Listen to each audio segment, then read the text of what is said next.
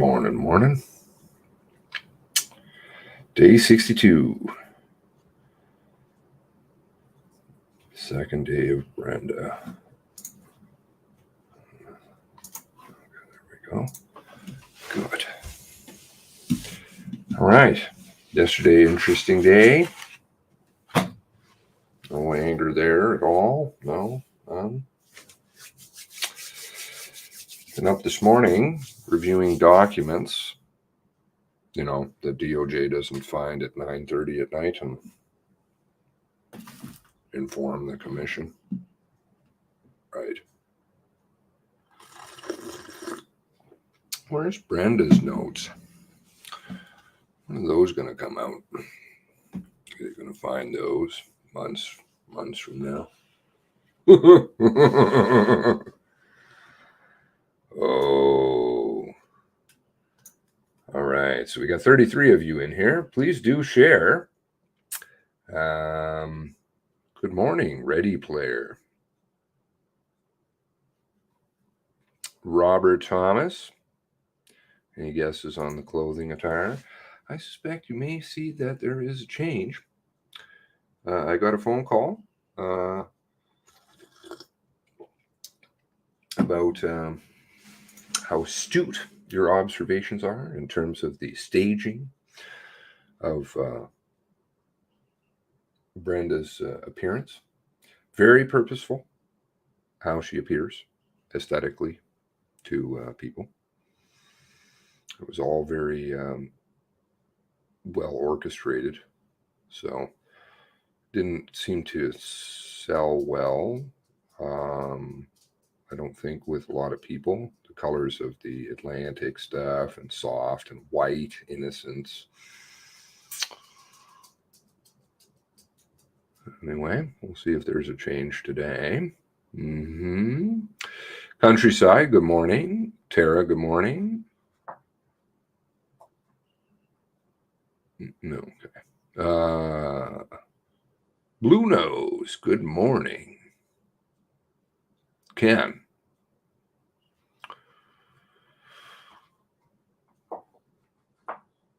Sleepless night. Okay. Stop softballing. Hopefully there'll be some questions, more questions about Zita's name got dropped in there.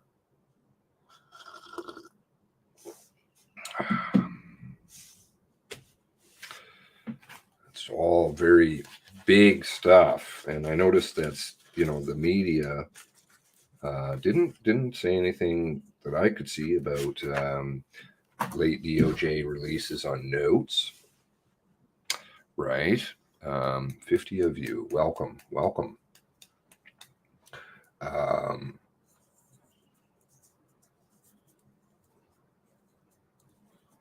Didn't say anything about that. And the story, I think in CBC sat about 7th or 8th in the feed. A lot of just, she just said it was mistakes and blah, blah, nonsense.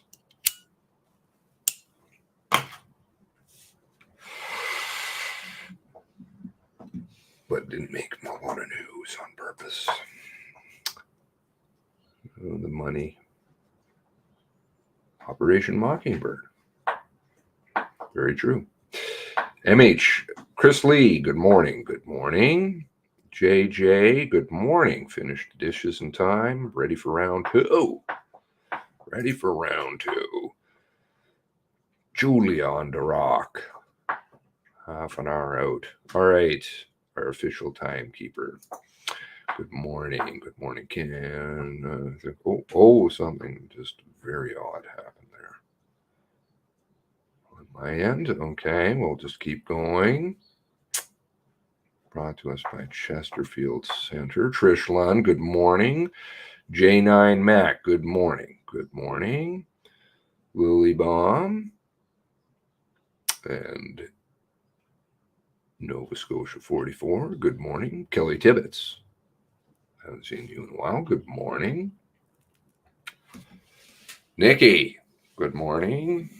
Pioneer Driver, Linda M. Good morning. Powerman Taggart.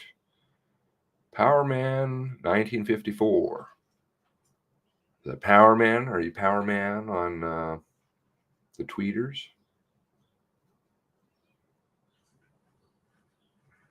CK, good morning. Artist, good morning. Who is Zeta? Zeta Astravas. Privy Council office.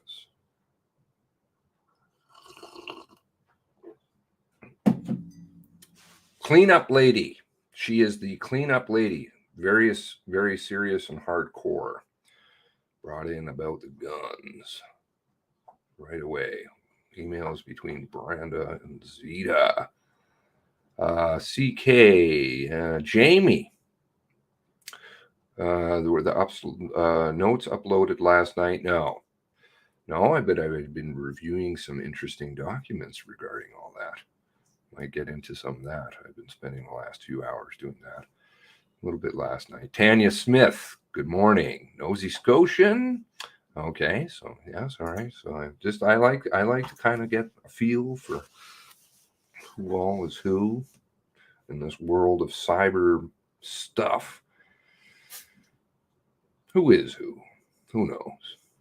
Center Heist, good morning. Good morning. Salty Air, good morning, Salty. Ashlyn, good morning.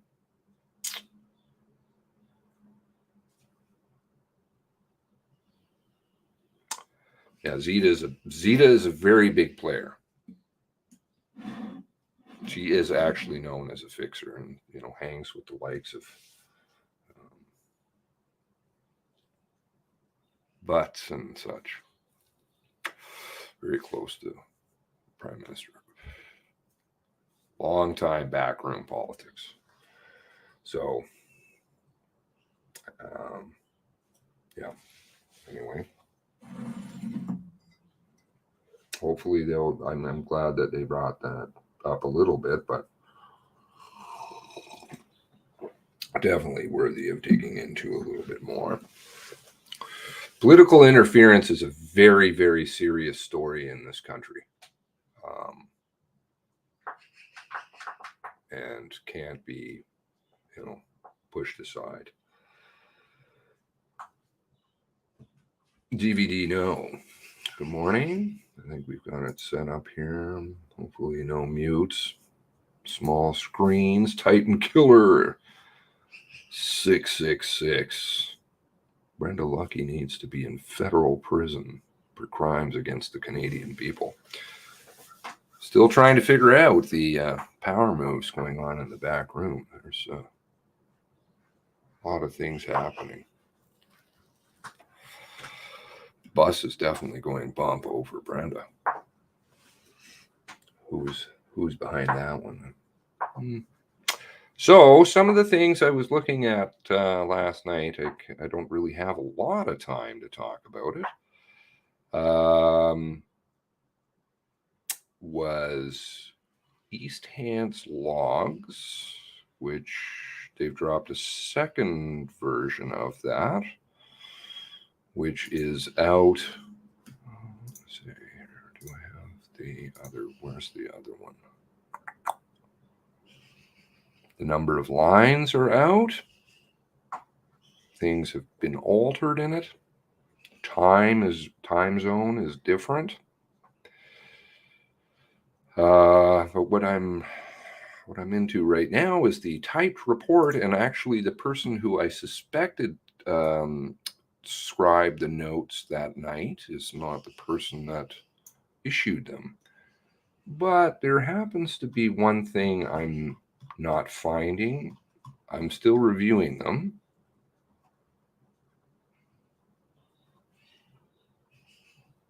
Just looking them over briefly right now. There's a lot of things in here. But the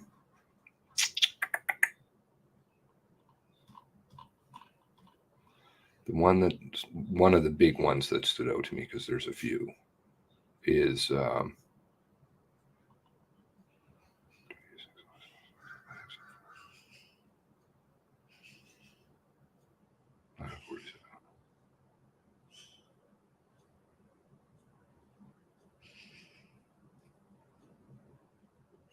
47.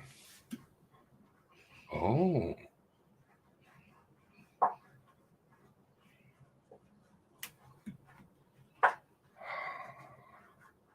Yeah, this time thing, they've moved it by an hour.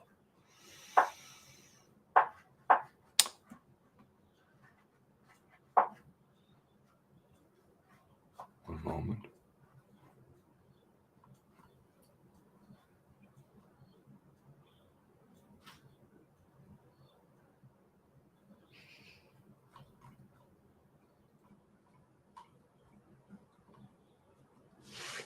His lack of mention of Lillian.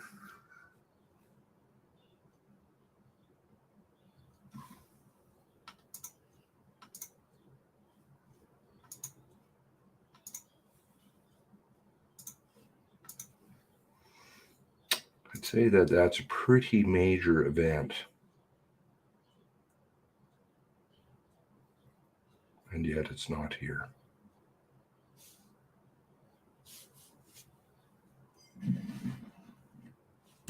Rodney McDonald talks about going into the command center, and it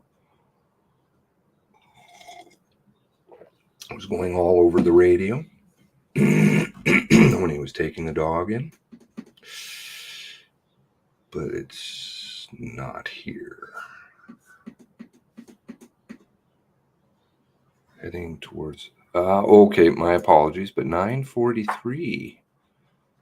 All right, sorry. Maybe it's just because I haven't had a lot of sleep. It is here.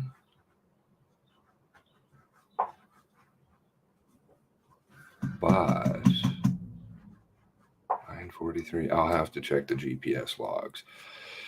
This stuff is very interesting to match up with the known facts. So again, I stand corrected. It is in here. Good morning, everyone. Proceedings will commence in 2 minutes, and just a reminder to ensure your electronic devices are turned to silent mode. One moment. Hopefully the audio came in there okay. Did you guys hear it? Was there an outburst yesterday? Yes, there was. There was a question in respect to, sorry, I didn't update you guys yesterday. There was a question in respect to Michael Scott mentioned how the families feel like pawns. And so give me one moment.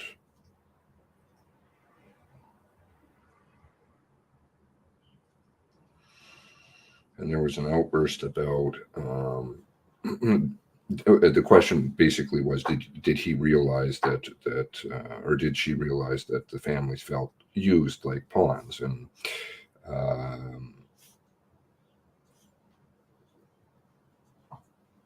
the response from the outburst in the audience was, we all feel used and still feel like pawns. You used us all, and the families all still feel that way. And apparently, Brenda Lucki started to say something, and Mr. Judge McDonald shut her down. So, interesting.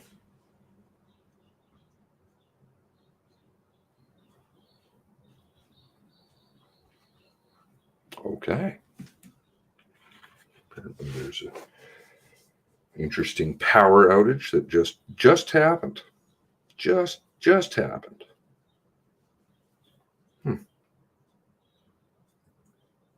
Not good. Anyway, all right. Please do share around. Peter, good morning. Good morning. The proceedings of the Mass Casualty Commission are now in session with Commissioner Michael McDonald, Commissioner Leanne Fitch, and Commissioner Kim Stanton presiding.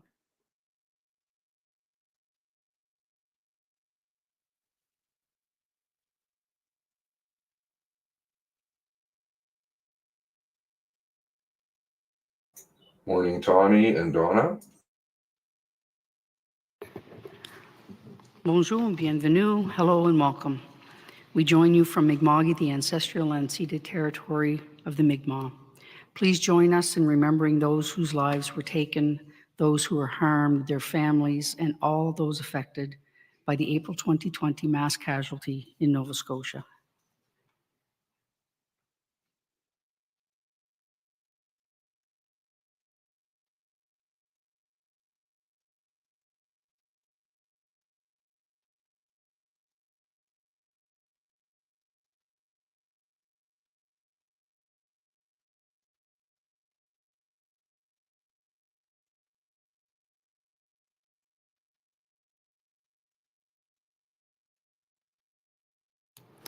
As you know, this week, we are hearing from a number of senior police officers so we can consider lessons learned, changes made to date, and opportunities for additional improvements.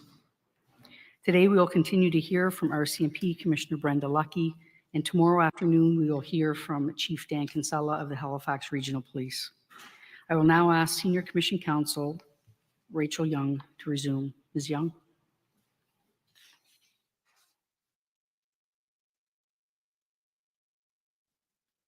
Good morning, Commissioners. This morning we continue with participant questioning. I believe Mr. Bryson is next in line. You. We'll ask the witness to come forward then.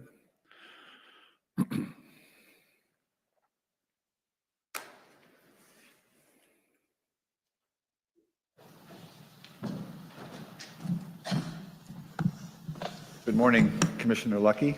Good morning. Thank you again. You're, of course, still under your affirmation from yesterday, and we will continue the process of having participant counsel ask you some questions, and we'll begin today with Mr. Josh Bryson. Mr. Bryson.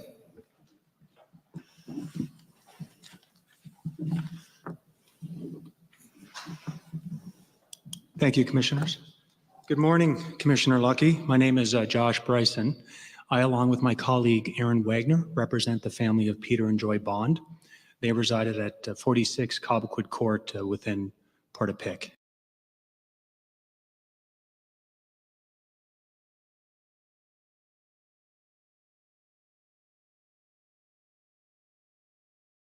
Commissioner Lucki, my name is Josh Bryson.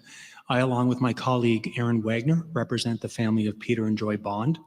They resided at 46 Cobequid Court within Portapique. How does that work if it's live? Oh, look at this. Something.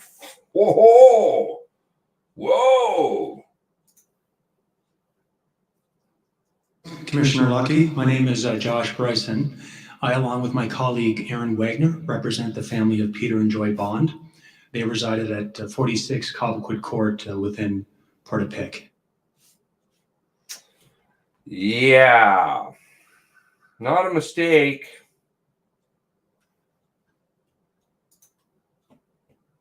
Commissioner Lucki, my name is Josh Bryson. I, along with my colleague Aaron Wagner, represent the family of Peter and Joy Bond. They resided at 46 Cobequid Court within Portapique. Okay.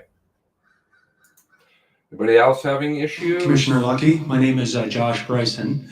I, along with my colleague Aaron Wagner, represent the family of Peter and Joy Bond. They resided at 46 Cobequid Court within Portapique. Okay, can other people please try the website? Also tweet the MCC. This is bullshit. Perhaps you can cite CSE in that also. Fuck. Commissioner Lucki, my name is Josh Bryson. I, along with my colleague Aaron Wagner, represent the family of Peter and Joy Bond. They resided at 46 Cobequid Court within Portapique. Wow.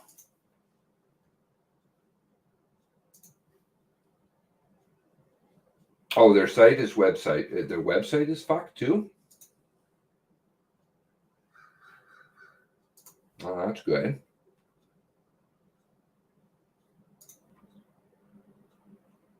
Commissioner Lucki, my name is Josh Bryson. I, along with my colleague Aaron Wagner, represent the family of Peter and Joy Bond. They resided at 46 Cobequid Court within Portapique. Sorry, I'm just playing it in another window. I'm trying to. Let me. I can try it in a different browser, maybe. Okay. So,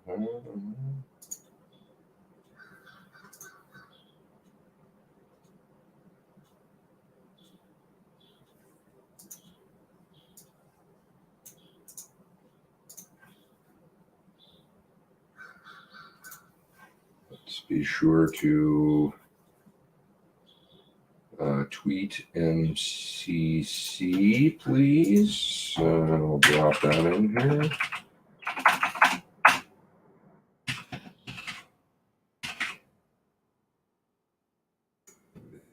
In Foily. Oh no, that's not true. I know you guys don't. Many of you. This is the work of junk we have. Commissioner Lucki, my name is Josh Bryson. I, along with my colleague Aaron Wagner, represent the family of Peter and Joy Bond. They resided at 46 Cobequid Court within Portapique. Okay, so maybe we can, you're listening, so Tony can hear it on the phone in. Julia, where are you listening? And I deal with the surviving. Are aware of it. Oh. Because generally speaking, when members are aware of things, they generally do them. But sometimes when they're not, I'm not making excuses. I'm just trying to figure out how in all Two of clips this there. can we not let this happen again. Exactly. And isn't that the point of you taking a look at it as leader of the organization? You're now surmising with me why it may have happened. Was it a communication issue? Was it a resource issue? You're sitting here today, 2 years later. You don't know why Cobequid Court was unattended for 19 hours. No, You haven't taken any steps to look into this or delegated anyone to look into this, correct? No, I haven't. Can you tell me why? Well, first, I think in my role as commissioner, I generally, and it's not downplaying anything or making something sound less important. With 32,000 employees, like I said, and over 750 locations, it's a big organization. And I can't be the one that goes down and makes sure everything happens. So I have people to do that. And obviously, if it's not happening, I have to figure out why it's not happening. And so I can't explain what happened in the past. The only thing I can do is go forward and say, you know what, I have a commitment to you. I have a commitment to the families. We will look into this. We will figure out why that policy wasn't followed, what happened there, why, what can we do better? You have my commitment. I can't undo the past, but I surely can change the future. And it's obviously, it's super important, and you have my commitment. Okay, so we're now 28 months post mass casualty. You're saying we have your commitment. When will this commitment be undertaken? Well, when I get back to the office, I have people that are going to take notes of my testimony. When I say you have my commitment, I know they're writing this down. They're going to be tasking it. We're going to figure out, like I said, I think you can make all the policy in the world, but if nobody knows it's policy or nobody knows that that things have changed, and that is how I've sort of, when I got in the chair, it was kind of my pet peeve that there was many things happening, but we weren't communicating them. So how can I expect to hold a member to account if they don't know? And so the problem is, how do we make sure they know? And we absolutely have to get better at that. I do have I have a lot of empathy for our members because there's so much policy and so much policy change, not an excuse. But when things are that important, they need to know. But again, you're guessing. You don't know if the April 30th, 2014 general scene security for possible crime scenes policy is adequate. You don't know if it's an issue of your members understanding the current policy, correct? So even here, as you sit, when you say perhaps we're not doing a good job in communicating policy to members. You're guessing because you haven't looked into Portapique. Yeah, and I think lack of communication is a pretty good guess. And I think that taking, obviously a month after in the Moncton, I could understand maybe a month later, but still, if we were working on that prior to that, we have an obligation to, not wait till something's official. If it's important, they need to know. So my next question, any steps you're going to take in regards to looking into matters, can you advise the commission of those steps when you get back? And obviously you're going to have to run it through your council, but if you're going to embark on some changes based on what you've been reading, what you hear today, can you make sure that we're aware of this? Yeah, I think the first thing we're going to do is review what happened, so that the change that we make is pinpointing the issue. So definitely we're going to review it. We're going to make any changes that are necessary so that it doesn't happen again. It's fine for something to happen maybe once, but when it starts repeating itself, there's something fundamentally wrong. So we need to make sure that we get to the bottom of it. And before, I heard you say that you were content to wait, for example, for the work of this commission to be concluded. That was one of your reasons, and not pursuing any issues within Portapique. And sorry, I'm using Portapique. Obviously, there were many more areas in Portapique affected by this mass casualty. But I know. But you were content to wait for the work of this commission to be done? Not in every instance. We have people in the room that are, watching what goes on here and are making notes and going back to the division. So there's work being done. The change might not be fully implemented, but we're keeping our eye on everything that, any gap that's being identified in the witness testimony or anything that you've pointed out or somebody else. We have people that are, noting it down, going back and seeing if we can look at it now. So it's not going on deaf ears, but. Because you understand the risks, right? Like you know what the general mandate is of this commission. You don't know if this commission is going to get into the nuances, for example, of general scene security, and they may not, right? I don't think we're going to see a detailed, and I'm not speaking for the commission, but I'm just having a discussion with you. I don't think we're going to see recommendations that there be continuity measures about, scene containment, perimeter. There may be recommendations about your policy, but the nuances that you need to be operational, right? So you understand that the recommendations of this commission may not be in operational format, right? It doesn't matter. You've brought it up and you've detailed some of the issues. That's good enough for me to review it. But you understand that risk, that the recommendations of this commission may not be operationally ready, right? Yes. And that you will have work to do once you read the report of this commission, right? Absolutely. And you accept, as commissioner of the RCMP, you have control and management of the RCMP and all matters connected to the force, right? Yes. And that's under Section 5 of your Royal Canadian Mounted Police Act. Yes. You have the power to delegate responsibilities to any member, correct? Yes. And those members must perform those duties as prescribed by you. In fact, it could be a code of conduct violation if they don't. Yes. And that's under Section 18. You also, under Section 24, have the power to appoint your own board of inquiry to investigate and report on any matter connected with the organization, right? Yes. And have you done that for any matter connected to Portapique or this mass casualty? No?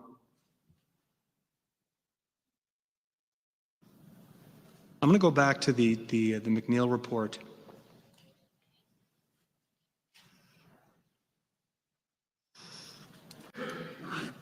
On another issue, moving away from scene containment. So in the McNeil report, and for those following along with the environmental scan, Comm 58284, that is not an exhibit, I'm not asking that it be produced, but it's page 208, that's at the bottom. It states that Mr. McNeil stated, and this is in the review, in the inquiry, Mr. McNeil stated that chaos is unavoidable in the first moments of a dynamic situation, but order should be restored as quickly as possible through supervisory coordination in the form of command and control.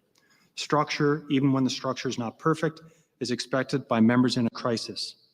Lack of communication and poor situational awareness impeded the establishment of command and control in Moncton. Mr. McNeil noted that research on active shooting incidents has found that when command and control is not formally established, there is increased failure to share information across responder groups. This can lead to information gaps and delayed responses and can compromise first responder safety. Were you aware of this finding in the McNeil report? Yeah, I read the findings when they came out. Were you aware that there are similar complaints in this mass casualty event? Yes. Okay. That there was lack of communication, that there was information gaps? Yes. Okay. So I'd like to just pull up a few examples.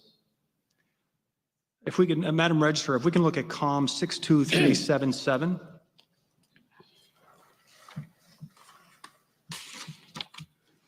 I'm going to refer to paragraph 4. It's on paragraph 4. It's on page 7. And that'll be marked as Exhibit 4252. 4252, thank you.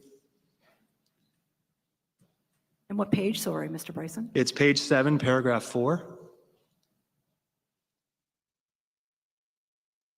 This is an affidavit of Corporal Rodney Peterson. He's a corporal in Nova Scotia. He was responding to this mass casualty event, and he provided some evidence to this commission by affidavit.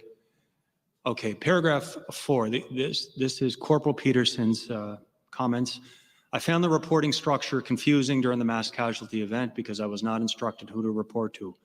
I was not told to delegate tasks or orders to responding constables.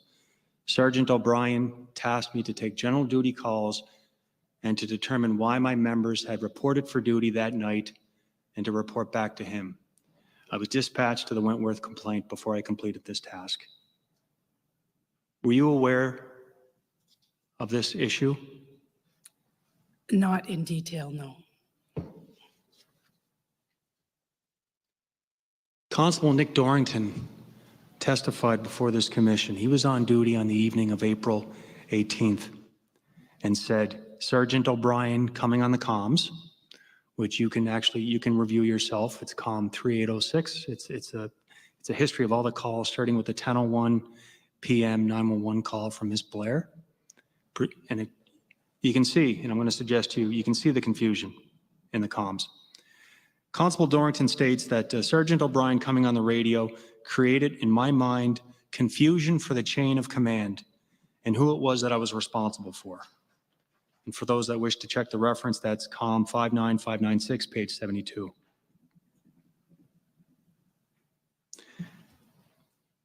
So these are prevailing themes after Moncton that still exist. Is this an area that you as commissioner have investigated or directed anyone else to investigate? I haven't, no.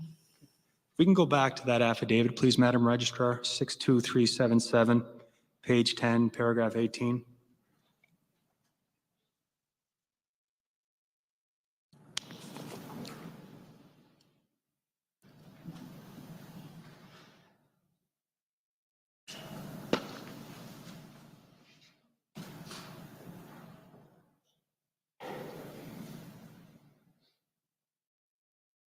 Constable Dorrington, I knew that, so this is his knowledge of the events coming on shift? Sorry, is it Dorrington?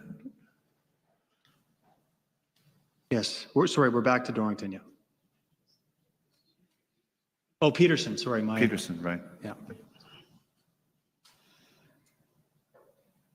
Okay, so this is Peterson. I knew that there had been shootings in Portapique and there were also fires. However, I didn't know how many victims there were. I was told the perpetrator had shot his neighbors, and I believe this meant immediate neighbors in one house and not multiple neighbors at multiple locations. I'd received this information from off-duty officer Constable Patrick McNeil. Sergeant O'Brien told me that the suspect vehicle was a police vehicle, but I was not aware it was a fully marked replica of a police vehicle. I was also aware that several of my members had attended the call the night before and were still on scene. So there's many examples of that we've heard in this, during this inquiry. We've heard evidence that your own command triangle was missing key information that was provided by an actual shooting victim survivor, Andrew McDonald, at 10:30 p.m. on April 18th. There are many examples of gaps of information being provided to members, provided to the command triangle, which has been a theme. And I've just picked one prior inquiry. Do you have any thoughts on that? And I any do. actions you've taken or will take? I do actually. I didn't go into the specific details as you pointed out, and these are great examples to your point. And I've thought of it in general terms and said, how do you deal with a massive amounts of information? And usually in an event, you know, it's not, there's not multiple crime scenes. There's not, even in an active shooter in a school, it's in one area. It's not covering multiple geography. And I can't imagine how they would deal with, when I was hearing all this, I was thinking, how can they deal with all of this information coming in? Even telecoms would be segregated. Someone might take this information from one person. So how do we make it so that everybody is working off the same information? And I kept thinking, one of the things that I thought might be useful going forward is the use of analysts. We've really upped our game over the years of the use of analysts. And I'm wondering if there's a possibility, for example, when you have an on-call analyst, if there's an event going on that's not just in one house or in one little location, that's it could still be a major event, but it's not covering a lot of area or a lot of information. Bring in an analyst. So the analyst hears all these things, and then they say, okay, everybody stop. The perpetrator is driving a marked police vehicle with this description. Then we get people to work on that, and they say, this vehicle, everybody, announcement, this vehicle is not a stolen RCMP vehicle. Because that example was fresh in my head. But taking the information, and because they're coming from all different sides, and I kept thinking, I don't know how telecoms would have managed it. I don't know how an incident commander would manage it without having people grabbing the information and someone saying, okay, I'm in charge of the perpetrator, I'm in charge of this, I'm in charge, and then gathering everything and then saying to everybody, this is an announcement, everybody pay attention, this is the information we have. Instead, somebody had a little bit here, they gave it to this, and there was no continuity of information in such a big event. And so that was one of the ideas I thought of. And Let's talk about the analyst. Yeah. Do you know if an analyst would have helped here? Yeah, I think just having, okay, it doesn't necessarily have to be an analyst, but analysts are trained to deal with massive amounts of information and to work through it. That's why I say analyst. But even having people in telecoms to say, okay, I'm grabbing that information, I'm going to follow it up. What does it mean? So if somebody called 911 and said, there's a dog running around, or some information that is running with, something that we needed to know. This is a very poor example. I'm just off the top of my head. And if it's important, run it down, find out, is it applicable? No, it's not applicable. Put it to the side. Everybody ignore that. This is important. This is not, or it is important, but it's not important now. So put it aside, everybody. You need to know what's important now, because I don't know how they would filter all that. There was a lot of 911 calls coming in. Of course, there was all kinds of information. Some of it was probably conflicting. Some of it, one said it's orange, one said it's green. So what is it? So if you're looking for something green and it's in fact orange, how do you discern between that, and who can do that? And surely it can't be the telecoms. It can't be the person at the top of the command structure trying to deal with that. They have to have people working through all of that and feeding it up. And so the commander is saying, okay, everybody stop. You do not need to be in that area right now. I need you to be here. Stop. We have looked at the area. Someone says there's a road that needs to be covered that we didn't know about. Those kinds of information that seemed obviously to get dropped. So that's why I think that way. But these observations, this is conjecture on your part because you didn't Mais ces observations de votre part, il n'y a pas eu de lien avec l'enquête de Porte-à-Pic. Non, je dis ce que je pensais. Oui, mais... Non, je dis ce que je pensais. Oui, mais vous sautez aux conclusions. analyze the problem first, there are people looking at all of this. So any of the like I said, any of the gaps that are resulting in these testimonies of things that you're pointing out or that we've known ourselves, all of these people are being tasked to do things.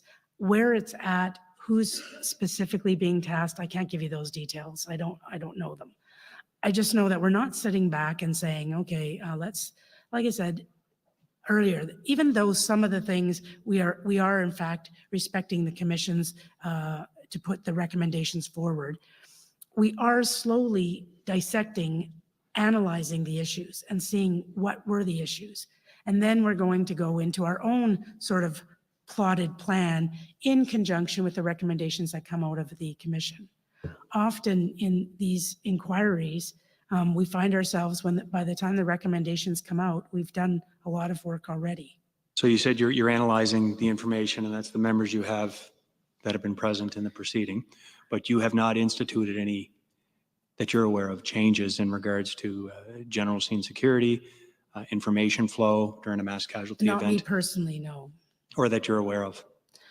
Not specifically, no. I don't know specifically who's been tasked to do what, but I know that our H-Strong team is looking at everything that comes in, and then they're bringing it to the attention. Much of this might go through our national contract and Indigenous policing. If it is strictly a local issue that has no national nexus, we would probably just allow it to happen at the local level. I'm going to suggest to you that another risk in waiting 28 and continuing months is you now have cadets that have gone through basic training at depot, right? I'm going to suggest you've missed valuable learning opportunities for those cadets that are now members. You could have been teaching them your findings based on your reviews, best practices of what came out of Portapique, right? Yeah, and I'm not sure if some of these have been transmitted through our learning and development group or not. I'm going to guess that not on a holistic scale, but I would say that if anything, like for example, we have national policy on alert. So that gets fed back through the machine, and we have a group training program and support team at our training academy who deal with the curriculum. And so then they would analyze and decide where in the curriculum something like that may be added. Can you speak to any changes that have been made with depot, with training since this mass casualty event? And you do have familiarity with the training, right? Significant Yes, familiarity given your previous roles. And also as commissioner, it's under your mandate. You're specifically tasked with, you're in charge of training. You can set training regimens, you can amend the curriculum.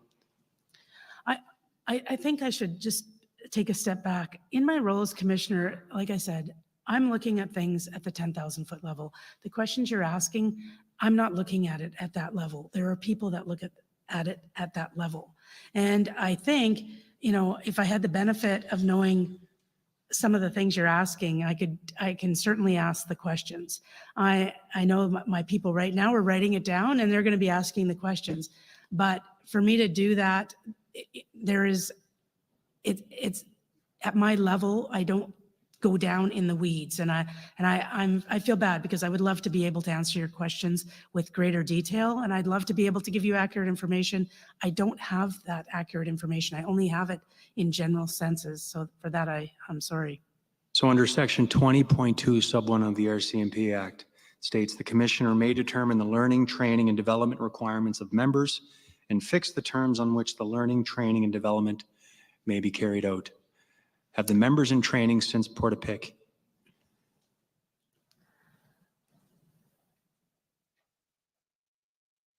had their curriculum adjusted to learn from Portapique? Have you seen, as commissioner, anything come across your desk to reflect that this learning is taking place? No, and I probably wouldn't.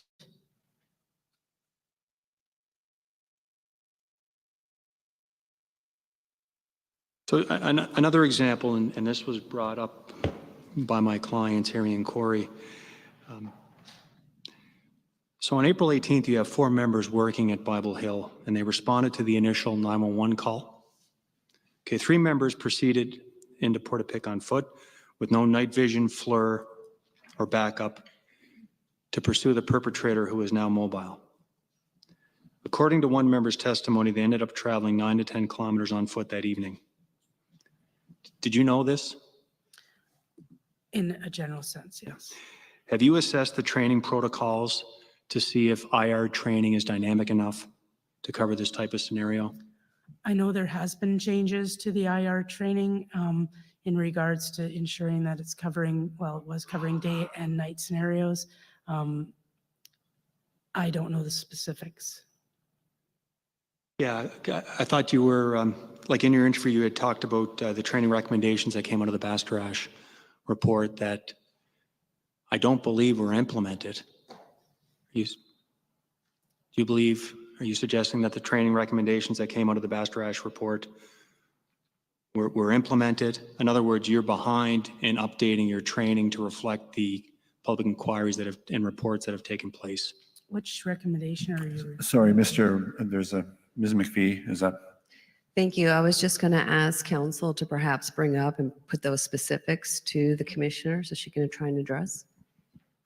Okay, Mr. Bryson, I think you have them in your hand now.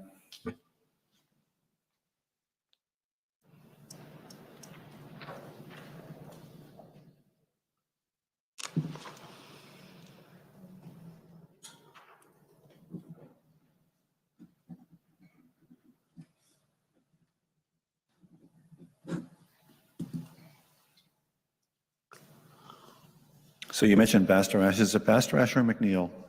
Bastarache. Bastarache? Yeah. Can we bring up Comm 62475? That's Commissioner Lucki's interview.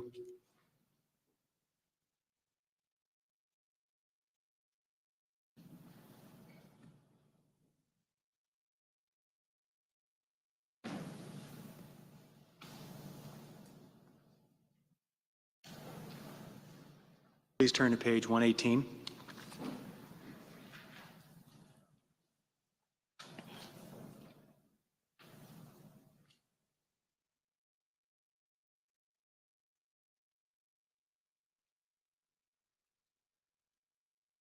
Okay, so this is a question for Ms. Young.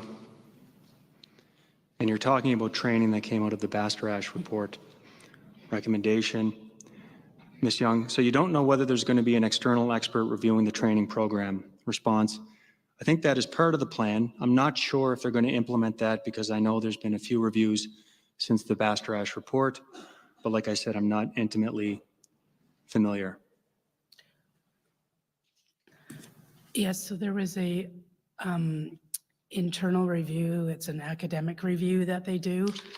And there was questions as to why the training academy would do their own academic review. And that was when our management advisory board went through, they did a review. And it was believed that we needed to do a more fulsome review and maybe in portions because the core training standards and the curriculum is quite massive. So to do it all in, they're divided into obviously units. And so they're preparing to do reviews in various areas of the training academy. And are you aware of any plans to review training in regards to this mass casualty? No, but absolutely everything that comes out of the mass casualty. No, now though, can you tell me specifically, are you aware of any plans to review training or have you reviewed training in regards to this mass casualty? Not specifically and not yet. Obviously, we're waiting. Some of that is waiting till we get the report. Others, if there is anything specific that, like I said, that is high risk and that our members need to know or our new members need to know, it will be put into the core training standards before the recommendations. All right, so you're hoping that the recommendations of this commission are going to be dynamic enough to cover, for example, IARD formation, IARD training, when and when not to send in a second team. Is that your belief? We don't need the recommendations to be that granular. If there is for example, we've already looked at our IR training since the mass casualty. I know that they've reviewed it and made some changes. Please don't ask me what they were. I don't know what they are. I know that they've looked at them and adjusted it to some of the things that were discovered in the testimonies and in the reviews. Anything that comes out that raises a red flag of a high risk, it's going to come back through. We're reviewing it. And another example is the Alert Ready. We're working through it, creating policy. And then anytime we do any of that, it always goes to learning and development. And we figure out where we can insert that throughout not just our cadet training, but maybe our field coaching, maybe the IR training, maybe the supervisor development training. We have various courses along the way. And so they look at all the suites of courses and say, where does it get inserted so that any members going forward will be, this will be incorporated in training? And where does it need to be inserted, if at all, in the cadet training, depending on the type of event? Because cadet training is foundational. So sometimes not everything is put into the cadet training program. It might be inserted into the cadet field coaching program. It might be inserted in the junior investigators program. Or the constable development program. There's several different suites of learning. So depending on where is the most appropriate place for that learning to be placed.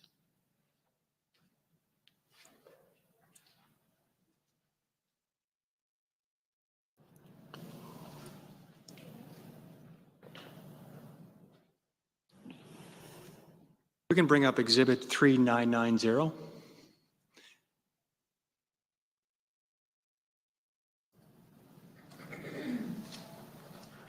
This is the request for a review that we've discussed during your testimony, during your interview, from Darren Campbell to John Robin. The scope of the review is outlined in point form in the body of this email. Have you seen this email before? No. Okay. I wasn't clear when you were giving evidence as to where this proposal from H Division died on the vine. From my understanding, it went in the discussion of, I believe, doing the terms of reference or figuring out exactly what that review would encompass. It went into the Critical Incident Command program in National Headquarters under the direction, I believe, of then Superintendent Jamie Salem, who is the person in charge of that program. From my understanding, she spoke with Assistant Commissioner Dennis Daly, who is her boss, about the scope and review of this particular review. And in consultation, now this is me surmising that they may in fact have talked to Deputy Commissioner Brennan, that I can't confirm. But it was within the contract and Indigenous Policing Unit that the decision was made not to hold that review in abeyance and to wait till other reviews were completed. Did you participate in this decision? No. Do you agree that the bullet points here noted in this email are pertinent areas to review? For example, radio communications. Yes. Have you taken any efforts to revive this and conduct your own review? Some of the areas have been reviewed, like the deployment of ERT. The ERT did a full review and came with recommendations, as did EMERT. The Operational Communications Center did several small reviews on specific things and did a whole scrub down, I've been told, of their standard operating procedures to modernize them.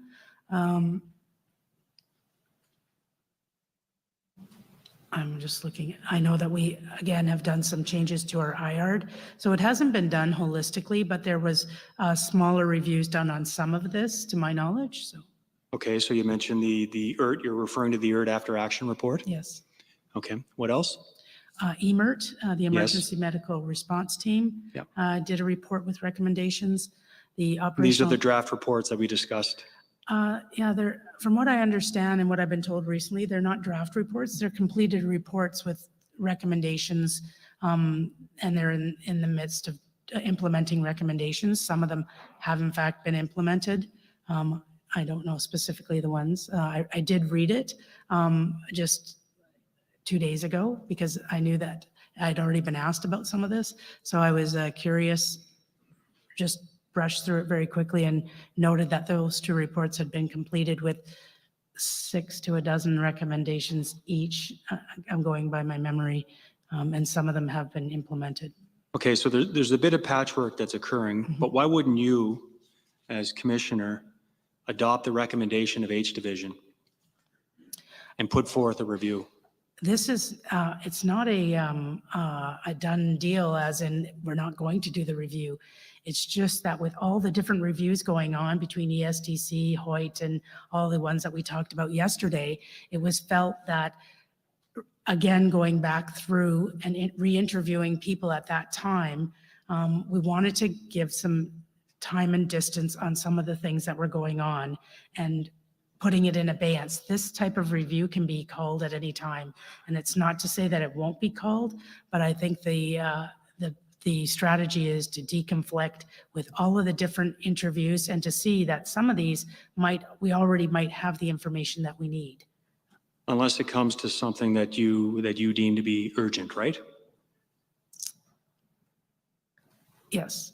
So these bullet points here, where no review has been undertaken, are not urgent issues for the RCMP? No, I'm not saying that. I'm saying that I don't have intimate knowledge of all the reviews that have been done. There could very well be many of these things on this list are already under review, not in an official sense, as you're pointing out through the critical incident command review.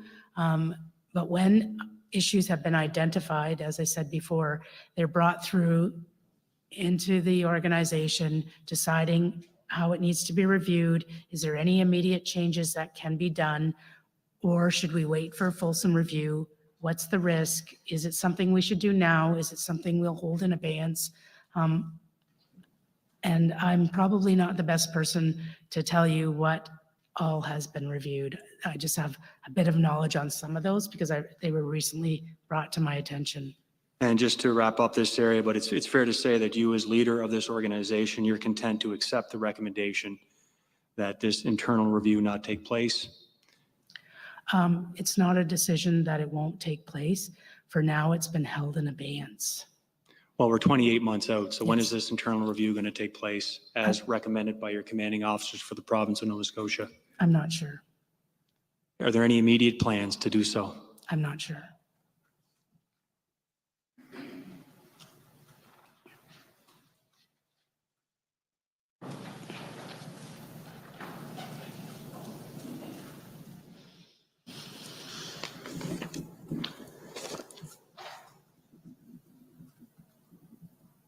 So in regards to, you were asked questions, and Ms. Bergerman was asked questions as well in regards to culture.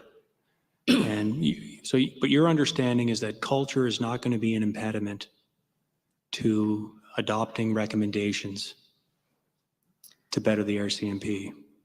Yes, I agree. And why do you say that? Well, since I become commissioner, we've put in a lot of great initiatives under the Vision 150 and the Vision 150 and beyond.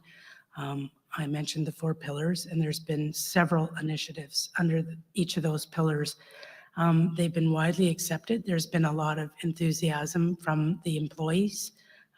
There's been a lot of suggestions from the employees. I can see their engagement in Vision 150, for example. Anything from my experience as a district officer, a critical incident commander, a tactical troop commander, a detachment commander, all of those experiences, there's one thing that is always true, is that anytime it comes to tactical or training, tactical equipment, uniform, the membership is all over it, and they provide several suggestions. And they sometimes do their own little review when they present suggestions to their management. There's been lots of great ideas. Things have been reviewed, lots of buy-in from the membership. and the employees of the RCMP, there is a real motivation from the employees to be a more inclusive, a more tolerant, a more transparent organization, a more diverse organization, and we see it with all the initiatives that are going on. So I'm confident, and because I know I will be committed to any of the recommendations that come out of, that we can implement out of this commission, that I'm a big believer that the things that you measure get done. So these will be tracked. They will be reported on a regular basis. They will be put on our website, like since I've been in the chair, anything that we've done or any reports with inquiries and recommendations, we never used to put them on our website, but in an effort to be more transparent to Canadian public, we're putting as much as we can on our website so people can see what we're doing and tracking it, showing timelines, milestones, measurements, and reporting on it. You're familiar with the findings by the Honorable Justice Michael Bastrash in November 2020? Yes. The Bastrash report? Yes. And that related to the successful claims, and I should not use the word successful because it's quite disheartening. There was 2,300 females that had gone through the RCMP awarded compensation as a result of sexual harassment. Bastrash found that the RCMP culture is toxic and tolerates misogynistic and homophobic attitudes from leaders and members, incalculable damage to female members of the RCMP and public service employees. Change cannot come from within the RCMP, but must be initiated from external sources. With those findings, relatively recent, you are still content that you can overcome culture to implement your strategy based on Vision 150? Absolutely. I've had a few conversations with Justice Bastrash about those very ideas about internal versus external. And he actually has publicly said to us that he feels confident that we can in fact evoke change within our organization by reviewing aspects of our organization. We have, in particular with the Bastrash report, we have a new independent Center for Harassment Resolution that is external facing. There are some internal parts to it. It's a bit of a hybrid model right now.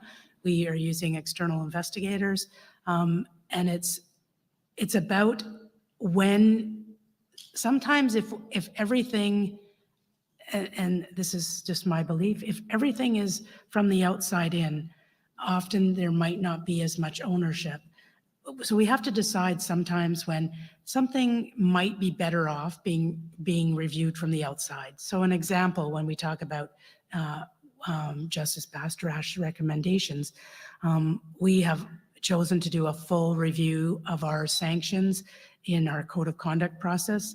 We have taken outside lawyers who are experts in their field to do such a review.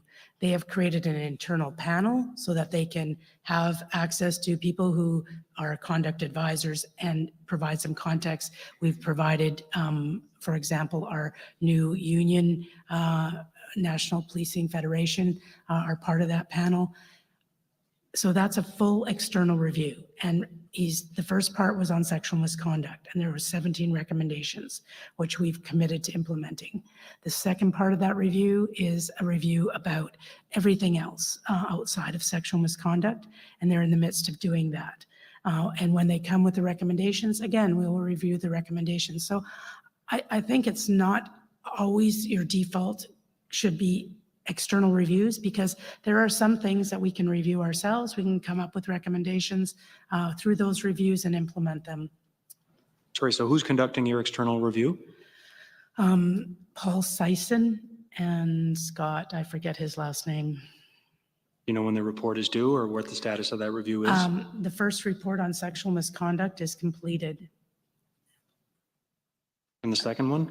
The second one is due at the end of this calendar year, I believe.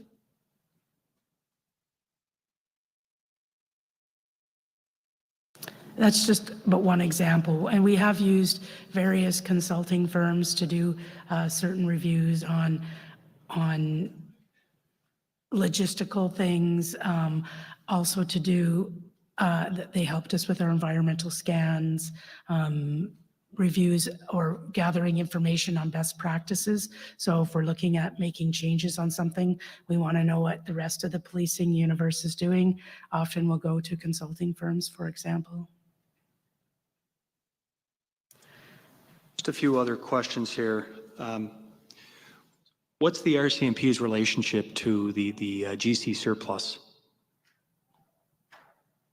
Government of Canada surplus, do you know? Is there any oversight function, any partnering? I'm not completely familiar with that, but I know that our chief financial officer, who is dealing with the whole procurement, falls under our chief financial officer. And anything to do with GC surplus that has anything to do with the RCMP would fall under her responsibility. So they're under your umbrella? Obviously, the chief financial officer reports to me, yes. Okay, so GC surplus is under your umbrella? Yes. Yep, okay. Not specifically, though. I think they're an entity to their own, and we access that. So yes, they're under your umbrella, or no? I don't believe specifically they don't report to me, no. But your chief financial officer reports to you? And deals with GC surplus. Deals with GC surplus. It's a government of Canada, so it's not, it reports through somebody else in the government of Canada, to my knowledge. So were you aware that, so prior to this mass casualty, that the perpetrator had shopped frequently at the GC surplus store, and on occasions he had appeared there, he showed, and I'm using testimony we received from a Max Liberatore, he notes that he showed him and most of the staff pictures of the cop car that he had, and told staff that, again, according to him, that he was building a cop car. Who did you, I didn't get the name. Max Liberatore testified at this And who is inquiry. he? Pardon? And who is he? I think he's a manager. He definitely works for GC Surplus. I'm just not familiar with his title. Like I said, GC Surplus is a government of Canada entity that is used by all agencies in the government of Canada. They don't, like I said, they don't specifically report to the RCMP. It's something that we have access to and use. Of course, there is a relationship in that procurement portion of the RCMP. Do you find that concerning? That the perpetrator showed up at GC Surplus, made it obvious to those in attendance that he was building a cop car, and showed pictures, and that nothing was done about it? Yes, it's concerning. Besides stopping the sale of former police cars by GC Surplus, are you aware of any other measures that have been taken by GC Surplus in connection to this mass casualty event? Sorry, Mr. Bryson and Ms. McPhee. Just for clarity, Max Liberatore and GC Surplus falls under, I think it's Public Service Procurement Canada, which is a separate government department. So I think some of these questions may be difficult for the commissioner to answer since he's not an employee of the RCMP. Mr. Bryson, I get the impression that there's a financial relationship, but not a governing relationship. But that's my sense from her evidence. Thank you. So just on the topic of the tweets that were sent out on April 18th and 19th, and I don't know what your level of familiarity is going to be with respect to the tweets, but my question for you, do you know directly or indirectly if anyone outside of H Division had any involvement in saying what to tweet? Not to my knowledge.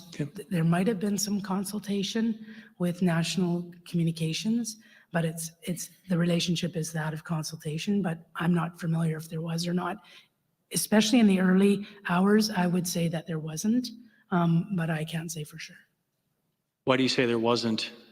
Only because things happen so quickly in the early morning hours. I think that they were dealing with that on their own. Do you have any knowledge or understanding of why, for example, that the RCMP received a picture of this cop car at roughly 7:30 and it's not tweeted out until 10:17 a.m. that same morning on April 19th? I don't have any knowledge why that happened. Okay. Are you aware of any involvement by anyone outside of H Division that contributed to that delay in sending out that tweet? No, I'm not aware of any involvement. Thank you for your time. Thank you, Commissioners. Those are my questions. Thank Thank you. you. Thank you, Mr. Bryson. Ms. Hutman?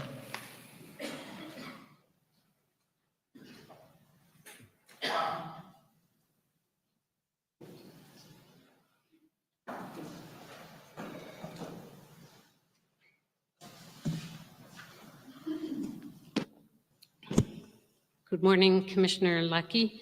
My name is Linda Hutman.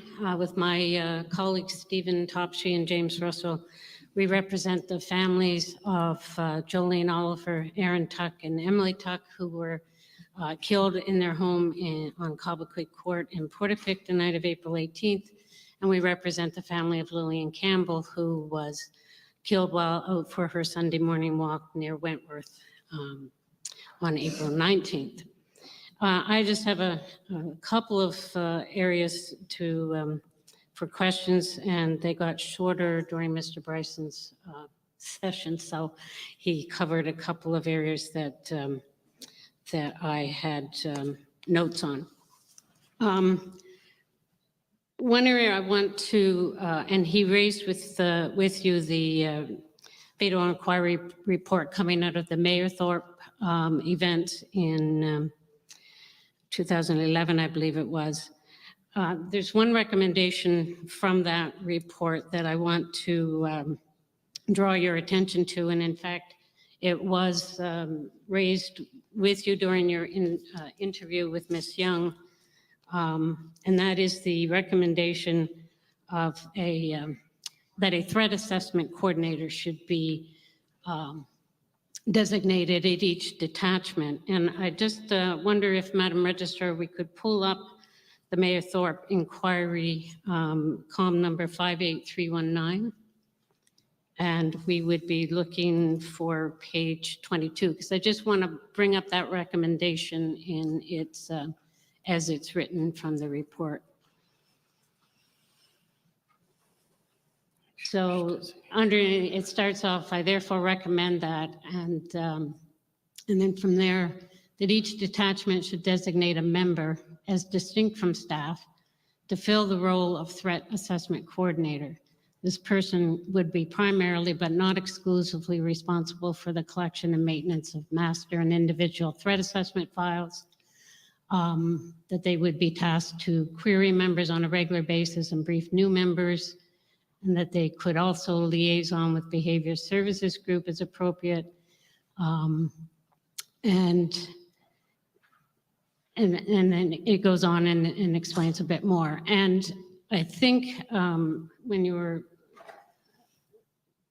in your response during your interview, there may have been an understanding that this was to be a special position, but is obviously, in my reading of it, intended to be something to be assigned to an existing detachment member.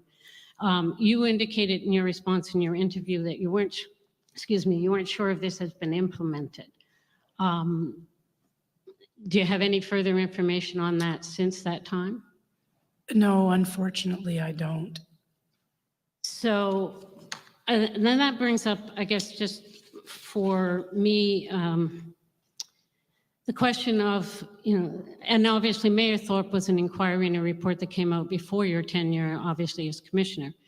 But going forward, the Bastarache report, of course, is November 2020, and that was discussed briefly, or just by the previous council. And then we have this commission, which will be bringing out recommendations, and we can certainly assume there are going to be some applicable to the RCMP.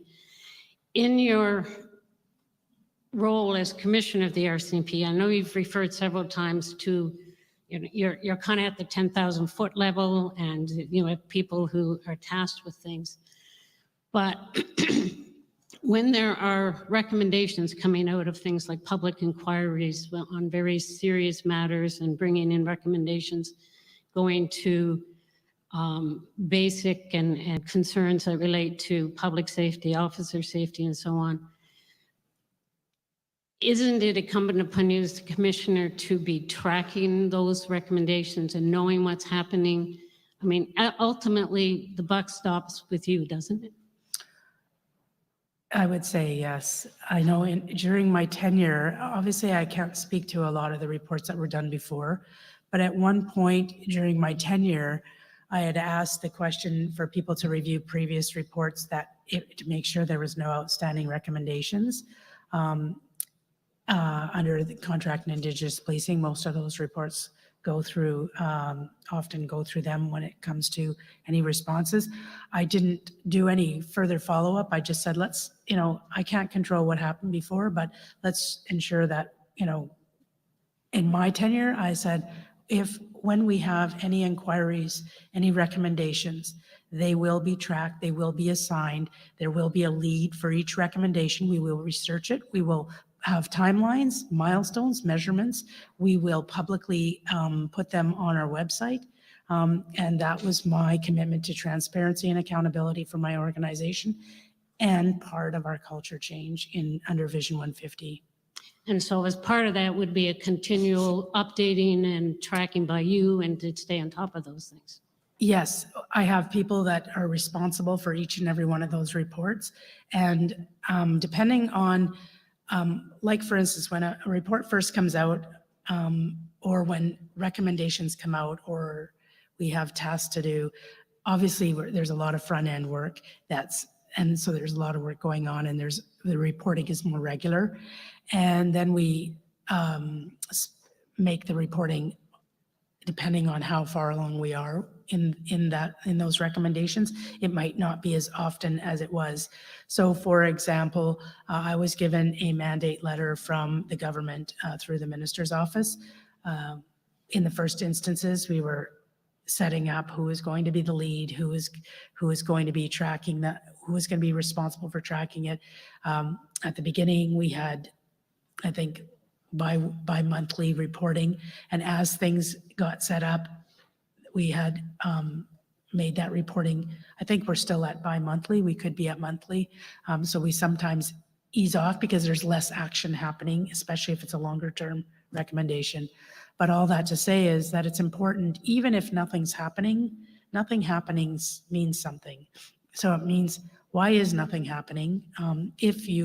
Especially if you're not meeting the prescribed dates that have been set out, why aren't we meeting those prescribed dates? If there's a good explanation, maybe it's a delay in a procurement process, maybe it's a delay in obtaining some technology, or the technology is being piloted and it's going to take several months. Well, that's reasonable. But if somebody says, yeah, we just don't have the resources. Okay, that is a reasonable thing to say, but what are you doing to get the resources? Or what are you doing to get this? It's fine to not have it. Have you put in a submission for some funding? Have you, has it been denied? Is that why it's being held in abeyance? Because as important as things moving along is, why aren't they moving along? And your role is to stay on top of that and to Yes, and as make sure best I can. that those that can go ahead, go ahead. Absolutely. Right. And coming back to the threat assessment coordinator recommendation from the Mayor Thorpe report, I guess one of the reasons it's been a past recommendation that's been concerned to our team and has been raised several times with witnesses locally and from various detachment levels and command levels in terms of whether it was something they were aware of or in place, is the connection to information that's come out through the inquiry and through the investigation of previous involvement of police with the perpetrator here, and whether, even though some of that involvement probably took place before Mayor Thorpe report came out, that somebody in that role may have been able to better track and understand and have access to that information over the years that may have alerted people to the perpetrator and his behaviors and actions. So that is a concern. I'm wondering if you would be, as part of this process, revisiting that recommendation. Yes, the threat assessment coordinator, that's an incredible idea. And yeah, I can't speak to specifically how it's been rolled out, but you have my commitment that there will be a follow-up on this from me personally through my chain of command to find out exactly where we are with that. Okay, thank you. No, Appreciate thank you. that. I just have a couple of areas. One other question, and I think it's being, and it appears to be being addressed because you were asked about it during your interview, and that is the, and this arises, it's a concern arising obviously from, and Mr. Bryson referred to it, and that was the situational awareness and the lack thereof for the first officers responding on scene the night of April 18th, the concern throughout that night and as the events unfolded with the lack of GPS tracking, and there they were out of vehicles on foot in the dark in the middle of the woods essentially. So there's been a lot of discussion here before the inquiry about their portable radios having had GPS capability but not inactive. There's been opinions about whether that's feasible on the long term for general duty members in all situations. And it appears from your interview and from information that's come forward in terms of what's happening on that issue, that the ATAC, I'm not quite sure what to call it, but it's a system or it's a tool that would provide that as opposed to through the radios, is my understanding. Yes, that system is sort of near and dear to my heart because the first detachment visit I did as commissioner was in New Brunswick, and they brought me to a demonstration of ATAC that they had taken from the FBI, gave it to them to try out, and the AIRT team was using it. And it was interesting because of course, I'm not an AIRT person, but I was in detachment. I was a district officer in 3 different districts. And I said, how can this be applied to frontline policing? And so we brought it back. I brought it back to Contract and Indigenous Policing. I said, I really would like to see if we could try this out. And I suggested Grand Prairie because I had been in Grand Prairie, the district officer out of Grand Prairie, to try it out in the frontline officers. And it simply started like that. Of course, there's been a lot of work done. From my understanding, all AIRT teams have the ATAC platform, and we are in the midst of rolling out to the other 18,000 officers that platform. What's interesting, what I think intrigued me the most about that platform is you can have it on your phone, but if you don't use it, you're not very adept at it. So when I talked to the frontline members in Grand Prairie, they said the biggest advantage of the platform is, although they don't use it on a day-to-day basis, they practice with it, which makes them practicing tactical response. So that's a good thing if we can have them. We always equate training to, okay, you need to come in, you need to do a week of this. But how about just 5 minutes before your shift? Why don't you practice this? Or why don't you practice that? And the feeling is, and this is my belief, if members were to practice or train 5 minutes per shift, that equates to almost 3 weeks of training in a year. And maybe it's just something as simple as bringing out the spike belt out of your trunk. If you haven't used it for 2 years, how do you know you're good at it anymore if you don't practice? So I've really encouraged our training people to look at sort of a 5-minute type training scenario where people can just hone their skills, whether it's handcuffing, ATAC, for example. So it's really near and dear to my heart. The other portion of that is that we're in the midst of rolling out body-worn cameras. And I've asked the question if body-worn cameras can serve in that same capacity of tracking members, because it is another platform on the member's body. And does it have that capability? I don't know the answers to that. I've just simply asked the question because that is another method. Do we need to duplicate platforms and have it on your phone when it can be used on your body-worn camera for the tracking purposes? Sure. Well, that's an interesting, and perhaps that will work too. I did note from your response during your interview that as it was indicated, as has information that has come in from H Division as well, that it is on track to be to all frontline workers by April, March 2023. I'm not sure of the month, but in 2023. So that is still a committed timeline by the force for that. That's what we're tracking for, unless something unusual happens. I think, if I was to be fair, I think the dates were more in the fall or of 2023. Okay. Yeah. Maybe it just said 2023, but Yeah. Maybe I was being optimistic and putting as early as possible date on it. But my key issue is that it is happening and that it's on track and will be in place, because certainly that was a real concern at many levels for the response during this event. Absolutely. My questions on the police culture and area regarding the Bastarash report, I think were sufficiently covered by Mr. Bryson. So I'll go back to another topic that we haven't talked much about, but which I have interest in, and particularly in that, I see some potential that it impacts on particularly general duty members in detachments like we're involved in the events here, such as the Colchester area where the Bible Hill detachment is located. What I'm talking about is the RCMP's historical, and which I believe continues to be their routine, if you will, transfer practice with officers coming up through the ranks. I know that you've been, I think, something like 36 years or so with the RCMP.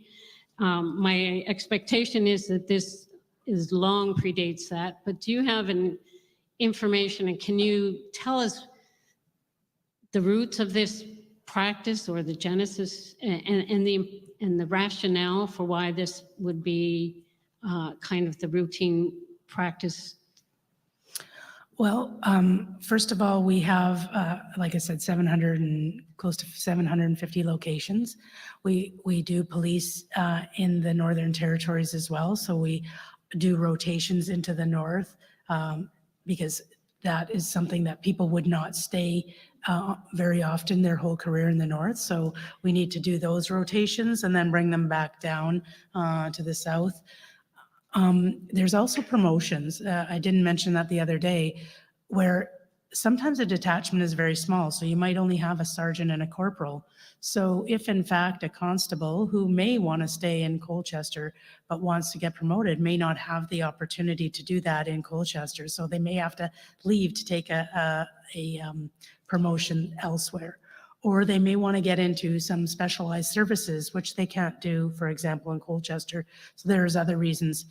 I think, as I said, I think yesterday, I think it's a good mix to have some corporate knowledge in that detachment.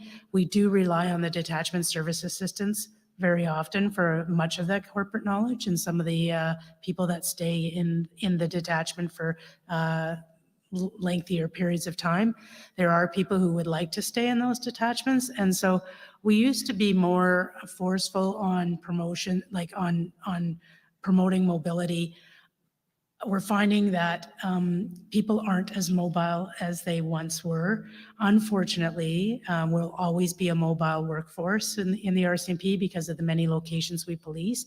But if we can find a great balance between having that corporate knowledge and having new people come in with new ideas, new perspectives, what I find interesting is when I see somebody coming from even another division especially, and they've done something in that division and then they bring it to this division, and watching that change, that's such a great thing to happen, to watch that happen. And that's how change gets made. But if you change everybody at once, so when I talked about the changes in senior management in H division, that's unprecedented. I've never in my 4.5 years as commissioner, I've never had to take the top three positions and change them all at once. It just was a set of circumstances. We do succession planning. I think we need to be better. When I was in Manitoba, they had some great succession planning going for the members that arrived newly to Manitoba, and they basically charted out their first 10 years of their career.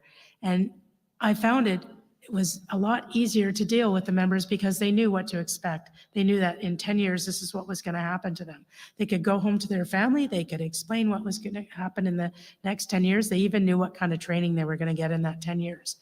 That is a great model. It's, I think for the most part though, it's not something we do on a day-to-day basis. I think we do, I hate saying it, we're filling holes. So when somebody leaves, we replace them.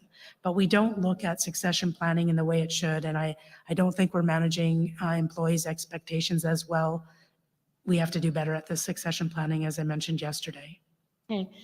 And I appreciate that. And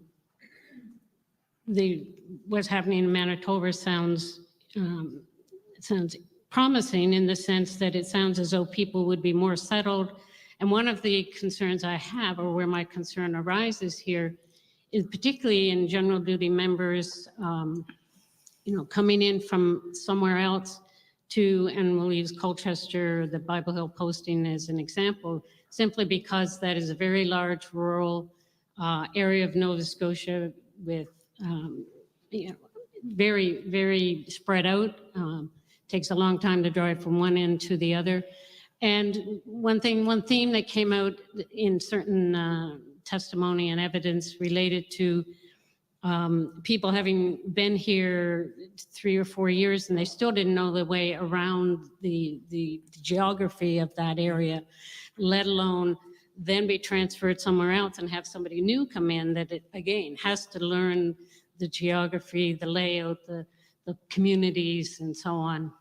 So appreciating that, obviously there's always going to be a need for the northern postings and people going in and out. There's always going to be people who will want to move to seek promotions, career advancement and so on. But it's the practice, I guess, of the kind of traditional, send them somewhere 3 to 4 years, then move them on, then bring someone else in and move them on.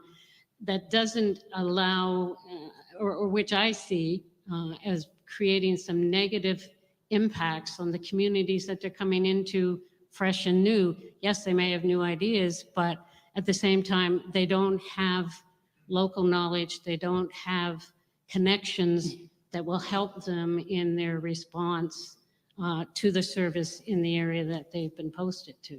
So those are concerns that I would see, and I don't know if you would agree that has potentially negative impacts on police effectiveness in those rural areas.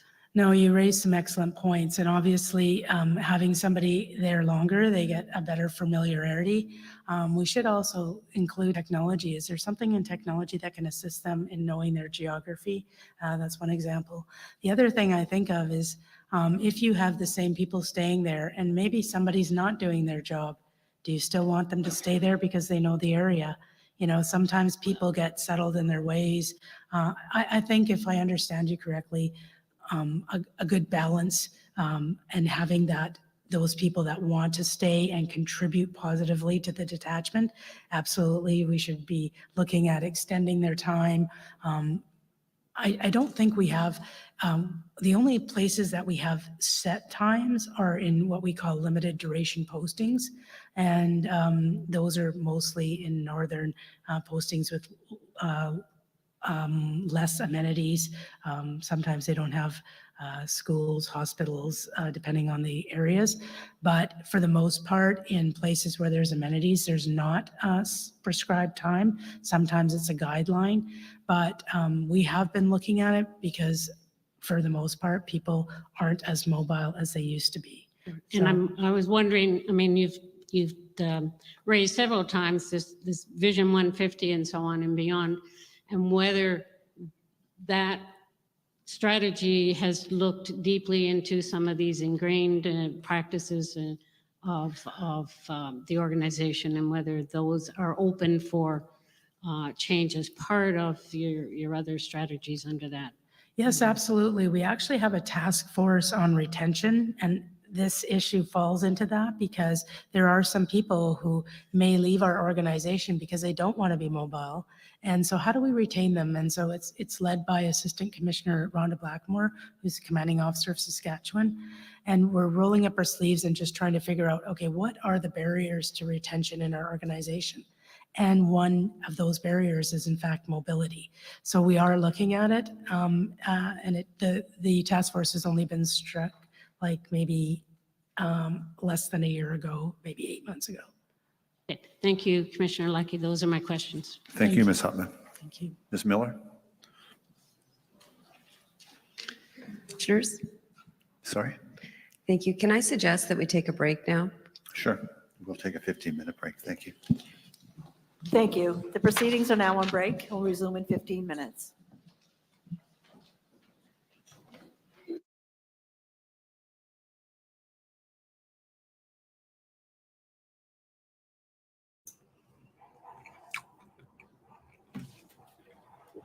Excuse me. I literally left the room because that was pretty clear what was going on there. No need to ask any questions. As I recall, Linda Hutman asked if Brenda needed a break and if she was okay, and she was pretty shaky asking her. She's like, ooh. And I was like, why are you scared of Brenda Forbes? Brenda, yeah. No. One moment.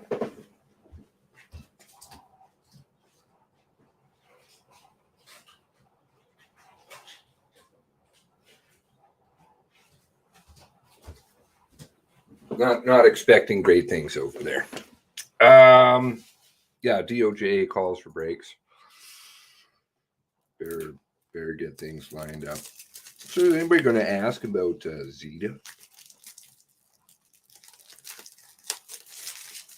That'd be a good question to ask.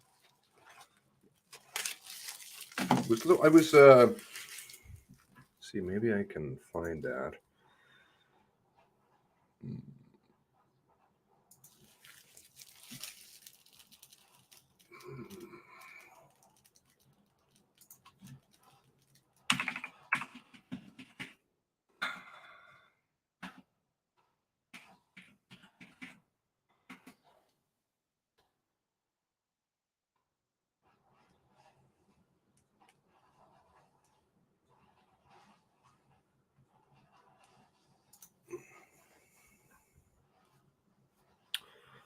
Global. Yeah. Here.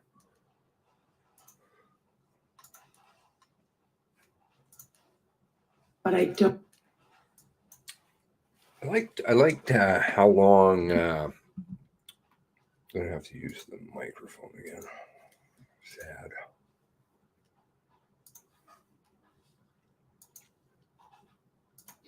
Right? Depending on the circumstances, yes. And for the first several months after the events, you had some press conferences, and H Division also had press conferences, right? In the days, maybe not in the months following, but definitely within the first 10 to 12 days. And as well, part of the media communication strategy for H Division involved something called the Issues Management Team, which we talked about in your interview. And I'd just like to understand a bit more about the purpose of that team. So I gather an Issues Management Team was stood up in H Division in part to enable briefing up from H Division to national headquarters, right? Yeah, I wasn't too familiar with the Issues Management Team. When you mentioned it in the interview, I know that it was something, I did learn a bit about it, but I didn't correspond with them at all. Mm-hmm. And I didn't know it existed at the time of when it was created. Well, there were two superintendents moved in from out of province. Okay, this is good. That. Superintendent Demopoulos and Superintendent Santos Foso. So Is this a regular thing? Does the RCMP set up these issues management teams after a major event, or was this a one-off for this situation? That's About the first time I was reports. familiar with something like that. There might have been some form of that in other divisions following events. They obviously didn't call it an issues management team because post Mayor Thorpe or post Spirit Wood, there was a lot of things that needed to be done. And so they created, a working group, so to speak. And I don't know if it was specifically issues management, they called it. It does appear that you had some direct contact with members of the team. Can we see Comm 62686, please? This is the notes of Superintendent Demopoulos at page 54 of the counter. Maybe we'll get those. And so you see there on the left, I realize these aren't your notes, but we've got the date there, September 1st, 2020. And at the time, 1400, it says briefing with Commissioner Darren Campbell, Chris Leather, Listen to Brian Brenda's Brennan, answer. Dennis Daly, Allison Whelan, and Rob O'Reilly. So I think we know who most of those people are. Rob O'Reilly was your chief of staff at the time. Yes. And who's Allison Whelan? Allison Whalen, right now, she's my. She's going to review some of the strategic notes, and then policy this to her and answer. External Relations Officer, and she Well, I would have shouldn't laugh. probably been in that position at that time. She wasn't in the position at the time of the mass casualty. Ooh, And so what was her position at the time of the mass casualty? She was in federal policing, I believe. But she's a civilian? Yes. So that was at 2 o'clock, and then at 16:05, so just over 2 hours later, it says, presentation over, not completed, Commissioner had to go. Presentation not completed, issues not discussed, and superficial comment made about style of presentation by Commissioner regarding the use of the second monitor. Allison Whelan, can we make it a bit bigger, please, Madam Registrar? Questioned objectives, explanation provided by Darren Campbell. Very frustrating presentation, no engagement, no understanding of gravity of what's coming. Do you recall this presentation? No, I don't actually. The first thing I thought it might be, which then it wouldn't be that, is when I got a full briefing on the sequence of events, and that was several months after the event, but I don't think this was that. Given who is present, it's safe to infer, it doesn't actually say this, but that it was a briefing about the H-Strong investigation, right? Whose notes are This these? is Superintendent Demopoulos. whose notes are these? Diamopoulos there, he's got his built-in stuff. Bus driving over Brenda by Diamopoulos. But listen to what she says here. Costa Demopoulos, who is a member of the issues management team. Unfortunately, I do not recall this. So you don't recall why he would have been there with these other people? It was some form of briefing from the H-Strong or, the mass casualty event. Some sort of briefing, just wait. But what it was specifically in regards to when it says issues not discussed, I'm not sure what the presentation was about. And the fact that we were there for 2 hours, I have no recollection. So you don't recall why you had to leave before they were done presenting? Sorry? You don't recall it said that you had to leave and that they weren't finished? Presentation? not Yeah, I completed? don't recall it. Okay. Another member of the issues management team, Chief Superintendent John Robin, was out in the community speaking to civilian witnesses during a pending CERT investigation with a business card saying Mass Casualty Commission on it. If we could see Comm 0060021, please. This is already an exhibit P00. I didn't think it was this far along. And she says, I'll let it play out, but she says that it's been, it was several months before she got a full briefing. I'm like, several months before she got a full briefing. Like, she's totally out of the loop. She's just running around. I think she's just running around, doing the 4 pillars and the, this stuff, which is not, I'm not slagging. It's just, it has no place, 0 place in policing. It has nothing to do with policing. I know that she's much smarter than she's portraying. I think she's falling on the sword for the organization. That's their, latest one. Drunk. Please love us, first of all. We're red and our family members are dead, and blah, blah, blah. And then we're drunk and we can't do anything. We're using crayons. It's whatever excuse that they can come up with, right? Oh, we forgot to log in. We don't know how to use that. We don't have that ability. We need more tech. We need more resources. Blah, blah, blah. I mean, that's all the media kept piping out yesterday. More resources, more money. That's all they keep saying, But I don't. 4021. I appreciate the French side on the right does say réponse. Oh, maybe it is. To the commission, but on the left it just says. She says. Nova Scotia Mass Casualty Commission at the bottom. So you're aware of that, right? I was made aware of it through a letter from the commissioners of the Mass Casualty Commission. I didn't actually see the card. Okay. And so that letter is a Comm 0061748. Can we see that, please? There's also, we don't need to bring it up, but there's an associated email chain that's been made in exhibit P004022, which explains how the commission got the business card. Oh, I'd love to see. So this is the letter that the commissioners wrote to you May 11th, 2021, expressing their concern about this business card business. And then you replied, sorry, can that be made an exhibit, please? That's 4225. You replied at Comm 61749. That's exhibit 4226. Can we see that letter, please? Do you recall this letter, Commissioner? Yes, I do. So that was, you replied May 19th, and thank the commissioners for sharing their concerns. Assured the commissioners that you respect the mandate, and then if we can scroll down. Yeah.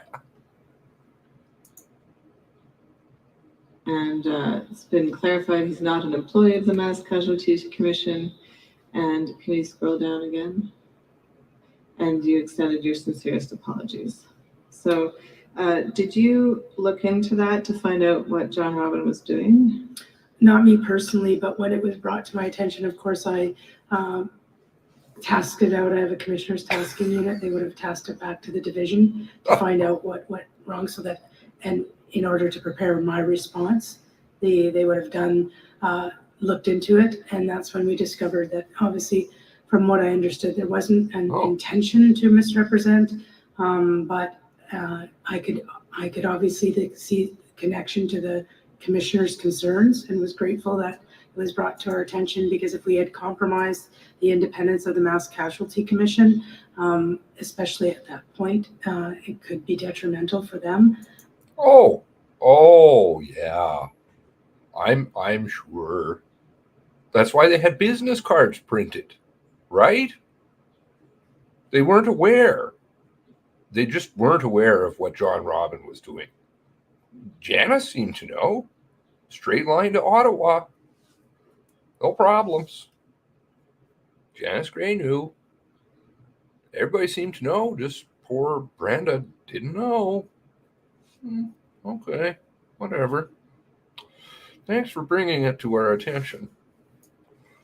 We didn't want to be affecting the independence, so it was good that we fixed that. We got Chief Superintendent Robbins to stop using the cards, and as well, I think we did some media to explain to make sure we detached ourselves from that. Please just stop using the card. Not that you're liaising with every single investigation. But I mean, what was he doing? He's not a member of the investigation itself. I'd want to know that. That part I don't know. I think it was more of a preemptive of what we know to be H-strong 2, gathering up facts in order to be able to respond to the commission's requests. The commission, which wasn't really in effect because there was no commission. H-strong 2 was started right away. they knew that the ship was going to hit the fan. And so issues management team comes in, IMT equals Indo, those types of things. Build every scenario, drown people in paperwork, do these things. That's what they do. All the same, the times, the clocks, the everything. Fuck with people, disinfo, sock accounts. I intimately don't know specifically, but I know he was brought into the division to assist with the issues coming out of not the investigation, but the event. We saw an email from Chris Leather, which was April 29th, so the day after you met with H division officers to say you weren't happy with the briefing up, to say that in light of the fact that there was unhappiness from Ottawa about the briefing up, they were going to stand up this issues management team. So there was that role. There was apparently a role in gathering disclosure, but as far as I know, there's no direct operational or investigative role. Is that gathering disclosure? See, she was talking about analysts this morning too. Just remember that. Whose husband was doing that? Oh, Mike Butcher.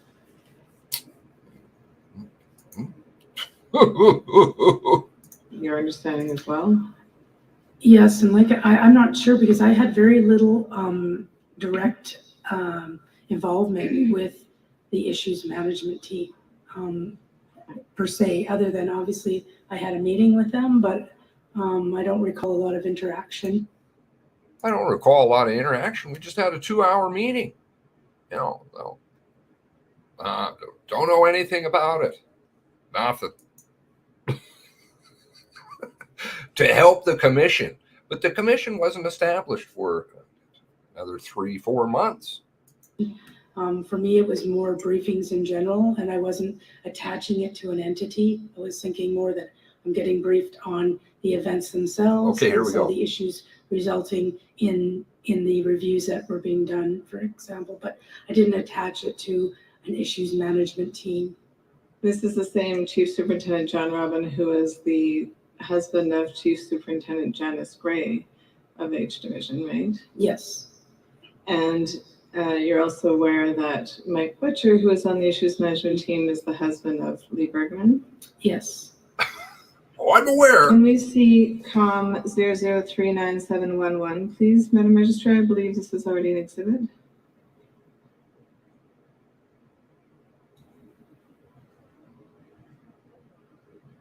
This is the RCP conflict of interest policy. If you could go down to section 9, please. Excuse me, everyone. The proceedings will resume in 2 minutes. Oh, come on. It's going to get good here. Just why are you cutting it off? Come on. So that 9.2 is about employees. 9.2.1 says, do not give preferential treatment or advantage to family, friends, or any other person or entity. 9.2.2, avoid hiring or directly supervising members of your family or any person with whom you have or have had a personal relationship in order to avoid a conflict of interest. So you would expect senior H division officers to be aware of this policy, right? Yes. And to follow it? Yes. Okay. Lots of code of conducts should be forthcoming, right? Lots of them. Well, I guess that's why people bailed.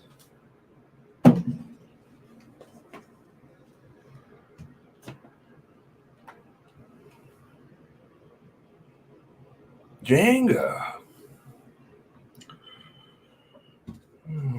What about the Three Amigos?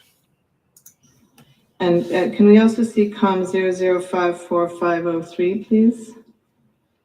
This is the RCMP Code of Conduct. That's already an exhibit, I believe, Madam Registrar. It's exhibit 4213. Can we go down to number 6, please?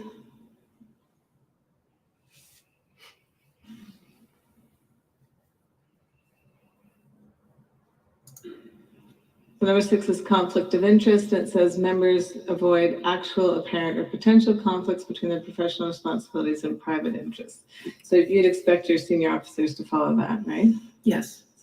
So in your view, did the appointment of Mike Butcher and John Robin to the issues management team run afoul of these RCMP policies? Yeah, I believe so. And we actually did a review of that when it came to light. And it was, in fact, I think at the onset was fairly obvious that the conflict existed, but we just wanted to make sure that we did the proper investigation to afford fair process. And they were both let go from Welcome their back. The positions proceedings after are that. again in Yes. session. The witness return, please, Ms. Miller.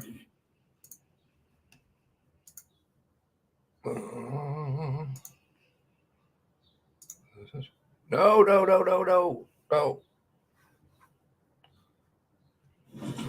One moment.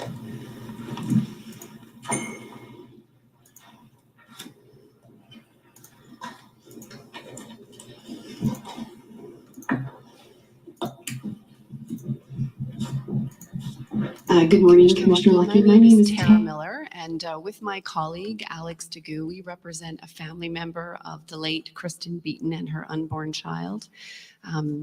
Kristen, of course, was murdered on Debert Road, Plains Road in Debert on Sunday morning of April the 19th. Lots of ground has been covered, so I'm going to try to be focused in areas where I am going to start. And the first thing I wanted to do is talk to you about the family liaison role. In your statement that you provided on April the 4th, you were asked about whether or not any training was available specific for that role. And you said at the time, I don't know if training is available. Actually, I'd have to check. That's just for reference at page 65. Have you had an opportunity to check since then? No, I haven't. Okay. You then go on the next page to talk about, I'm on page 66. And perhaps we could, Madam Register, bring up Commissioner Lucki's mass casualty statement. It's Exhibit 4221. And it's at the top of the page. Thank you. Ms. Young asks you sort of a catch-all question. Are there any questions on that topic? And the topic is the family liaison officer. Before I move on, and you go on to say, I would like to add, though, the role of victim services is so important, and it's not standardized because it's provincially run. And I've been in divisions where the victim services has been outstanding, and I've been in other divisions where not so much. And they play such a key role because I think we don't want police officers necessarily in those roles because there's other things that they could be doing. I want to ask you some questions about that. My takeaway from that, Commissioner Lucki, is that you're suggesting that this family liaison role should be done outside of the RCMP and done by victim services in the provincial entities? No, I think the day-to-day oversight of the victims, which falls under victim services mandate, but obviously there has to be a connection to the organization. Yes. And if you look at any of the victim services offices, they're usually in the divisions I've worked in, their office is actually in the RCMP detachment in the front where people can access them from the outside coming into the lobby. They also have a back entrance into the detachment usually. The better the relationship is with your victim services officer, the better it is for the victims. Obviously, those victims services officers have specific mandates to tell victims of funding, tell them about yes. court, but anything to do with the actual file, they do have, I think in some divisions they have access, but not in detail. So they absolutely have to have a connection. Okay. So in this case, given the situation, I think it's really important that we have a family liaison officer that provides that connection between those victims, families, and the RCMP. Okay, so I just want to be clear. You're not suggesting that this gets outsourced. What I'm hearing you say is that in addition to an RCMP family liaison service, there would be, as part of that team, victim services, and they would work in concert closely with the victim and the family of the victims. Yes, and I'm also would suggest and I don't know the answer to this, I always ask the question, does it need to be a regular member of the RCMP, or could it be a public servant or a civilian member of the RCMP that could fulfill that role? And when you say, does it need to be a regular member of the RCMP, do you mean a regular, we're not talking about the provincial victim services. We're talking about the individual who organizationally would work directly with the victim and the victim's families. And your thought is it could be not a member, but somebody in a civilian role. I'm not sure I asked the question because often our regular members are put into roles. They're fully trained to be police officers, and often we put them in roles where, you know, other people with specialized skills may be better suited for it. I don't know the answer. I haven't reviewed it personally. Sure, but on that, because this is, I would expect, an area that the commissioners are going to be addressing in the report, the robustness and the detail around family liaison services. So I do want to spend a little bit of time on it. On that, I want to bring your attention to, and it's Comm number 63045. It's the Independent Administrative Review of F Division RCMP investigation relating to the homicide of Colton Boushie. And this was an administrative review. Report was January 13, 2020. Of course, Mr. Boushie's death was in August of 26. The review was started in August of 2018, and the report came out in January 13, 2020. Are you familiar with this review, Commissioner Lucki?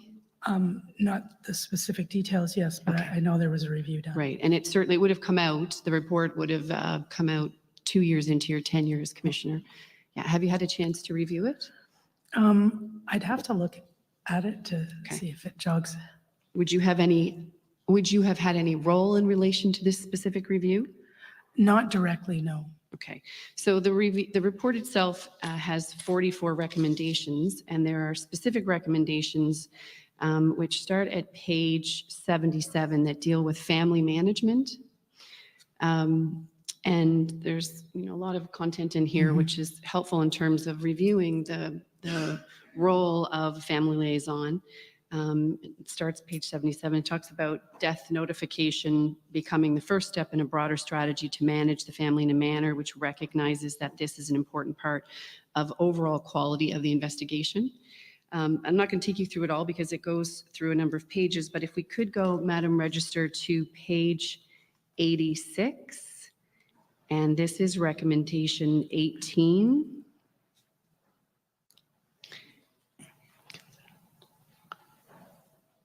At the bottom of the page.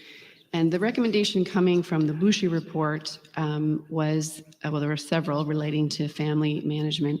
It was consider the potential value to service delivery and its continuity by creating 2-person family liaison teams comprised of a detachment resource and an MCU resource. And MCU, as I understand that to be Major Crime Unit, is that your understanding? Yes. Okay. As much as possible, ensure the MCU resource is not in any dual role with a command triangle position. And then there's a little bit more detail under this, where it says structured implementation of strategies for family management. A trustful relationship can be best developed by the assignment of dedicated family liaison resources who can conscientiously implement a structured approach to family management from the initial death notification until the conclusion of the team. And then under recommendation 19, it talks about identifying divisional best practices for this structured approach. And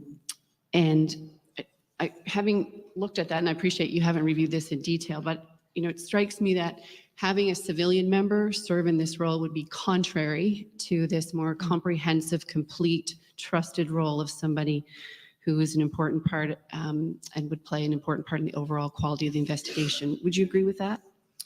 Not necessarily.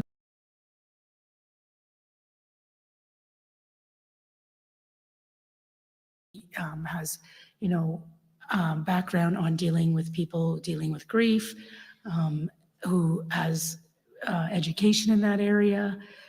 Maybe they're better suited than a uniformed member who's at that detachment, for example. Maybe it's a combination of that MCU member. I don't know the answer. I'm not saying one is another. These are some of the things that I think about because we always revert to a uniformed member, and sometimes they're not the right skill set. So can we develop that skill set in this type of structure? maybe not, because in a small detachment, for example, if you have a 4-person detachment, and if under this you were to take somebody from that detachment, would they be able to, would they have the right skill set? Could we create a training course that fulfills that That was going to be my set? point. Yeah, you could certainly ensure that there was training for the divisional member and training for the member of the MCU team. I think the rationale in this report for having those two is because MCU is going to leave at some point. Like once they've completed their investigation, they may leave the division, but having a central person in the division to complement that team, it's not just one person, it's a team. And what I'm hearing you say is, if I could suggest that to complement that team would also be victim services. Yes. Okay. Back to victim services, you said that, and we reviewed the section from your interview, you said you've been in divisions where victim services has been outstanding and in other divisions where not so much. For the benefit of the commissioners as we consider these recommendations and what they might look like moving forward, what makes victim services outstanding and what makes them not outstanding? And how can we make sure that if this is a recommendation, how can we make sure that if victim services is part of this family liaison team, that we make sure it's robust and, as you said, outstanding? What are the things that make it outstanding? Okay, well, I'm going back in my time. Much of it was surrounded by capacity, because there are people that come from the community and sometimes they have difficulty filling the positions. I don't know what the specific qualifications are for a victim services person. It doesn't fall under the RCMP. Obviously, being able to connect with people who are traumatized, having that trauma-informed approach, being able to build relationships with not just the RCMP, but other community resources, and knowing all the various aspects of what's available for a victim would be important. Knowing a little bit, well, obviously knowing the court process and how that works, because they are the person who's explaining what happens next.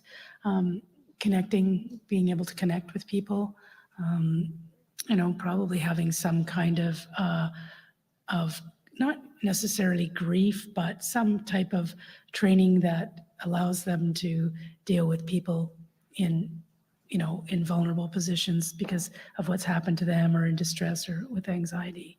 Okay.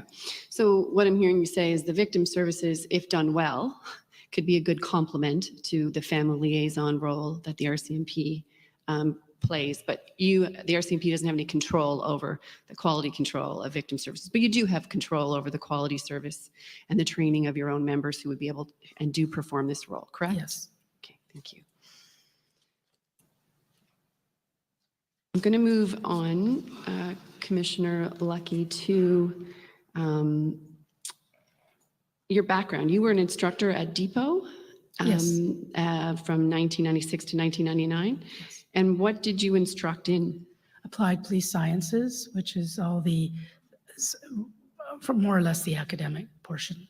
Okay. Would that include things like note taking, Yes. those sort of basics? Criminal code, law. Yeah. Okay. And then you went on to become the commanding officer of the academy in Regina between 2016 and 2018, correct? Yes. Okay. So you returned there in a senior command role. Yes. Okay. Part of your job, and you talked about it in your interview and yesterday, was that your mandate letter has directed you to implement change, cultural change in the RCMP. And in connection with that, did I understand you correctly yesterday when you said my friend, Ms. Young, was asking you about the implementation of recommendations? And I understood you to say the only things that will get done are things that can be measured, that there are actual tracking mechanisms for measuring. Is that correct? For the most part, yes.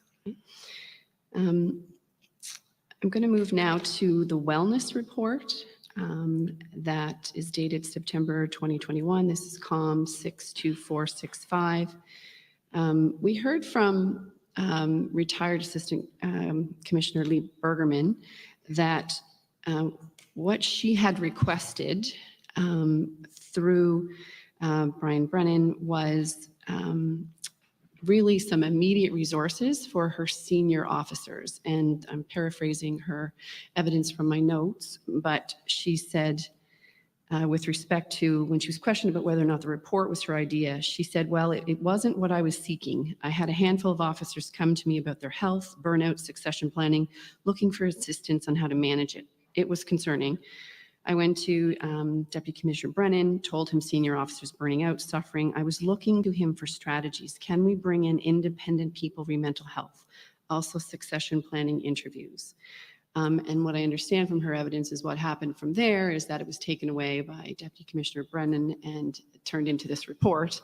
But it wasn't what she had been asking for, which was immediate support for the senior officers.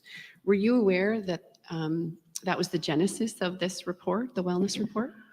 That wasn't my understanding. My understanding was the visit that Deputy Commissioner Brennan did after, I think it was in October, and interviewed or spoke to a bunch of different officers. There was issues brought forward, and he spoke to both Commanding Officer Bergman and the Crops Officer, Chris Leather, asking them to do certain things in relationship building and various other things. I don't know the specifics. And as a result of that not being completed, I think it turned into having an independent officer review. And who told you that? Was that Deputy Commissioner Brennan? That was through, yeah. He was the individual who advised you of the sort of genesis of the report. Okay. Some of it actually I read in his testimony, but for the most part, I didn't get into the specifics of what he was doing, like the specific results, but okay. Just in a general sense, yes. So you're not aware if he facilitated retired Assistant Commissioner Bergerman's request at that time? She was no, I wasn't. You don't know if those resources were provided that she was seeking for her senior officers? No, not at all. Okay. I want to be just very clear, and I apologize for going over ground but it's a critical point, and I want to be clear. We heard yesterday you indicated that there was a suggestion, left us with the impression that there might have been another version of this report, and I think that was clarified.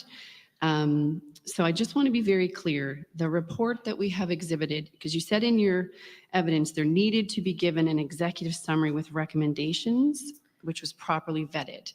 That's never happened. That's never happened. Okay, no such version that looks like that exists. No, where I got confused is the fact that that report is called a summary. It made it sound like a second report. There's only been one report.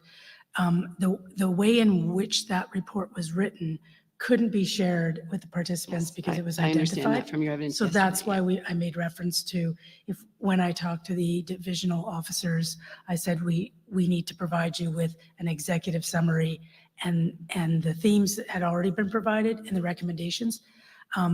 There wasn't a separate report. They were given a list of recommendations identical to what was in the report. So you initially read the report unredacted? Yes. And then now we have that exact same report with redactions? Yes.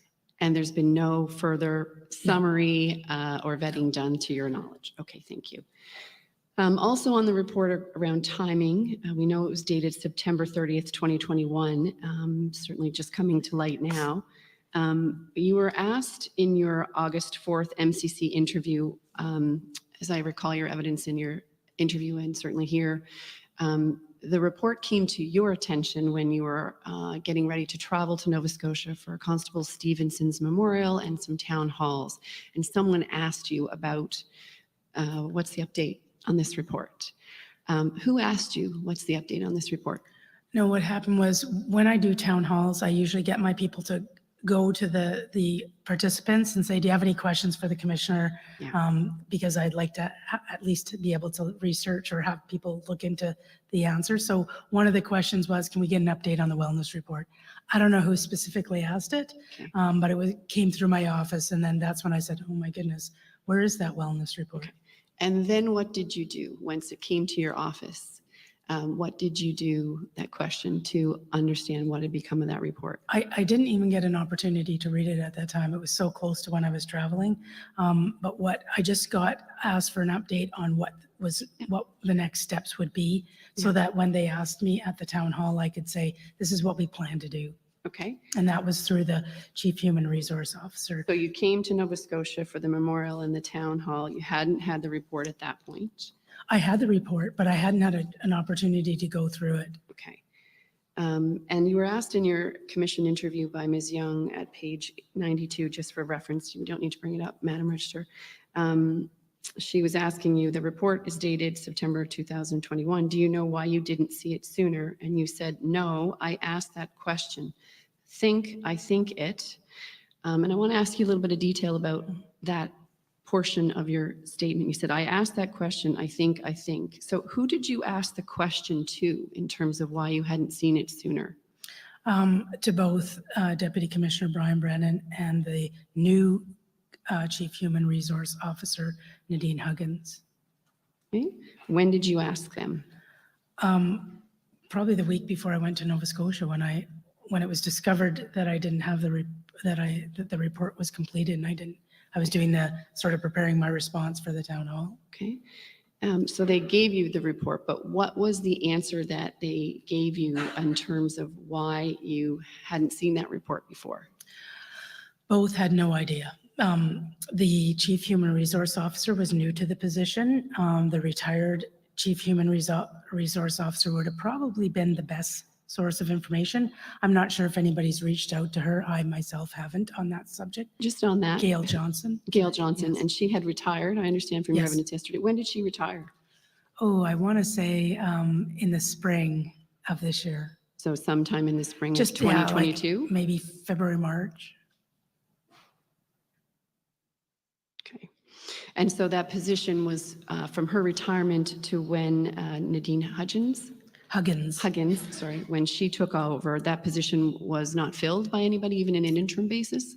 No, Nadine took over right as soon as Gail left, because actually Nadine Huggins was in Human Resources. Okay. So she didn't come, she came from the outside when she first came to our organization about a year and a half ago.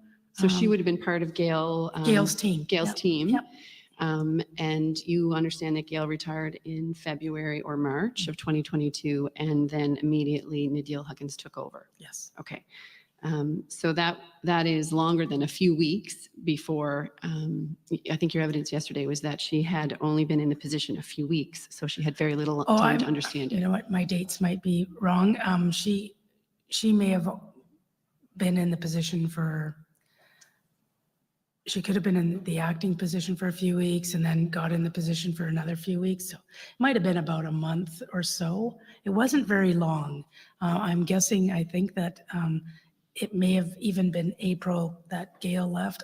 I'd have to check my calendar, sorry. So it's about 2 to 3, maybe 4 Yeah. months in terms of when Gail left and when you became aware of the report.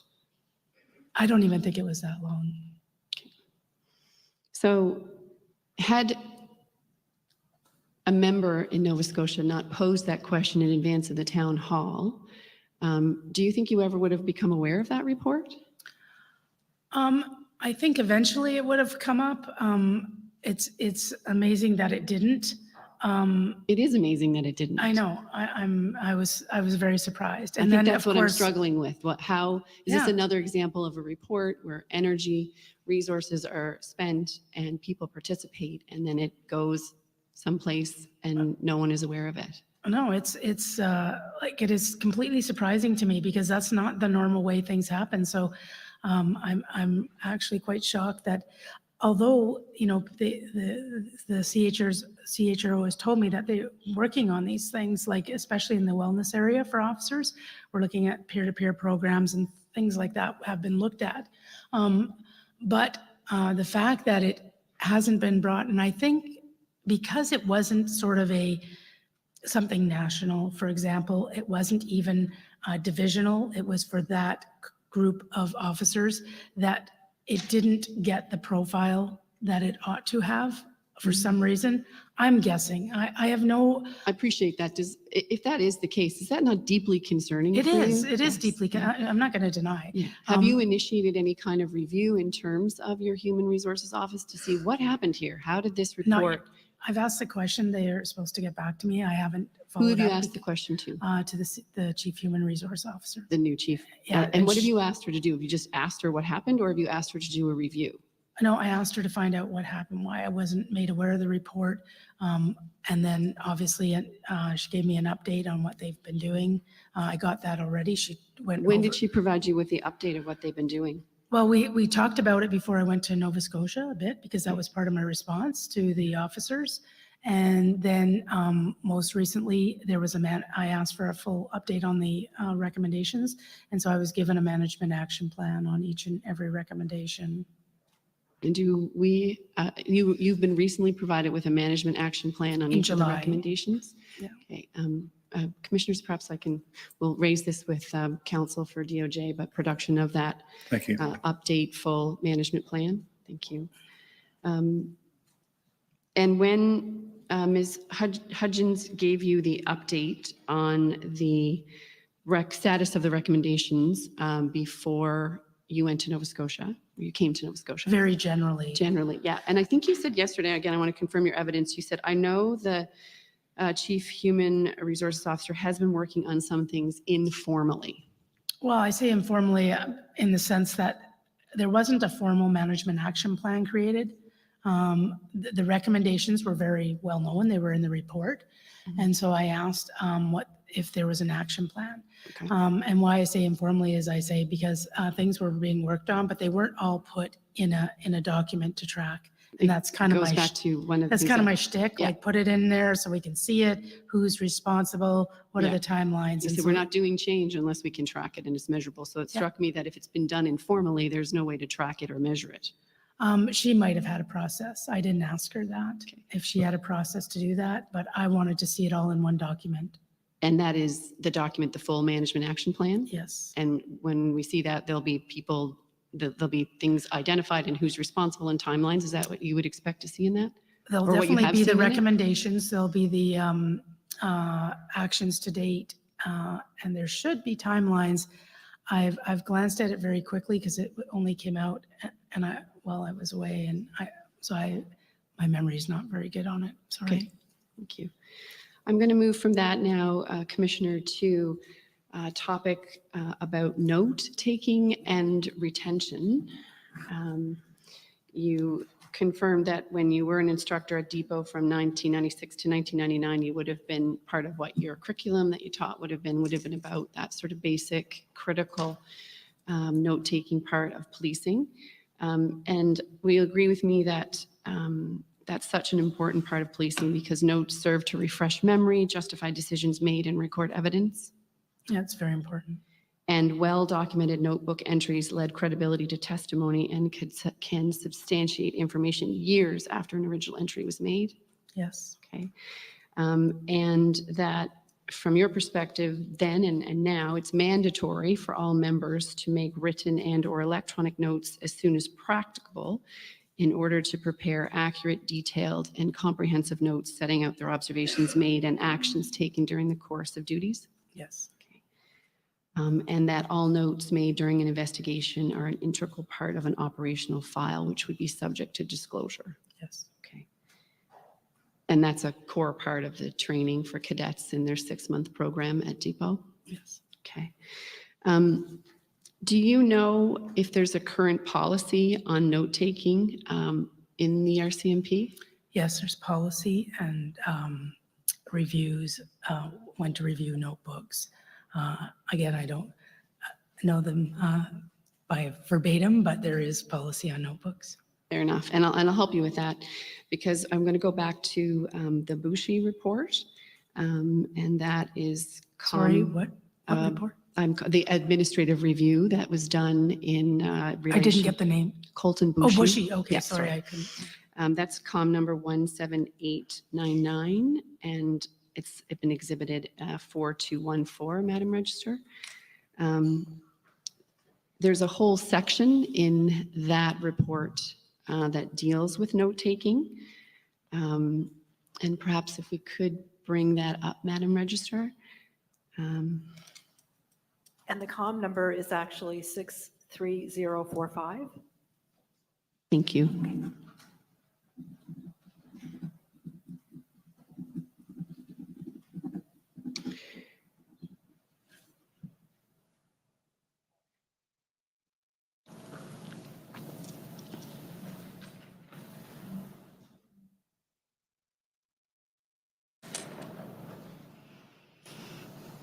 If we could go to page 205.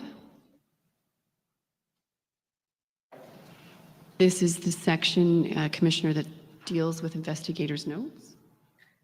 And I'm not going to take you through the pages of it, but I will get to page 208, which is where the recommendations start, Madam Registrar.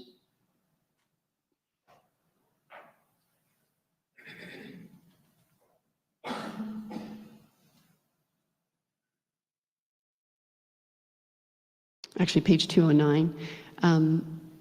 And this, at this point, apologies, this isn't where the recommendations start, but this references the National Operational Manual.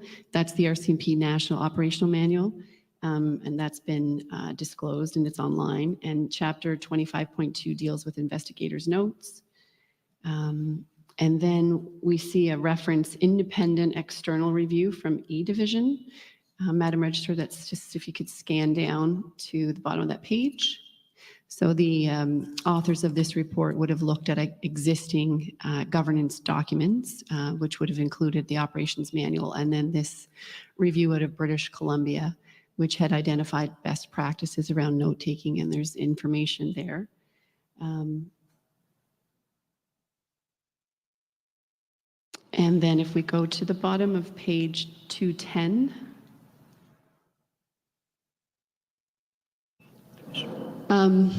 there are a number of recommendations, and I do want to take some time to just go through them.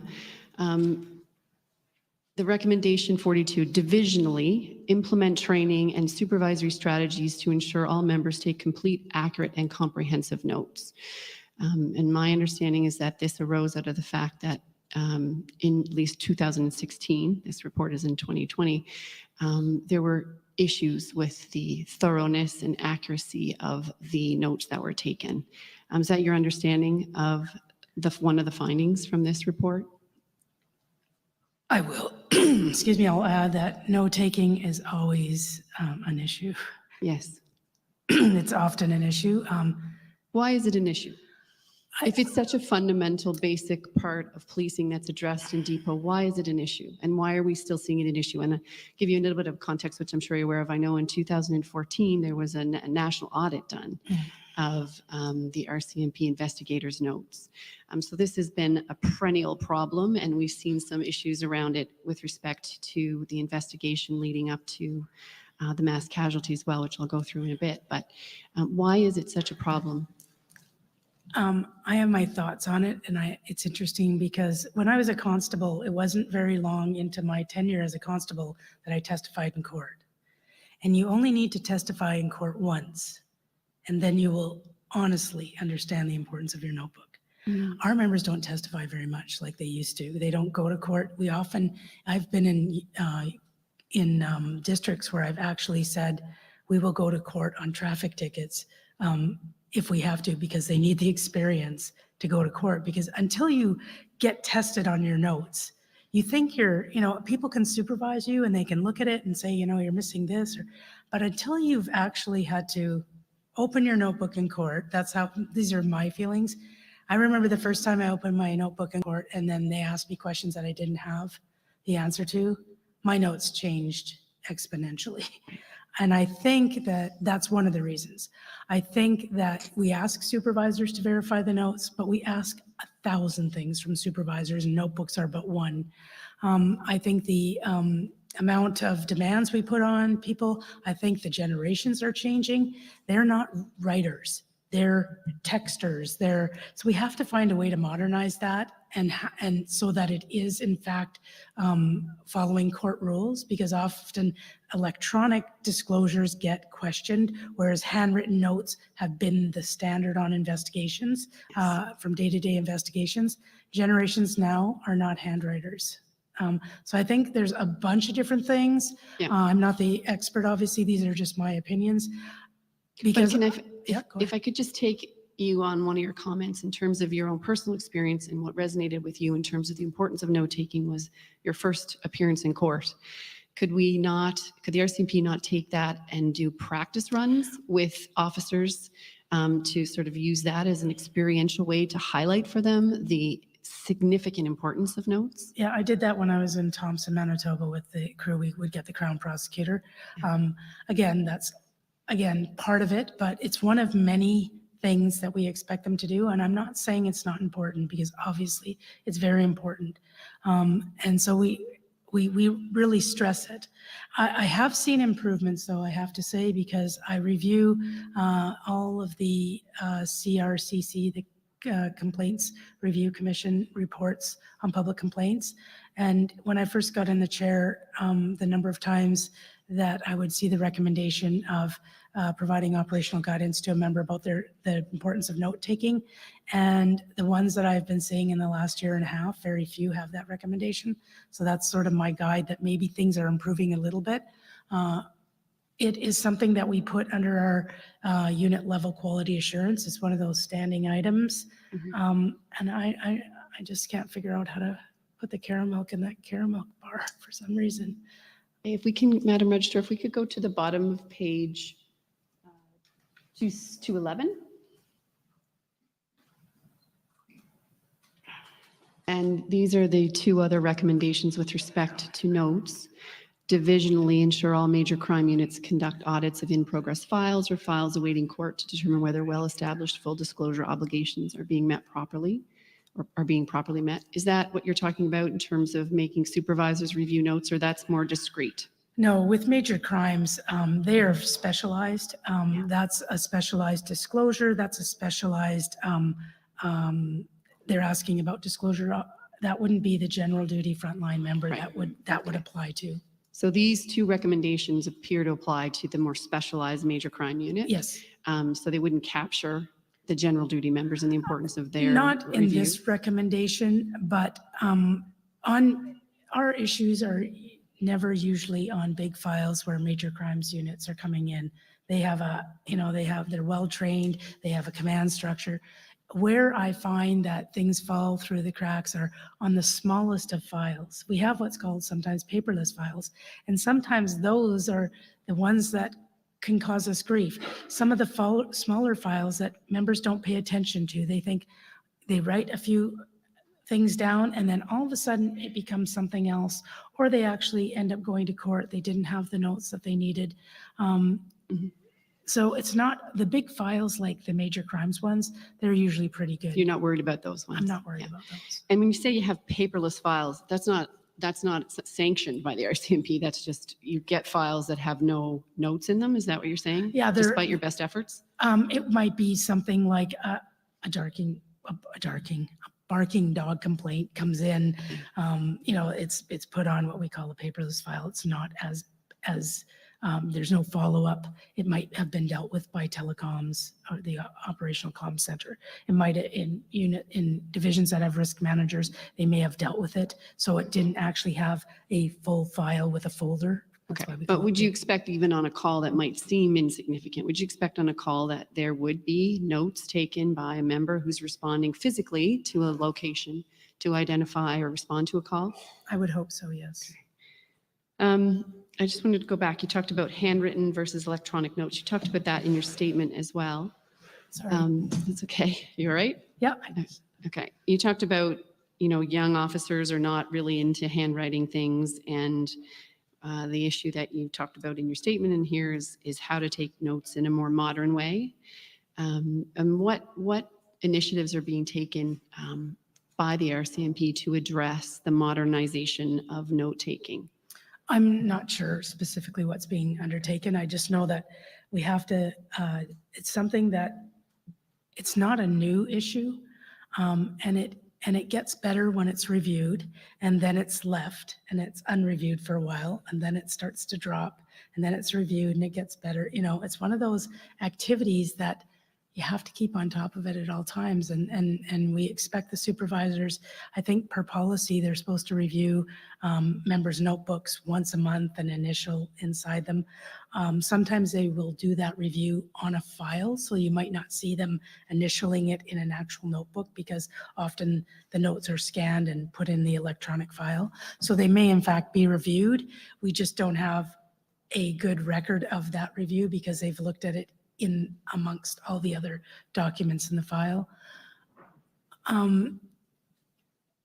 early on, obviously, it's very important. We stress it in the training academy. The notebooks are reviewed constantly, and we stress that importance. And they're provided feedback on good notes, poor notes, and then they get so busy that it's one of the first things, for some reason, in some cases, to drop by the wayside, or they still do notes, but they might not be sufficient enough. Which is a significant problem when the reliance on those notes is such a big piece of the administration of justice as you work your way through to the court system, correct? Yeah, I will say though, there's often, we have what's called the 1624s, their reports, and they are typing what's happening. So they may not put things in their notebook, and they may in fact type them on a 1624 electronically. But when people actually refer to their notebook, they'll look at it and say they don't have any notes. And they may in fact have written a bunch of things inside a 1624, which for court purposes, it seems to still be the standard of referring and flipping open your notebook. Right. So it's not that the information is completely lost. In many cases, it's there, but it's not in the notebook.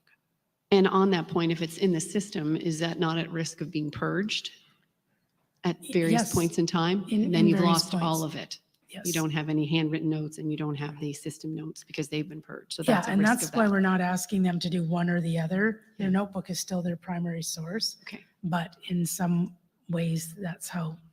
And the notebook as the primary source of record keeping, I want to talk about that in terms of retention of those notebooks. And I'm going to give you some background here that's come from evidence from the inquiry, which I'm going to assume you aren't aware of.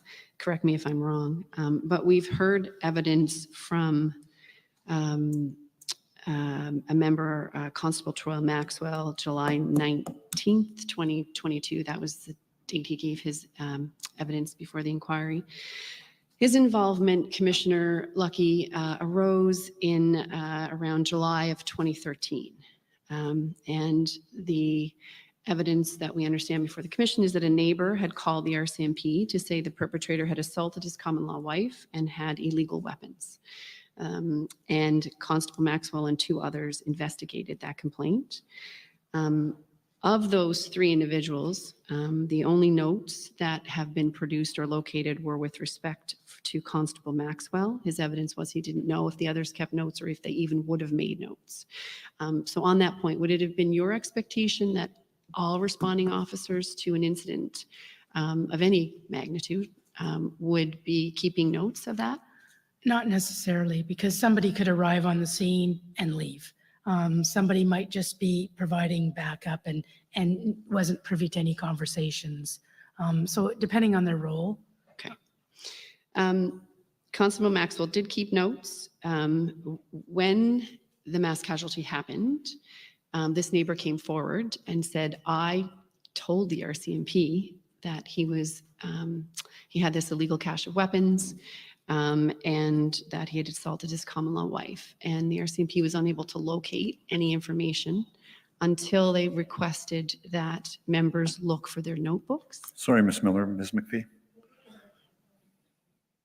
I think in fairness to the witness, perhaps there are two accounts of that complaint that was made by Ms. Forbes, and for her understanding, we understand what Ms. Forbes' version of that was, but there was also other information provided. In fairness to her, to be commenting on a situation that is, disputed between two witnesses isn't fair or perhaps useful to the commission even. I'm getting there, Commissioner. Sorry, Response, Ms. Miller? I appreciate that Commissioner Lucki probably, as she said, she's at 10,000 feet. She probably has no knowledge of this. I'm trying to give her the background, and that is certainly a relevant part. And that is on my list of things to review with you. Go ahead then, Ms. Miller. Thank you. So Constable Maxwell and other members in Bible Hill were directed to go and look to see if they could find notes. And he was able to locate his notes from the summer of 2013, 7 years before, and was able to locate about half a page of a notebook, which had some names and some references to this call. His evidence was that he responded to a complaint of driving in an irregular manner in the neighborhood. So materially different accounts, just to give you some context.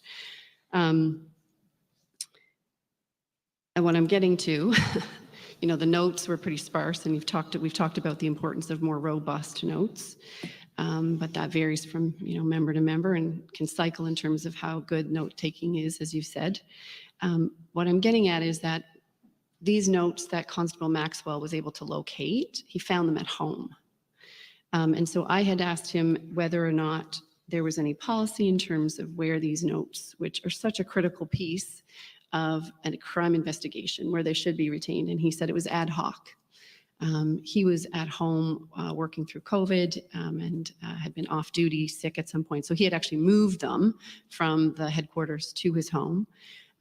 But he also said that people, when they retire, he was retired at the time, but he also said when people retire, their notes could be at home. So from your perspective, is there a retention policy around where members' notebooks should be held? I would have to review. We just did a recent audit on exit procedures, and part of that was the notebooks, I believe, are included in that. And I think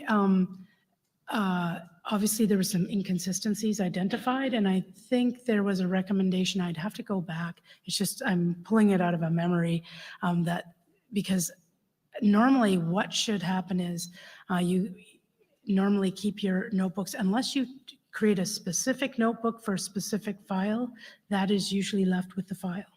So in the case of I was in a detachment, there was a murder investigation. I was part of that murder investigation. I started a new notebook specifically on request of major crimes, and then I give them that notebook, and that's their notebook as part of the file. Yep. That's what normally happens.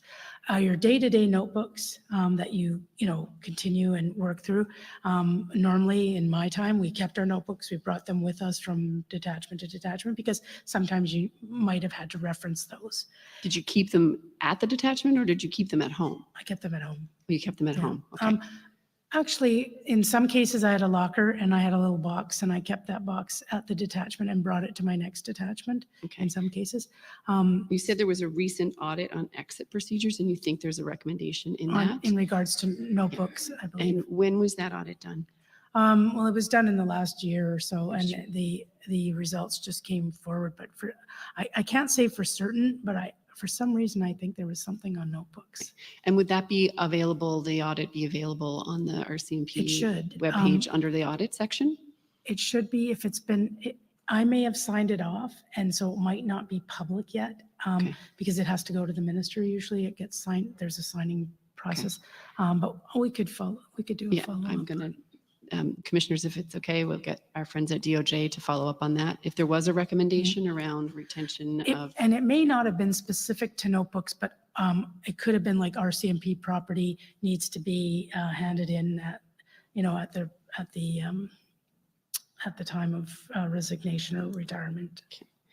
So from your perspective, you've indicated that this is a perennial problem in terms of note-taking and the robustness of the note-taking.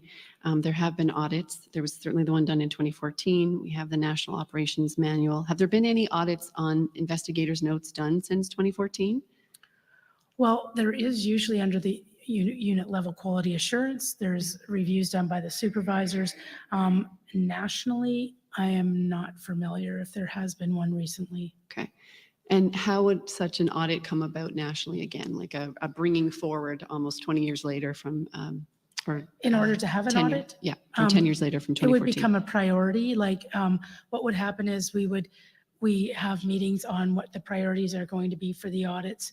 They have an audit schedule 5 years in advance. Okay. They'll decide this is what's this year. And they also have smaller reviews under the audit umbrella. They can do smaller reviews. We can easily look back to see when was the last time, if notebooks were audited, if they're being scheduled in the next few years to be audited. Does it strike you that that would be something beneficial to do again, to follow up on the results of 2014? And especially if it's a 5-year out planning track, and it would. No, definitely. If you're saying the last official audit was 2014, I'm going to ask my team to sort of do a review to see what has been done and see if there's anything that has been fulsome enough to have been classified as a audit or a review. I'm not familiar if there has been. Because it's And, certainly been an issue in the Bushy administrative review, and it has been an issue to some extent in the inquiry in terms of notes from critical time periods before the mass casualty. And the second one that I didn't give you for context was, we also know that in 2011, the perpetrator made a death threat against his parents, and there was an officer, Constable Wiley, who was tasked to follow up and contact the perpetrator. We're going to hear from Constable Wiley September the 6th. He was a member in Bible Hill at the time of his mass casualty statement in July, a year ago, 2021. He was working in Toronto, and we, to my knowledge, don't have his notes. And in the mass casualty statement, he said he was going to have to check his notes and was unsure if he still had notebooks from that summer. So these are two instances where note-taking and their availability of them, the robustness and or the availability of them, have some relevance to, Ms. Hupman talked about this in the context of the threat assessment, that these were areas, issues which, conceptually could have or should have put the perpetrator on the awareness of the RCMP, and there are some deficits around, in this case, the note-taking. yeah, it's interesting what you say, because something that, let's say, happened 10 years ago, and then there's the whole retention, or the fact that, is that still an issue for that person as part of your risk assessment? Just because it happened 10 years ago, and I'm not using this case as an example, but there has been cases where people have reformed. So something happens here, they might not be the same person. And that's exactly why we have retention, we have parole, we have all different systems based on that. And taking something that happened, let's say 10 years ago, let's say it's one incident that happened 10 years ago. Is it the basis for your approach 10 years later, 15 years later? So that would be part of a risk assessment if it actually existed. In some cases, it may not exist, given the nature, if it's on a file, if there were no notes. Let's say a person did 3 types of calls, an erratic driver arrived on the scene, no driver, that, Would that be something worthwhile for you? And I would assume that you would want to do a review to make sure that there aren't some things coming out of this mass casualty that could be used to enhance, to make the note-taking process more robust, note-taking and retention. Absolutely. There's no reason why notebooks should be reviewed regularly. It's one of the issues that we need to keep on top of. I agree with you. And it seems like from the at least 2016 as reported in 2020, there have been some real issues with the note-taking, as was identified in the Bushy administrative report as well. In some cases, but I do have to say, as many reports as I've read that criticize the notebooks, I've gotten reports on great notebooks. So I think it's, and it almost can be based on supervision sometimes. But yeah, it's the fact of the matter is we want everybody to have great notebooks. I'm going to move now to my final area of questioning, Commissioner Lucki, and it is a bit about workplace culture. You were given your mandate letter to change culture in the RCMP, and you said in your statement at page 129, my goal within the first couple of years was to rebuild trust within the organization. And that trust, I'm assuming, was both with the Canadian public and also with members in the RCMP? Yeah, the focus was actually both, but with an emphasis internally, because there was a loss of trust in the organization. And in my mind, I felt, going out and listening to all the employees was important. Yes. To make sure if we were going to put in change, they had to feel that they could trust that change would be done. So the emphasis was on rebuilding trust internally with your employees, the 32,000 members. Yes, and then of course building partnerships, because I was the new commissioner. Were you given any specific training when you took on the role of commissioner to lead change? No, but I've had different, I've gone to different conferences, different webinars. Also, So I just want to pause on that. So when you took on the role, there was no specific training. You were never given any training at an executive level to lead an organization when you took on the role? Not specifically Okay. to that. No. All right. And did that concern you a little bit, given that you had this mandate to change culture in the RCMP? Did that concern you that you weren't given tools necessarily or skills? And that's a pretty specific skill set, leading change, and particularly in a massive organization. Did that concern you that you didn't have any of that training? Not at all, because part of the reason I was chosen to be commissioner was my track record for making good change. Okay. And so the training that you have on leading change comes from your on-the-job training, but also I think you said you've done some webinars and courses. And I took a series of like a sort of, I don't know, a 2 to 3 week course at the Asper School of Business in Manitoba. Okay. And a lot of it was about change management. Okay. I want to talk specifically about the Nova Scotia experience. We know from the wellness report that an area of trust was, there were serious concerns relating to trust with leadership from national headquarters, and there were serious, that was both on the, during the mass casualty event and in the aftermath. That was identified, that these senior officers had serious concerns relating to trust and the worsening of trust and cooperation within H Division and national headquarters. And as I listened and we learn of the interaction between headquarters and Nova Scotia, there's a few things that I just want to review. We know, of course, the impact of your April 28th call on senior leadership. That was reviewed yesterday, and you got a letter. You said that you didn't know about the impact of your call until a year later when you got Ms. Scanlon's letter. Yes. Okay. We've heard from Lee Bergerman that she told Deputy Commissioner Brennan that very day about the impact of the call, and that was not reported up to you? No. No. He didn't tell you that? No. Okay. Was that a failing of him not to share that information with you? Not necessarily, and it depended how he took in that information, but it would have been nice to have that conversation, but I don't know what the conversation was, so. We also heard you indicate or review why you had vetoed the CBC Fifth Estate interview with Darren Campbell, and that was in the face of all of the Nova Scotia senior leadership saying that they were in favor of that. Did you explain to those leaders in Nova Scotia why the decision to veto was made? No, I believe that would have been Deputy Commissioner Brennan.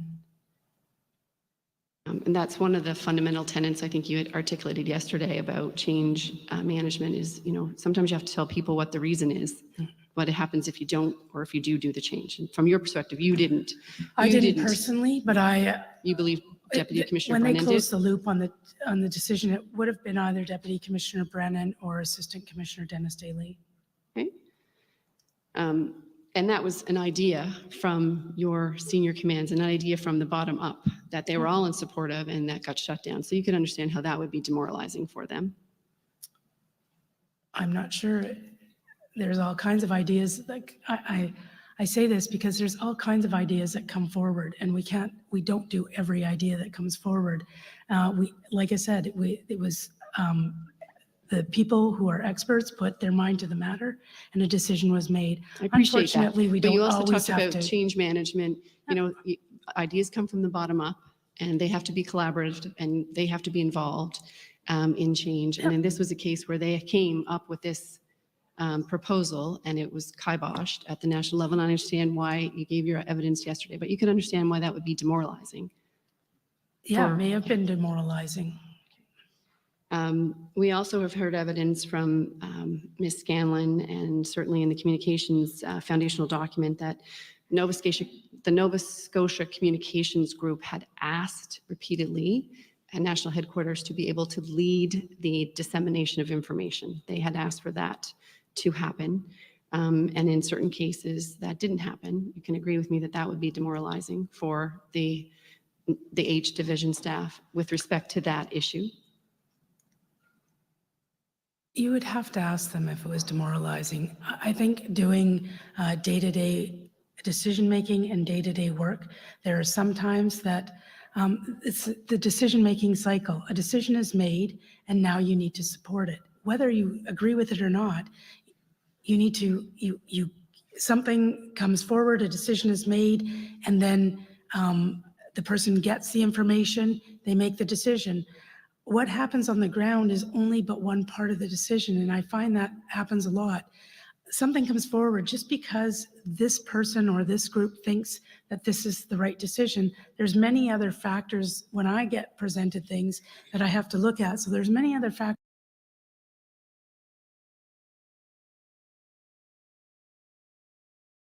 Yes, we should explain why the decision was made. It doesn't mean just because somebody wants something that we're going to agree with it. The decision's made, and now the second part of that decision-making cycle is that the people on the ground have to learn how to support that decision. Because they might not have all the information when they decide something or when they've asked for something. And so it comes through a decision maker, whether it's the commanding officer, the crops officer, a detachment commander. A constable can go to a detachment commander and say, I think we should do this. I appreciate that. So But certainly we know that from the evidence that we've heard, it was very frustrating for the Nova Scotia communications individuals to been asked to ask headquarters if Nova Scotia could lead the dissemination of information. So when I asked you if that would be demoralizing, you said you'd have to ask them. We know that they were frustrated. You can understand that that would be frustrating. Okay, so what if... Could you understand that that could be frustrating? Well, it could be frustrating for them, but if, for example, and I'm not going to say it in this case, if, for example, somebody is not doing what needs to be done and somebody else needs to do that, yeah, it could be demoralizing, but it's about making sure that things get done. So it can be done collaboratively. It's not an us and them and you don't do this and we'll do this. It's supposed to be a collaborative type relationship. So because people may or may not like a decision that's being made, it's unfortunate that they may feel demoralized or they may feel frustrated, but sometimes we can't always make the decisions that people want. We can't always agree. And sometimes the people asking for that don't have all the information. And that's why it's so important that, you know, we need to explain that. And then they need to, whatever that decision is made, you need to learn to support that decision. Okay, thank you. I'm going to move on because there's two other issues that came up out of the mass casualty that feed into this theme. Of course, we know that a recommendation was made for an internal review to take place by each, and that recommendation was made by each division senior officers, and that didn't happen either. And that evidence that we've heard from those officers is that that was frustrating. You can understand that that would be frustrating again. It's another example of, you know, senior leadership in Nova Scotia in the midst of the mass casualty and the aftermath looking to do certain things. You could agree that that would be frustrating? Yeah, but I also respect the decision that was made. And then the people last, on the ground might not have all the information. I appreciate that. And then the last one was, we reviewed at the beginning of my questioning, Lee Bergerman's request for support, immediate support, mental health support for her senior officers. And you didn't have any awareness of that in terms of the genesis of the wellness report. And I think you said that that would be Deputy Commissioner Brennan, who would be better served to respond to that. Yes, but Yeah, we've been through that, Ms. Miller. Yeah, thank you. I'm just giving it in the context of these are 5 examples. Yeah. I want to add, though, specifically to wellness. Wellness is super important. It's one of the things of Vision 150. It's all about member wellness. I understand that. But in the early days, Can I just ask that Ms. Miller allow the witness to answer the question, since several times she's been interrupted as she's speaking and she's asking a question, she should be entitled to speak her mind on that. Yeah, you're right. I'm mindful of time, commissioners, as well. I'm trying to. Yeah, you're over an hour right now. I do understand that, and I'm trying to give the witness leeway with her responses, but I'm also trying to keep her focused. Okay, I don't think we need to hear any more. Ms. McPhee, what were you going to say? Taking lots of time to ask the questions, but the witness deserves the opportunity to answer. We understand that, that's for sure. Allow her to answer the question. Thank you.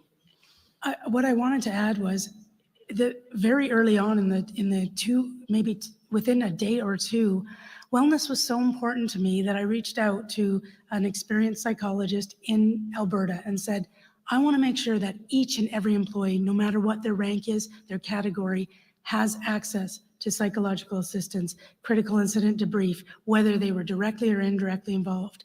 I got a senior psychologist who had the experience of Mayerthorpe because there was a new psychologist in H division and the current psychologist was on their way out. And I said, gather up every force psychologist. Let's make sure they get all the assistance they need. If people need more than one critical incident session, make sure they have access.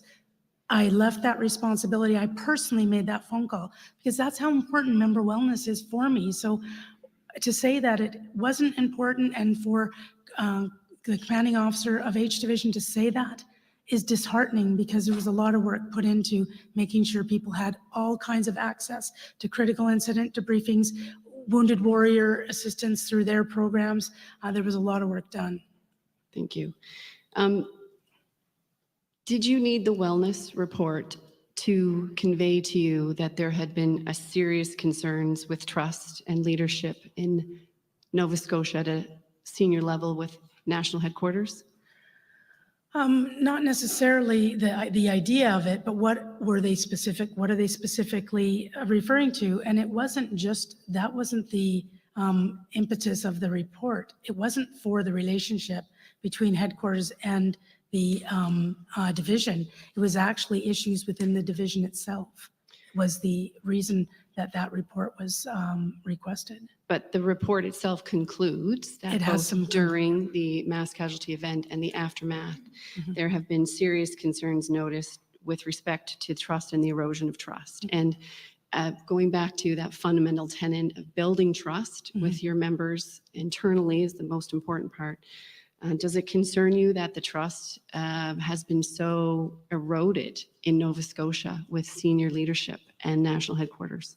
Absolutely. And we're going to do everything to put that back on track. And what are the steps? That's my final question. What are the steps are you taking to rebuild trust in Nova Scotia? What's the plan?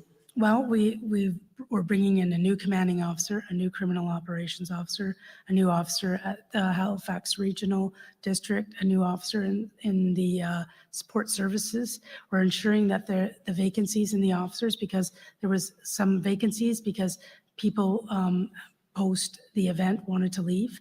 So we've had a number of vacancies. So of course that can lead to burnout. The fact that the narrative on the RCMP was negative, that has a negative impact on your psyche, on your psychological well-being, making sure they continue to get the assistance they need and the support that they need, building the relationship with other agencies, other police agencies, other social agencies, just getting that division on track, and making it a place where people want to go to, because right now we were having difficulty filling some of the positions because people didn't want to go. The bringing in the new senior officers, that predated the wellness report, and that was a function, that's an operational thing that you have to fill those positions. Is that fair to say? Like, you can't leave those positions empty. No, but you're asking me what we're doing. Yes, and no, I that's appreciate part that. of it. Yeah. But that had to happen in any event, correct?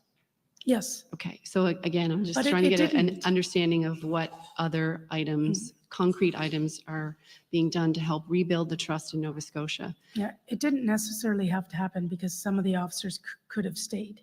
So we didn't have to replace them. We could have said, no, you can stay, you haven't finished your tenure. But we found it important to make sure that for people's wellness. So we accommodated those requests because they were shorter stints of time. The other thing, we're looking at peer-to-peer specifically for the officer group. I'm trying to think off the top of my head because there are a bunch of recommendations in that wellness report, which you would have seen in there. And we would expect to see the plan for rebuilding trust, I guess. That's a broad concept, but the plan for rebuilding trust based on the wellness report in that management action plan. Yeah, you've asked for that, Yes, I think. thank I you. believe, yeah.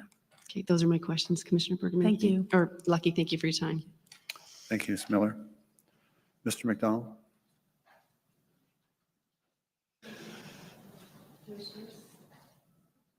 Can we just check in with the witness to see if she'd like a quick break or anything before we continue? Yeah, sure. Commissioner, we have a schedule. Mr. McDonald is scheduled for 30 minutes. Sometimes they're longer, sometimes they're shorter. Ms. Linehan is scheduled for 30 minutes. We were going to try to get at least Mr. McDonald in before lunch, but how are you doing? Yeah, I can Okay? work for another 30 We'll minutes. see We get along? Thank you.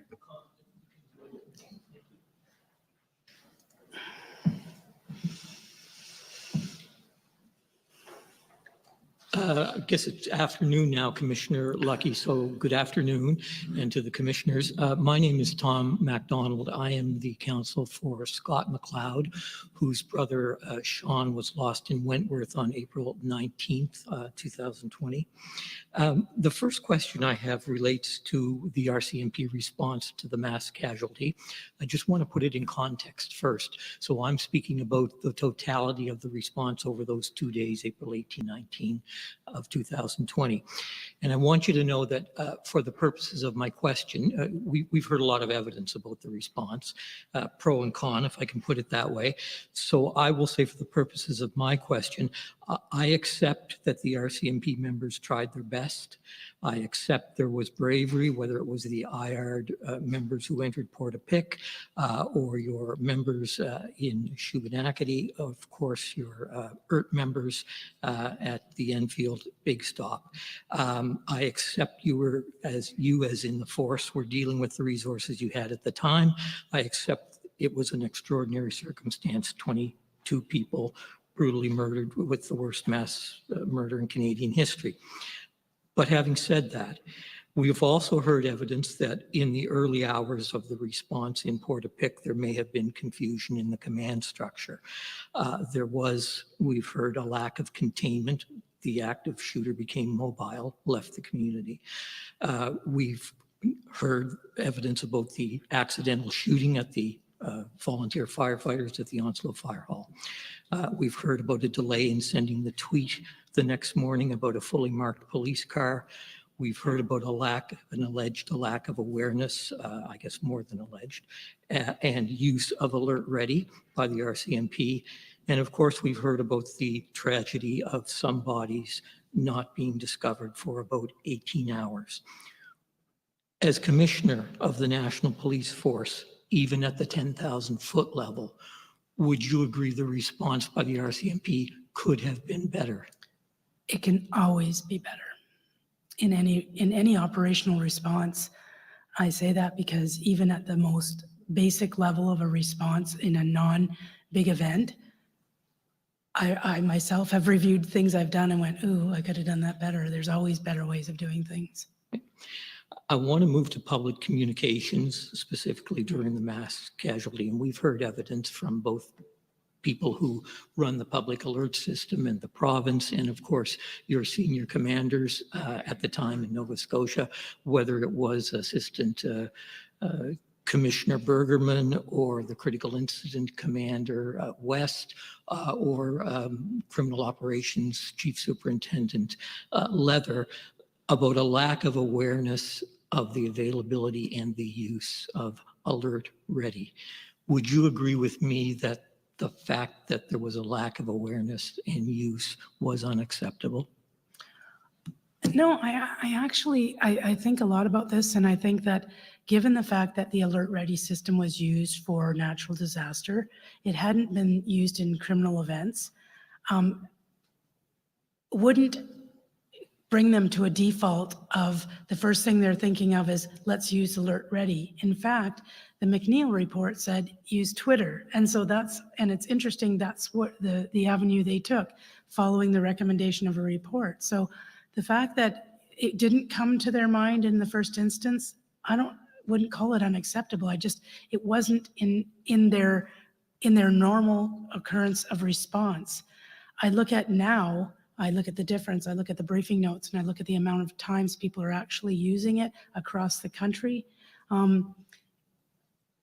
is a great advancement. But to think that was part of a response, and if you don't practice that, I always say, if it's not something that you do every day, or you've never done it, then it's pretty hard to say that that's going to come to your mind. So as commissioner today, sitting here this afternoon, if there was a mobile active shooter critical incident in Nova Scotia that occurred tonight, can you assure Nova Scotians that if your critical incident commander in an area policed by the RCMP deemed it necessary, Alert Ready will be used? Yes, in fact, I think they've used it almost a dozen times since this event because they've put a protocol in place with the province and policy.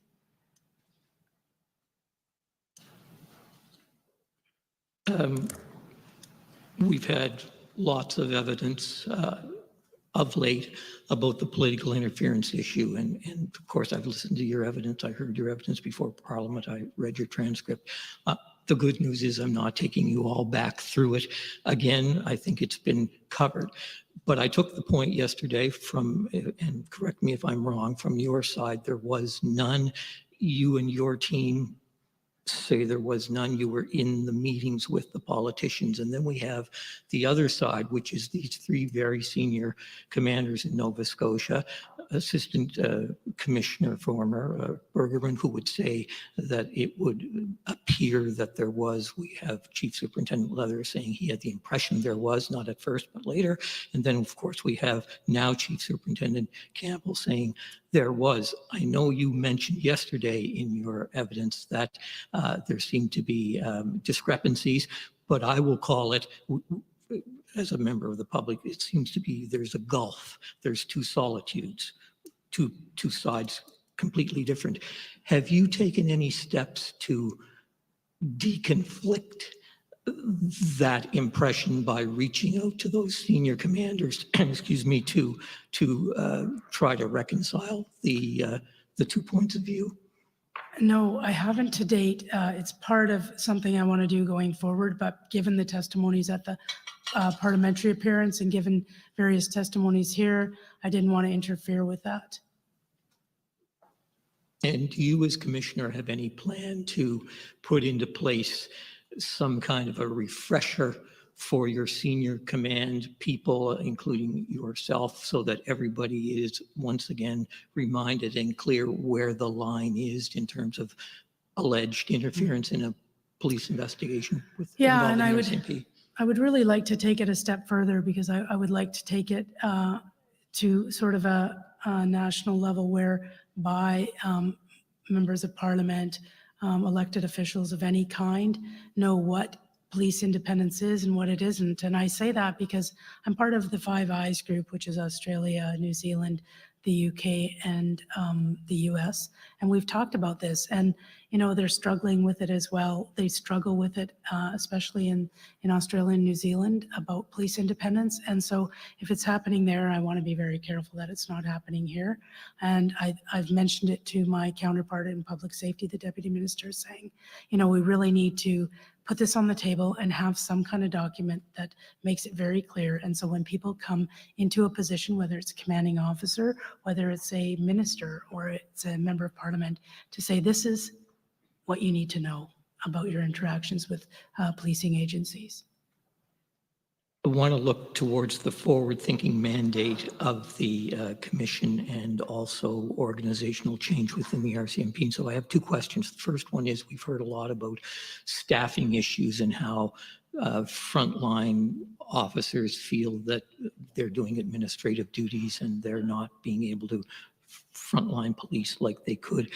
Have you given thought to more use of civilian personnel, whether it's existing civilian personnel or hiring more to do some of those administrative tasks to free up police officers to police? Absolutely. And we've actually are going one step further, because there are certain investigations that do not require a fully trained frontline member. So for example, when you're investigating cybercrime, do you need a fully armed, trained, regular member to do a cybercrime investigation? No, you don't. You need somebody who's very good at cyber. Same with financial crime. However, if you're going to execute a search warrant and you need to go through a house when officer safety or public safety could be an issue, you need to have that armed personnel. Go one step further. Do you need police personnel to do a full disclosure package in court? Probably not. It's not a function that you need to have a gun on your belt to do disclosure. So maybe we can look at different people who can be those people that do disclosure. So looking at it, we're looking at a college type of approach to certain types of investigations. Don't necessarily need a fully trained general duty member. As the commissioner of the National Police Force, Is it time for the RCMP to consider whether it should get out of municipal and rural policing in Canada? It's definitely a topic of conversation. And I think that each and every one of the 194 contracts that we have across the country, 169 contracts that we have, I believe that I think any municipality or province would be remiss not to review their policing services. I do know, though, in any of the cases that are being reviewed right now, every single person has said it's not about the service delivery. I am a firm believer, obviously I'm a little bit biased, our service delivery is second to none. I think where sometimes what happens in a provincial contract is often there is a connection to Ottawa, which the provinces don't like. Obviously, when Ottawa is paying 30% of the bill, there's probably 30% of the interest of the federal side of the house. In some cases, people are looking at it as a cost saver, and they find out very early that they will not save costs going on their own. That's been done in a couple of instances. I think, though, that everybody should review their policing service just to make sure it meets their needs. Conversely, I think as an organization, we need to do the same. We need to provide that governance structure so that people feel that they have a say in their policing. I think some of our solutions need to be community-led, community-driven, community-focused. One size does not fit all. We need to be able to adjust to that and provide different levels of policing for different circumstances. We've generally shied away from that. It was sort of the one size fits all. But I think if you want to be customer service orientated, you have to look at things a bit differently and look at making sure that you have that relationship with the contract partners, which could be municipal or provincial, and in some cases, Indigenous policing services, and make sure that you're meeting their needs. And how do we do that? And how do we provide that oversight and that governance so that they feel part of their policing? So it's a great question. Thinking a lot about it, because we are thinking a lot about just that whole, is there places where we should change our footprint? Is there places where we, need to look at it differently? I'm not saying one way or the other. I'm just saying that reviews need to be completed. Just to follow up on your answer, is it helpful, or is the RCMP considering that, assuming that you do stick with specifically rural policing, that you are going to review your policies in terms of how you police rural communities, including, of course, in Nova Scotia, in light of your financial resources and your staffing resources? Yeah, we absolutely have to review the resourcing mechanism because, like I said, when we have in some cases, when we have taken the police resource methodology and put it on detachment, not often, but at times, it's not even about the resources or the number of resources. It's how the resources are used and looking at the shift scheduling and can you do this instead of that? How can you realign your resources? But often the case is that we are not resourced to do the policing that we are asked to do. In municipalities, it's very easy. They can usually do what we call a cop to population, because you're not traveling by snowmobile over to a hovercraft, grabbing a plane. You're not traveling 1 hour to get to a call. Ideally, of course, we'd like to have a detachment in every single town. Financially, that's not possible. So can we look at different service delivery methods? So example, in Manitoba, we're looking at fly-in models to make sure we have the consistent amount of resources at any given time. So the resources come from the south, they go in for the same resources. We'll go in in Saskatchewan, I think they go in for 8 and they come out for 6. They have 8 fresh resources for 8 days, or however many for 8 days, however many it is. They're not losing resources to training. They're not losing resources to vacation. They're not losing resources to people being off duty sick. They're getting a full complement, and then they leave and another one comes in. It also helps with mobility, for example. Families don't have to move because there's a big hub at a center in Manitoba where these resources go. That's what I mean by looking at service delivery. Is there different ways we can deliver the service with better results? Because we need to have a minimum amount of resources for public and officer safety. So, of course, goes without saying, we're in Nova Scotia, not in Manitoba, not in Saskatchewan. We're 2 years now post-event. Can you advise today whether you as commissioner are aware of the RCMP looking at changes specifically, not only in Nova Scotia, but also Colchester County as a result of the mass? I don't know the tragedy? specifics. All I know is that any commanding officer is asked to continually review resources in each and every one of their detachments. So they may have done it. I can't answer that question, sorry. Who could answer that in your organization? The commanding officer would be, or the criminal operations officer under the, I don't know if it's called the operational strategy branch, which is the normal entity that would do those reviews within the division. Okay, so as I understand it, I'm not sure. who's the commanding officer in Nova Scotia? We don't have one at the moment. Yes, do we? Assistant Commissioner Dennis Daly, but he's Okay. not here yet. Right. So Sorry. there's a gap at the moment. Yeah. Right now, Chief Superintendent Chris Leather is the acting commanding Yes, officer. okay, and we've had him here. And Okay. I'm not sure if he has gone as far as to be more proactive or if he's just working on all the different things that from day to day. But I'm not sure who would be. I know that in the operational strategy branch, the corporate side of the RCMP in Nova Scotia, they would have an idea of any of those types of reviews that you're referring to. They should know if any of those are being done. And we could surely follow up with that if need be. Well, I was just going to ask you, I'm assuming as commissioner, if you could perhaps undertake through your council, if you call those people today, I'm guessing they're going to report back to you. Yeah, if I had time to call them today. But, Yes. well, I'm a little facetious there, Commissioner, No. but if you issued a directive, But it wouldn't, I wouldn't do that from my point of view. There's a whole, sorry, go ahead. Sorry, Oh, I was just sorry, I didn't asking see. if there is a request here for an undertaking, and maybe if there is, we could make it a little more clear. sure, what it's and looking the for. undertaking would be, could you provide through council to the commission an update on change in Nova Scotia, specifically Colchester County and rural policing? Okay. Please. I can say that we have submitted some information with respect to Yes. changes that have occurred in each division by the form of a written evidence subpoena. I think also our retired CEO Bergerman yesterday spoke to some of the changes in resourcing specifically in that detachment. But if there's any additional information, we'll report back certainly. Thank you.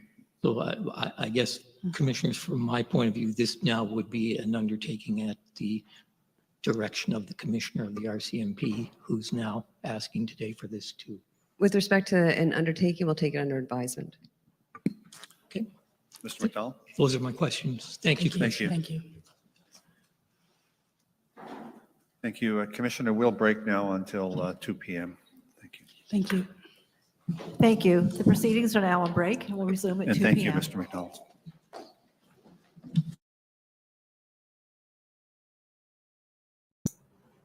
Under advisement. There were some outbursts there in the audience. Maybe I'll get an update on those later. Oh, no. Not going well. I just for clarification, I put up I'll put up pretty much any comment because everybody deserves an hour or like an hour. Everybody deserves their voice to be heard. So I have my opinions, but I try to keep some of them to myself because yeah. But everybody has their opinion and everybody is entitled to their opinion. And I'm not agreeing or disagreeing. I'm just not touching. I'm just not touching. But I think those of you who know me know.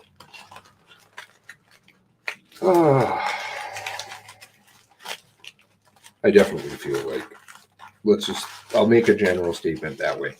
I definitely feel like there are some lawyers that are softballing questions. It's just a very general comment, reflective of any one or any individuals. I'm talking. Just saying.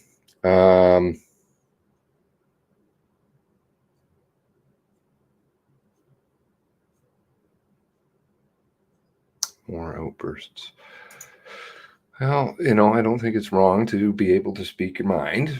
And I certainly think the families have been beyond stifled. Anytime anybody tries to say anything, they're telling them to shut up and rush them out of the room and muting the mics. And anyway, she was very concerned about her pillars. Maybe I should read that other article. Let me see if I've gotten anything in the mail.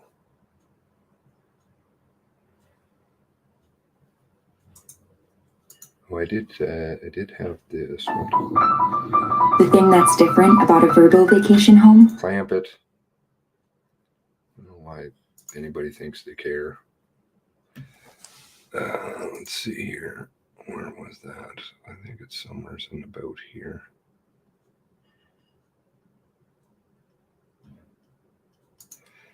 Okay, so I'm not going to weigh in on. I try to keep myself removed from. Yes, actually, this one. No, I have no problem with. I try to keep. I have some hard opinions on certain things, so most assuredly. Where am I? Okay. So I'm just going to borrow this from another YouTuber. Still writing out tickets for things, I guess, in the country. Anyway, so this just happened to be in a video.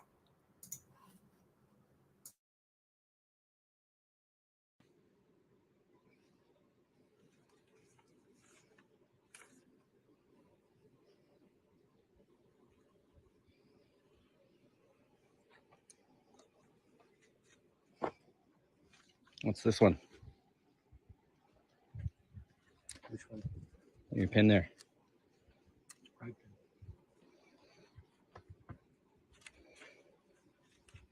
It's funny because the only thing that one doesn't include is like straight people. It's pretty exclusionary towards them.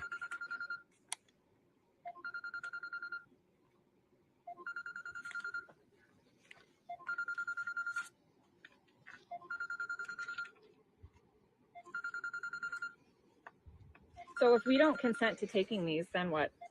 Because I feel like right now this is trespassing. This is our private property. This is our home. We didn't invite you guys here. We have no agency with you. My partner said we're just here to. And I've to serve the violation tickets. I know, and we don't accept And we're that. just supposed to quietly sit down and take this like overreach quietly. And so if we just walk away now, what happens? The tickets will be considered served.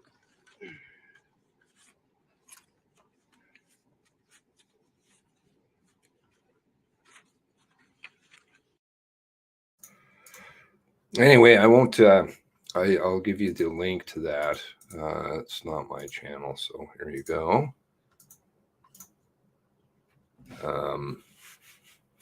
That's the video. But the point there is true about the pride pin. There's not supposed to be anything put on political or any kind of anything on a uniform. Period. That's why it's called a uniform. It's uniform. It's not some, and maybe you wear a baseball cap, maybe you don't, maybe your shirt is cream colored, maybe your pants are got stripes and maybe they don't. It doesn't matter. Like, you don't, if it's a uniform, it's a uniform. Otherwise, then it just starts to turn into crazy town because you're like, well, you can do that, but you can't. And when it starts segregating out certain groups, that's probably not appropriate. I believe this is to do with quarantine citations. A video that came out yesterday in Kelowna. Yesterday, I think so.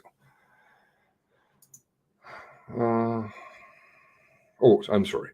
12 days ago. 12 days ago. So they're still handing out tickets for that kind of stuff and public enforcement. I mean, and talk about demoralization.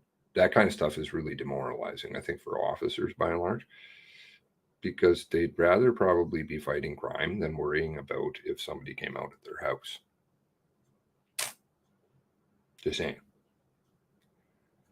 I suppose if it was a very serious issue, that would be worthy of looking at, but it's pretty apparent that. Yeah. Anyway, I won't weigh in much on that one. More dangerous turf, though. I think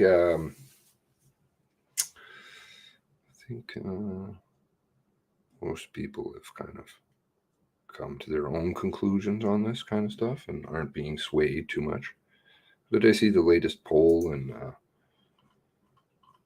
about trusting the media is gone.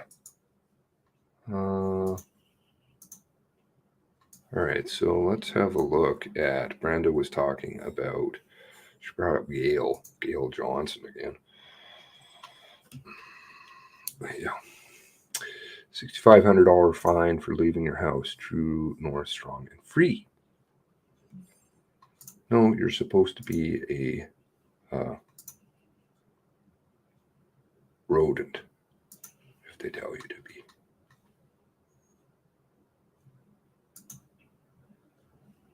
Okay. RCMP response to the report of the independent assessors regarding the claims made under the Merlo-Davidson settlement agreement. This is all to do with the sexual harassment stuff within the RCMP, which is rampant. I wonder if I still have that. Oh, I do have it somewhere.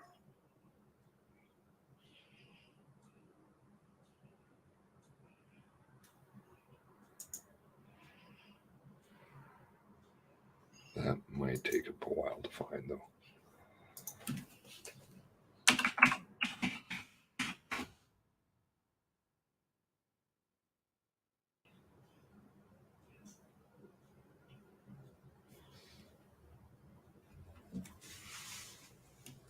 Yes, I found some images that are quite disturbing from the RCMP internally.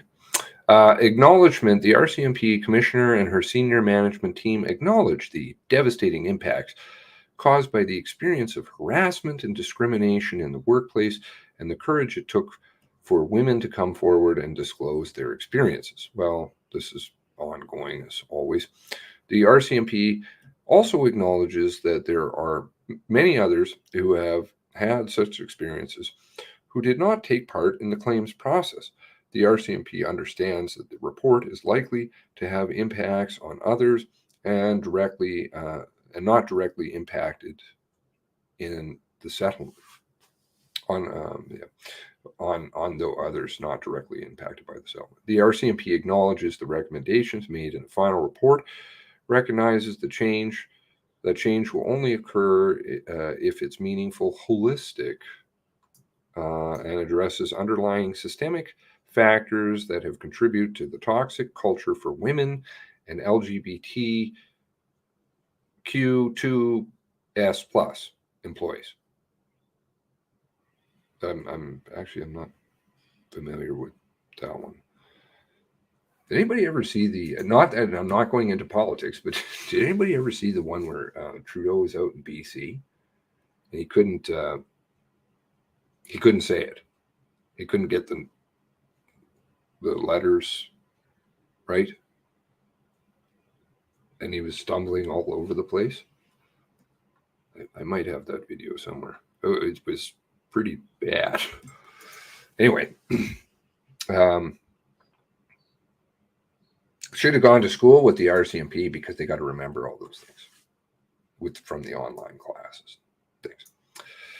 The 2016 settlement was reached with Merlo Davidson class action related to women RCMP members and public service employees who workplace harassment and discrimination based on gender. So if it's a settlement, then you're stipulating guilt. Even if you've negotiated it, you're basically saying we're guilty.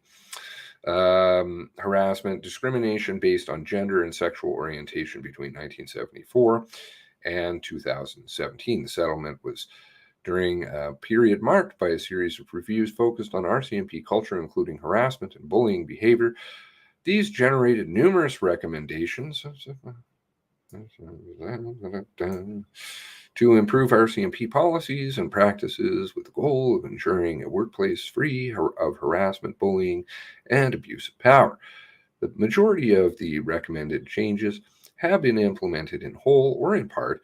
However, in the years, the RCMP has embarked on a new way forward. Reimagined. A holistic and long-term approach to organizational cultural change, cultural change, holistic, just the words, articulated in the government's response to the workplace harassment in the RCMP and review of 4 cases and civil litigation against the RCMP on workplace harassment.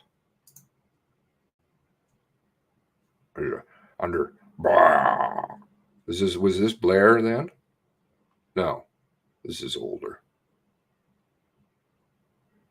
Is this Goodall? Is this Goodall?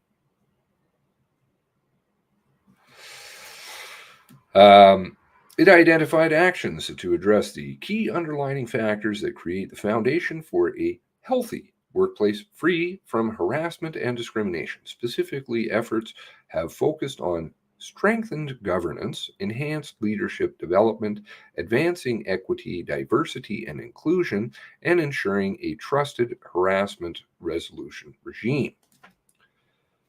2018 Commissioner was given a strong mandate to modernize and transform the culture management of the RCMP. 2 years later into this mandate, the organization has realized important progress, but there is much more to be done. While the final report of the independent assessor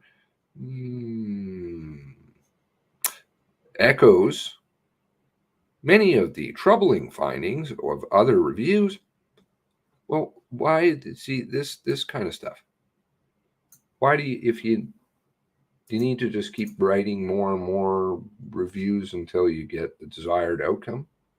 That's called insanity. It also reinforces a cultural change is a long-term endeavor. The RCMP is committed to ongoing, meaningful action, more garbage speak, the goal of a healthy and inclusive, garbage speak, workplace culture, garbage speak, as a foundation of modernization. To ensure success, a new action, innovation, and modernization unit has been established to provide permanent oversight and guidance on change over the long term. In no uncertain terms, RCMP senior leaders are fully committed to the eradication of harassment, violence, and discrimination in the RCMP, and to ensuring swift action to address wrongdoing wherever and whenever it occurs. We could just get rid of a lot of the stuff, like if somebody is guilty of something, like just fire their ass.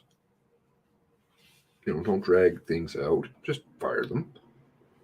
But it then morphs into something else about promotion of certain individuals because you're checking boxes, which is not, again, what policing is about. Policing is about, or any job for that matter, should be about who can do the job the best. who has the most knowledge, who has the most ability, whatever. Not do you check boxes? Were you born in a certain place? Do you practice a certain religion? On your sexual orientation? Whatever it is, doesn't matter. That's totally irrelevant. Because if you have a whole bunch of people who are incompetent, say in an April 18th and 19th incident, well, where are you at then? Transforming the RCMP culture, a holistic approach. Vision 150. Change at the RCMP. How much did you pay for this stuff? Strategic plan. Vision 150. RCMP strategic plan. 1. Commissioner's message, purpose, and strategic plan. 2. Organizational review. 3. RCMP of 2023 and beyond. See these goals? She was mentioning 2023. Strategic focus. Implementation changes, risks and challenges, and risks and mitigation efforts. Implementation timeline. So let's have a look at that one. The graphic below, of course, you're paying for all these things. God knows how many thousands of people are employed this shit. The graphic below outlines the high-level timeline for current initiatives advancing each of the 13 priority statements. 4 pillars, 13 priority statements. That talk, 5-year plans, it sounds very familiar. Priorities such as building trust, advancing partnerships, and being a diverse and equitable organization will continue in perpetuity, just like some of those agreements certain people had to sign, saying that they would never say a word about anything that they learn to anybody. Additional initiatives will be developed and will change the timeline for some priorities. For details on key activities, please visit the Vision 150 tracker. We talked about the tracker. Things are changing at the RCMP. This proud Canadian institution is evolving and modernizing to ensure excellence from coast to coast to coast. Oh, yeah. We acknowledge the mistakes of our past and are using them to drive positive change forward in the future. If you acknowledge, then the thing I've always learned is you apologize, you admit full wrongdoing, you humble yourself, you're not high and mighty and just kind of move along. We acknowledge that there were mistakes. You're like, no, I fucking did wrong.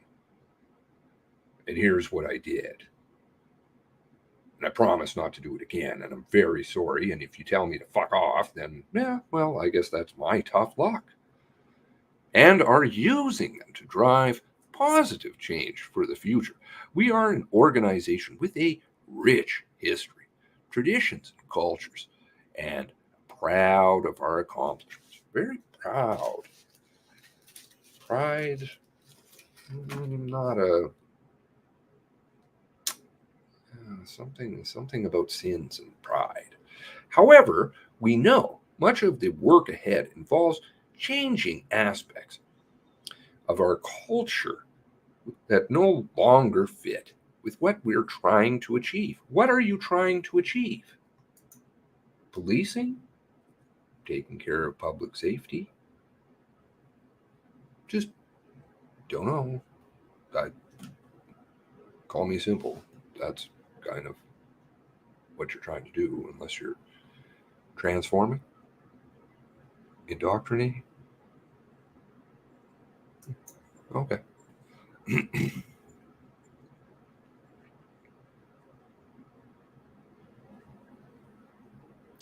We aren't looking for stopgap measures. but meaningful long-term solutions. Real and sustained culture takes time, but we are up to the task.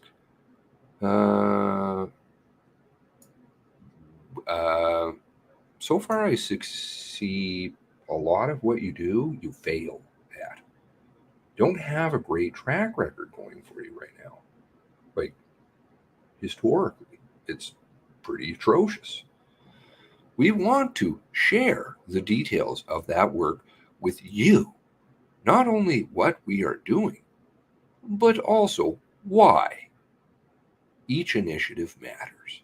The RCMP is approaching its 150th anniversary in 2023. Priority number one is to be the modern, inclusive, healthy organization that our employees and all residents of Canada expect of us.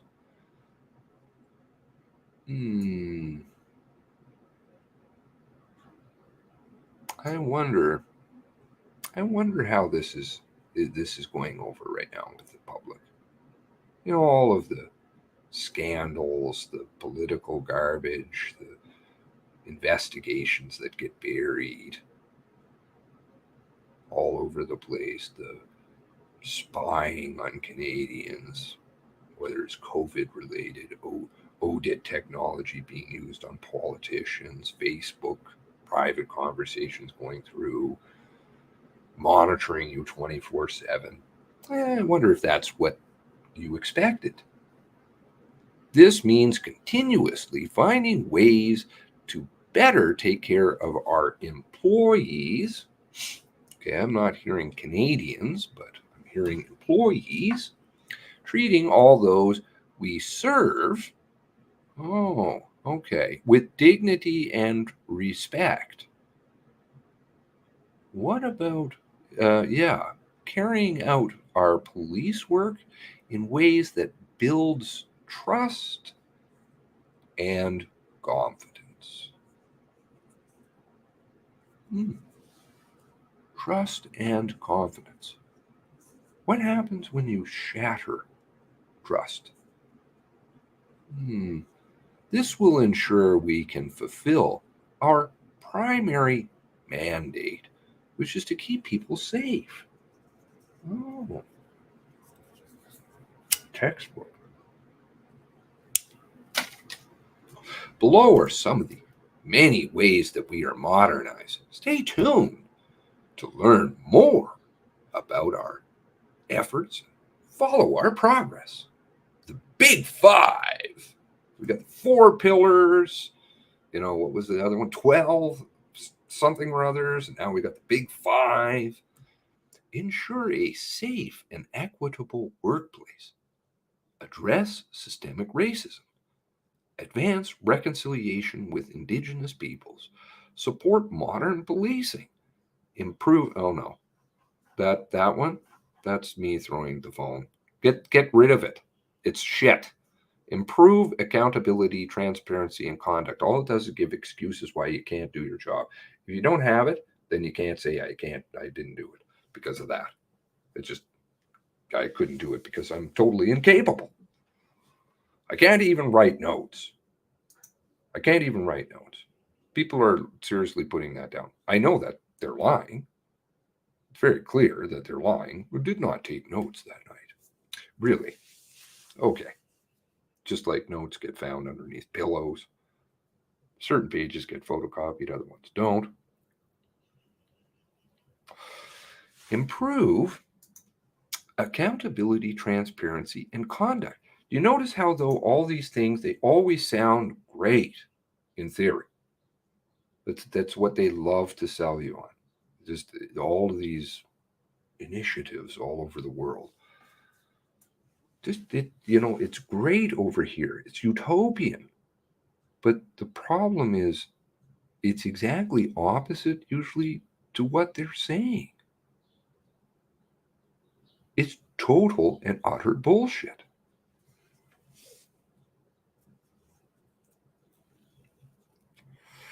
I can track everywhere my phone's been for 3 or 4 years.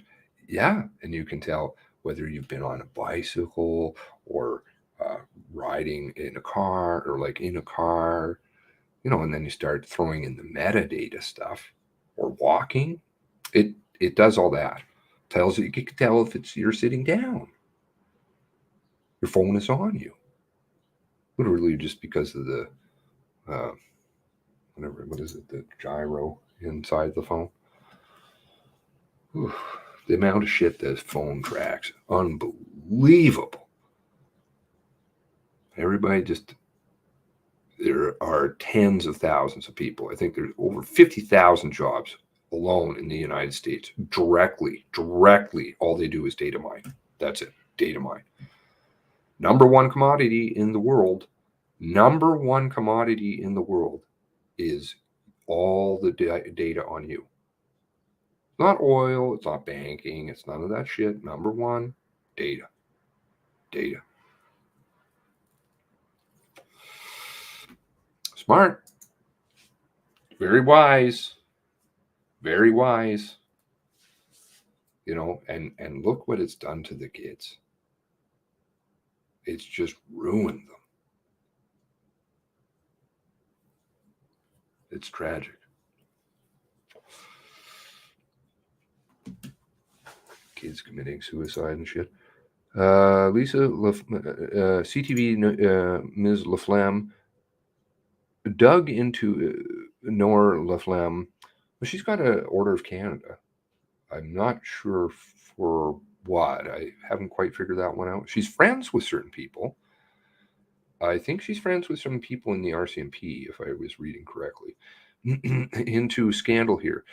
There is a lot of crossover between media and RCMP. It's quite interesting when you dig into certain individuals, high up individuals.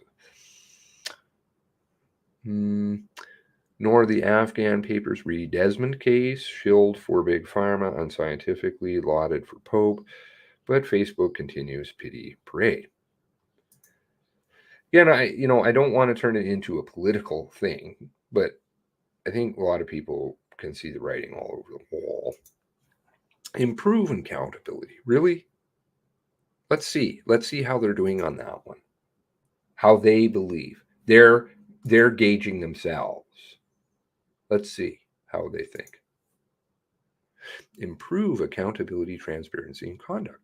No one is above the law. I certainly have seen some political scandals over the years, things that get buried, irrespective of party.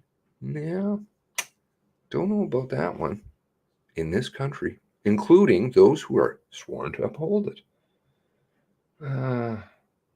Yeah, what was the bay window incident the other day? That's a creepy case. The RCMP is committed to having fair, transparent, effective, and modern system. But they say they use crayons. They can't give you any papers. They don't have CADs.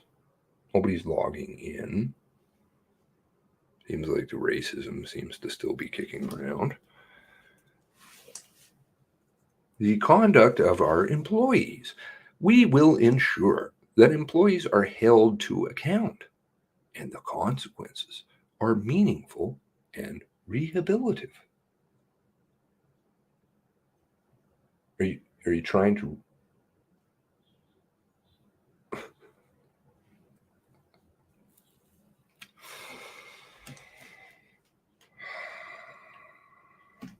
It sounds like the word that you use with criminals.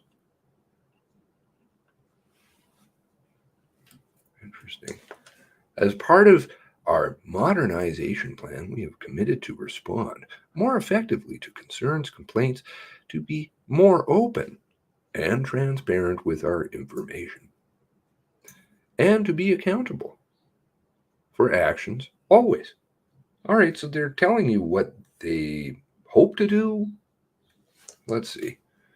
Collaborate with management advisory boards for the RCMP. Work with independent management advisory board.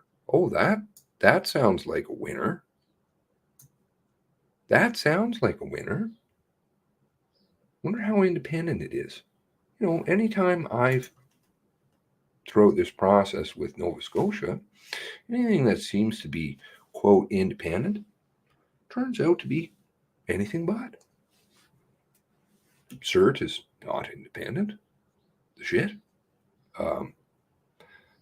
You could go to Logan and the psychological assessment, which was independent. No, 100% RCMP. They don't do independent. On key modernization and management issues, disclose police information on a routine basis.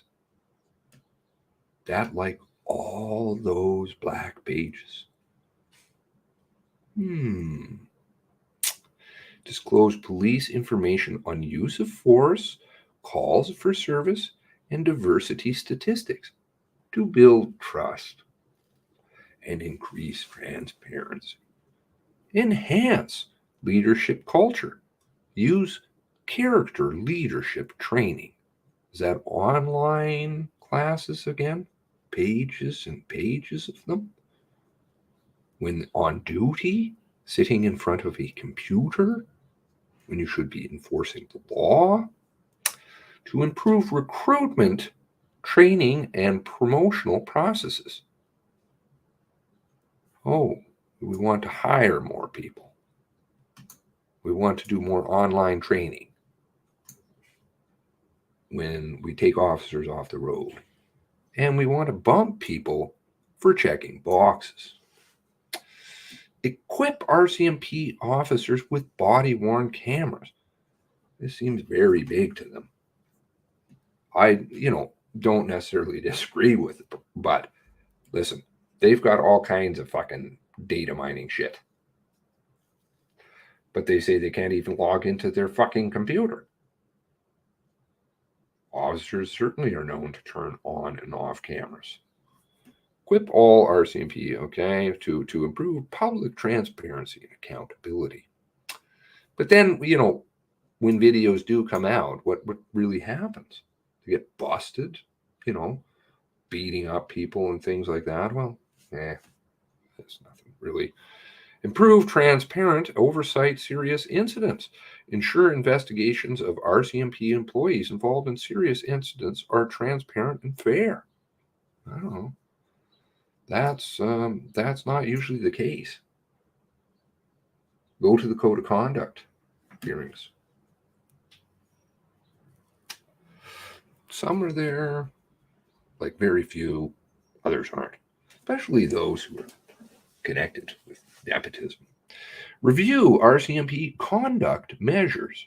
Ensure fair, transparent, and effective conduct measures. Seek out alternative policing approaches that address local needs and integrate community health and social services. Again, kind of sounds good, but sounds also really lazy. Develop solutions that reflect local priorities and support community-led safety models. This can be, there has to be, because everybody is so divided these days, becomes very difficult. Shorten response times in public complaints process. Oh no. I have only shown how many articles on how they have a huge problem with backlog of both civilian complaints, and internal complaints, and the way that they handle things like that, and it's no word of a lie. They will do is they will fire people in their department or transfer them usually so that they don't have the staff, so that they can literally say then, well, we're backlogged with stuff, we're overloaded, so we can't really deal with the things right now. Sorry. They do that all the time to their own members, and certainly to the members of the public. Who was overseeing public complaints here? Update RCMP core value statement. Update core values to reflect modern Canada. So I'm not seeing any kind of progress here. I'm just seeing a lot of talk, a lot of hot air, a lot of nothing. Maybe I'm just missing it. Let me see. Let's try one. Why it matters. Okay, so they do have some updates here. RCMP eliminated a backlog of responses, Civilian Review and Complaints Commission, CRCC. CRCC. Is that O-Drive related? Might be. I'm trying to remember. And who was the head of that before? It's eluding me. Somebody in this story. The RCMP is now focused on reducing the amount of interim reports it receives from the CRCC by improving public complaints process in its early stages. Common themes have been identified from the CRCC interim reports and work its way to improve the process. The National Public Complaints Directorate. Oh God, like some of these things look eerily familiar to other directorate. I'm going to start using other words soon. Has also developed a plan to reduce the amount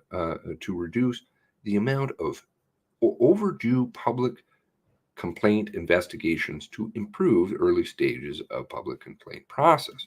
The online public complaint investigator course, there we go. See? Courses, more courses. So what does that do? That takes somebody away from actually dealing with the public complaint so they can deal with the course. Is expected to online and very hard. Those online courses, very hard. Very difficult. There's never any cheating that goes on with those at all.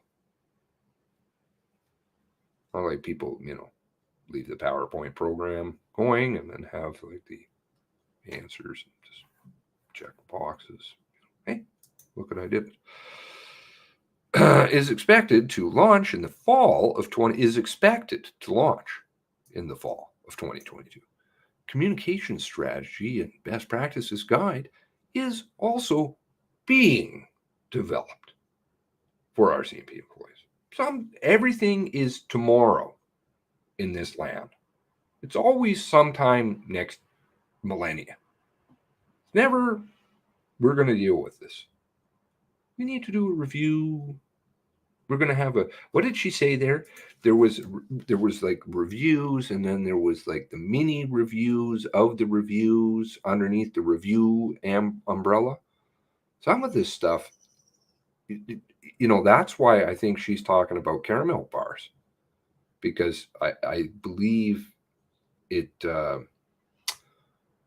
does bad things to the mind. It's no longer functioning critically and as it should. Since April 1st, 2021, a total of 168 commissioner responses have been completed.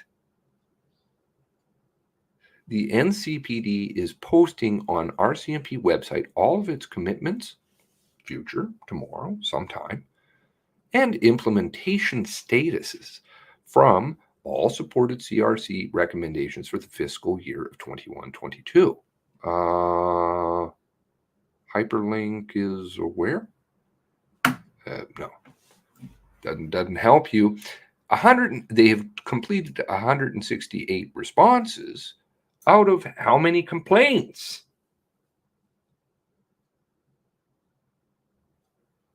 I don't care. Tell what is your completion rate here? Or is this like dropped phone calls? Which actually just transfer. All supported commitments prior to 2021 have been addressed. Is that like you've addressed the McNeil report or any fucking report that you ever get? No. And I was very serious when I asked that question. Hello, Cindy. I was very serious when I asked that question because I kept hearing, I can't pay attention because I've got to do, and my mind is just very, it's not as multitasking as other people's, and but more hyper focused. So it's kind of, you get some good and some bad with that, right? But I hadn't heard anything. I'd heard Brenda speak about numerous reports and then repeatedly say that she hadn't read them. So when I asked that question earlier, I was very serious. I wasn't joking around. I wasn't ha ha ha. It's really not me. I was very serious. How many of these quote unquote reports and reviews and whatever that they're coming out with, how many of them has she actually read? Like, I would like if somebody had asked her that question. How many of these have you read? They did ask. Do I still have that open? I wanted to play that the other day. I might not.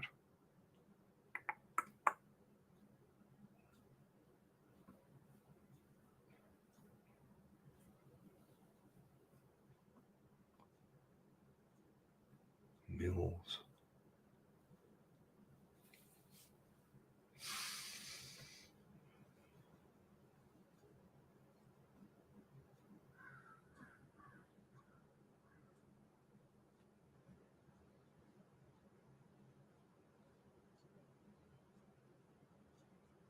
Well, here is definitely one piece of it. So Brenda, Lee is asked, I believe I've got this queued up right. All right, so let's see here.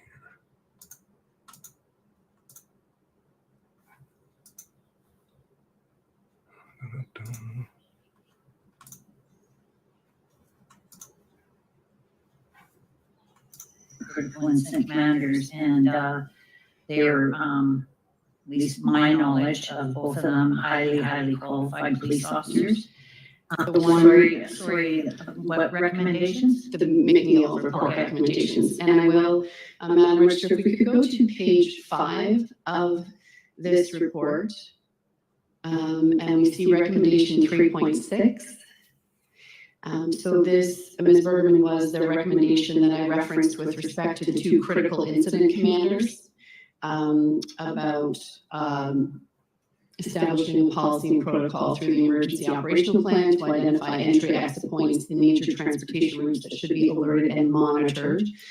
And this from Ottawa headquarters, from this affidavit, indicates that that was all done in March of 2015. The emergency operational plan templates were amended to ensure entry exit points in major transportation routes were included.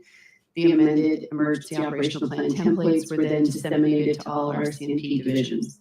So, from the command structure, it looks like this has all been done, and that is certainly what has been presented online with the RCMP accessing, any civilian can access, what has been the outcome of McNeil recommendations. But in practice, it appears that a lot of this information is not making its way to those frontline policing providers. And I'm wondering and curious about any recommendations, thoughts that you may have for the commissioners about how we can bridge this gap moving forward between policy report and implementation of policy, but then execution of the actual recommendations moving forward, because that's a key concern coming out of this inquiry. Are we going to find ourselves 6 years down the road with another affidavit that says it's all been implemented, but the people on the ground aren't aware and they're not using So it was just the 3 people on the ground that weren't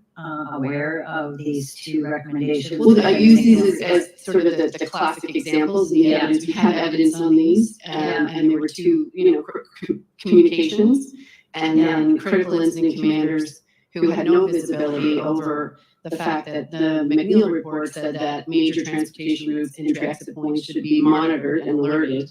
Surprised by that, to say the least. But as far as what I can say now, I mean, obviously I'm retired. The RCMP very much looks forward to, as do I think all of the policing community, the recommendations that come out of this commission. I certainly am, and I know that my former superiors are as well. And I think there has to be some implementation of robust tracking mechanisms that can be followed up on by whether that's somebody left over from the commission or what that looks like, or lawyers. I don't know. But that would be my recommendation to ensure that happens. Do you see value, and along the same lines of what you just indicated, do you see value in there being an ongoing committee that's perhaps populated by senior RCMP command members, street policing officers who are in the community? Yes. Because that's where the disconnect seems to have happened here, and then members of the public to ensure that the legacy of this work and the recommendations don't just sit on a shelf somewhere, that there is accountability in moving forward. Yes, I agree with that. You talked earlier about accountability needs to be driven by provincial audits and policing standards. I think Chief Superintendent Leather said that, and you had agreed about that in terms of making sure things are getting done properly, that policies and procedures are being followed. Yes. And that, as I understood your evidence, Ms. Bergerman, it was that the expectation was that provincial audits and policing standards would be used as a mechanism to ensure that these policies and procedures were executed. Did I understand that? Yes. Okay. What about the RCMP driving some accountability around that? Do you see a role for the RCMP instead of just relying solely on the province to do provincial audits? No, we definitely have responsibility in conjunction and consultation with them, with the province and probably other police agencies. Okay. I want to circle back to what you said about the being surprised with the recommendation 3.6, that the critical incident commanders weren't aware about the emergency operational plan and the fact that these major transportation routes should be alerted and monitored in the event of a relevant crisis. You said you were surprised? Yes, because I know both those critical incident commanders, and they were, at least my knowledge of both of them, highly, highly qualified police officers. And my understanding, based on conversations with them, is they had a pretty good understanding of the McNeil report. So I'm surprised that they wouldn't have known that.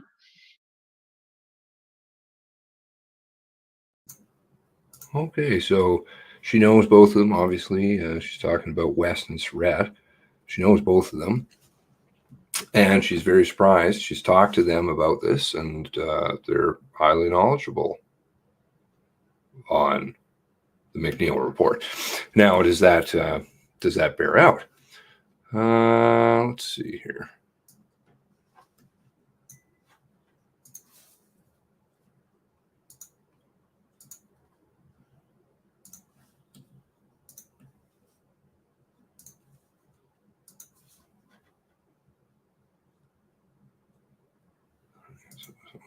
Just check here.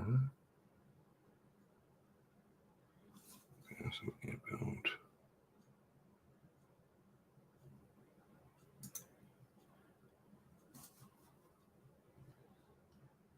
I hope I have the audio turned on. Scotia into New Brunswick was taken care of there.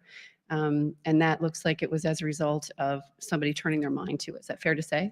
Yes. Okay, thank you. I'm going to turn now, gentlemen, to some training, but in the context of the McNeil report. And I think earlier this morning you referenced the Moncton tragedy. The McNeil report, as we know, is the report that was dated December 1st, 2014, after the tragedy that took place in June of 2014. It was a review with a variety of recommendations. You both, of course, I would assume, were aware of what happened in Moncton, correct? Yes. Yes. And did you, either of you have any involvement in Moncton? Like No. in terms of responding? No, I did not. Did either of you have an opportunity to read the McNeil report after it was published? I read parts of it. Okay. I did as well, but it was quite some time ago. Yeah. And did you read parts of it on your own, or was it in the context of training that was provided to you through the RCMP? On my own, in my case. On my own. Okay, so that was going to be one of my questions. Do you know if any of those recommendations were actually implemented and actioned in Nova Scotia? I can't speak to that. I don't know either. Uh-oh. Doesn't seem like they're very knowledgeable.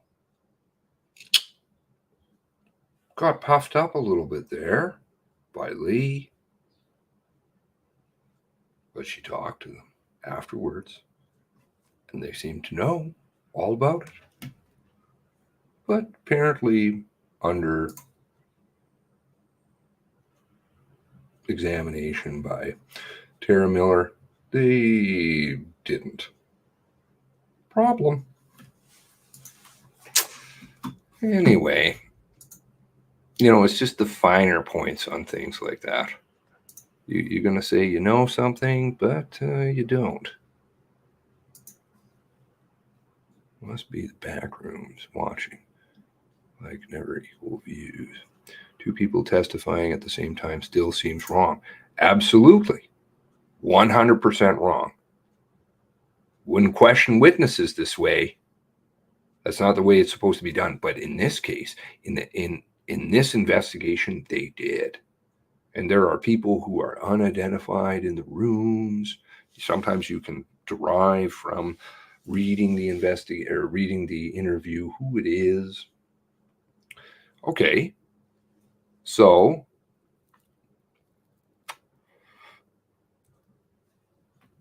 the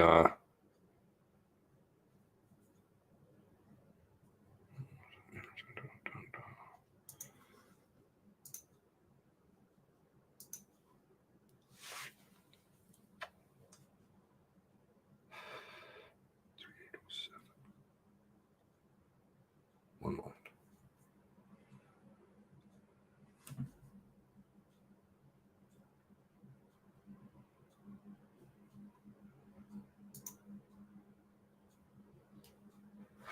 Give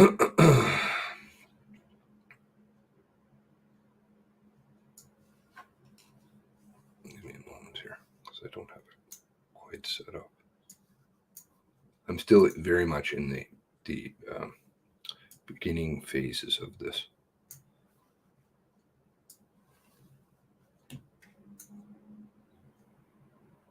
Now, one of the documents that dropped yesterday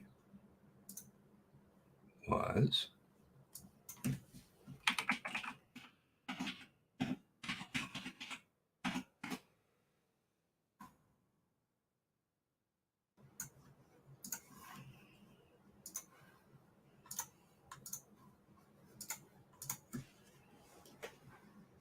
East Hants radio transcripts. So here we have Comm 3807, 40 pages, right? Okay. An additional exhibit. This is what it's being used for. Okay. On the 19th, 40 pages. Okay. Here we have the same thing, which is related. This is what they're using in all of their, quote, foundational documents. Okay. So, interesting. So, if you go to them, you'll notice there's some differences. Firstly, this is the one that was dropped yesterday. This runs from 9:27 until 10:59 a.m. on the 19th. The one that they're using runs from 10:27 until 11:59. Okay, time zone difference.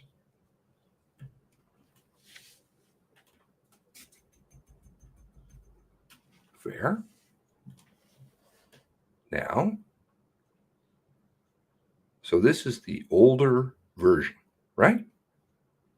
Here we have Benoit, who's operating out of OCC. A. Benoit. Is it Aaron Benoit? I'm not sure. A. Benoit, line 3. Line 3 here is, on the new one, unidentified male. They've removed his name. On the other version, Wagner is identified. On the one that they dropped yesterday, it's inaudible on the older version. So somehow they've been able to decipher that Wagner's name is now in it. Something else that is really, really interesting is the number of entries. If we go to the bottom here, we have 1,280 lines of communication. This is the one that they used for the foundational document. On the one that they dropped yesterday, the one with the supposed Ontario time on it, we have 1,237 lines of communication. So if I do my math correctly, 1,280 versus 1,237 is 43 lines of difference. And it extends much farther than that because the entries are different.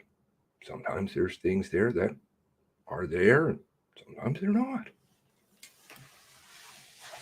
Not just names, specific things. Do you follow? Even how it's said.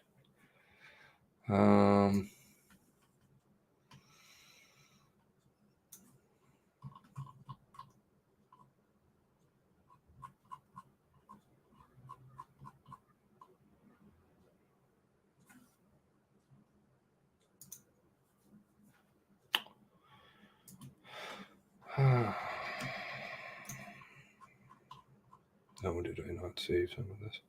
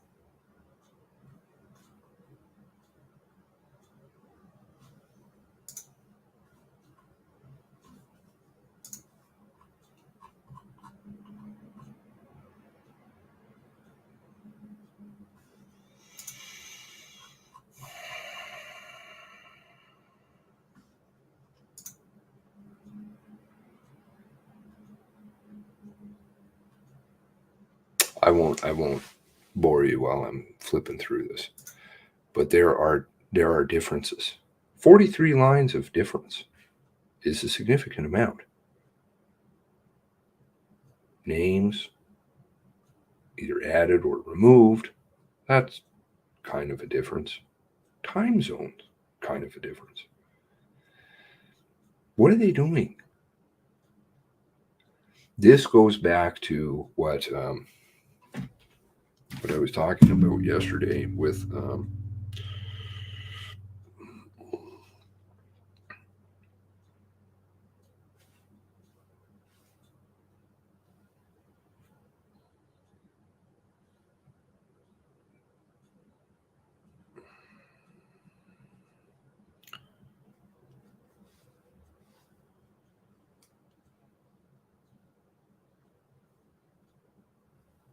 Kyla over at what's her name? I can't ever remember her name for some reason. Kyla Lonsbury of Hoyt investigation, who specifically in the CERT report is being, I'm fairly certain, quoted as saying that she did the transcribing of the Colchester logs herself, and that the ones that Ottawa provided were quite a bit different. And so she said, well, how can you rectify this? And they said, just use the Ottawa ones. Don't worry about your own. That's why they don't give you the audio. They don't give you the audio versions of these because it's very easy for them to produce that. But again, that was in the disclosure documents that they were having issues with, that they couldn't disclose it. That big long list of disclosure issues, I believe that was Thomas Cromwell again with the OJ. And he's like, we're looking for a whole bunch of things here. And Laurie Ward wrote back and it's like, well, we've disclosed it, but there'll be more coming. More forthcoming, I think, was like lines like that. We have disclosed it in full, but there'll be more coming. So then that means that you haven't disclosed it in full.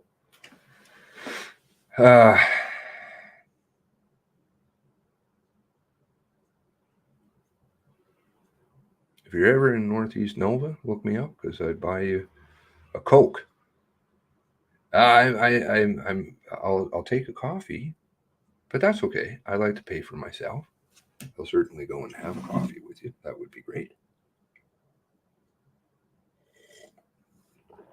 God will bring me there. Rest assured. I have things to do. But it just, I can't watch corruption and turn a blind eye because people have been doing that forever. That's a lot of people have been. A lot of us have been doing that, right?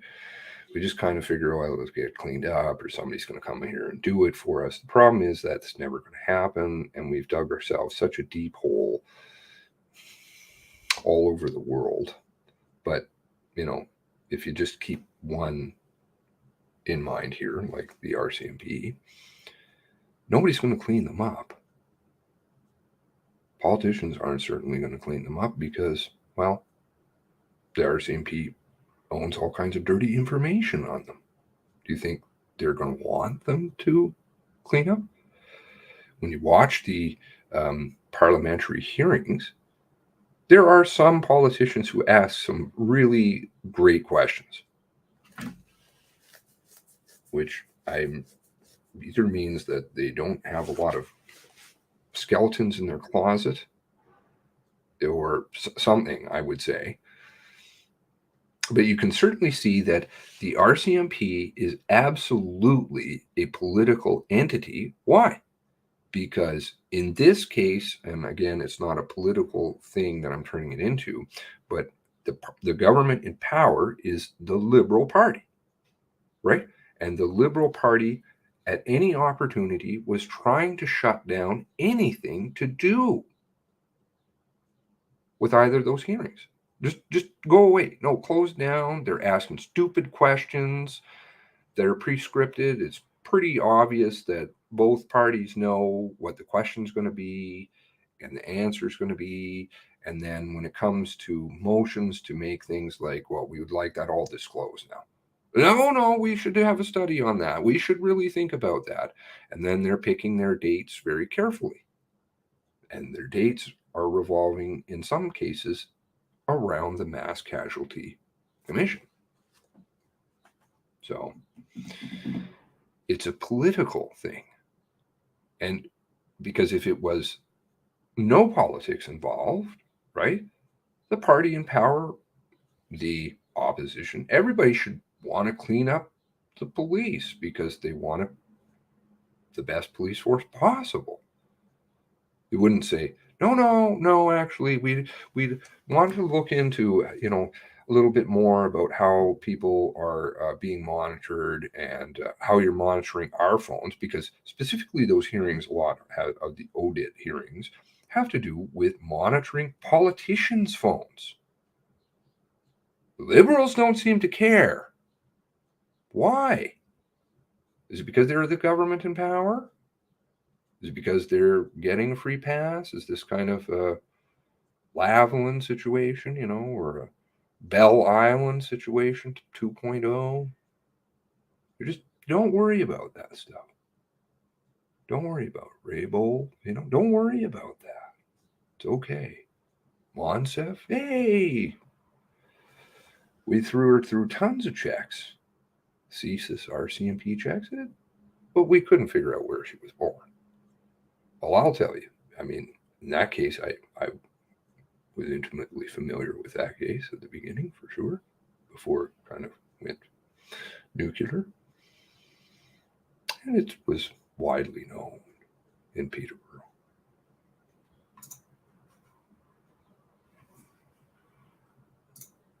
Some good videos I have in the old days.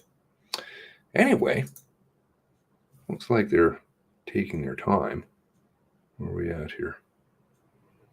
We'll be back at 2. It is now 11. Oh, okay. So supposedly in 8 minutes. Is that right? 8 minutes?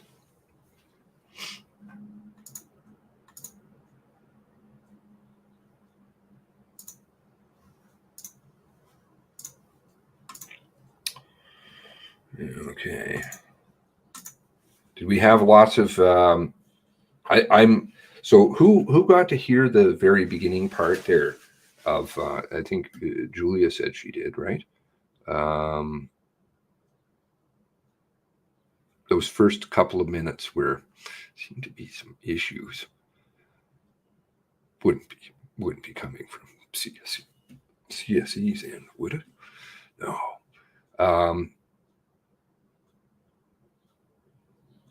Do you guys know quite a bit about CSE? Very interesting entity. Very interesting.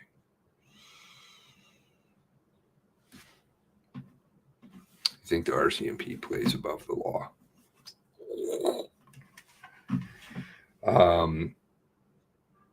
What was said in the initial questions of Bryson there? Because she was pretty ramped up when it finally came back. So I feel like we missed out on some goodies that are they done for the day? No. We're still waiting eagerly for the next installment of Goo.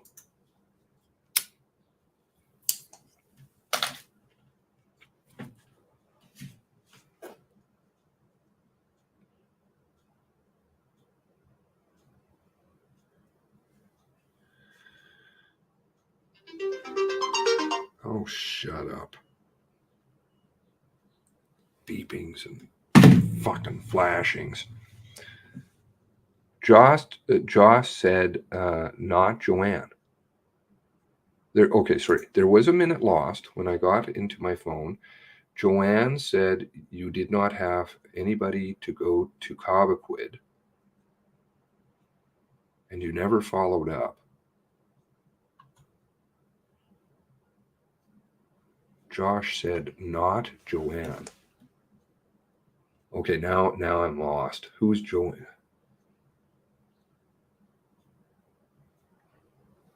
Joanne. It's not clicking for me. Who is Joanne?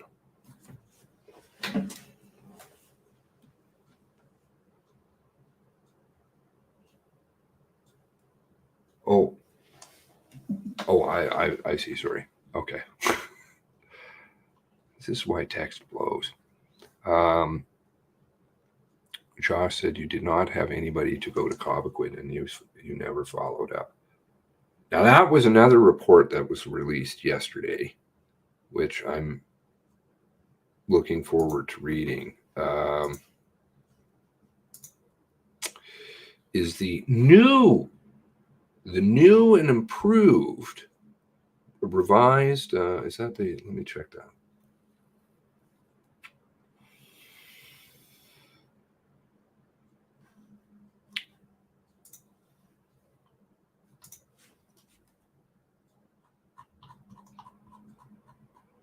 I couldn't do any of this without you guys, Robert.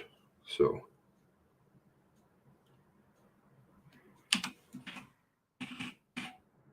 team effort, right?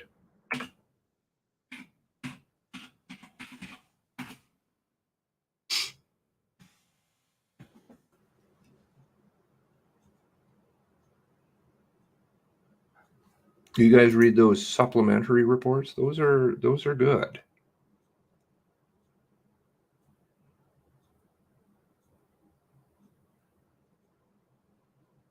Oh, so they got rid of the older one. Okay, so I'm going to have to compare it. I'm going to have to compare it to the new and improved supplementary report, which they came out with about Cobequid. This document, I shouldn't say it's Cobequid solely, but a lot of it is to do with Cobequid. This is all to do with what they found and how they went about things and the RCMP's responses. And I should have a list of witnesses talked to. And I think I've kind of gone over a couple of portions in here. I haven't read this one, but I'm assuming that it's structured somewhat the same. Should have here at the end people who were interviewed.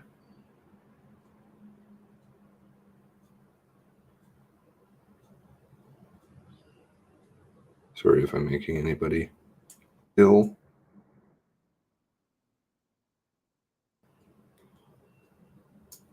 This one is quite a bit longer, if I'm looking correctly, than the other one. Oh.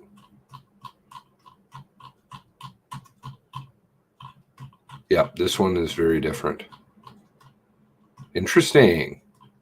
Okay, so in the old report, it had, I think I brought that up before, it had the interviews of the people that were in Cobequid that night and contact with the RCMP, and whether the Mass Casualty Commission had also conducted interviews with them and how they were contacted.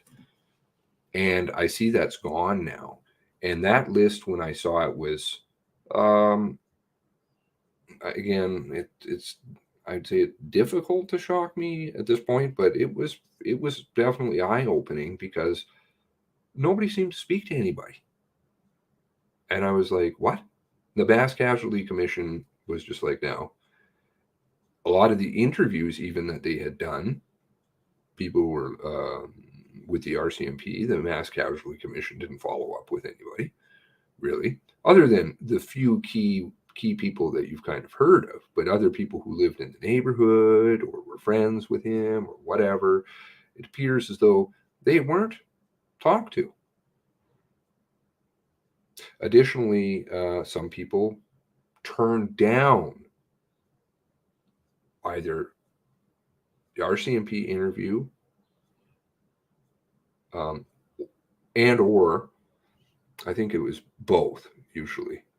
Both. There would be no RCMP interview being conducted, and then the MCC asked them if they would do an interview, and they said no, they refused. Like, people have the ability to refuse. And then the Mass Casualty Commission, of course, just puts its tail between its legs, and it's like, yeah, okay, fine, that's not a problem. You don't want to do one, that's not a problem. We'll just go away now. I mean, that's alarming. You don't want to do an interview. Why not? Your neighbors and your friends and people you know and half your, like, wouldn't you want to try and figure out what the fuck happened in your neighborhood?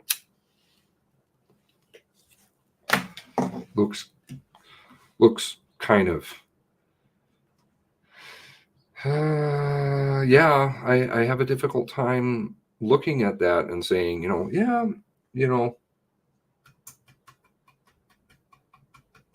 you can't talk about it. No.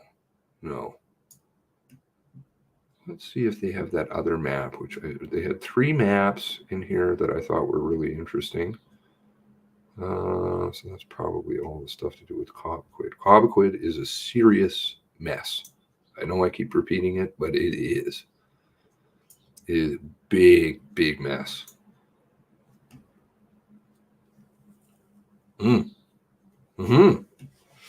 Okay, here's an interesting tidbit. Solarino. Solarino's car is 05B8. Okay? Let's see if I've got something here to show you. 05B8. 05B8 is also Colford's car. 05B8 is also McDonald's car. 05B8 is also O'Brien's car.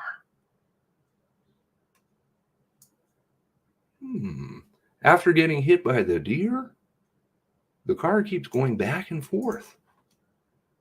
Let's see here. All right. So we'll start off at the top here. Constable Colford has the car, 156 05B8, right? Okay, 8:12 in the morning.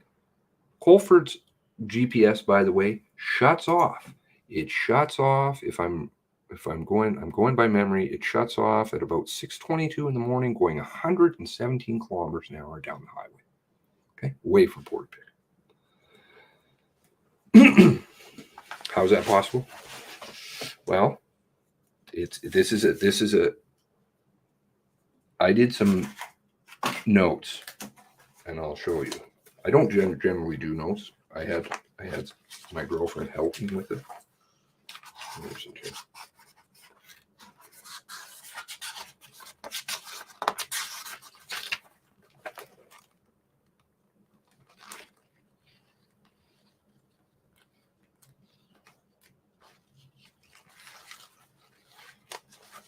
Okay, just to give you an idea how to decipher this puzzle. It is fucking complicated. Very, very complicated. It's not just like, oh, hey, we traded off cars. No. 8:12 in the morning, Sergeant O'Brien has the car, 05B8. Okay, so then at 8:49, somehow Solarino has the car. Okay, even though, we got 8:12 here. O'Brien's got the car still. Here comes Solarino. He's got the car. But the thing is that... Can you hear me? Test, test. Hello, I can hear you.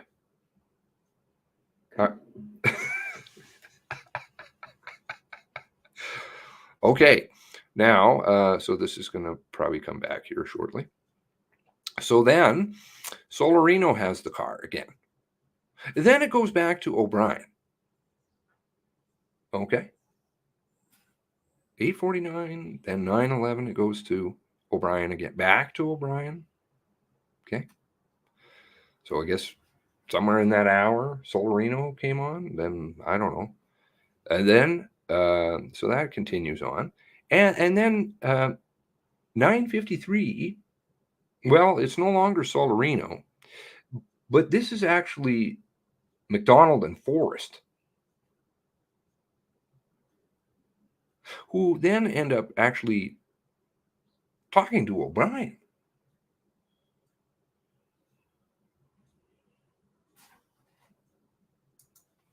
Now, what's the story behind that? Well, that takes a little longer to unravel. Because it appears as though, do I have that here?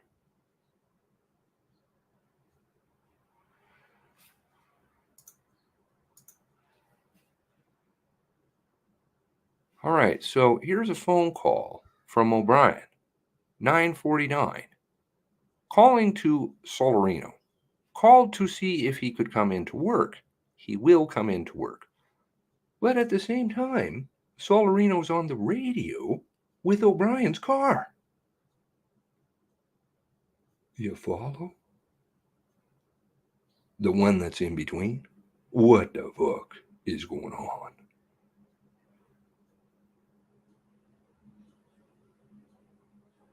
This was the car that hit the deer, too. It's very busy. It's a busy car. The one that's also taking the dog. Now,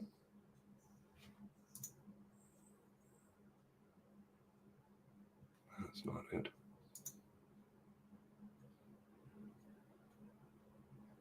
All right. So we have 05B08. Mysterious things going on with 05B8, which initially started off as whose car? Vicky Colford. You know, the one with the affidavit. The one with the questions from the MCC that were asked in written form. The one who quit.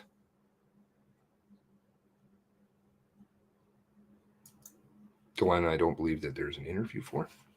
Okay, so that was her car. Well, was it? Here at 403, she's driving 53A01. Now, that's not Bible Hill.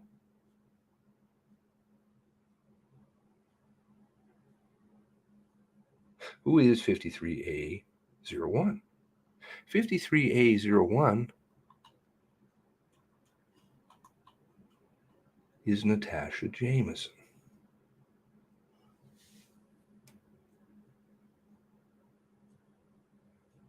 So now we have two of them logged into the same car.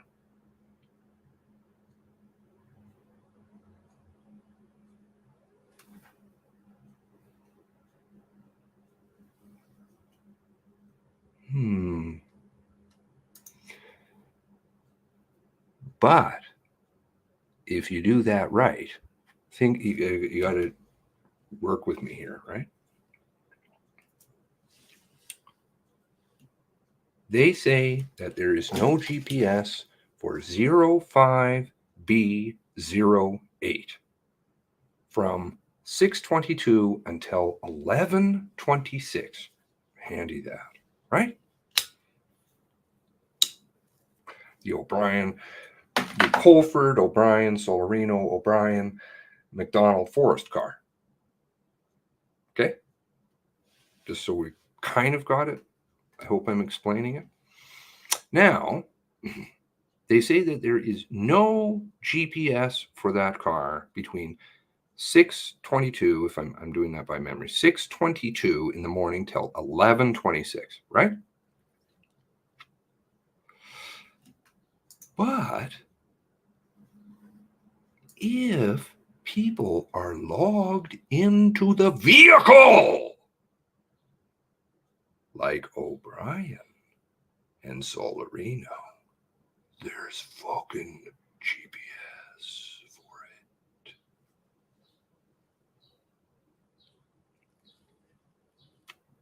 it. Solarino, who has no interview. Let's see, what does it say? A review of Solarino's handwritten notes and his typed report, which I'm not sure is actually on the website. Last I checked. Let me check right now. Maybe they put it up now.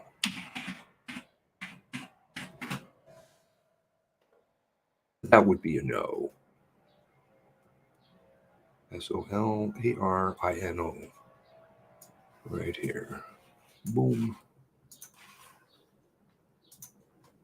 Solarino. No documents. Oh, okay. No documents.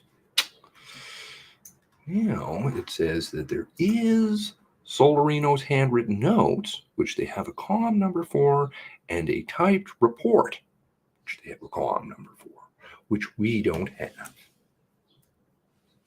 Why are they withholding that?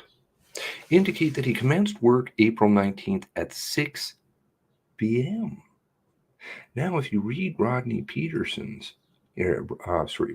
McDonald's interview, he just pawns it off because actually, I think, who is it? Is it Burl that does the interview? I can't quite remember. Well, they're thoroughly confused too. I don't think quite they've quite got the whole, 2-page multiple thing figured out. They just have Solarino. They just understand Solarino's on the car. That's all. And he's like, well, yeah, I took the keys from O'Brien, but Solarino was actually on the car and he just forgot to log out. But that doesn't work because how would O'Brien log Solarino in and then log himself in if he wasn't working until 6 p.m. at night?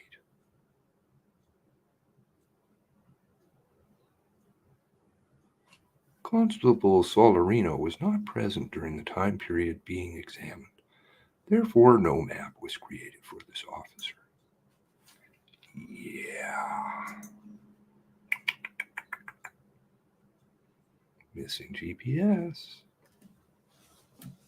And O'Brien is driving the vehicle. And it is O'Brien that's driving it. Because he says.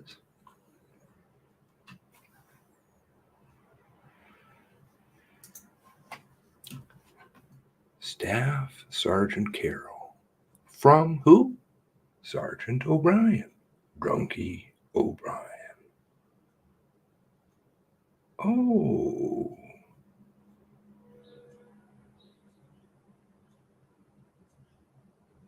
Huh.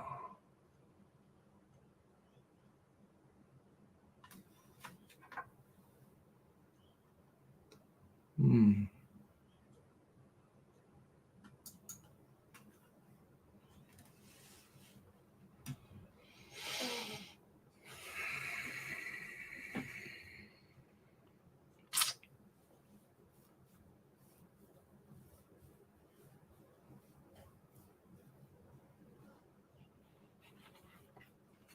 Big problem. Big problem. Excuse me, everyone. The proceedings will resume in 2 minutes. And just a reminder to ensure your electronic devices are turned to silent mode, please. Somebody better follow up on it.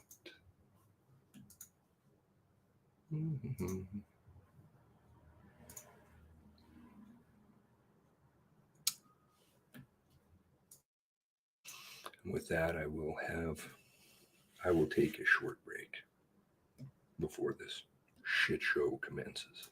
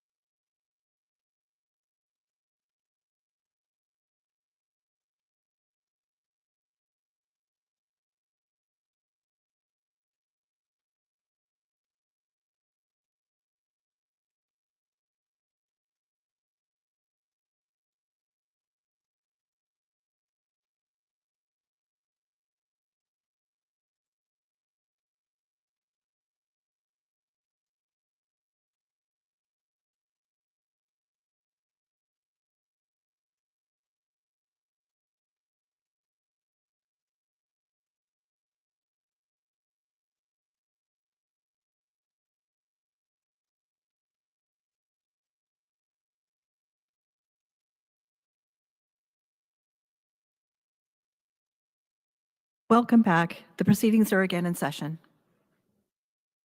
Thank you. We'll have the witness come back.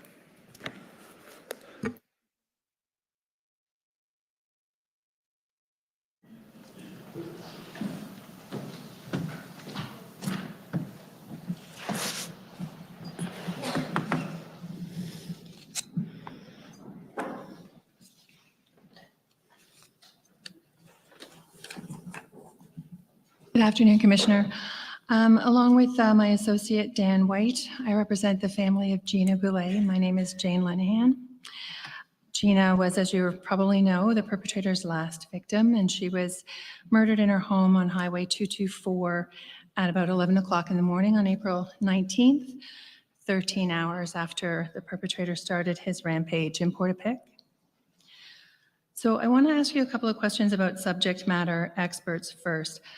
My recollection is that you testified yesterday that you see this commission as your subject matter expert in policing. Do I have that right?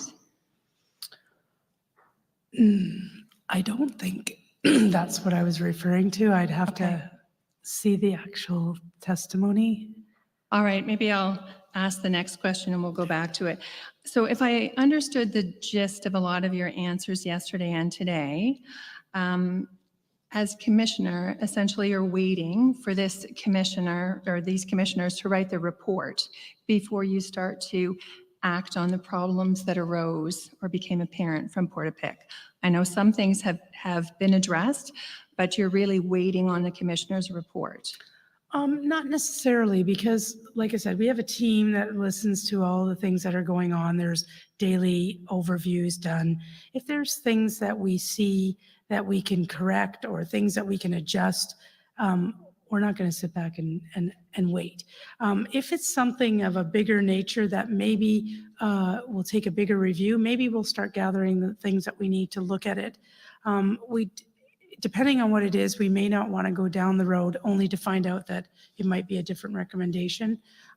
So no, I find in general when we get reports on inquiries, we're often 3/4 down the road on most of it because it's already things that we've realized. If we haven't identified them ourselves, the people listening to the testimonies have flagged it. So. All right, so my point was really that as commissioner of the RCMP, wouldn't it be fair to say that you and your team, your management team, are subject matter experts on policing? In some regards, like some of my policing might be a little bit dated, like on the ground of certain technologies or certain things. Concepts, yes, we've all got, like I said, I've got over 36 years experience, but some of the nuances and some of the new technologies, techniques, policies, procedures, I'm not like hands-on familiar with. All right, so just on accountability, would you agree that as commissioner, and you've mentioned a number of times that you're responsible for a 32,000 member force? And would that be consisting of commissioned officers, non-commissioned officers, and civilian members? And public servants. And public servants, okay. So you're ultimately answerable and accountable for the force. That's part of your role as commissioner? Yes. You agree with that? Okay. And would you also agree that your ultimate role and the role of the RCMP is to serve and protect Canadians? That's our primary mandate, yes. So in terms of decision-making and accountability, what I'd like to know is if what follows is an accurate high-level summary in terms of decision-making and accountability. So if a decision needs to be made, you might make the decision yourself. For instance, you chose to respond to the subpoena and come here to testify. So that's one option. You delegate the decision if it's within your immediate management group or team. That's another option of making a decision. You're not actively making it, but you're delegating it, and you might take part in that delegation. Yeah, and I will add that some of these delegations are preset. We have a whole matrix on certain things of authorities and under whose authority it is. We sign it off every year. So it's not a question of me today saying, today I'm going to delegate that to somebody. It might already have been pre-delegated.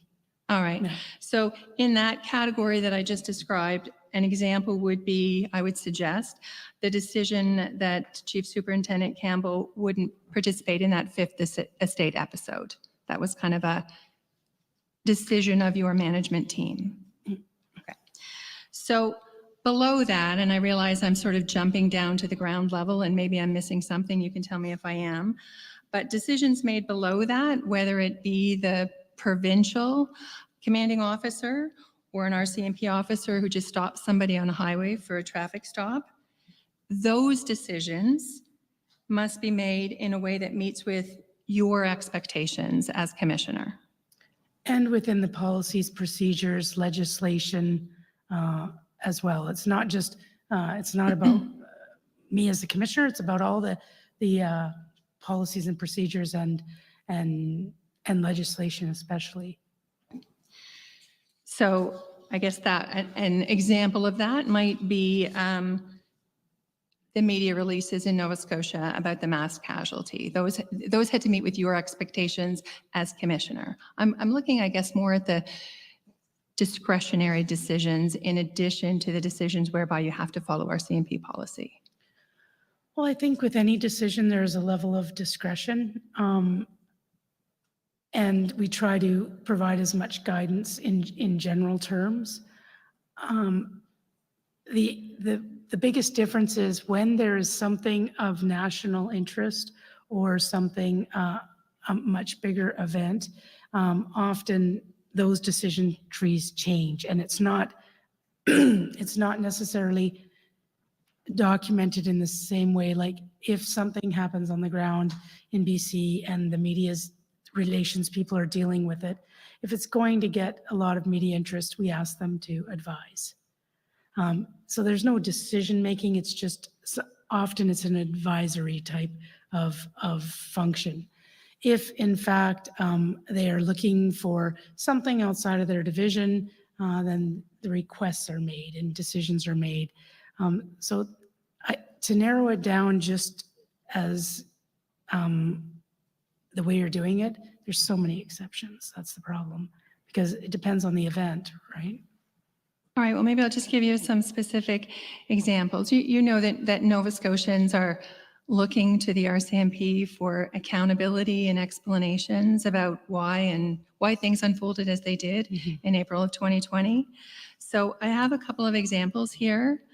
And what I'm looking for is your response to whether or not the following decisions or actions of RCMP members during those 2 days met or meet with your expectations as you're learning about them now. So, and I appreciate that you're 10,000 feet up, and I'm sure your counsel will jump up if I'm mischaracterizing anything. So the first one is Sergeant O'Brien, who was in charge of the Bible Hill detachment.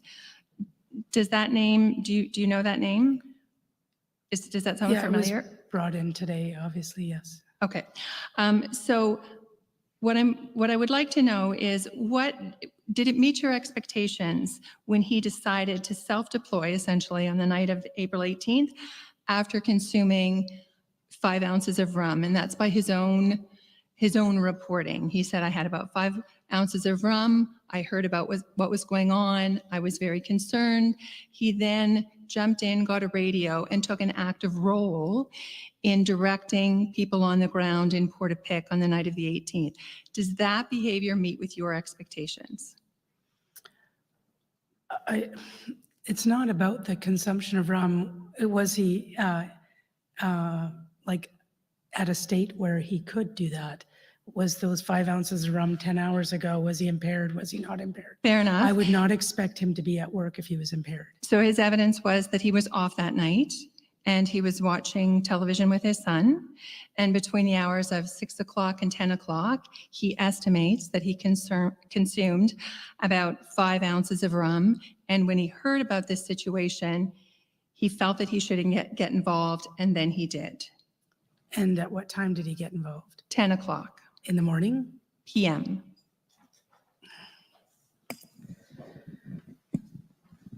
I'm sorry, did you say 10 o'clock in the morning? No, I didn't. Oh. PM. So he drank from 6 till 10 and then went to work at 10? That was his evidence. Sorry.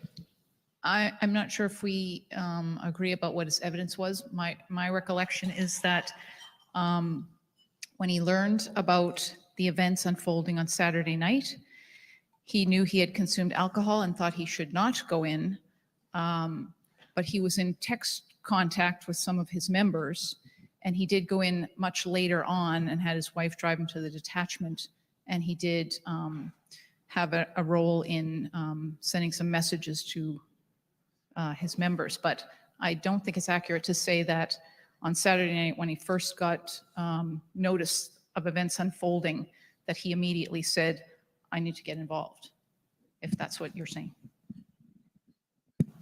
Ms. Lenahan?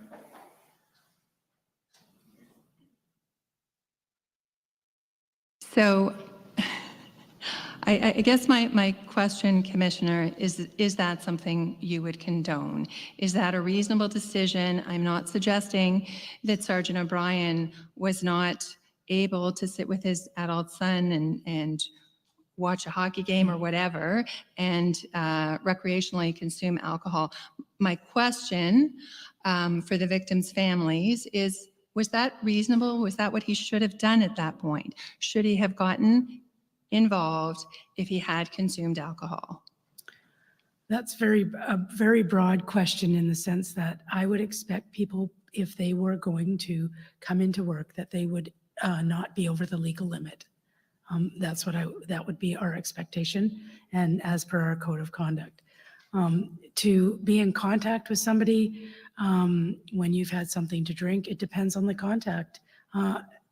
To say you can't be in contact because you've had alcohol, I couldn't be in the position to say. I don't have enough details to answer your question, I think.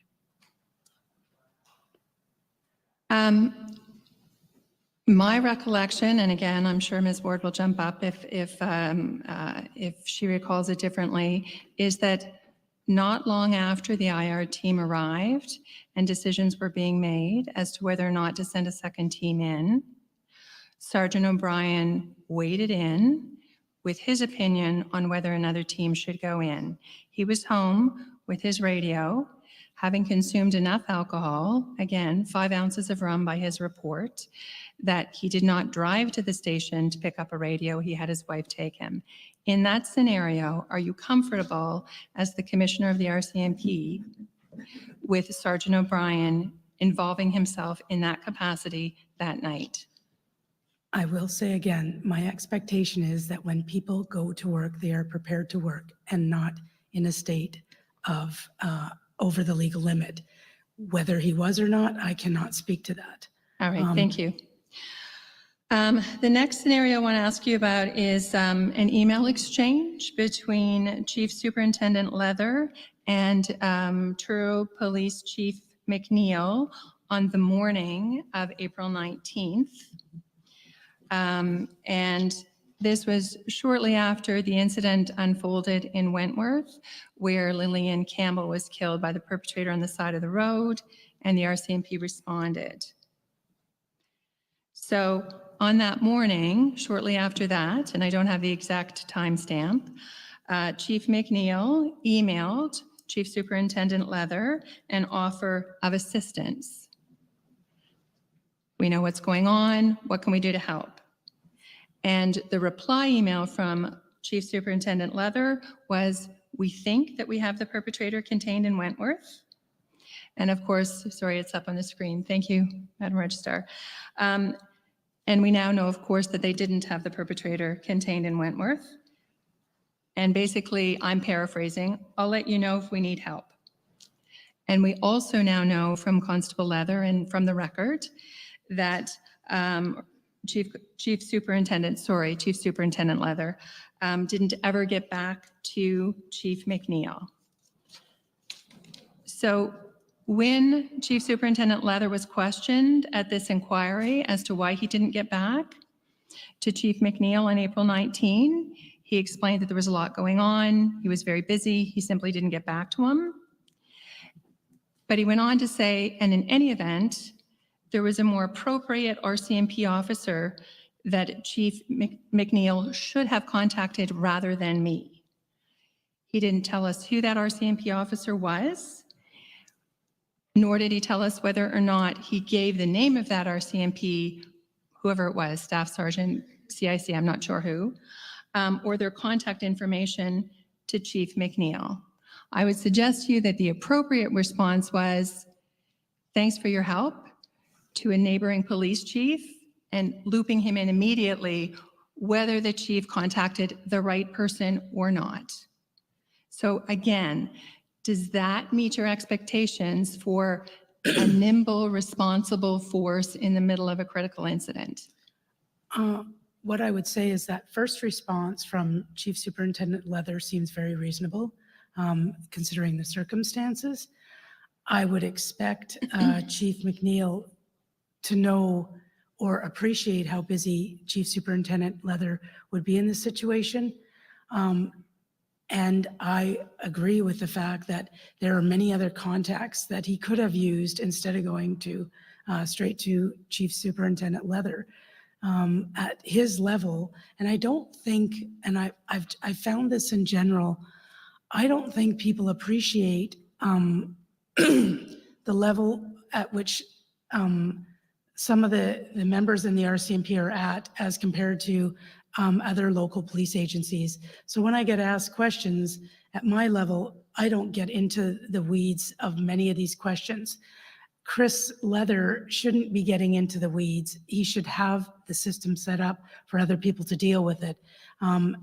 Chief McNeil, being a chief of police of a detachment that has many neighboring detachments around that area, should be able to also reach out to those which may in fact be his primary contact. I don't know the nuances of the ground. I just know that if somebody contacted me and asked me if they needed help, I would think, why are you phoning? The first thing that would probably cross my mind is, oh my God, gosh, why are you phoning me? There's probably another contact that he could have contacted, but I'm making a lot of assumptions here because there's a lot to this, to the question you're asking me. Well, with respect, Commissioner, he wasn't contacting you in Ottawa. He was contacting the crops officer in Nova Scotia to see if his police service could assist. I'm suggesting to you that was a very reasonable thing for him to have done, and further that the appropriate response should have been a substantive one, not a you've called the wrong guy. I have a very difficult time. I'm really sorry to comment. There's way more facts and details to this. You're giving me the overview. I don't know all the details. To make a judgment call without all the details, I'm sorry, I can't do that. And it's not that I don't want to make a judgment call. It's not that I don't know if it's appropriate or inappropriate. I just don't feel that I have all the facts. So to make that call, there's a lot of things that, you know, that could be done. And there's a lot of people that could be called. Chief Superintendent Leather is at a very high level in the RCMP in Nova Scotia. There are other people that, you know, and maybe one of his responses would be, I'm too busy, contact Sally. I'm too busy, contact Fred. I'm not even sure. But his initial response seems reasonable. I'm talking about the failure to provide the name and contact information of who the chief of the Truro Police should have called, and the failure, and then the failure to follow up. Well, I think at the time he didn't think it would be necessary because he actually thought the suspect was contained. So to give him another name, there's 1,000 things going on, and we've got the suspect contained. We're good, thanks. Now, when it changes, and they go through their resourcing and they need additional resourcing, maybe that's when he goes back to them. And like he said, obviously that dropped off the table. Should it had been on his to-do list? Probably, if he needed, but he probably remembered that he had access to resources. Whether or not he was in the position, at his level, he would not be deploying resources. There's somebody else that would be doing that. So the next, so I guess your answer to all of that is that you don't know enough to tell me whether or not that meets with your expectations. Yes. So The last one is the crime scene at the Goulet residence on Highway 224.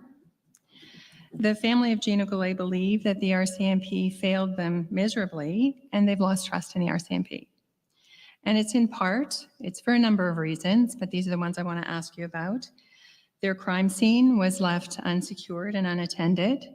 Gina's daughter and son-in-law drove by the day after her murder and found the scene in that state, unsecured and unattended. During the weeks following the murder, they found evidence that was not found and seized by the RCMP forensic team, and in particular, a bullet casing and a piece of lead. Gina's daughter and son-in-law were never formally notified that she was deceased, and they were never told by the RCMP where her body had been taken. And what I'm asking you is, based on the information I have provided you, are those actions of the various members involved within your expectations? It doesn't appear that, first of all, I'm sorry that happened. When somebody loses a life and family are needing answers to questions, I can't imagine what that would be like. And the fact that we weren't there to be able to provide that, the fact that we didn't meet the family's expectations, and there may, in fact, be all kinds of reasons, but it really doesn't matter because we didn't meet the family's expectations.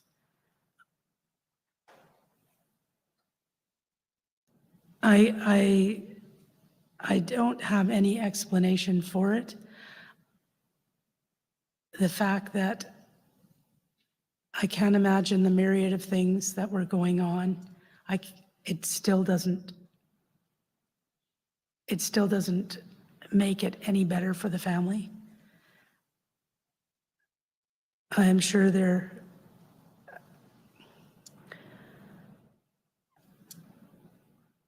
fact that people didn't tell their family that their loved one was deceased,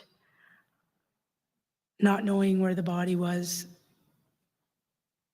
The only thing I can say is that, and it's not any solace to the family, nobody would do that intentionally. It doesn't make it right, though.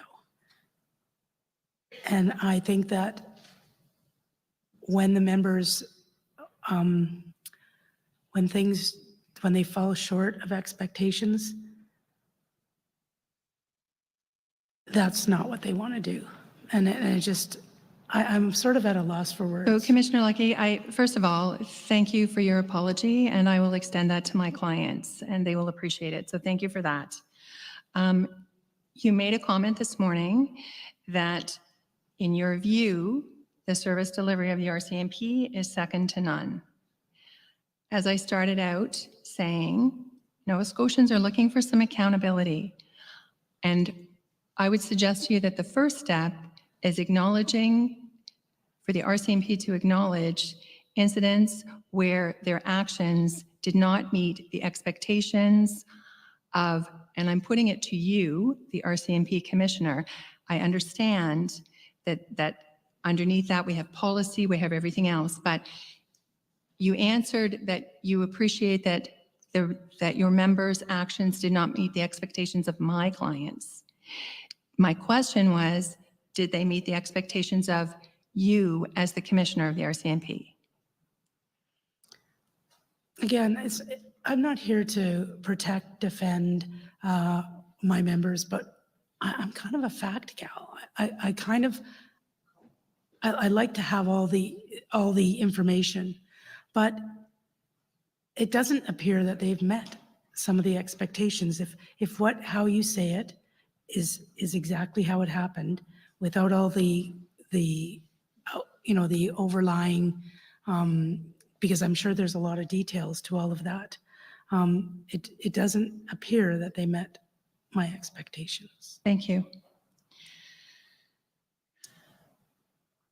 So a key question for the commissioners is really, moving forward, how are we going to hold the RCMP accountable to Canadians. So I'd just like to know if you agree with this observation.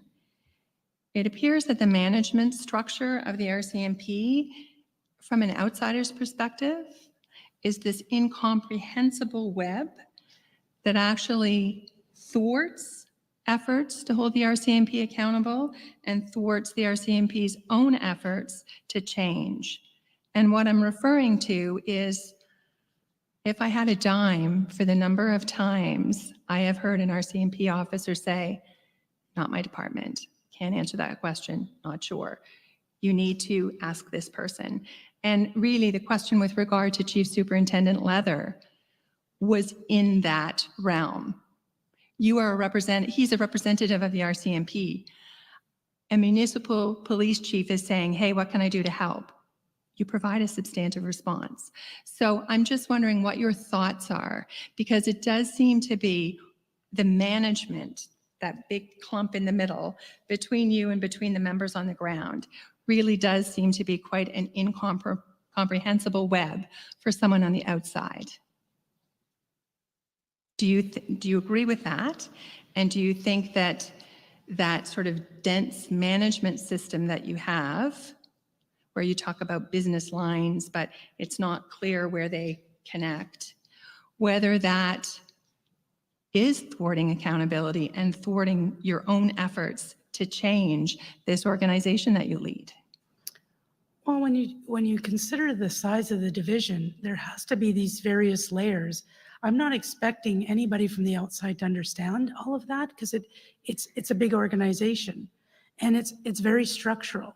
And what we have to make sure is that in between those structures, things go back and forth freely and timely and accurately. And when that doesn't happen, so when you give me the example of Superintendent Leather, that's just one snippet of what happened during that time. Could he have responded in a more fulsome manner to Chief McNeil? Yes, he could have. Under the circumstances, that the fact that they thought that they had the suspect in their sights, the fact that he pushed him off to the Le side. fait qu'il l'a assez poussé pour dire voilà ce qu'il en est, ça avait l'air responsable, raisonnable. Mais après cela, est-ce que quelqu'un a pu affronter cela? Oui, quelqu'un expliquer cela autrement, parce que évidemment je ne suis pas sur le terrain. Il doit y avoir des niveaux de preneurs, de décideurs. I myself, during that time, all of that, some of that went out the window because of the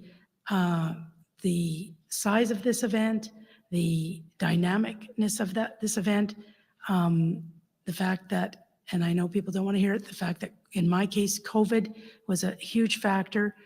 It doesn't make things right. I'm just saying that things were different in this event than any other event. And we should be able to have foundational responses. And foundational responses work when you're not covering half a province of geography. And so the fact that the perpetrator was moving, the fact that they didn't think the perpetrator was moving at one point, they based their decisions on the facts that they felt were before them. Obviously, the benefit of hindsight changes all that. The only part of hindsight that my members have is experience. They don't have the hindsight to say, you know what, this is what we need to do in this case. They use their experience, they use their training, they use their knowledge to formulate a response. In most cases, that works. In some cases, it doesn't. And there was, like you pointed out, things that weren't perfectly executed.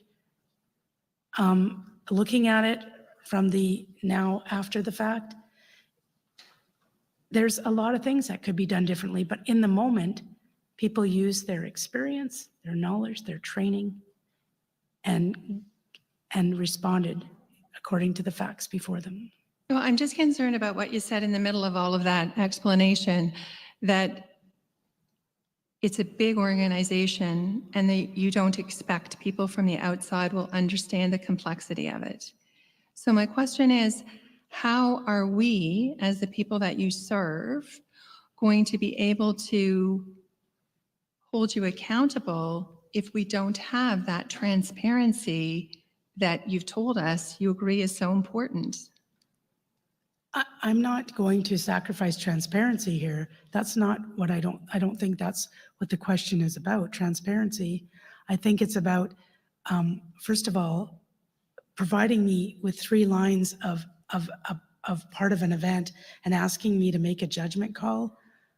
I don't think that's a fair, I don't think it's fair for me to do that. I don't have all the facts. From the outside, what you say, it doesn't seem, some of the things don't seem reasonable. It also doesn't, maybe there was better ways of doing it. Absolutely, there's always better ways of doing something. But I don't know if I am the best person with the little bit of information you've given me to make a judgment call. I would like to dig into all of this much more. Like you tell me, I wrote down 5 things that happened in the case of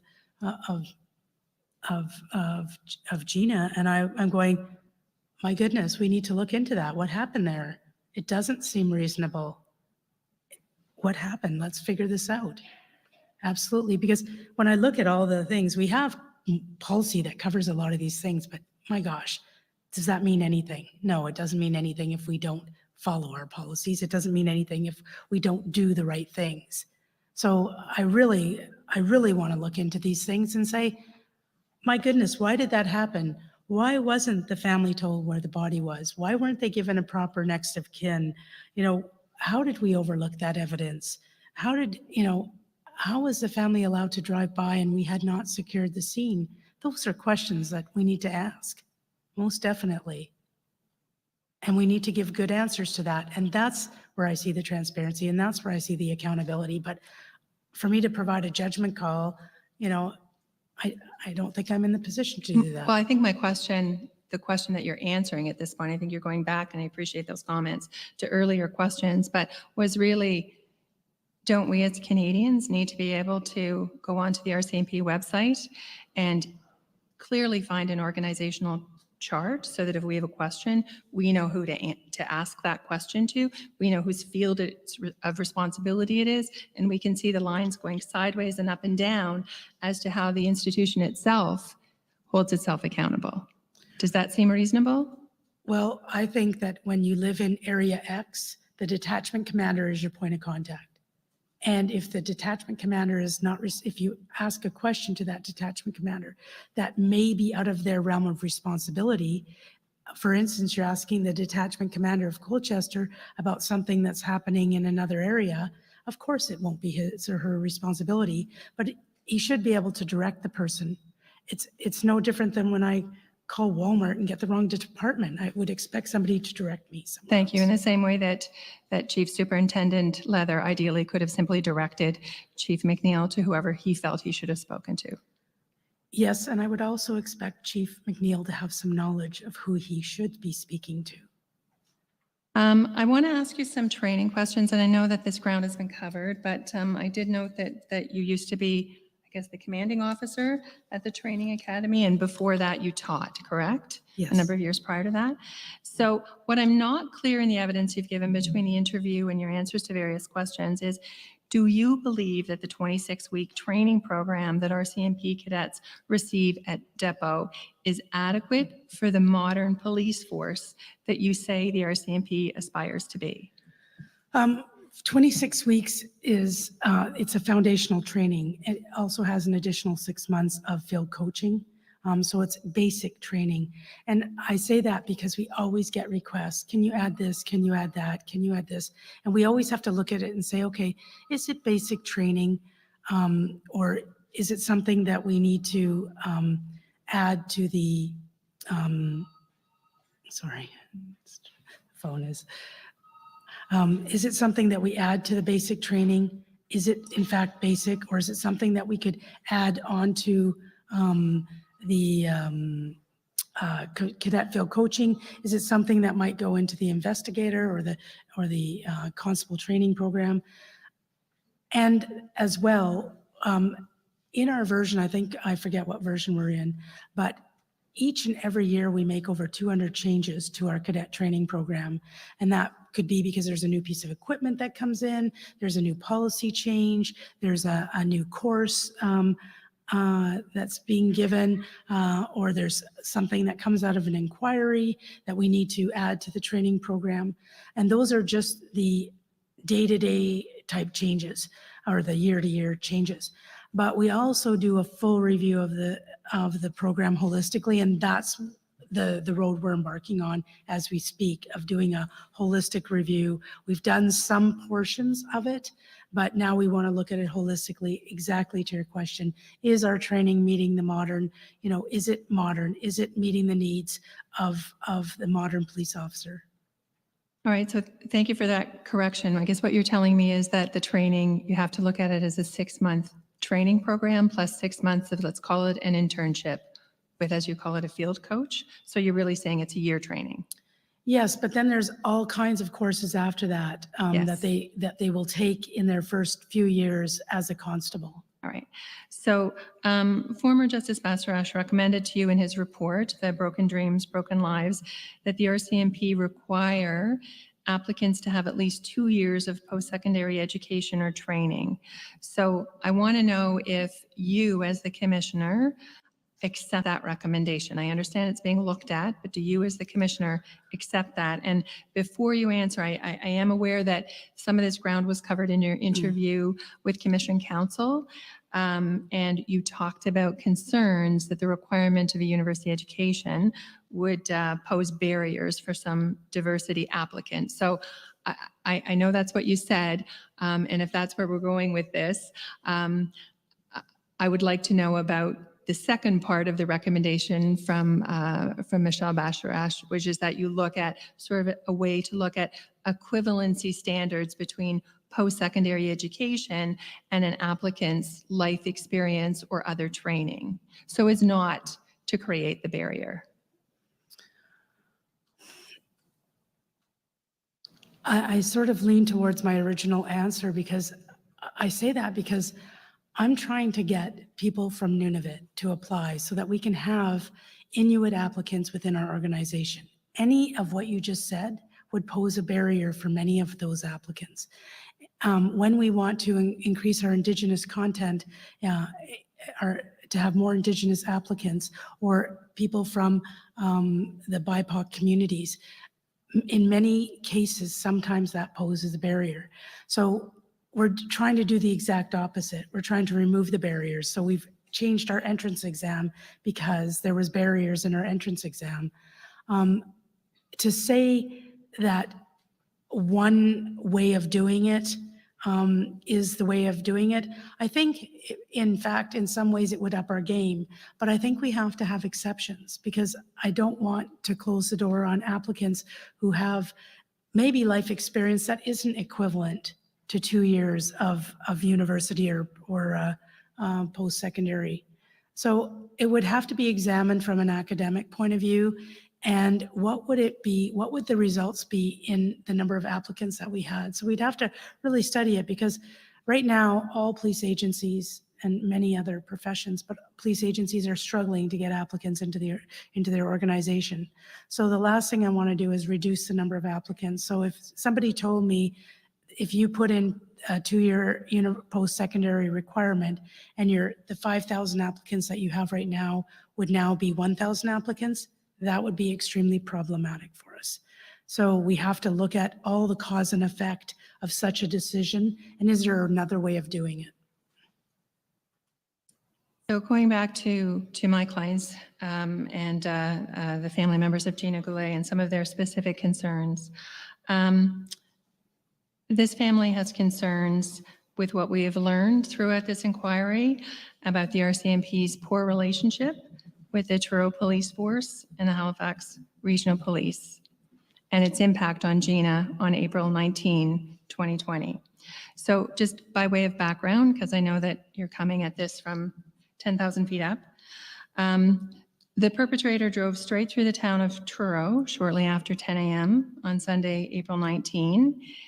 He then continued on and met up with Constable Morrison and Constable Stevenson in Shubenacadie, where he injured Constable Morrison and killed Constable Stevenson.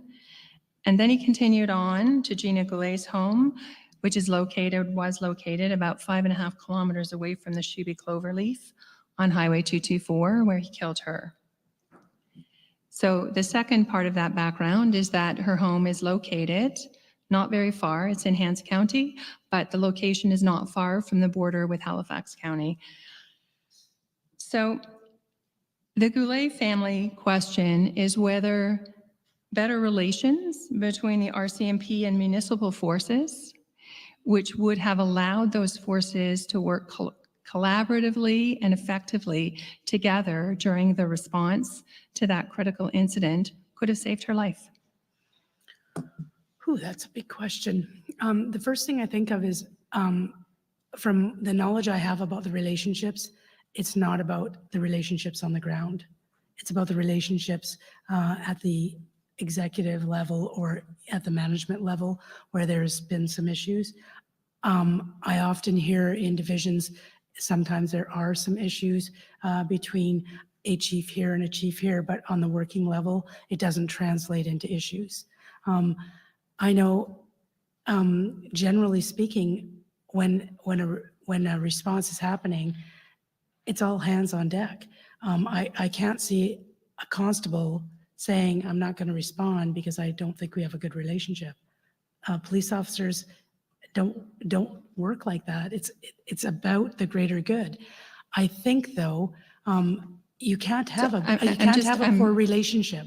You can't have a poor. Can I just one? Of course. You can't have a poor relationship because it will affect things. I just don't think it affects it at the ground level where people are trying to catch a perpetrator. They're trying to stop a perpetrator. I don't think Chad Morrison was thinking about the relationship with Truro Police when that happened at all. Or even if it was in Truro Police's area, nobody's thinking that way when a bad person is on, when you're trying to catch a bad person. They don't think in those terms. I'm not going to help that person.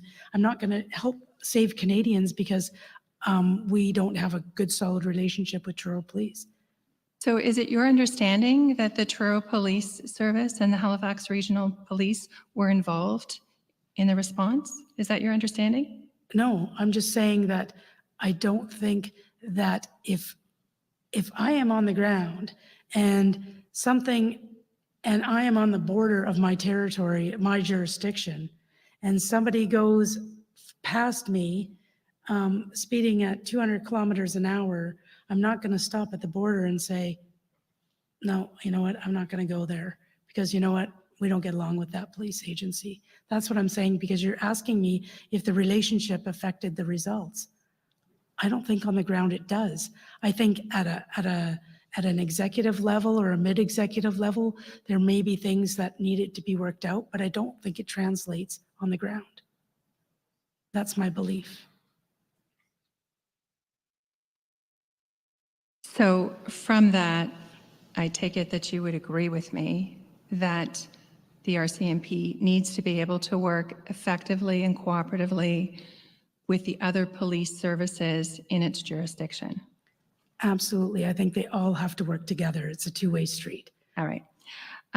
So we've also repeatedly heard throughout this inquiry from both commissioned and non-commissioned RCMP officers that interoperability issues and different training backgrounds do prevent the RCMP, and did prevent during the response to the mass casualty, prevent them from working with other police forces effectively and cooperatively.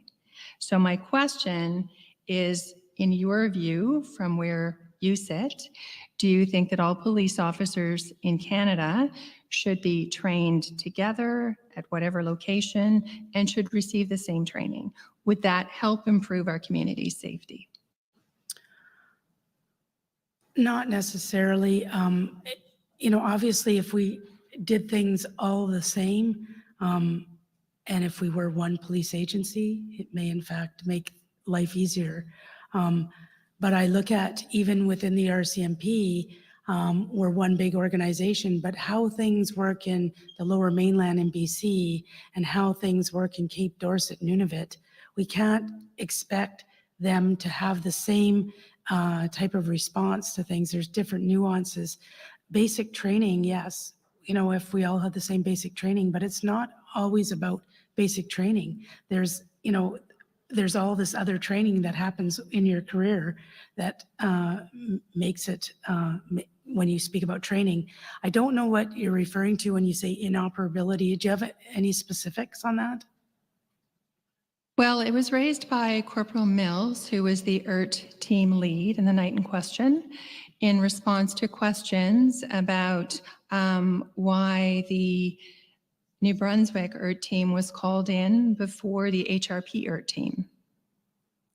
And my understanding is that it's different equipment, it's different training, it's talking a different language, whereas the example you used, from what we've heard, my understanding is that an RCMP member in Cape Dorset and an RCMP member working in the BC Lower Mainland in the Surrey detachment, that they do talk the same language, that they did have the same training, that it's going to be easier for them to work together than it is, for instance, for the Halifax Division RCMP ERT to work with the HRP ERT team. But they should be training together. They should, like That I know. was my question. Okay, but I'm just saying, when I was a tactical troop commander in F Division in Saskatchewan, we were only one TAC troop team. Part of our mandate was to train with another team because often we would be brought together, and that included municipal teams. So within a province, you don't always have the full capacity for a full response in an event like this. You can't staff to such an event, but you have to make sure that you have a contingency. So if you need those resources, where are you going to get them from? It's part of your business continuity planning. So if for example, if they're replacing an ERT team, I would see it normal for them to go to New Brunswick and say, okay, this ERT team is working till noon. They will be replaced by the one in New Brunswick. That I can see. But if they say we need an ERT team now, they should be going to the closest ERT team, which would be, I would say, Halifax Regional, if they needed instant backup. But if it was about a replacement, because as a critical incident commander, the second I put an ERT team on the ground, the next thing I'm thinking about is who's replacing that ERT team. So I would normally go to another division, or if a division had two ERT teams, I'd go to the north team versus the south.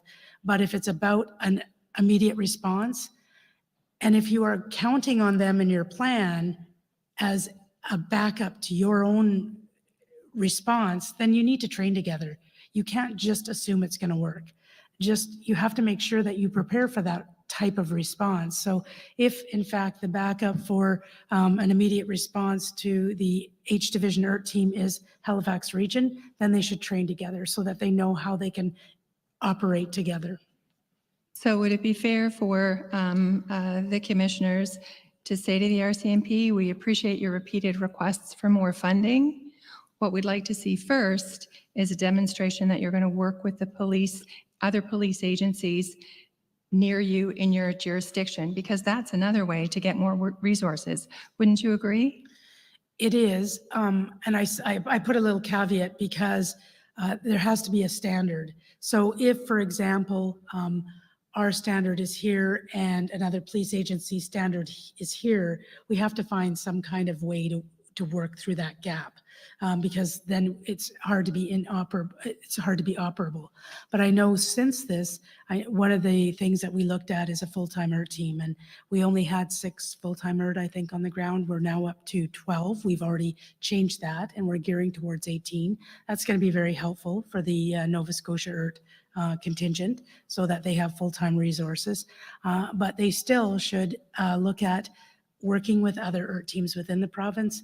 If it looks as if they want to replace a team, often they will go to that neighboring province, because by taking that Halifax regional team and replacing the RCMP team, you're now making Halifax vulnerable. So we try to use our own resources for replacement. Doesn't that make New Brunswick vulnerable? Sorry? Doesn't it make New Brunswick vulnerable It to pull the could, New but we Brunswick also team? have other resources to draw on. We have multiple provinces to draw on. So the RCMP is repeatedly characterized as a paramilitary organization. Can you explain that term to me? It's interesting because we just did a full review on that exact concept coming out of our training academy. We did a review of the paramilitary style. I say that because when we talk about paramilitary, to me, is obviously we're in uniform. We have a command and control structure.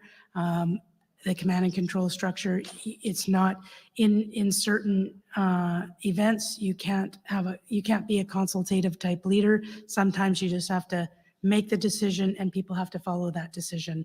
And that's where the sort of that paramilitary style comes in. It's also spoken about because we teach our cadets marching and drill, and that really is sort of not, I don't want to say it's an artificial paramilitary. We use parts of drill for to have teaching points on multitasking when somebody is in your face. There's all these learning points. So although it translates itself into marching, that doesn't, I don't include that in the paramilitary. From the outside, though, it does look very military, but we do use that for teaching certain skill sets. Where the paramilitary, I would say that any organization, police organization, is in fact partially paramilitary by the command structure. It comes from the fact, and I think people still call us paramilitary because we are actually called a regiment. We're the oldest regiment in Canada, as a matter of fact, and our chief commander is the Queen as a regiment. And that has its roots in military. And when the RCMP started, it was very military, very similar to military. And then as time goes on, it's really, we are a police agency. The only thing that's paramilitary about us is the fact that we have a command structure where somebody will, in fact, make a decision. We have ranks similar to the military, as does any police agency. Do you see that as any sort of impediment to change, and in particular to morph into the modern police agency that you envision with Vision 150? I think if it's taken to an extreme where it is impeding response, if it was impeding a response, then it would in fact be something that we would need to look at. I'm trying to, as I'm speaking to you, trying to come up with the results of that review that we did of the RCMP as a paramilitary structure, and I'm drawing a blank. I guess what I'm asking is, there's something in terms of that characterization, the paramilitary background, those characteristics that the commissioners should be aware of in terms of the RCMP being able to change and be more responsive should there be an event such as the one that we tragically had here again in the future? No, I don't think so, because as I spoke earlier, organizational change, we've been doing it for years, but we've really focused on a lot of change since I got in the chair, given the mandate I was given by then Minister Goodale to change the culture, transform the culture of the RCMP. And I have not seen any resistance to the change. So paramilitary or not, I don't even consider ourselves really paramilitary. I don't see it as I don't see it playing itself into, I'm not going to change. And most all people that we hire have no military background. Thank you. I just have one more series of questions, and you were asked about this by Commission Counsel in your interview, your very recent decision in July of this year with regard to, or I don't know if the decision was July, but it was released publicly in July in relation to Constable Devin Pulsiver and the 2018 incident where he was accused of sexually assaulting two female RCMP members, him being an RCMP member himself. So really what I want to know, and I want to give you an opportunity, I know that you've canvassed this with Ms. Young, but I want to give you an opportunity to respond to the idea that this may very well have been a missed opportunity for you to demonstrate cultural change, both to your own members and to the Canadian public. So I'm just going to quickly go through, and I know I don't believe that your decision is, I don't believe that we have it in relativity and it's not been exhibited. So, if you feel that I'm not accurately stating this, please let me know.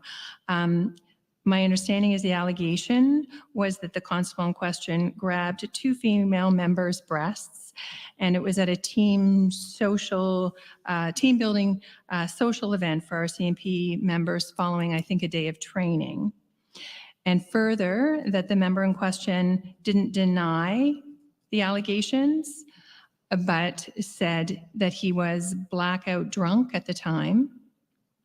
CERT investigated and found that there were grounds to lay criminal charges of sexual assault against the member. Then the 2 female complainants decided that they didn't wish to pursue criminal charges. The matter was then referred to the RCMP's Conduct Board. And the board's decision was to dock the constable in question 35 days pay, directed that he was ineligible for promotion for 2 years, and ordered him into alcohol abuse counseling. Then retired Commanding Officer Bergerman appealed to you, arguing that the constable's actions met the definition of sexual assault, and he should either resign or be dismissed. And your decision released last month was that you were not going to interfere with the board's ruling. So that was kind of a long-winded background question. I just want to give you the opportunity to speak to this, because certainly I would say that an argument and a submission can be made that this is a demonstration that it's just same old with the RCMP, nothing's changed. Your facts aren't exactly true. The commanding officer doesn't appeal to me. They make an appeal to the board. The board made a decision on the dismissal.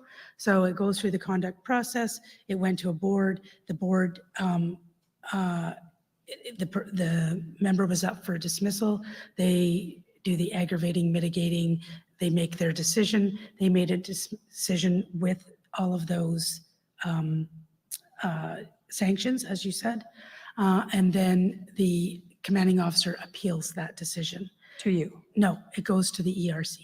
Okay. To the External Review Committee, which is external to the RCMP, and they appeal the decision. The ERC makes a decision on the appeal, and if there is an error in process in that appeal. And they made the decision that the decision was proper, the decision of the board. And so then it comes to me to decide if the ERC is incorrect. Or if they, in fact, if there was errors in the decision making and I don't agree with the decision of the ERC.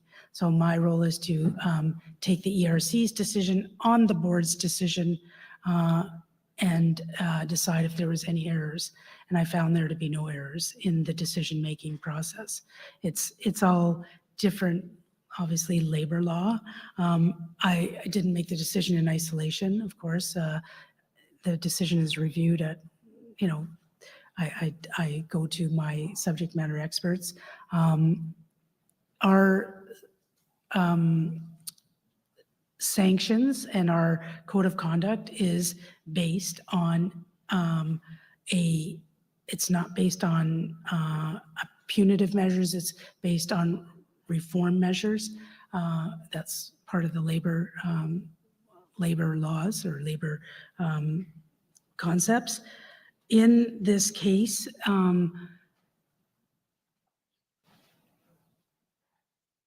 the sanctions that were given were given based on, like I said, aggravating versus mitigating circumstances.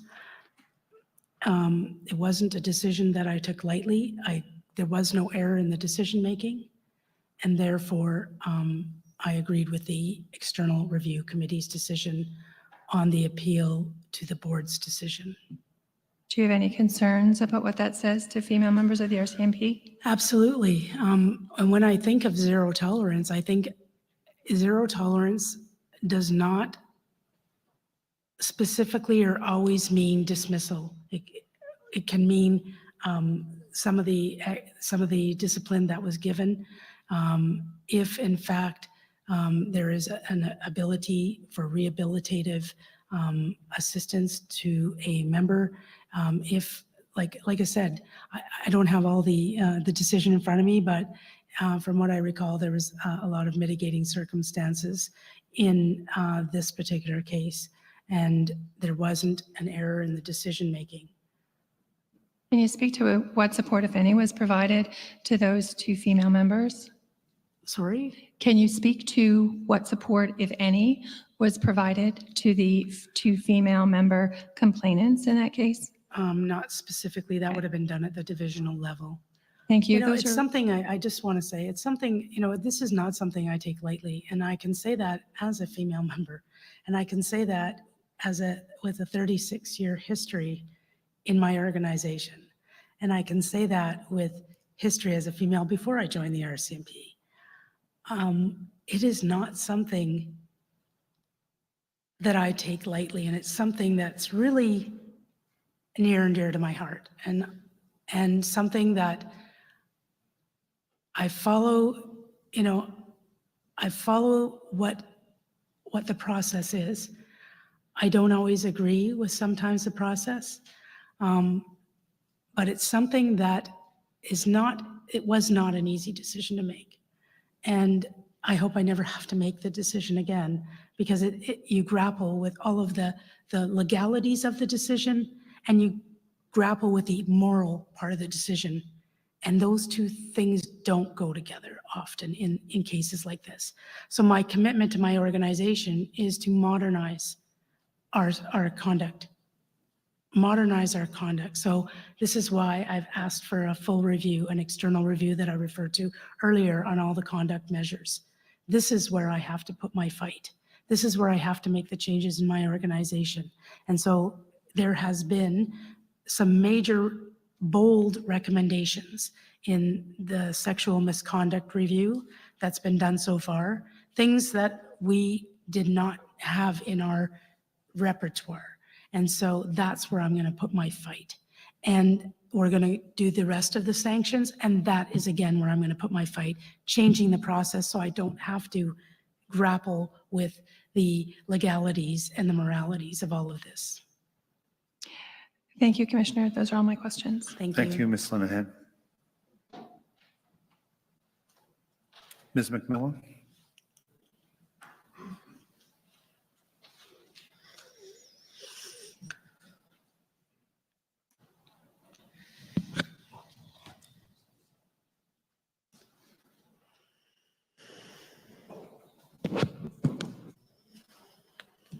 Good afternoon, Commissioner.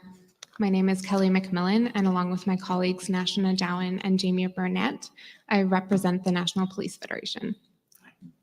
As you know, the NPF is a union representing RCMP members below the rank of inspector, including approximately 100 members who responded operationally on April 18th and 19th, 2020, and who were involved in the subsequent H-Strong investigation. The NPF's members remain deeply and directly affected by the mass casualty and the events that followed, both from their exposure to trauma related to the mass shooting and from the loss of their friend and colleague. And the NPF has heard from many of its members who feel that they have not heard enough from you in terms of public statements in support of them and in support of their efforts, and that they have not heard from you directly when they've needed it the most over these most difficult 2.5 years.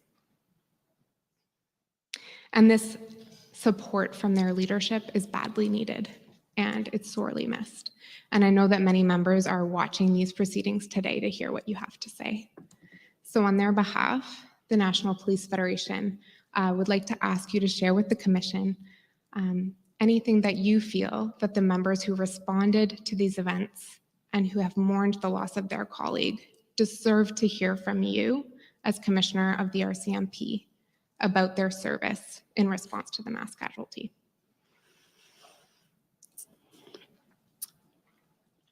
I can't I can't imagine what our employees and our members went through on that night.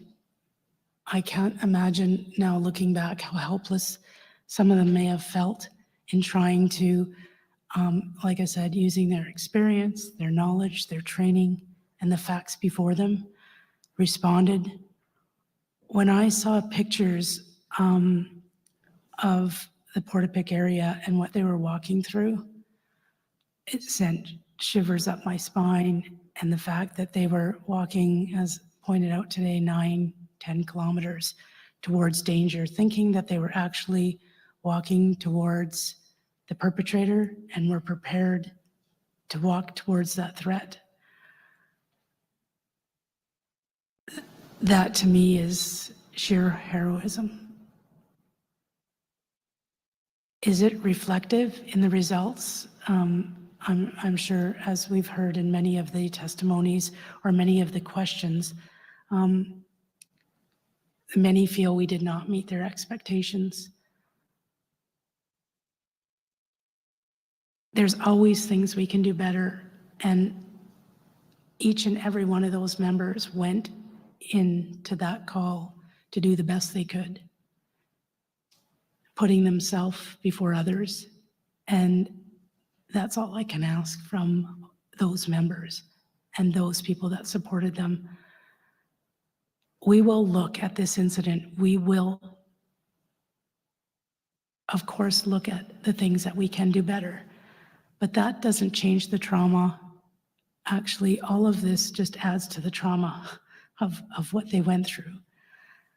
To put their best foot forward and to be criticized and to look at it from a, hindsight. Oh my gosh, if we had hindsight, you wouldn't need police, ever. And to hear the criticism in those first days made me sick to my stomach. And if it made me sick to my stomach, I can only imagine how they felt. Because many of them born and raised in Nova Scotia, many of them are they're part of the community, whether or not they're born there or not. They're part of the community. They know people. They know many of the people that died. They know the families and the friends of families that have been affected. They lost one of their own. Another got injured. I don't know how we get through this. We're going to do the best we can. I'm hoping to God that everything that we have in place to assist all of these employees will help them get through the other side of this. There's so much resilience that's been shown by the membership so far. And, it's interesting. We talk about H strong, and I'm telling people, because I was at somebody who deals with crisis management, you don't have to be strong right now. If you need help, please go get help. Don't feel that you have to be strong and that you have to be a certain way. Don't suffer in silence. We have worked far too hard to get rid of the stigma of traumatization and mental health. We'll be there for you, whatever you need. I want that message out to everybody, that get the help that you need. We need to make things better so that they won't struggle with a response, but I also want to say there was a person who killed 22 people, a heinous crime, a highly motivated person that was there to do harm, who actually did a lot of planning. Could we have figured that out beforehand? Maybe we could have figured out parts of it. But if somebody is that highly motivated to do harm, we use the response we have, but it doesn't always work. If somebody wants to kill somebody, they can kill somebody. And that's unfortunate. And so I really think that they have done extremely well under the circumstances. I think the aftermath has been worse than in some ways, in the days following. And I'm really proud of our members and our employees. And I'm proud of what they've done. And I'm not saying, and my message to the families, I'm not saying we're perfect. We are not perfect. We will always try to do better. I think that before this incident, I think Nova Scotians had trust in their RCMP. I think they believed in their RCMP, and this incident has shattered that trust for many. But my message is, I hope that one day in your heart, you can find yourself to find some trust. I know it's not going to be easy. It's something that we have to earn. It's not something that we have and hold forever. But I know that the members in Nova Scotia are committed to that. They're committed to the community. They're committed to Canadians. They do not want to see anything like this ever happen again. And I think that, I think one of the things that was sad was people were scared. It's pretty hard to talk about the good work that your members do when 22 people die. And a lot of criticism. And when we look back with hindsight, there are things that, yes, we could have done better. And it's hard to come out in front of that without offending somebody and saying how proud you are of your members and trying not to rekindle a negative narrative. So sometimes you think, well, I'm going to pick up the phone and I'm going to talk to that member. I'm going to say something to them. And I should have been out there a lot earlier. That I can't go backwards. I can say there was all kinds of reasons. But I should have been on the ground. I played too close to I followed the rules. I shouldn't have been following the rules. I should have been there to support our membership. And I really do apologize for that. And it's not because I wasn't thinking about them. I was doing everything behind the scenes that I could to make sure that they were supported.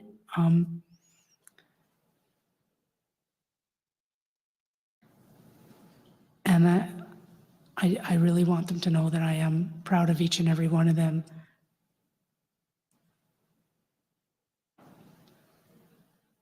I'm going to stop there.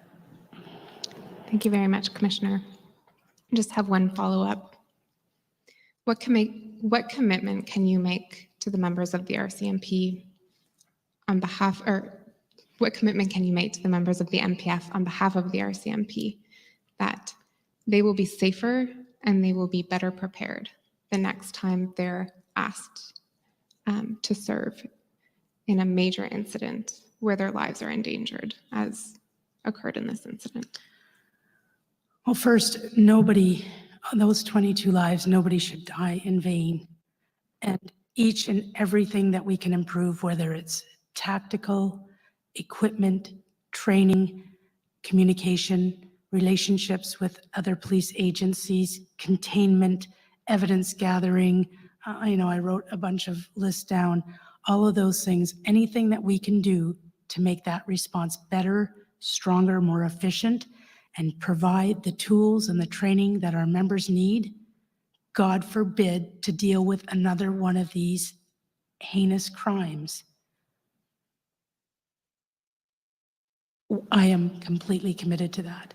And I think we have shown over the years a lot of the things that we have brought forward with various different tactical training, equipment and training, tactical responses.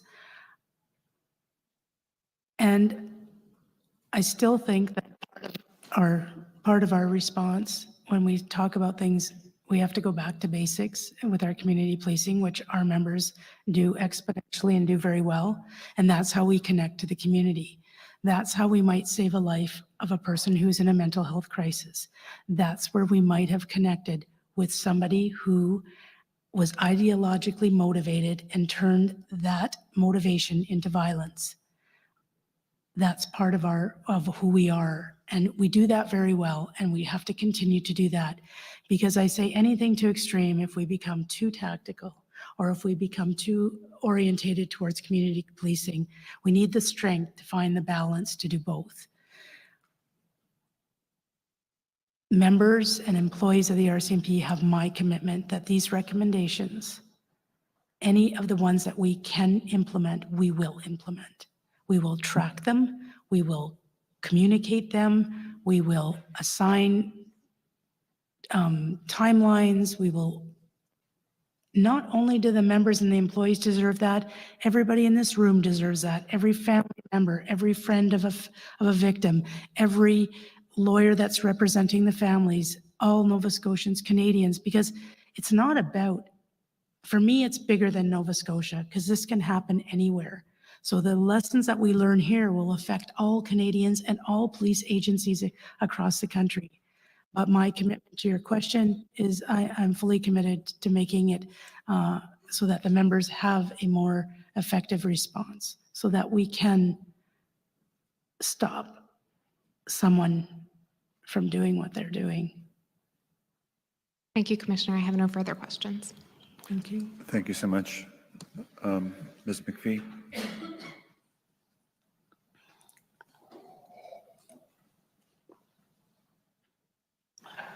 Thank you. Good afternoon, Commissioner. As you know, I'm Patricia McPhee, and with my colleagues Laurie Ward and Heidi Collicott, we represent the Attorney General of Canada. It's been a long day, so I'm going to try and be brief, but bring us back to the issue of recommendations coming from this commission. I'm really going to pick off where Ms. McMillan left off just a moment ago. How can the commission be sure that the recommendations they make in this inquiry are realistic and capable of implementation? Is there anything you can share on that issue? Yeah, I mentioned it a little bit yesterday. You know, if things are very granular, if they're very specific, sometimes it's difficult. So I've used the example with the Bastarash report and daycare. You know, instead of saying daycare, how can we help shift workers?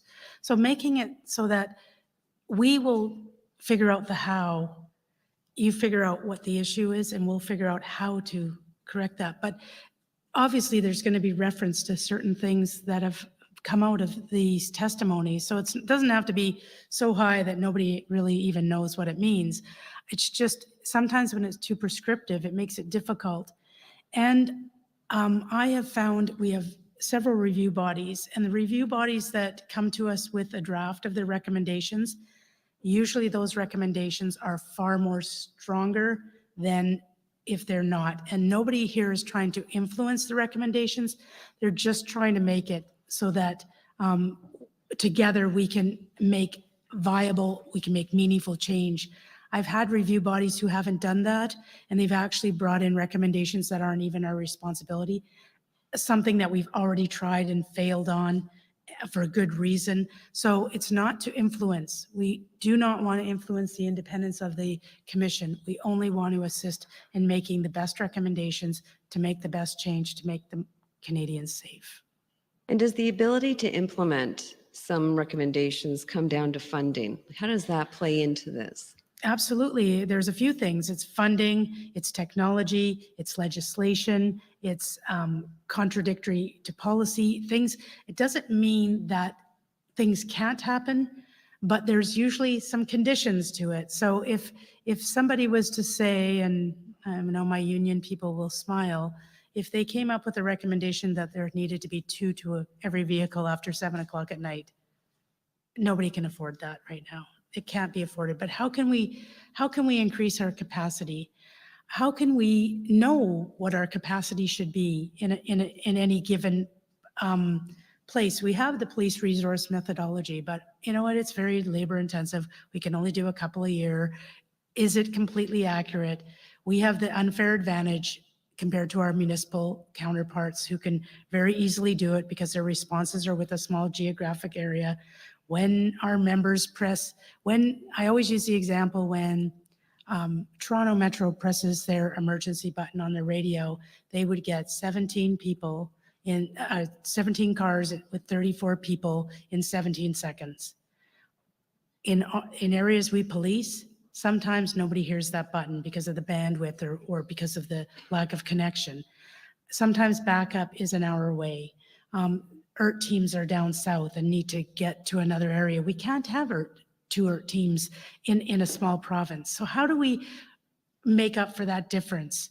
And we are so effective at making up for those differences, because if you look at our ratio of police to population, it is the lowest of anybody. We are the least expensive. We are the least resourced.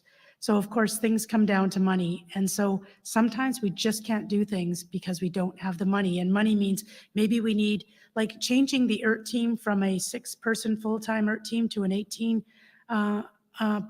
person full-time ERT team. That is expensive. And the training that goes along with that, that's an expensive venture. It should be non-negotiable, but can provinces afford that? Can Nova Scotia afford that? We're making it work. And sometimes we make it work on the backs of members. So we don't have enough resources. And today somebody was talking to me about overtime. We supplement resources with overtime. That sounds great. It's good for the paycheck in a temporary measure, but it burns out the members. We need members that are crisp, clean, clear to work their shift. And we don't have enough resources. We've had many studies that said the RCMP is not resourced or funded to do everything that we're asked to do. People question our model. Our model is the envy of most all police agencies outside of Canada, because the ones in Canada we work with, the fact that we have the flexibility to move entire people to the fire in Fort McMurray and to the manhunt in Manitoba, and resources to Nova Scotia during this mass casualty. Yeah, were they on the ground during the actual tactical response? Maybe not. But did they relieve the members who couldn't work another second? Yes. When we had Heidi Stevenson's memorial, it was important that the people from OCC went to the memorial. How can we do that? We need people in the OCC. We were allowed, we could bring people in from another division and cover that off. So we do the best we can with what we have, and we have a great model. We just need to make sure that we're funded for it. And so, yeah, some of these recommendations will cost money. Technology is crazy expensive. And I would imagine from what you're saying that that kind of feedback would be important for the commissioners to know when they're developing the recommendations, where it comes down to, say, provincial funding, municipal funding, and the ability for these various recommendations to be put in place. It seems like there's going to have to be an interplay of many parties in making them a reality. Absolutely, because if you say something and you expect the federal government to take care of that, it might not be the federal government's responsibility. It might be under the provincial contract. It's a contractual obligation. So we have to make sure that we're not putting in recommendations that contradict legislation or contracts. But it's not to say those are not, they're not impediments. They could be delays, especially when you talk about timelines and technology. My goodness, things do not happen overnight. And people say, oh, that's an impediment for the RCMP. Well, when you're rolling out 20,000 body-worn cameras, it's not Truro Police where you might roll out 50 or however many. This is a huge contract. And so when we do those things, we're very effective, but it's a lengthy process.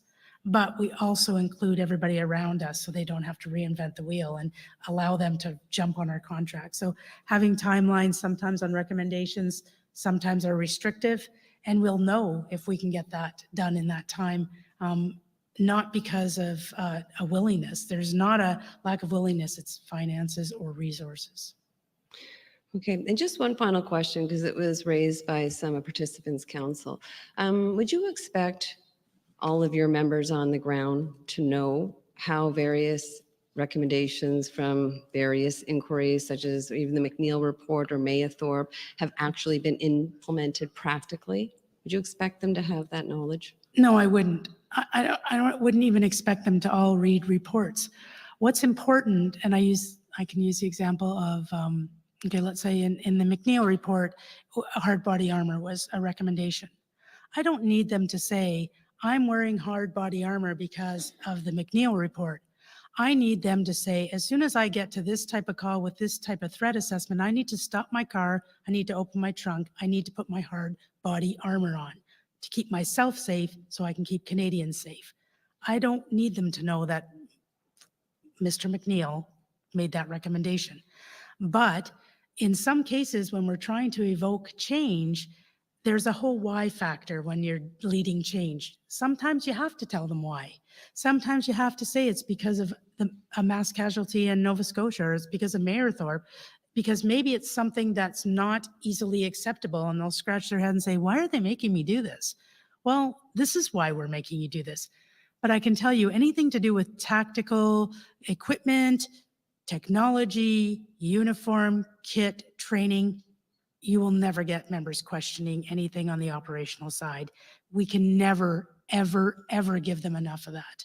And they beg for it. And we have to prioritize, including our IT and what we do on the technology side, because there is some incredible technologies out there, but they're very expensive. So we have to prioritize what we can and cannot do.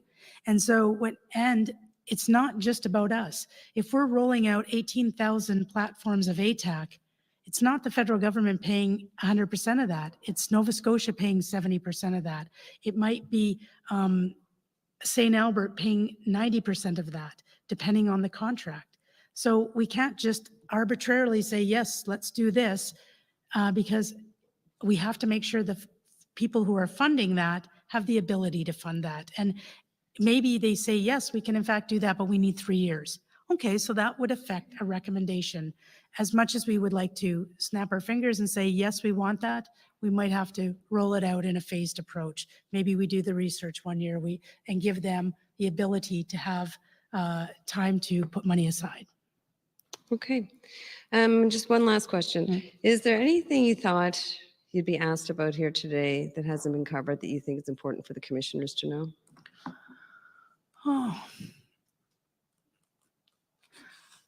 No, I did think there were some things that got a lot of attention that were probably not going to change anything on the ground.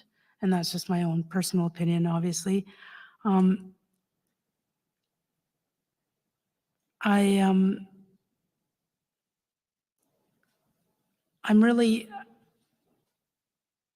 glad to see the families here, because then for me it means everything resonates far deeper. To be in a room or doing it virtually or being somewhere else wouldn't resonate. Obviously I'm still committed, but it doesn't resonate as deeply.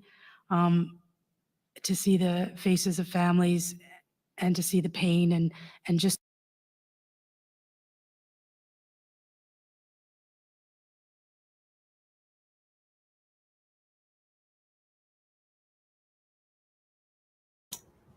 I guarantee you there's exploding in the room right now. I guarantee you. CSE, fuck off.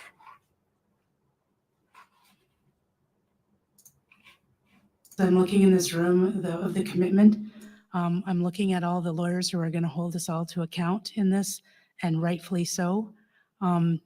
And I did want to apologize to, and I forget your name, I was losing a little patience with your questions yesterday. But holding us to account is super important. I think too that I want to apologize for the RCMP, but in such a way that we weren't what you expected us to be, and I don't think we were what you wanted us to be or what you needed us to be. And I wish that we could have been more, and we could have been different, and we could have predicted, and we could have had more hindsight. We could have had a lot of things. But I still think that it was extremely heinous. I've never seen anything like this. I have 37 years of experience. I read up on all kinds of immediate, active shooters. And if anybody ever thought this would happen in Nova Scotia, nobody could predict this. And so we have to make sure we get this right. And there's we have to make sure those recommendations will help us. And And there are a lot of things that maybe we can't do, and maybe with the push of the commission, we can. And so that's the type of thing I think I challenge in a sense that we tell our story, but we don't own a contract. It's public safety. We're the service delivery people. We don't own the contracts. We don't tell the provinces what they can spend their money on. We try to present the best case we can. But I think if there's recommendations to be had that help us tell that story, I'm there, and we have to make sure we get this right. Thanks. Thank you. Thank you, Ms. McPhee. And thank you, Commissioner Lucki. Those are all the questions that the various council for the various participants have, but the commissioners will have some questions for you. So would you like to take a brief break now, or would you like to continue on? Just a quick. Yeah, we'll take 10 minutes. Thank you. Thank you. The proceedings are now on break and will resume in 10 minutes.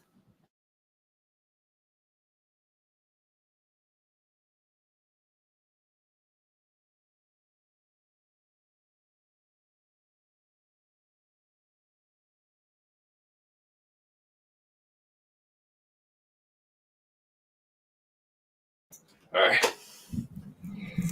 Okay. I haven't eaten since yesterday, I think. Sometime. I think I had soup yesterday. Anyway, so just feeling a little hungry. Oh yeah, I had that something a little earlier. Apologies. This is going to be, that wasn't very positive reception I was picking up. People were laying down.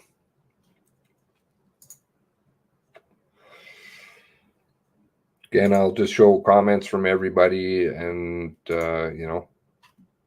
everybody has their own opinions, and that's fine. I think basically everybody's on board that this is a catastrophic error, not error, catastrophic disaster as to how to clean it up. I don't think you fire.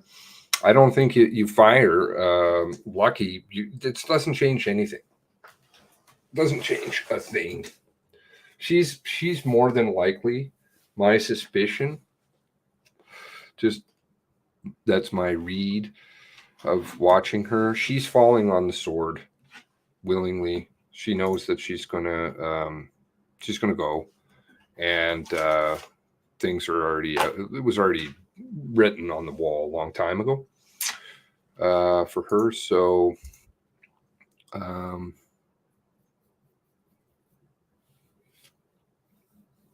So, I mean, you can either try and go out on a good note,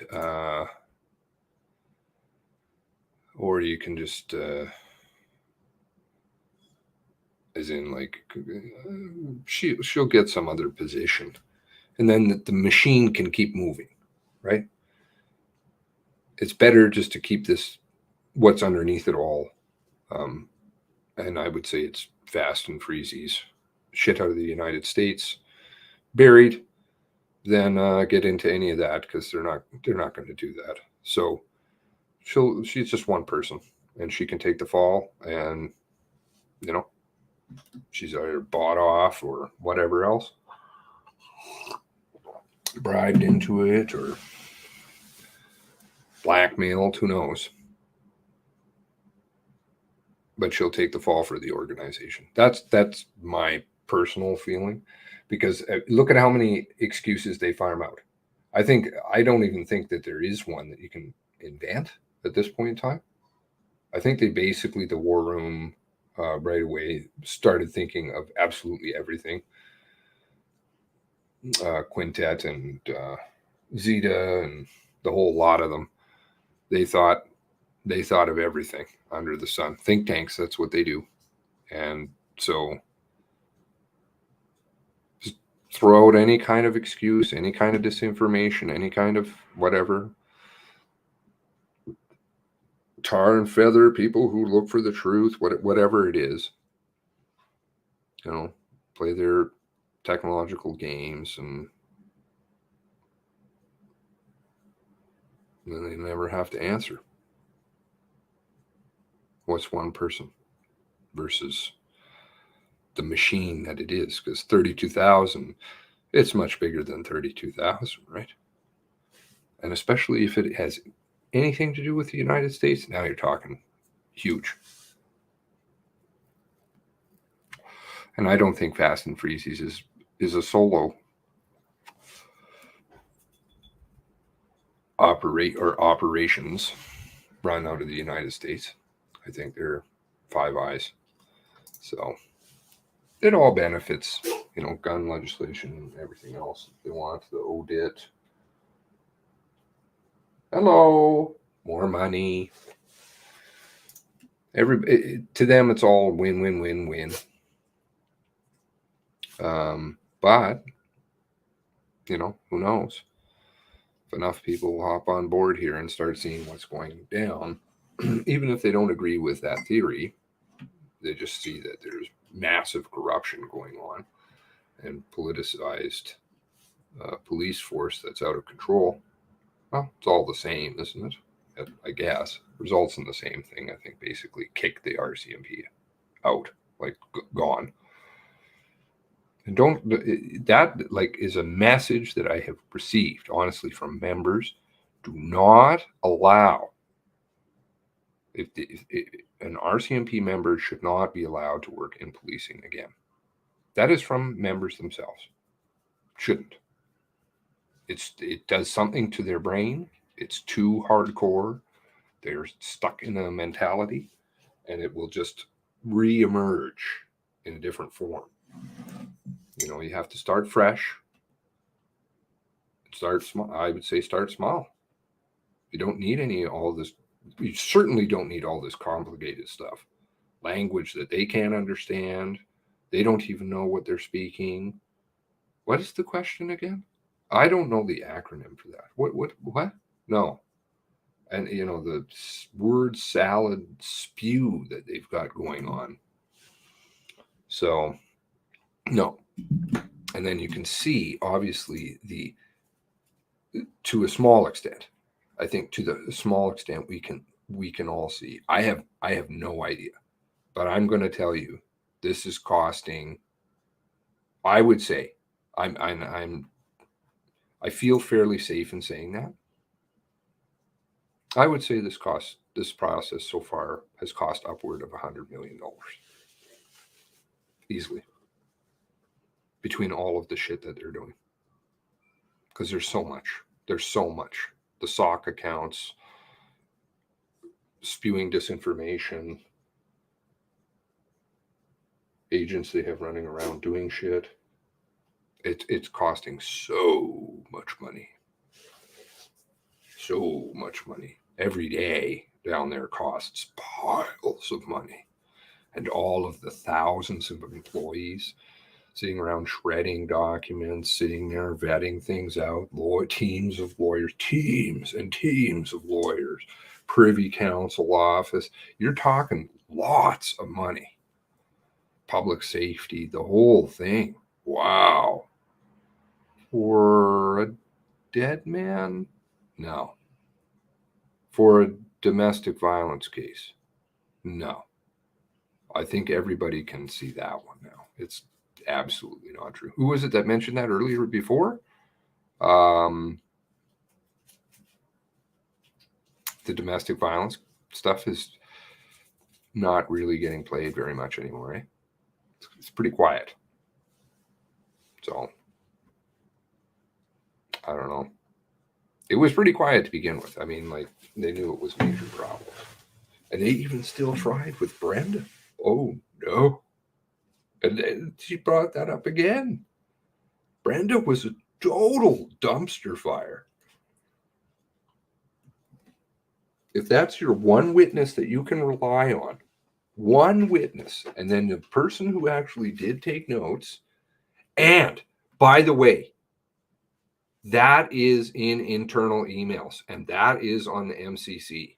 The RCMP themselves right away had very serious problems all the way to leather. It was known with Brenda Forbes, her story, major problems.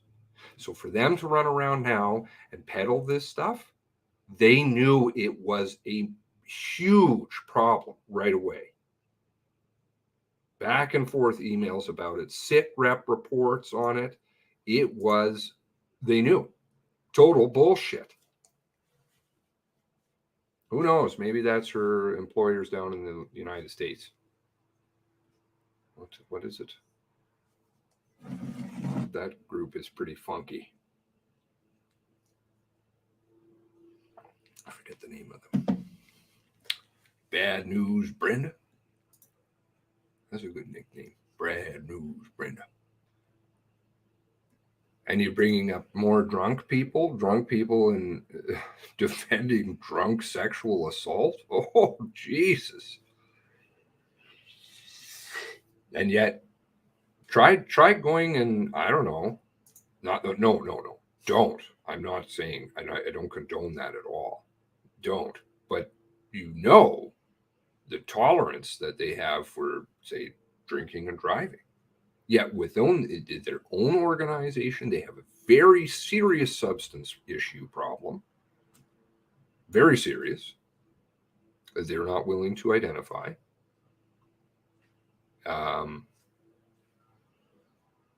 And the law for me isn't for thee.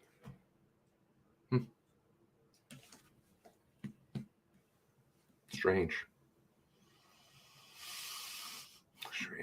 Lawyers are either the stupidest bunch of lawyers ever. Okay, well, I'll just let Tara say her piece.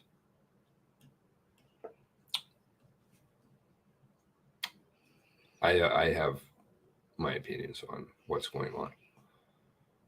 Well, yes, absolutely. Sorry, I didn't finish reading there. If you can't see the absolute lack of, yes, and the, trying to peddle that this is a mistake. Some of the lawyers are really on board with that one. It's just a mistake, and then they continue with that, and I'm like, no. Everybody can see it's not a mistake. So either you're having difficulty, you're not reading, or something's not working properly, because it's definitely not mistakes. Not when you have a Supreme Court justice saying, listen, you're withholding evidence. As a lawyer, you know that's immediately a big problem. That would be it. That would be it as a lawyer. You should be like, you're withholding evidence because why? Done. Not because it was a mistake. Party with undercover vice cops in the past couldn't keep up. Yeah. It's a hard life. And none of this has benefited. Like this technology shit that they keep trying to spin out. We need more. Well, all you've gotten is lazier. No offense on particular officers, because there's lots of great officers out there, and I'm meaning that in the RCMP too. I just don't think that it doesn't do good things to the mind, and you can't figure out who's what. And so, but the technology has made officers stupid and lazy, and that's true. They know the system. They know you have to do your checkbox tests and do courses, and you can just not really have to do the job that an officer 30 years ago had to do. And it's not because the technology is smart. It's not. It's just because the officer relies upon something that's stupid. When in fact, they should just be using this. That's what great officers, really great officers do. They don't need any of that junk.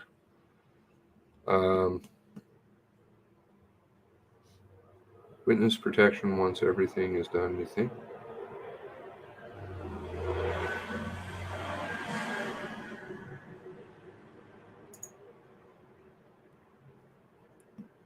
Can you ask any questions of Lucki? No, he did not.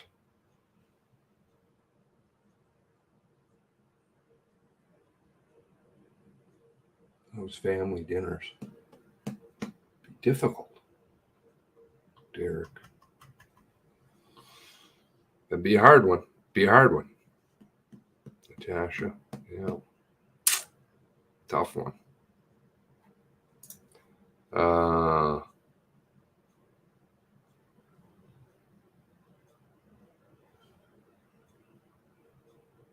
Work on their lazy Lucki.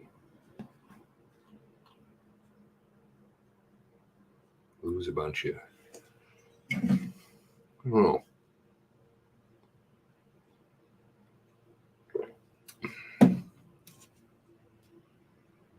Canadians are interested despite the fact of even you know, I know I say that over and over, but I know that to be true. I can prove it. The numbers that you see on the screen are totally fake. There's a lot more people that watch this, and it's so easy to fix all the shit in this world now. So easy.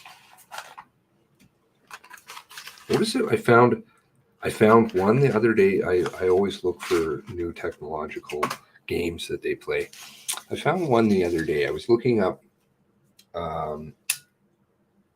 Miriam Montef with somebody that used to be kind of investigated that a lot with me. I knew a lot of stuff. Anyways, we were talking about her Twitter feed and how she's onto something now, onward. She's into some new thing that she's going to announce.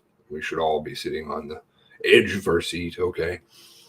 So I was like, not because she's liberal either, because she's very corrupt.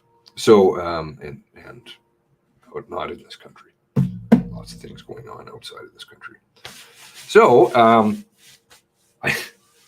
I was looking at her onward, the responses on her tweet, and they were talking to me, and they were kind of reading off, and I'm like, do you see all these Russian bots?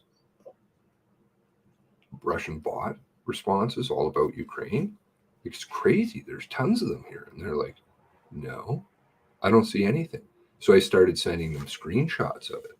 And then they started sending me screenshots of responses that were from Arabic accounts. I couldn't see one, not one. And yet I counted, I'm going to say about 70 responses from Ukrainian bots. Like they were clearly bot accounts. And he couldn't see, he saw 4, I think he said, when he counted them. This is the stuff that they do, you know, shadow banning, screwing with numbers, because there's people, the concept of shadow banning. Let's say you're watching this video, right? And you've never had interaction with maybe only a few people, maybe somebody even in here, but other people won't see you. They have no idea that you're there. And so you type something. Sometimes it'll be that nobody will see you. Maybe sometimes it'll be a few people that will see you, so that you feel like somebody is answering you. But if you're completely shadow banned, then you're just talking in the wind.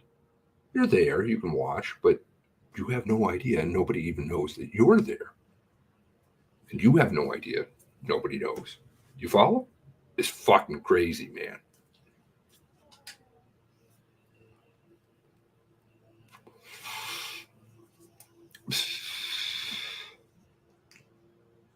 Yesterday's video, prime example. What was it?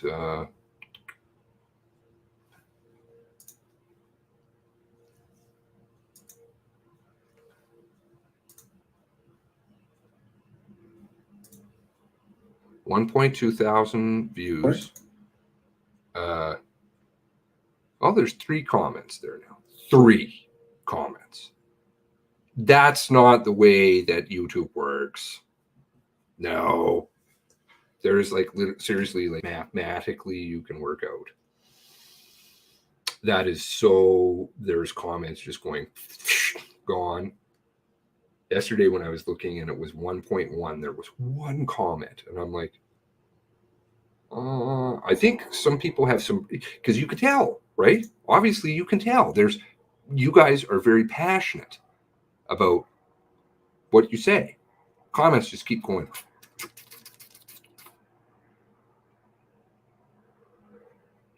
And then at the end of the day, there's one comment. No, that's not the way it works. Especially those who don't get to participate in the conversation because they want to say something about how they feel. Not everybody, of course, but some. I see your comment. Let me see if there's anything locked away. They like to put things into boxes. What was that Mr. Medicare one where he found? Excuse me, everyone. The proceedings will resume in 2 minutes. He found thousands of them. That was a wicked video that he did. Literally thousands. I can't remember how they just hit them. Comments. Okay, held for review. Oh, I've got 3 in here. One porn one.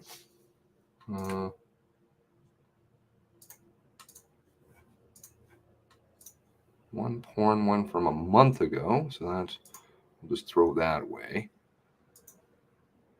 Now there's 2. Lisa Banfield, likely spam. Really? Okay, we'll just approve that. Where's the approve button? Bing. That one's already, I don't know why that's not going. Maybe it's there or something. I don't understand. So 60 days, I have 3 comments. That have been held. This is bullshit. Okay. No, they're not quite back yet. Cloven hooves coming.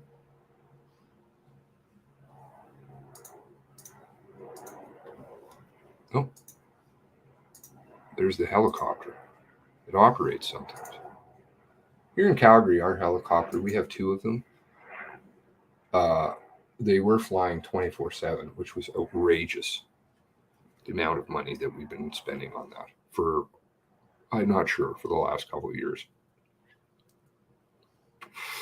And I phoned the city one day to complain because they were just, they fly very low. I don't live in a particularly crime-ridden community at all. And I was like, why is the fucking helicopter flying all the time? I wasn't rude like that. I just said, I've been noticing that the helicopter keeps flying. She said, you know what? We've been getting a lot of complaints about that. I've been noticing it too. I'm like, oh. Then she's like, just hold on. I'm going to try and figure it out because I want to know for myself because I'm going to register a complaint as well, working for the city. Just check to make sure mine are okay.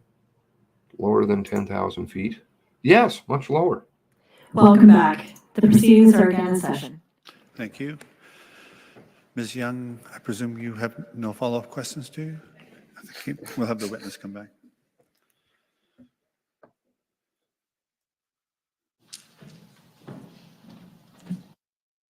Thank you again, Commissioner Lucki. Commissioner Fitch will begin with some questions for you.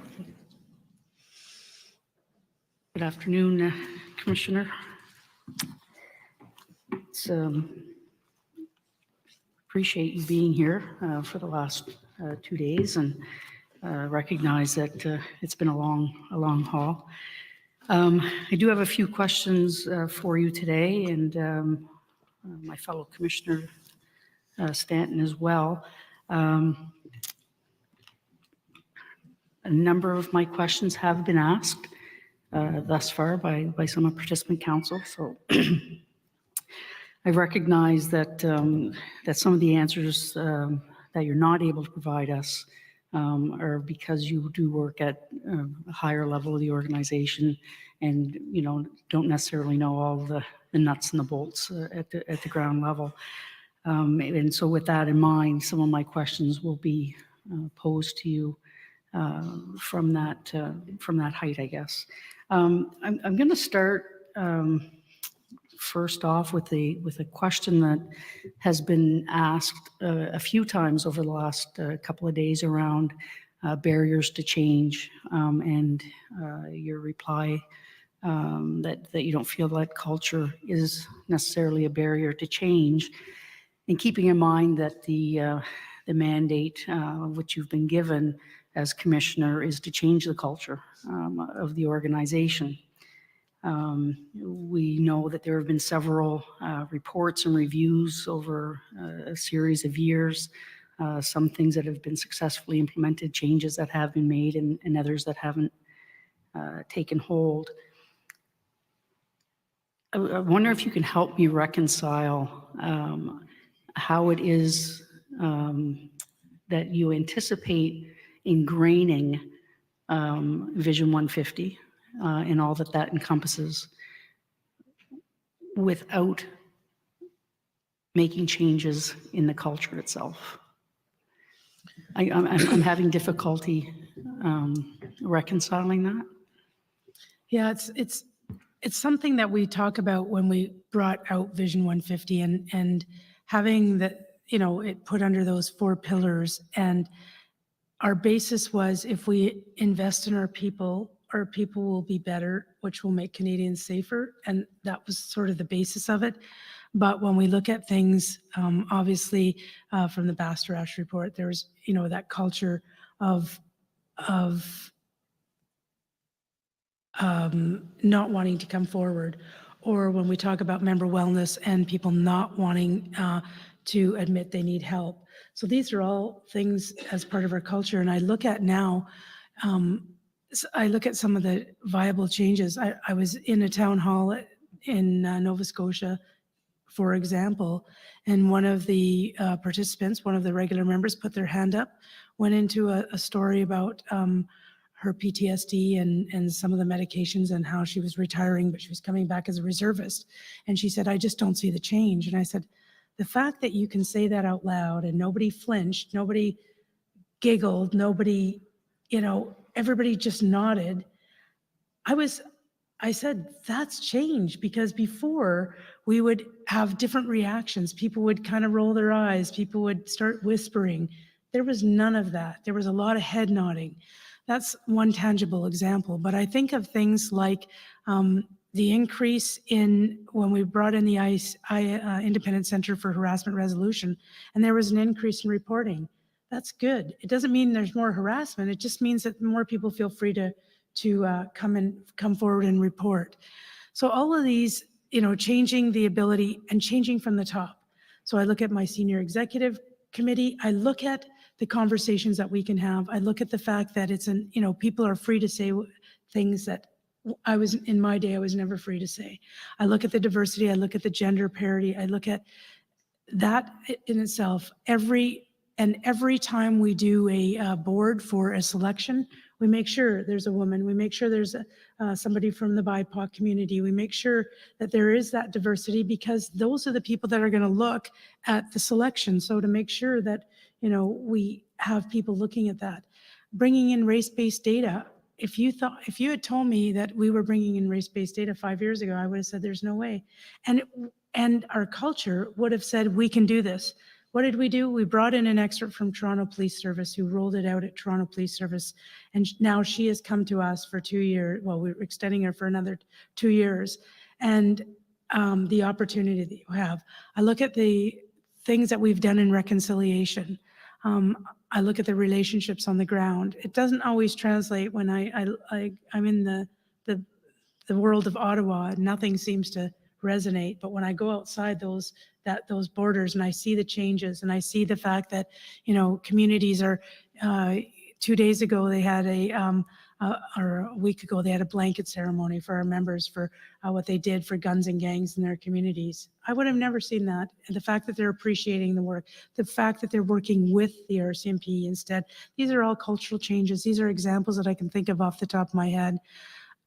New generations want a more sophisticated, they want a more diverse, they want a more inclusive and a more tolerant organization. They won't accept anything less. So if we're going to attract people in, we have to be that and have a good process to bring people in, which is a big work we're doing in recruitment.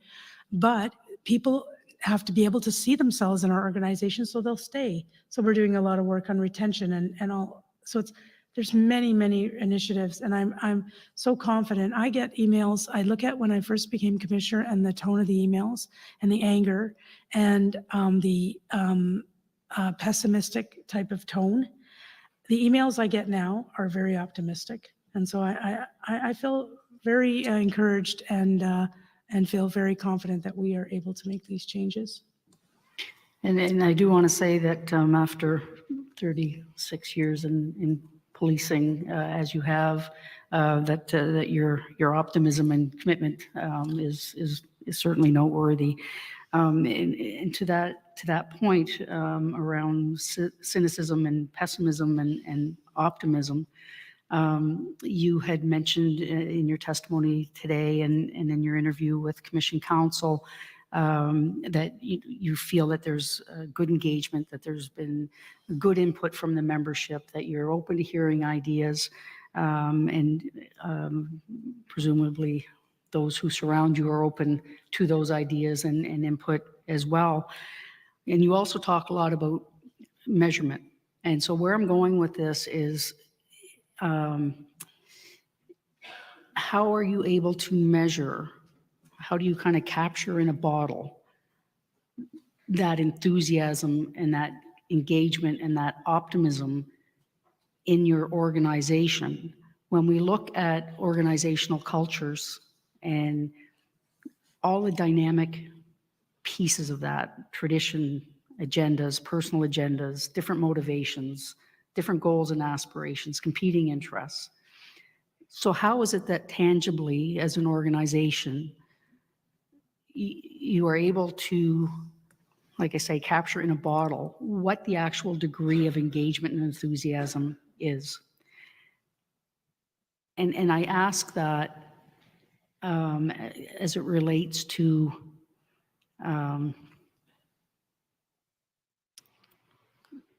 the trust in where you're getting that information and where you're getting that feedback. No, that's a great question.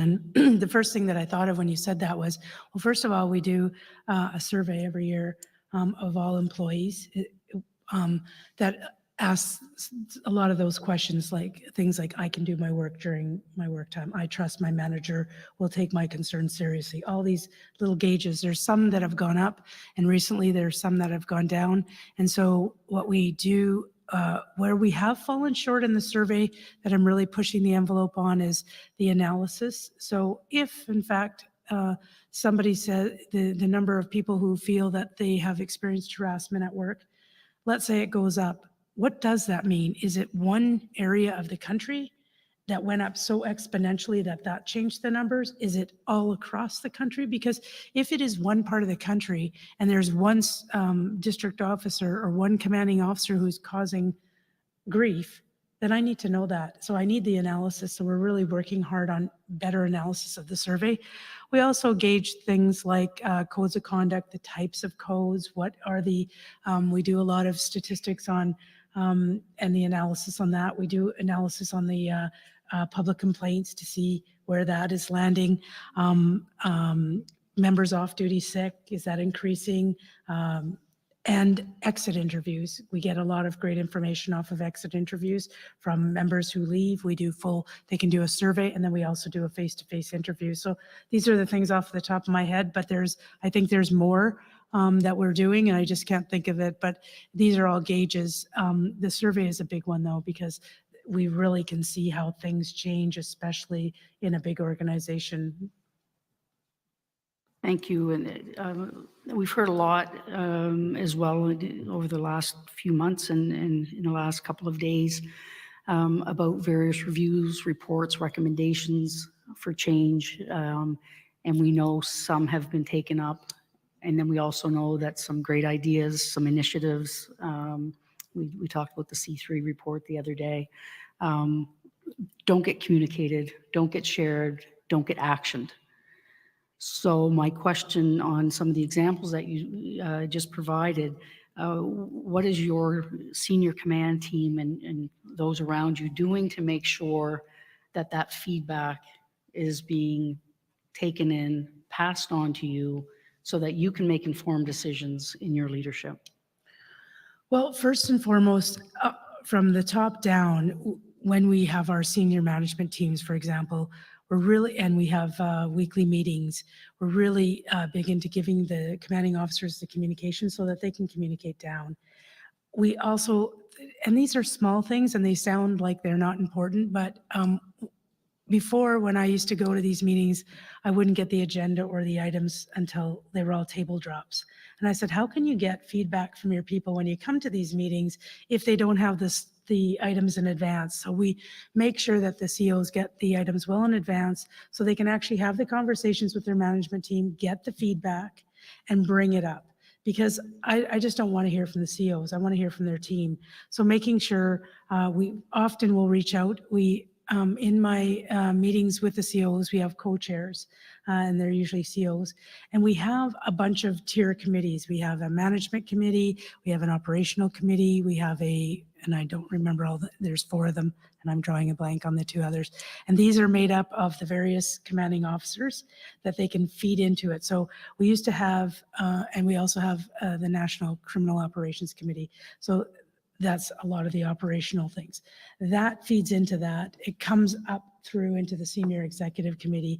And so they hash it out, they work it through, they roll up their sleeves, they work on what should be brought up.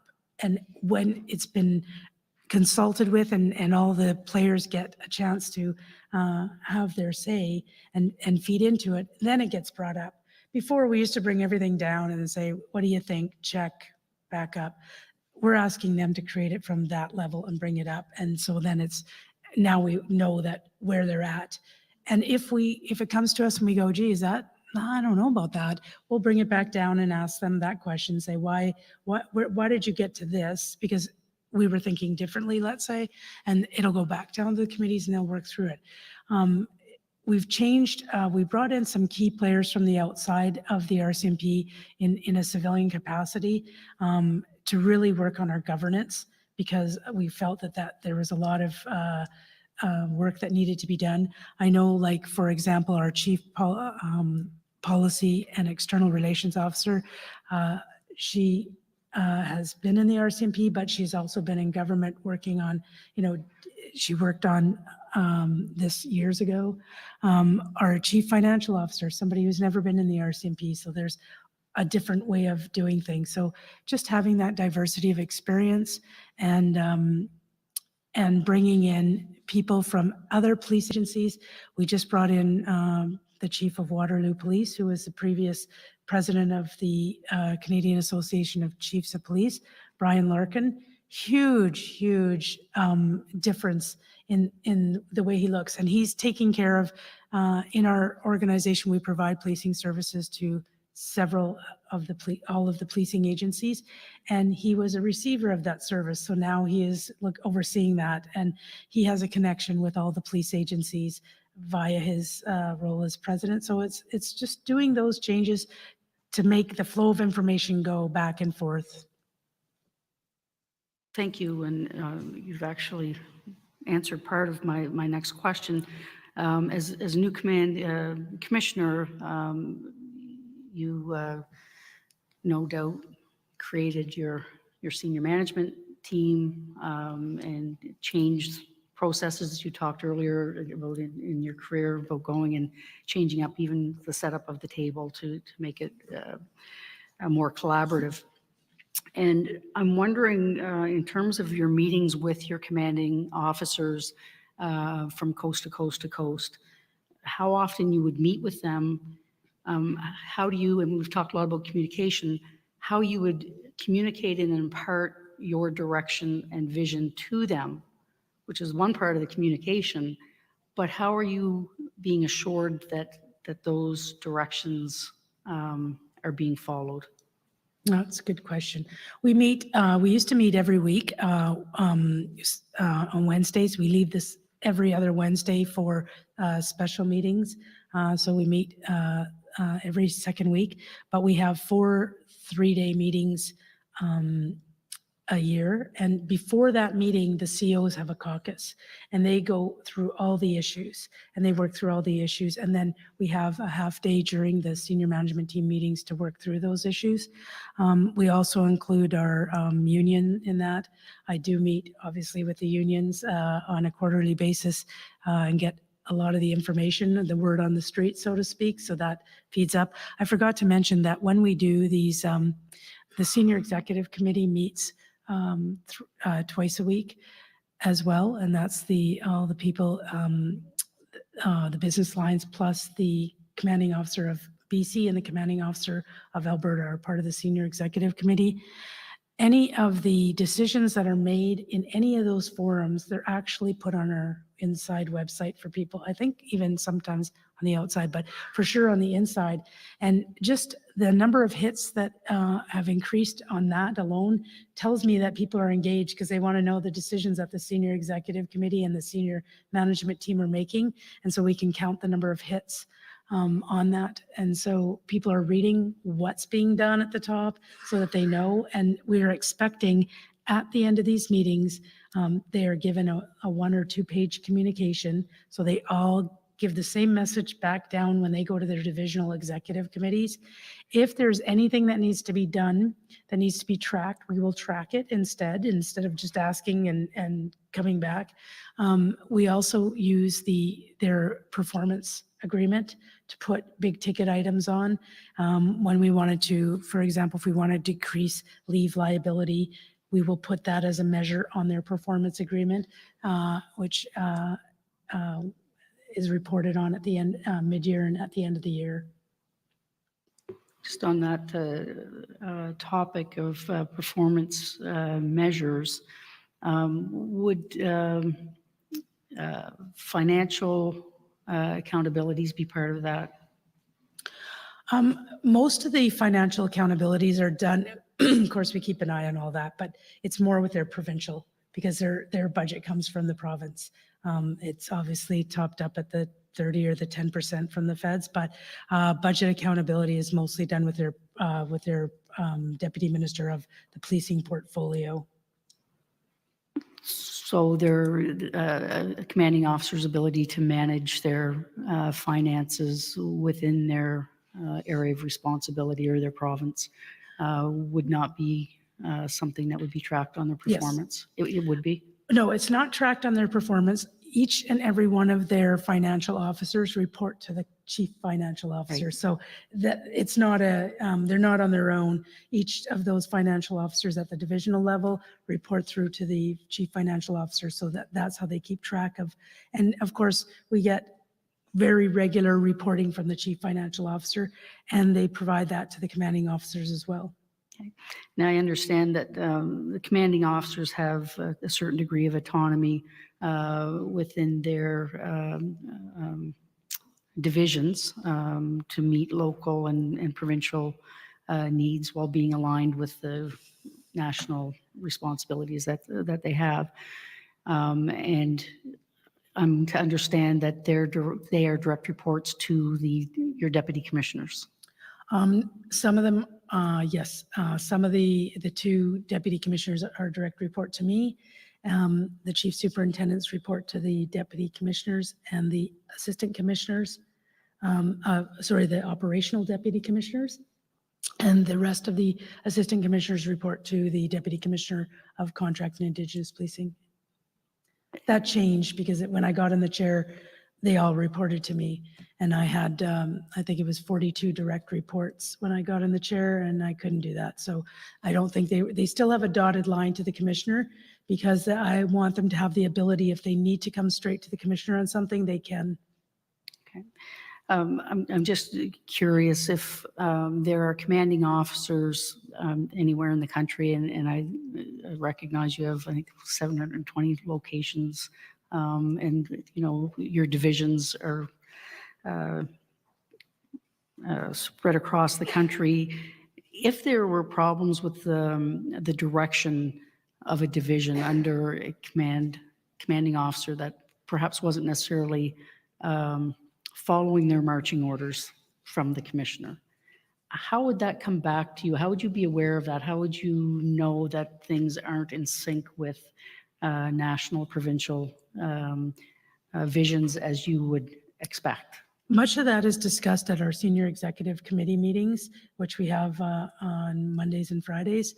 And any of the issues that come out of the divisions, of course, either come from the Deputy Commissioner of Federal Policing, covers a couple of divisions, the Deputy Commissioner of Contract and Indigenous Policing, and the 2 Deputy Commissioners who are in charge of BC and Alberta.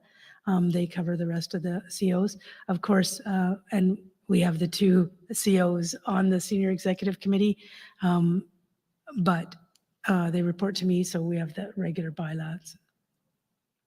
I think we've established that it's a big machine. It's a large organization with a lot of structure and hierarchy, and that's been pointed out by Commission Counsel. And we've talked a lot about communication and the importance of communication, both internally and externally. I'm going to jump to an example that was given, I think, by Ms. Lenahan when she was asking about how the Goulet residents could have been missed in terms of crime scene security, the location of evidence that hadn't been seized, and where the deceased went, in communications with the family. And I could be wrong, but it seemed that that bit of information perhaps hadn't been shared with you prior to today. No.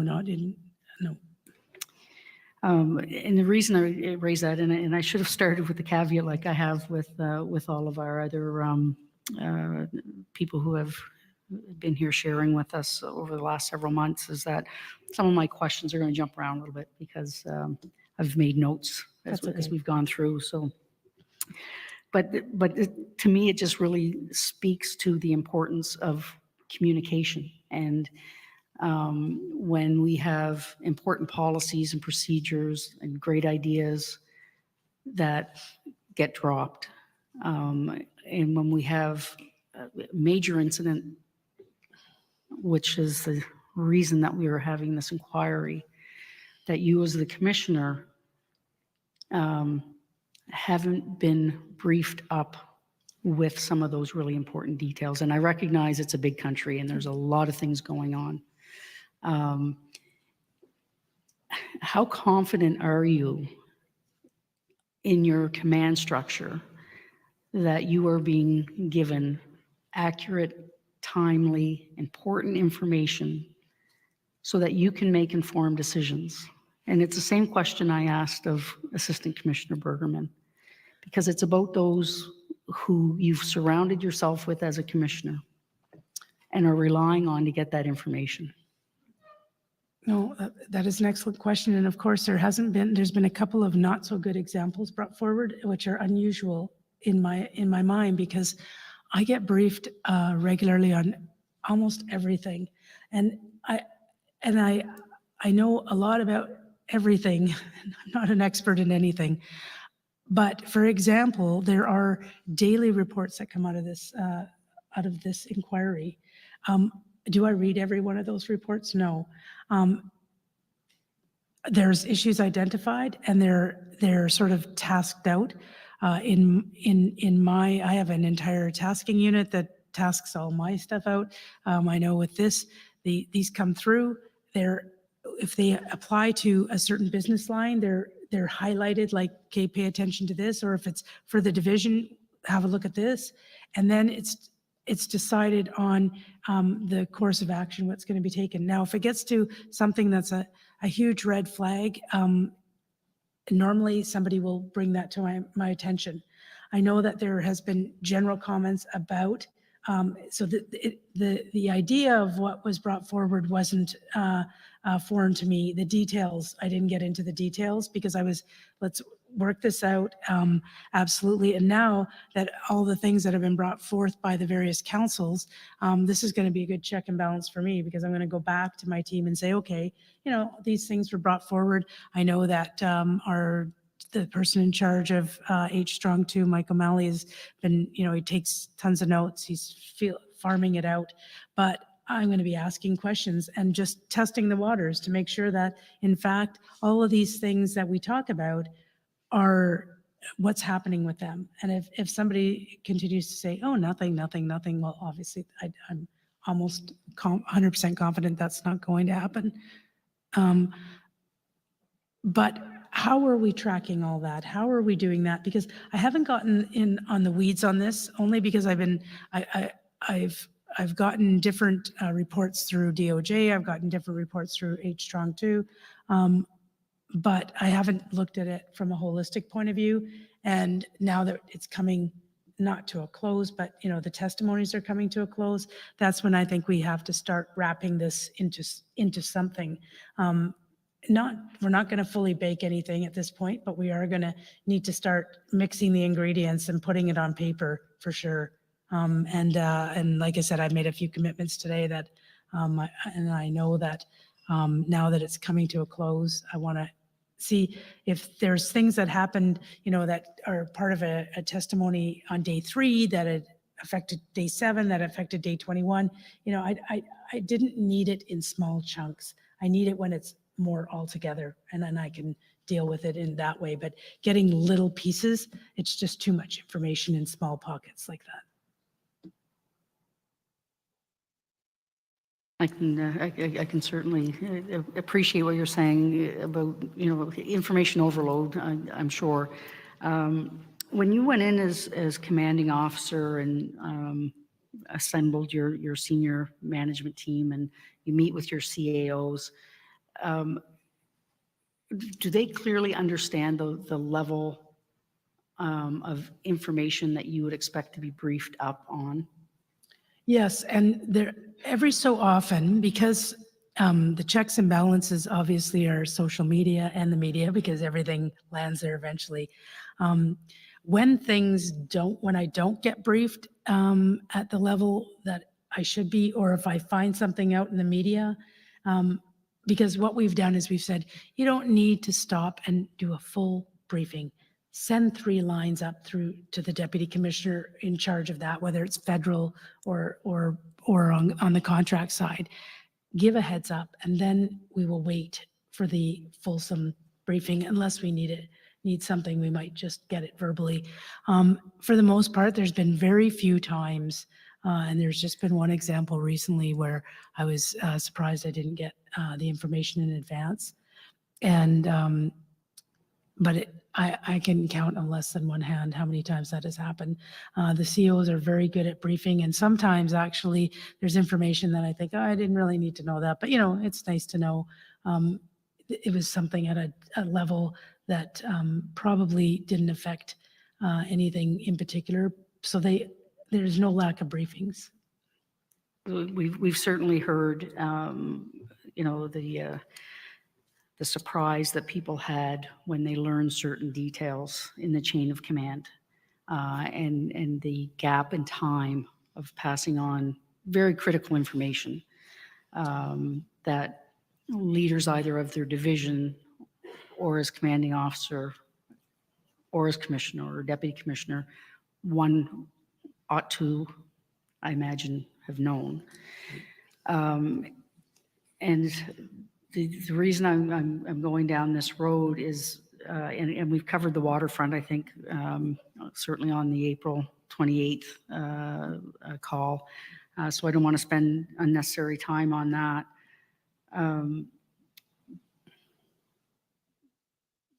But some of those key pieces of information, we say sometimes we do, it's not the little things, it's not the big things, it's the little things that are going to get in trouble. This is a big thing. And there's a big gap in communication. And it sounds like there's a gap in accountability for that gap in communication. And I'm just wondering what your thoughts are in improving that going forward. Yeah, what I've been thinking a lot about is the command structure, and you can set up any command structure if you don't practice it and if you don't test it. And I think that may have been some of the issues. There wasn't a solid command structure set up, and I don't think they had all the positions filled because they didn't have the capacity.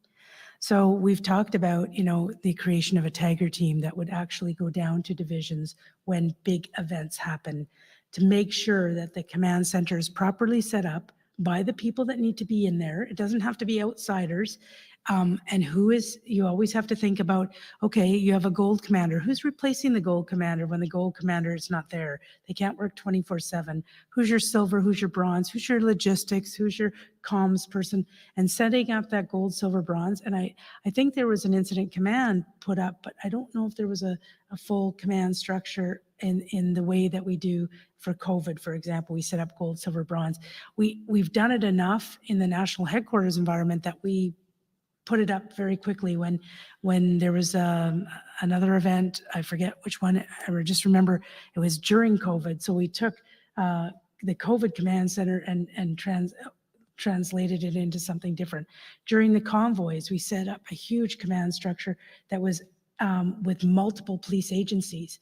And so that sometimes divisions, when they don't set those up very often, sometimes they're not as effective. So what we've thought about is creating this team that can go in there and help them set it up, make sure it's consistent with the principles of gold, silver, bronze command, making sure that they've thought of the replacements, thinking of communications, thinking and bringing in a communications team to start delving through the strategic side of it, so that there's the on the ground communications, but there's what's trending, what's not, how do we fill the gaps of that. So I think there is some structure that we need to help the divisions with. Like I said, you can't fill a division with a full capacity to deal with an incident like this, but they have to have a contingency somewhere. And so what is that contingency? So in the question of a command structure, the contingency would probably need to come from national headquarters. In the contingency of an ERT team, it might come from a neighboring division. But you have to put your mind to the matter, and you can't do that during the event. And I say the same thing with the Alert Ready. You can't think about using a system that you've never used in a situation like this. You can try, and they were trying, not quick enough, obviously, but it was something that wasn't part of the DNA of what we did. We were doing Twitter, and we were expecting media to pull off on Twitter, all kinds of explanations for that. But anything that you're going to do, obviously, you need to practice that. And so we're really incorporating these tabletop exercises so that they can sit down, they can talk it through, they can figure out, oh my goodness, we need to contact rural police service at this point in time. We need to get the resources set up from them. And you need to practice those things. And these are all great ideas and suggestions and recommendations that we have been hearing, and of course the challenge is to make those great ideas and recommendations into reality. Yes. And on the public alerting piece, in your testimony today, you'd mentioned that you were aware that they have been used for natural disasters in the past. They've obviously been utilized for COVID, and for many years, public alerting has been used for Amber Alerts, which is, the potential of a criminal event that had taken place. Were you aware in the last several years that that there was a recommendation within our CMP H division to pursue the use of the alert, and in recent years an offer by the provincial EMO to give H division and Nova Scotia police agencies direct access and responsibility for using public alerting? Were you aware of that? Only through this commission in the sense that there was a discussion about it. It wasn't, the understanding I got was it wasn't a big initiative that was, talked about in any complete depth. It was talked about. People were thinking more of it, like I said, in the natural disaster sense. And it's funny how, like, I look at it and I go, how could we not? And I'm scratching my head now going, given this situation and given how I've seen the public alert system being used, obviously the criminal landscape has changed because we didn't use alerting like that at all. And I think back to my time when I was in charge of districts and I thought, did we not have a need for it, or has the landscape changed? I can't even imagine how we couldn't have that now that it's happened. But something obviously has changed that we didn't need it before. I'm thinking, and I'm trying to think of calls that I've gone on, and as a constable, how come would we have needed it? But obviously, we definitely, it's a definite, it was a definite gap, and it's been addressed at the provincial level and at many provincial levels. It's been addressed, so that's a good outcome. Unfortunately, in the face of a disaster. Thank you. I'm going to go back a little bit. My questions around culture and culture change and communication. The culture of the RCMP is still very much command and control structure. I kind of disagree in the sense that, everybody hid behind that command and control. Command and control is when something's happening. You need command and control. You can't sit down and say, so how do you feel about that decision when things are happening? That's when command and control is in place. And that's really what I've been pushing since I became commissioner. Do not make the mistake of thinking that when we're talking about an administrative change in my organization, it is not about command and control. It's about talking about to the people most impacted by the decisions we make, whether it's external or internal. We have been remiss as police agencies in total, where we have not thought about how is this impacting people. So the best example I have recently is the de-escalation and crisis intervention model. It's great that we can create one, but if we do not talk to the people who are the receivers of that or affected by that, we have completely missed the boat. So we've actually hired an entire company to do an engagement strategy on that, because at the end of the day, we need to be able to when things happen in de-escalation, we need to explain that, and we need to make sure that we've covered off how it affects the BIPOC community when we are in de-escalation, how it affects the people suffering from mental health and addictions, how it affects people in crisis, how it affects vulnerable populations. Because if we don't do that, we are making a decision only from one side of a coin. And so that's where command and control is completely for incidents like what happened in Portapique and in the mass casualty in Nova Scotia. It's not for when we're deciding, even when we're looking at Alert Ready and looking at changing it. We're not going to go into, this is the way it is because I'm commissioner and this is the way it is. No, we need to consult, we need to collaborate, and we need to look at best practices. The balance, I think, that you had talked about earlier today between community policing. We can't be too tactical and we can't be too community policing. So would you suggest that the command and control structure, the ability to build partnerships and collaborate externally are two important pieces of finding that balance? Absolutely. And, I saw in the convoy, when we set up a command structure with multiple agencies, it's very achievable. But you have to have those rules of engagement. You have to have done that before. You have to have the leaders at the top agreeing on who's on first, what's on second. That was an amazing example of how command and control across multiple agencies works.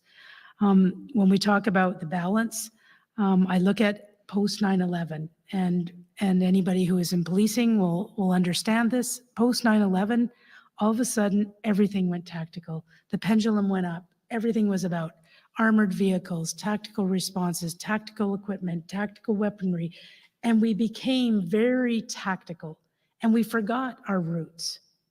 And we forgot our connection to community. We still had it, but it wasn't, and so now we've slowly been bringing the pendulum down. And I use the example when I'm talking at town halls. I say, it's like standing on that half ball in the gym and you're trying to balance and you need the inner core strength to stay on the ball. Well, we need that strength as an organization to keep the pendulum in the middle. Every so often it will fly to the left or fly to the right, but we need to bring it back down quicker, because we can't go down a road of all community policing or all tactical. We can't go down a road of just RCMP response without building partnerships with our other agencies. And so it's really important, and I've really given the new commanding officer coming into Nova Scotia has got specific marching orders in regards to the relationship. And it hasn't started, it won't start with him. The interim commanding officer was given the same marching orders to have those conversations, rebuild those relationships, strengthen it. It's non-negotiable. It's non-negotiable because in provinces, they can't do things by yourself. You can't do them in isolation. And we do a lot of work for the other agencies, but we need the other agencies as well. And we have to figure that out. Thank you for bringing that up. That is an area I'm a little troubled by from what we've been hearing through these proceedings. And some of the experience that I bring to the table as a former municipal chief. And I know that in an ideal world, we would like those relationships to work. I'm not doubting the desire for that to happen on both sides. I had raised this issue with acting Assistant Commissioner Leather when he was here around the culture of organizational humility. And it does trouble me to hear that Chief Leather, as I pointed out, as second in command in the province, to his assistant commissioner, would not see his municipal police chief counterpart as somebody that he would have direct contact with. It troubles me insofar as that yes, personalities have a play and dynamics that people might not understand, but it isn't consistent, I would say, across the country in how those relationships are built and how they're sustained and the mutual respect that is had. And so I find that from a municipal chief's perspective, I find that troubling, because as a farmer in my local neighborhood, I can call just about anybody of my neighbors. And this is about neighborhoods. These are communities that are shoulder to shoulder, and they should be good neighbors that can call upon one another. Yeah, it is troubling. And I say at that level of leadership, you need to put personalities aside. Honestly, you have to have that level of maturity of leadership, that it's not about the personality. It's not about you. It's about the greater good. It's about the organization. It's about the safety of Nova Scotians. So put that aside. I think you would probably agree at the working level, guys and gals, they don't think about that stuff. They just do it. They're interoperable. They don't go, geez, my chief doesn't like, the CEO of this division. They don't think of that. They just think, how can we work together? And in most cases, many of the smaller agencies, they want to work with us, as do we want to work with them. There's much to be learned from both sides. So but if it doesn't work at the top, then it might not translate itself at the bottom, but it's going to translate itself in other ways. And we have to make sure we get that right. And you can't just assume that relationship even if John Ferguson creates these great relationships, Dennis Daly can't come in and assume that, okay, that's done. No, it's you build it. It's networking. It's relationship building when things are calm. So when spam hits the fan, people can, that relationship just gets put into place very quickly. And nobody thinks anything about it. And it is troubling when you hear that happening. So let's put processes in place so it doesn't happen. Put people aside. I think it is important to note, as Commission Counsel Lenahan pointed out, you have a municipal police chief that is reaching out, offering help. You have a neighbor that's offering help. It's hard to engage the frontline members if approval isn't given within their own organization. So it's hard for those members on the street that would be there in a heartbeat if that level of engagement isn't approved by the leadership of those organizations. And so I do hope that that is something that is worked on under your direction. And you know, and I know we've talked a lot about policing standards in Nova Scotia, and it's difficult for agencies to reconcile the differences when it's considered to be our standard is here and somebody else's standard is here. It could just be that they're different standards. And as an organization, as a province, the organizations have to come together to develop standards that work for everybody. I think, you know, we've talked a lot about interoperability. And I'm hoping that through the recommendations from the commission, that will be something that we'll see improved upon. Absolutely. And, you know, with the example I have is with the chiefs of police of Roundtable, and our mantra is one voice with flexibility. It doesn't mean that we should be able to talk the same language, but we need enough flexibility to be able to have our differences, because differences in approaches, because different size, different locations, different geography, everything. But there should be some commonality, and that's where we have to get to. And, you know, if, you know, working towards one de-escalation model, if you had told me 5 years ago we could do this, I would probably say we couldn't.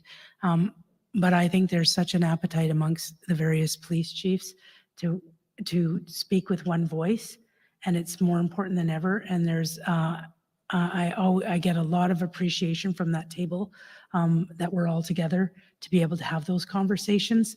And so I think the time is good for that, and making even more things standard amongst police agencies.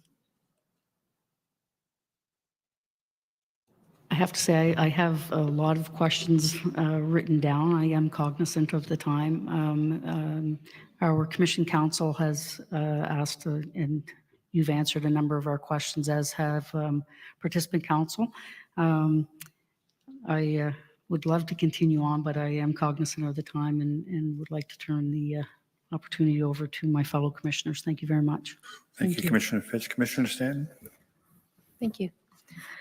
You mentioned the task force on retention that was struck in the last 8 months. I wonder if you could tell me on whose initiative that was struck, and when the report is expected. It was struck on the fact that we're doing a lot of work in recruitment, and the COs at the COs at their CO caucus brought the topic of retention up. And so what we've just started to do, instead of bringing it up at the table, discussing it, we've decided to take like the sort of the task force approach, where a group of people, including some of the COs, but including some of the people that may have pieces of the puzzle, like in human resources, put them together and come up with some options or solutions to the problem. I can't tell you. I don't know the diary date for the next. I know they report back each SMT, so they report quarterly back to the SMT table. a senior management team table, which our next meeting is in 2 weeks in Regina. I don't know what, I think they were supposed to have their terms of reference done. They were supposed to have a framework and come back with a timeline for when they were going to bring the options forward. And I'm going by an old memory, so. Okay, because I'm seeing a number of threads come together, and I can appreciate the complicated picture for this institution to enact some of the change that is being requested of you in your mandate and so on.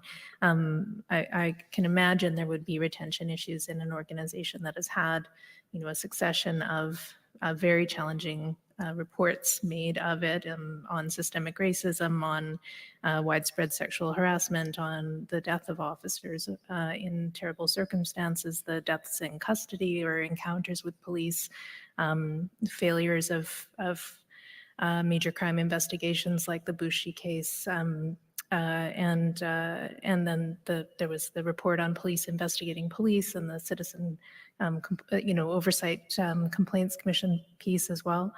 And so all of that has created, a challenging environment in which to attract recruits.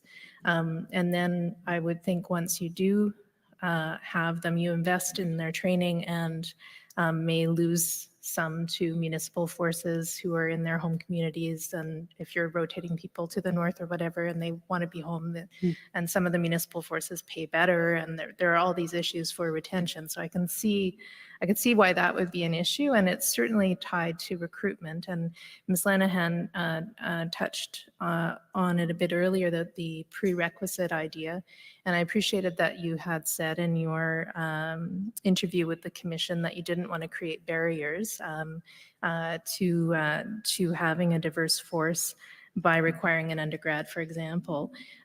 Your committee may be interested in some of the information that was provided to us in some of the roundtables that we've had, where, for example, the former rector of the Finnish Police University College talked about how Finland now has one of the highest percentage in the world of the public's trust in their national police force.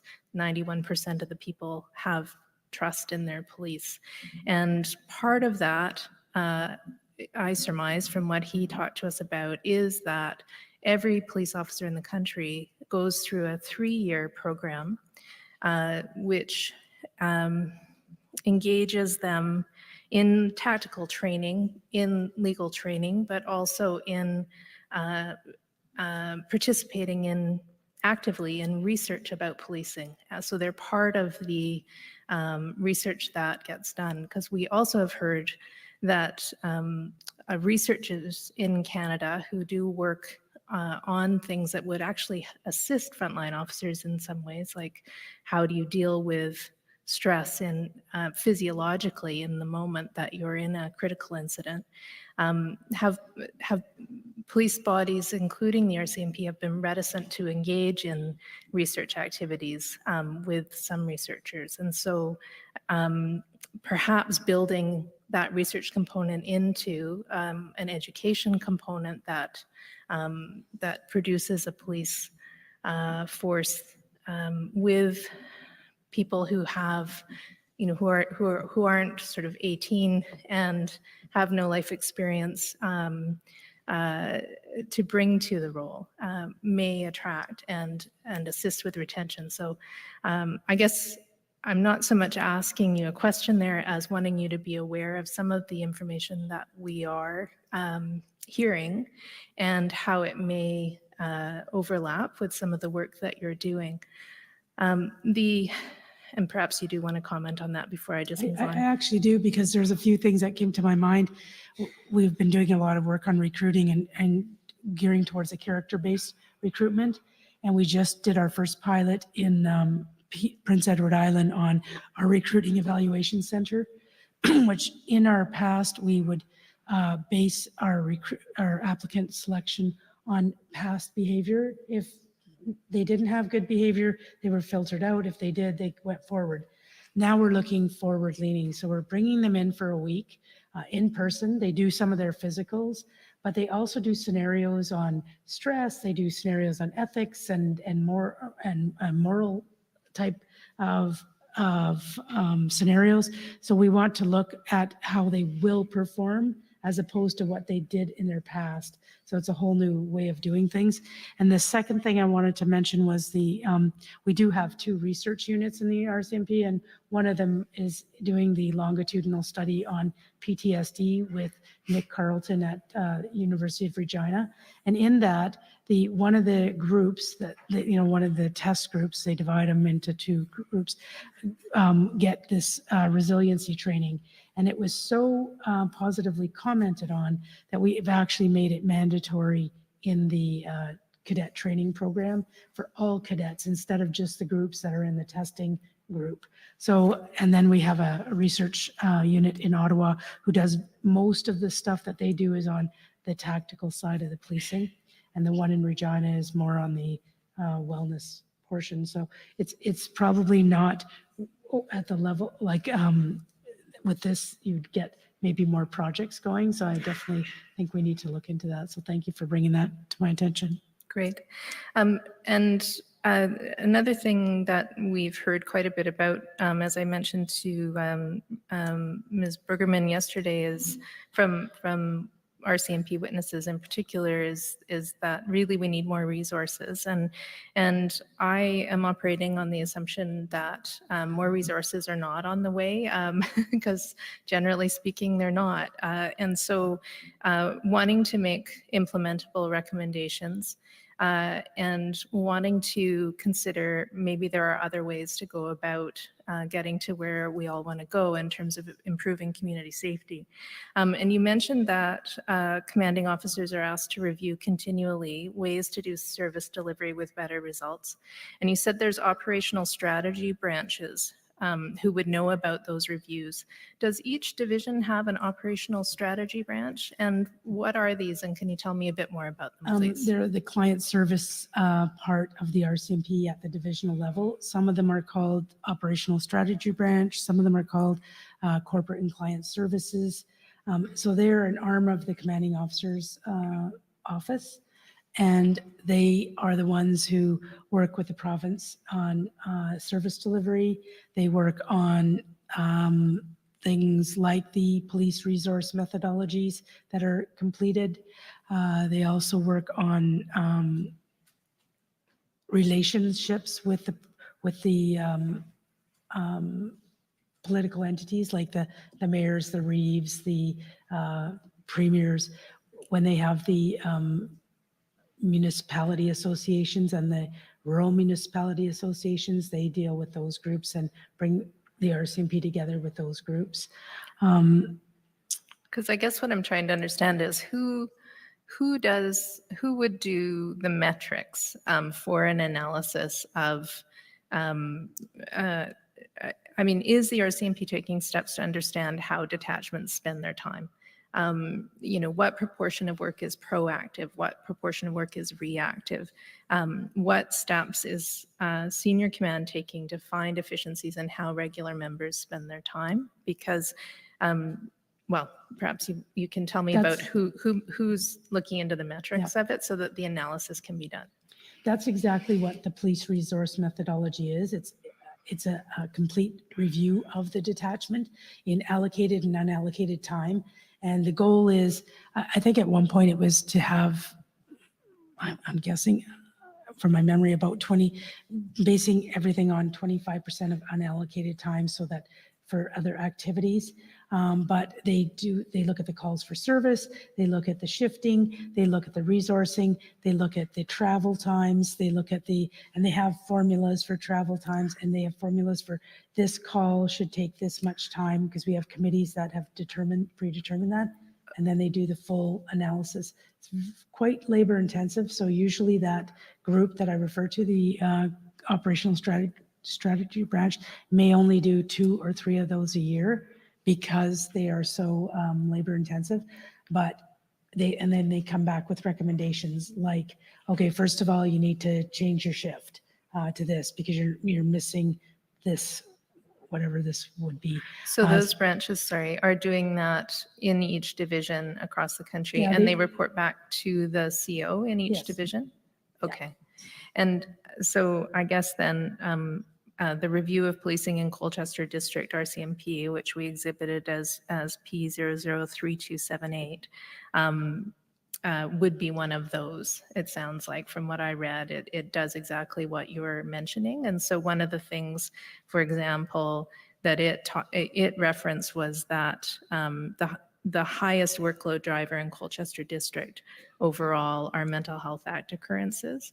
And we heard anecdotally from Staff Sergeant McCallum's testimony before us that the time for mental health calls, if those could be sort of detasked, he would have so much more time to do the community policing that he would want to do. So that is the kind of measuring that I'm trying to find out. Is that happening? And I guess, I'm wondering, has the RCMP and Nova Scotia DOJ considered opportunities to reassign some community safety functions away from police to other service providers?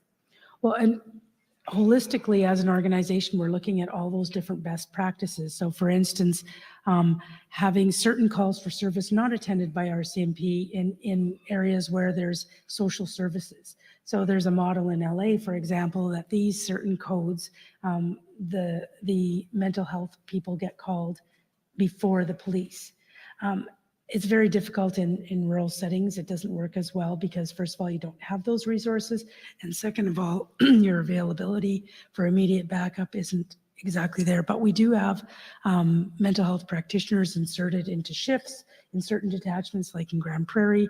There's a pilot going on in Fredericton on using body-worn cameras and having your mental health practitioner in your OCC, which we're looking at. There's a few other projects because we're finding mental health calls are on the increase.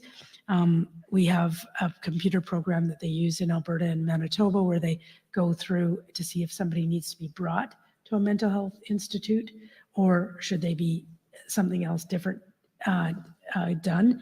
Because what happens is what you're referring to is when we have to bring a mental health case to a hospital, we could spend hours and hours and hours with that person before the hospital will actually take them from our custody. Right. And that's time better well spent. So Yeah. the whole issue of mental health needs a big, big review. Well, and there have been now several reports specifically with respect to police handling of mental health encounters that have gone very, very badly, that tend to suggest that the police aren't the right people to be turning up to a mental health call. And so, to the degree that senior command is looking for efficiencies in how regular members spend their time, it's good to know that these kinds of analyses are being done. And I'm just wondering if those kinds of analyses, if they're going to the COs, are then coming to the HQ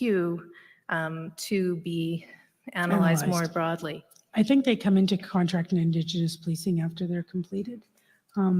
There's only, when you were saying that, I only say one caution, and I get asked this question all the time. But when we have detachments where there's no hospitals, there's no even nursing stations. So to have mental health practitioners, there's no addictions services north of the 55th parallel in many of the places that we police. So we are everything to everybody in those communities. Is it right? No, it's not right. We're not. But so now what we have to do is we have to make sure in those cases that our members are trained differently or trained to deal with that, because there are no other social services. And it's not the best response, but it's the only response. Well, I mean, it would be a good idea, of course, to have your folks trained in that way, but it would also be a good idea perhaps to follow the recommendation of the 2007 Brown report that said, essentially, there are things that the police are being asked to do that they ought not to say, yes, we will do that. They ought to say, actually, that is not appropriate for us to be doing. You need to sort out government. And you said earlier that We're the service provider, and we answer to the people who hire us, right? Like, and so if it is not actually the best use of anybody's energy and time and money to have people who aren't trained for the task answering the task, then, I think it's yes, of course, you're in the situation, have the training, great, but fundamentally, perhaps we should be talking about restructuring. And there are, of course, reports that have suggested this as well. And so you said you have 32,000 people, 750 detachments. Is restructuring in order? Is following some of the recommendations that we saw, for example, in 2007, which say the tasks that are given to this federal police force or this national force may be better done in a different way by different bodies. So should we be talking about district models? Should we be talking about integration with municipal forces? Is there a different policing model for the rural context, for example, that makes sense? And of course, Canada geographically, so large a country, there are different rural contexts as well. As you've noted, in some communities, there is no access to a hospital or a psychologist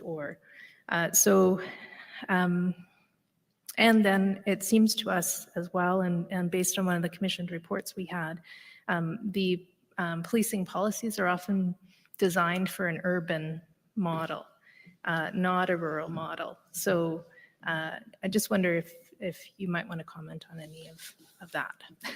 Yeah, we obviously are looking at various different policing models, because when you have a fly-in detachment with 700 people and 5,000 prisoners a year in a community of 700 people with no hospital, no mental health, it's in perfect sense.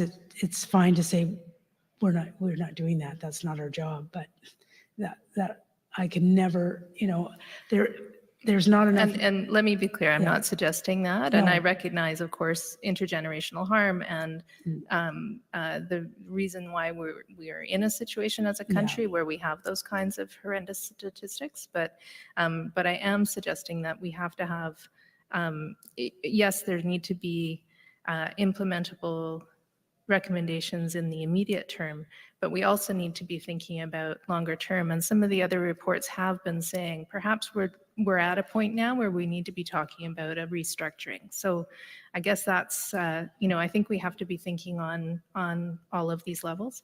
Well, we'll definitely be, given the fact that the RCMP contract with the provinces and municipalities, the 169 contracts are due in 2032, which is less than 10 years now away. Which is not a lot of time. It's not a lot of time. The last time they reviewed the contract, they did it 5 years out.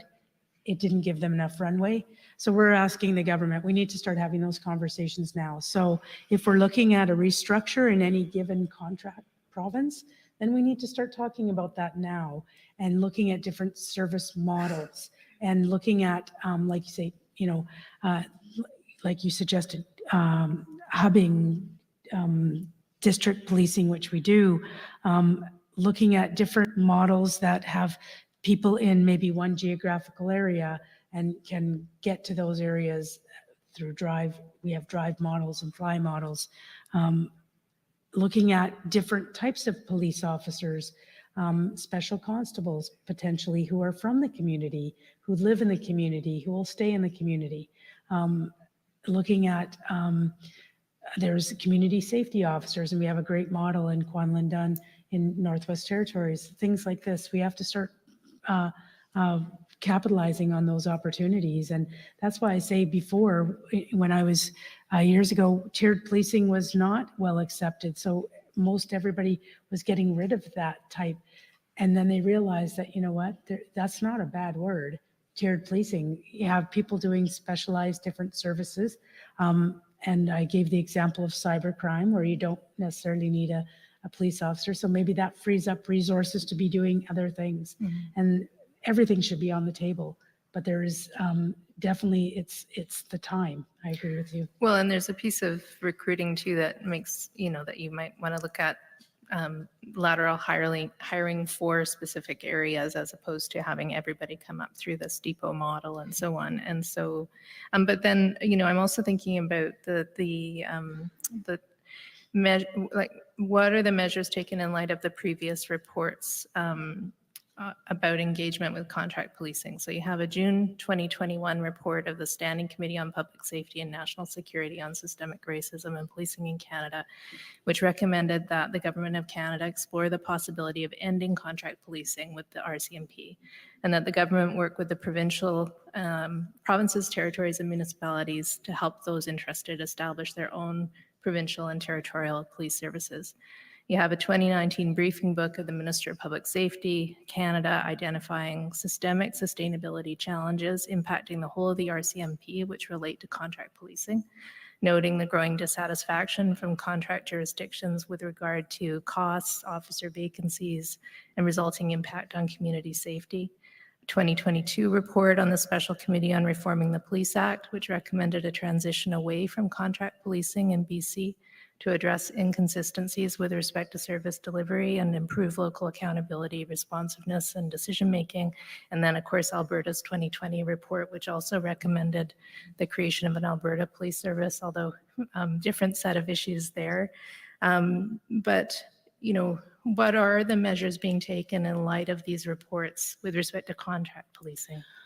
Well, it's interesting because everything gears towards the words ending contract policing. And I say if contract policing was properly resourced and properly funded, it's not a bad model. It's just that it hasn't been properly funded or properly resourced. And the But does that governance require a restructuring, though? I Yeah, guess is what that's I'm getting at, exactly right? to your point. Because there isn't going to be more funding. So how do we, maybe there is. I'm happy to be proven wrong, but I have not seen governments happily at the end of reports say, oh, we'll step up and hand over more money. So Well, it's going to be interesting when some of these reviews that are being done are actually finding out some of the costs of policing that they're not paying for with the RCMP. And that's part of the conversation that we have going forward with the renewal of the contract, saying, okay, you know what, you haven't paid for the provincial major crimes team because you're a municipality. You're actually, every murder in your municipality is being paid by the province, and 30% of that's being paid by the feds.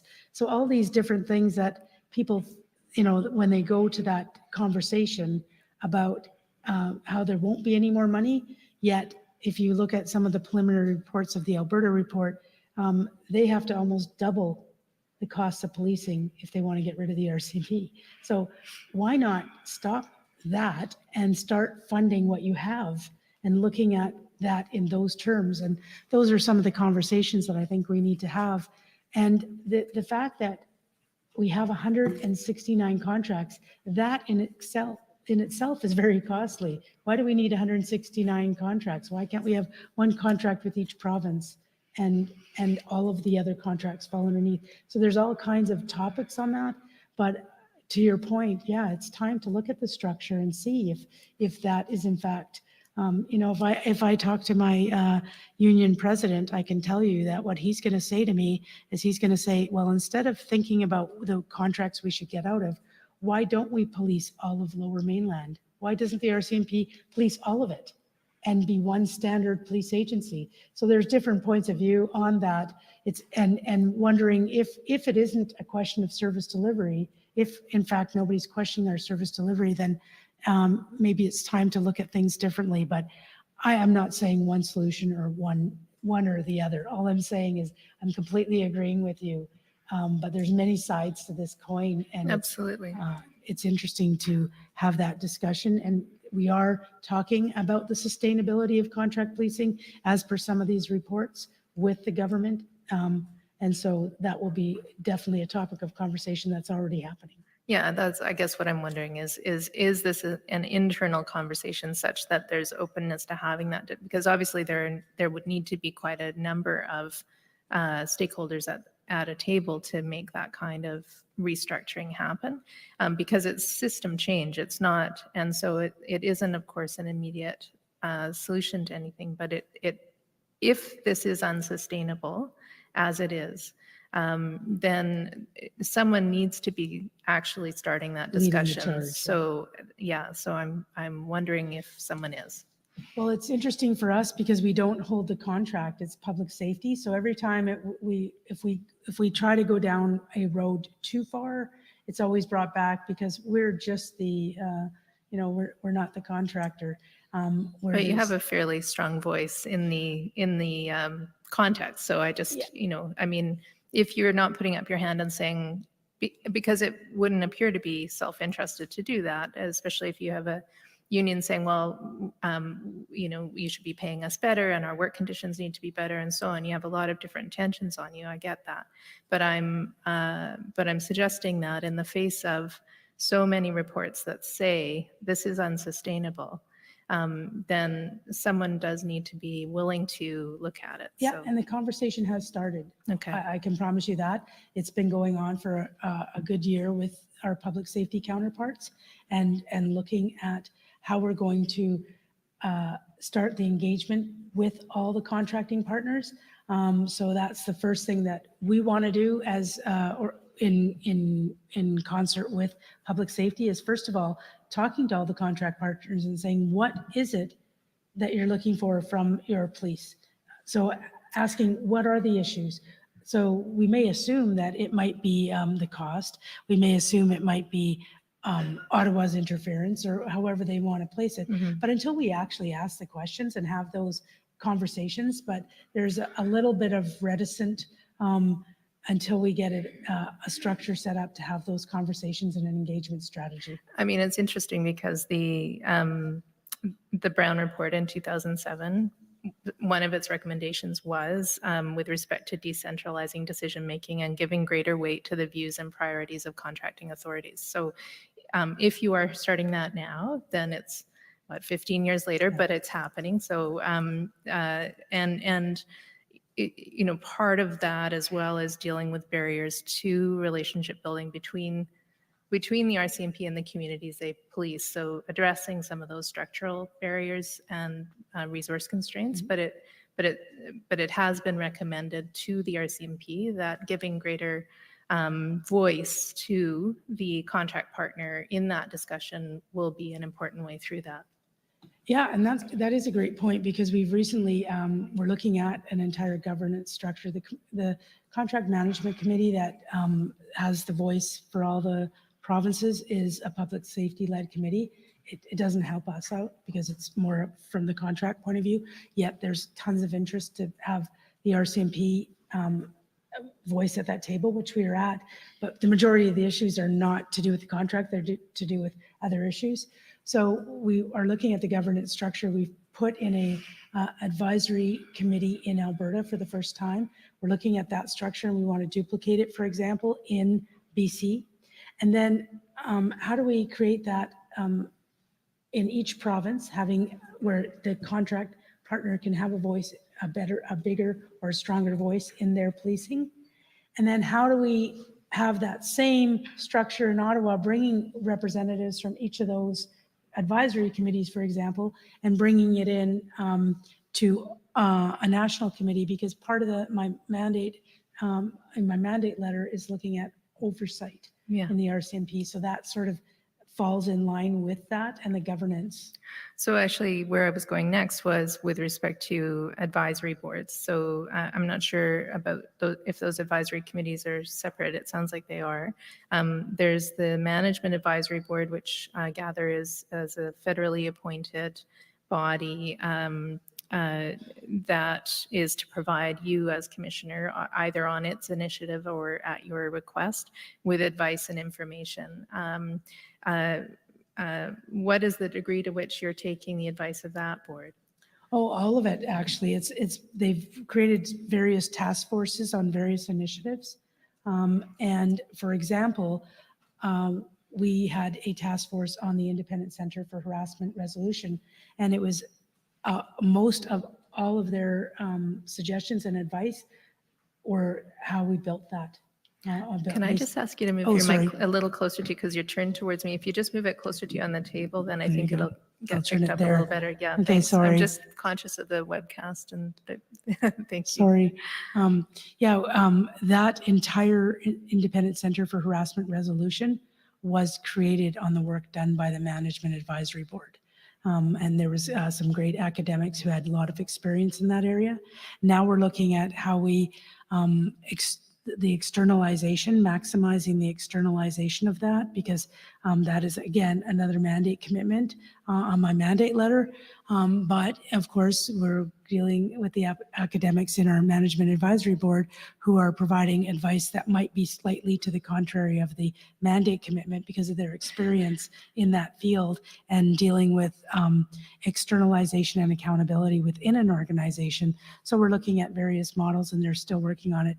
We have a recruitment task force from the Management Advisory Committee and as well the Depot Task Force who is reviewing many of the aspects of our RCMP Training Academy. They've been extremely helpful, especially there's some very key people in that that have a huge amount of experience in some of the areas that we're reviewing. So what importance do you place on the RCMP's engagement with local police advisory boards? So I'm wondering about the efficacy of those boards as a means of increasing local control and accountability with respect to the RCMP. It changes from province to province. I don't have much experience on the local police advisory boards because many of the towns that we're policing don't have those boards. What we do have is a detachment performance plan. So what happens is the detachment commander works with the various stakeholders and partners to identify priorities within their detachment boundaries and what they feel is important. And then they develop priorities and they report back on the priorities. We have each detachment is it's mandatory that they have that. We're actually in the midst of revamping the system from an IT perspective to make it a bit more user-friendly, but it's a great way for the detachment commander to engage with their partners, their stakeholders, and their elected officials to get a sense of the priorities. And then they have the conversations with their detachment to say, okay, what are the priorities from your level? They put that together. They decide on 3 priorities. They have to have measures, initiatives, measures, timelines. It's all part of that program. And then they report on it, I believe, quarterly. It's a whole 1-year cycle of this. It works quite effectively if it's done properly. Okay, because there have been past reports and recommendations about building community connections and trust building. And this is partly about, addressing some of the cultural change that needs to happen, some of the resistance to change, but community engagement is part of that because it helps with accountability, of course, and also with just better relationship and ownership. The Forsaken report, which was the missing women inquiry out of BC, talked about the failure to learn about the community being an impediment to effective investigations, for example. And the McNeil report, of course, identified early identification of individuals who go on to commit crimes will depend upon the engagement of members of the community who have the trust to share information. So those kinds of, I'm wondering what steps are being taken to implement some of these recommendations to work on building community connection and rebuilding trust in communities. Well, it's absolutely important. And most recently, I have a Indigenous Advisory Committee, and one of the representative in BC gave the example of how the connection that in her home community, the connection that the RCMP have with the people have changed their response exponentially, in the sense that when you know your community and you know the people in your community, absolutely, like in a mental health crisis, maybe you don't know that individual, but you know their cousin or their a person in their family that you can rely on, which could change your response. So we ask our members to make that connection. We reported, for example, on all the different reconciliation efforts and in many of our northern communities and the activities that we're doing in those communities, connecting with youth, connecting with community. The detachment commander does go to the community council meetings, reports back, reports to them. Here's the concern. Community members are there. They often have town hall meetings with the community. So that's part of the measurement in the detachment performance plan. Okay, because I was going to ask about that, because that was also a recommendation in the Forsaken report, was to have performance measurement depend in part on the ability of members to develop and maintain community relationships. So that's good to know that that's underway. Just moving on to getting there, the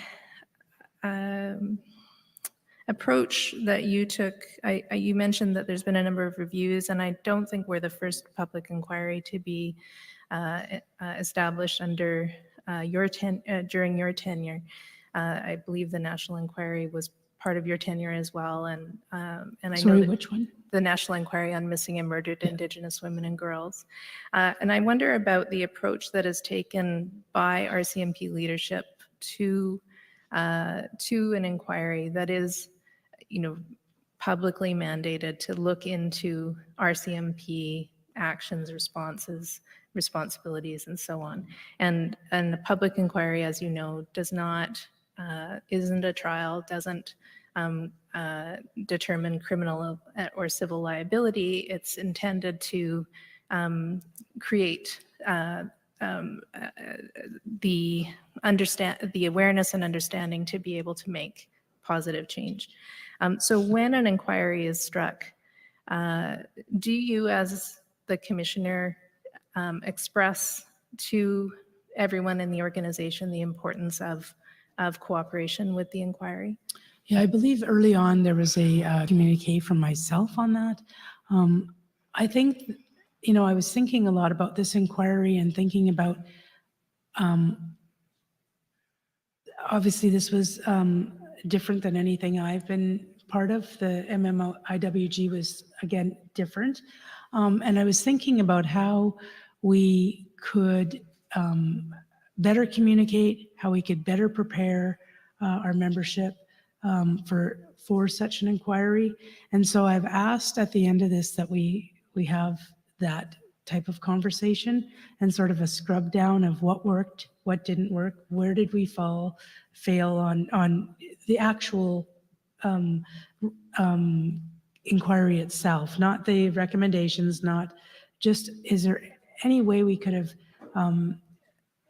made it so that it was easier for the inquiry? Is it that less traumatic for our members?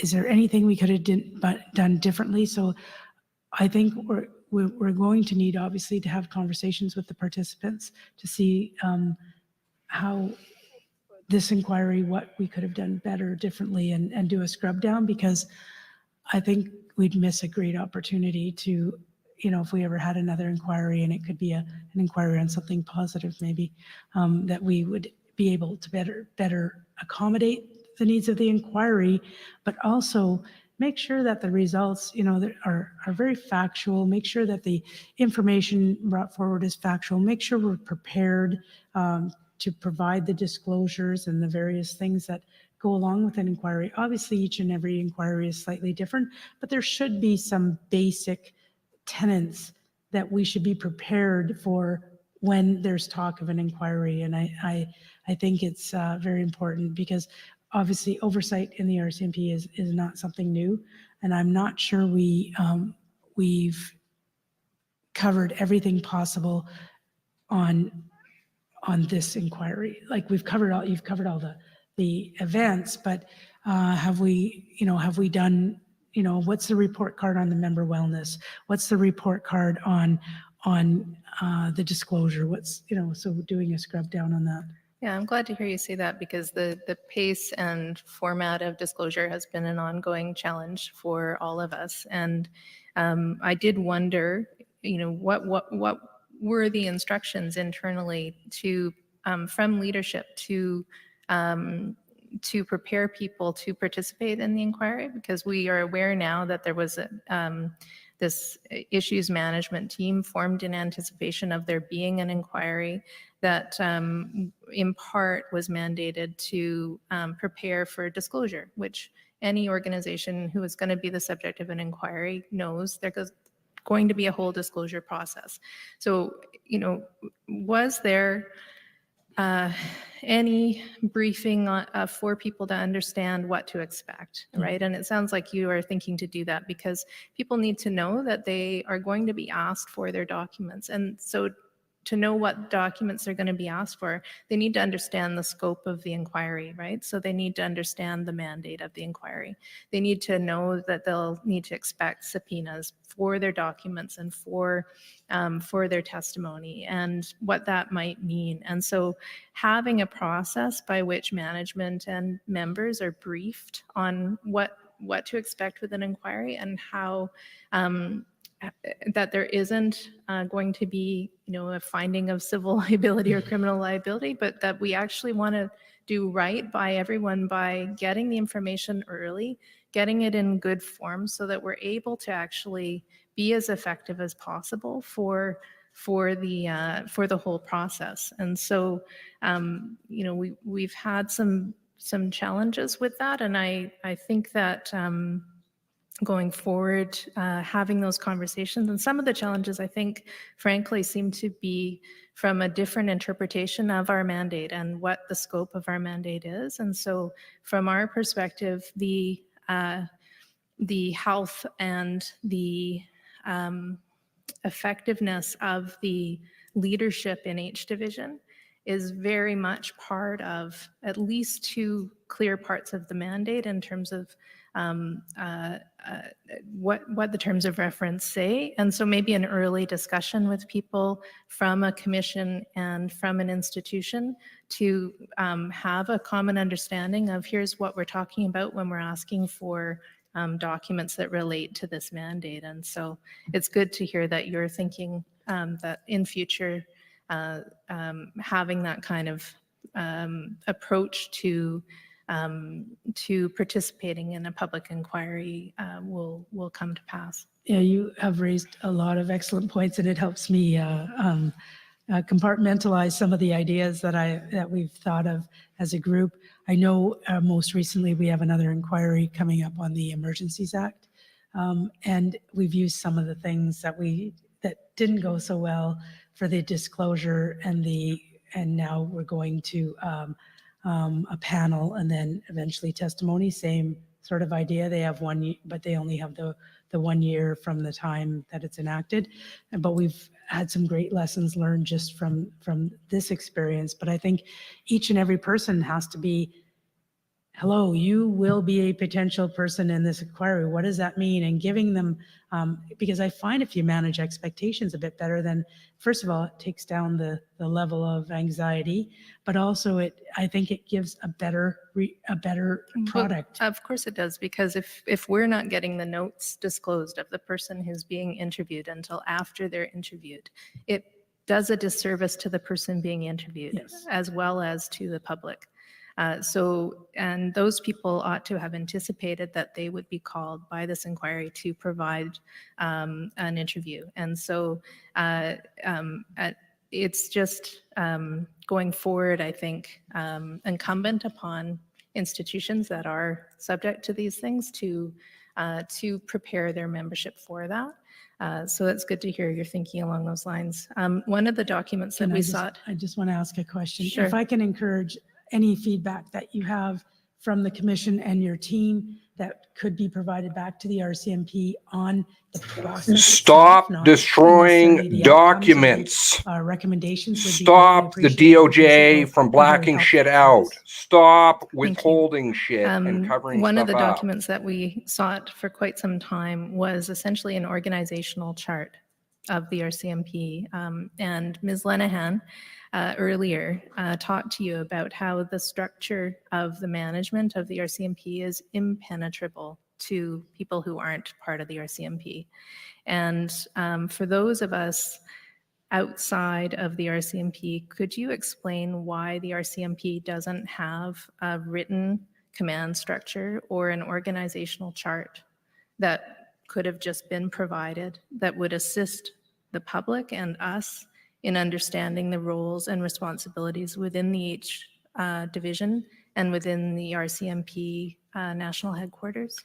Well, frankly, I'm quite surprised because I know that we have all kinds of, when we talk about just the organizational chart, but how, to your question, I'm not sure if it has descriptions for each of those boxes, so to speak. And that's something that I'm definitely going to have to look into, because I know that, I sign off on changes in organizational charts all the time, so I know they exist. I know myself in districts, when we've changed the org chart of a detachment, we put it in and it gets changed, and organization and classification sign off on it.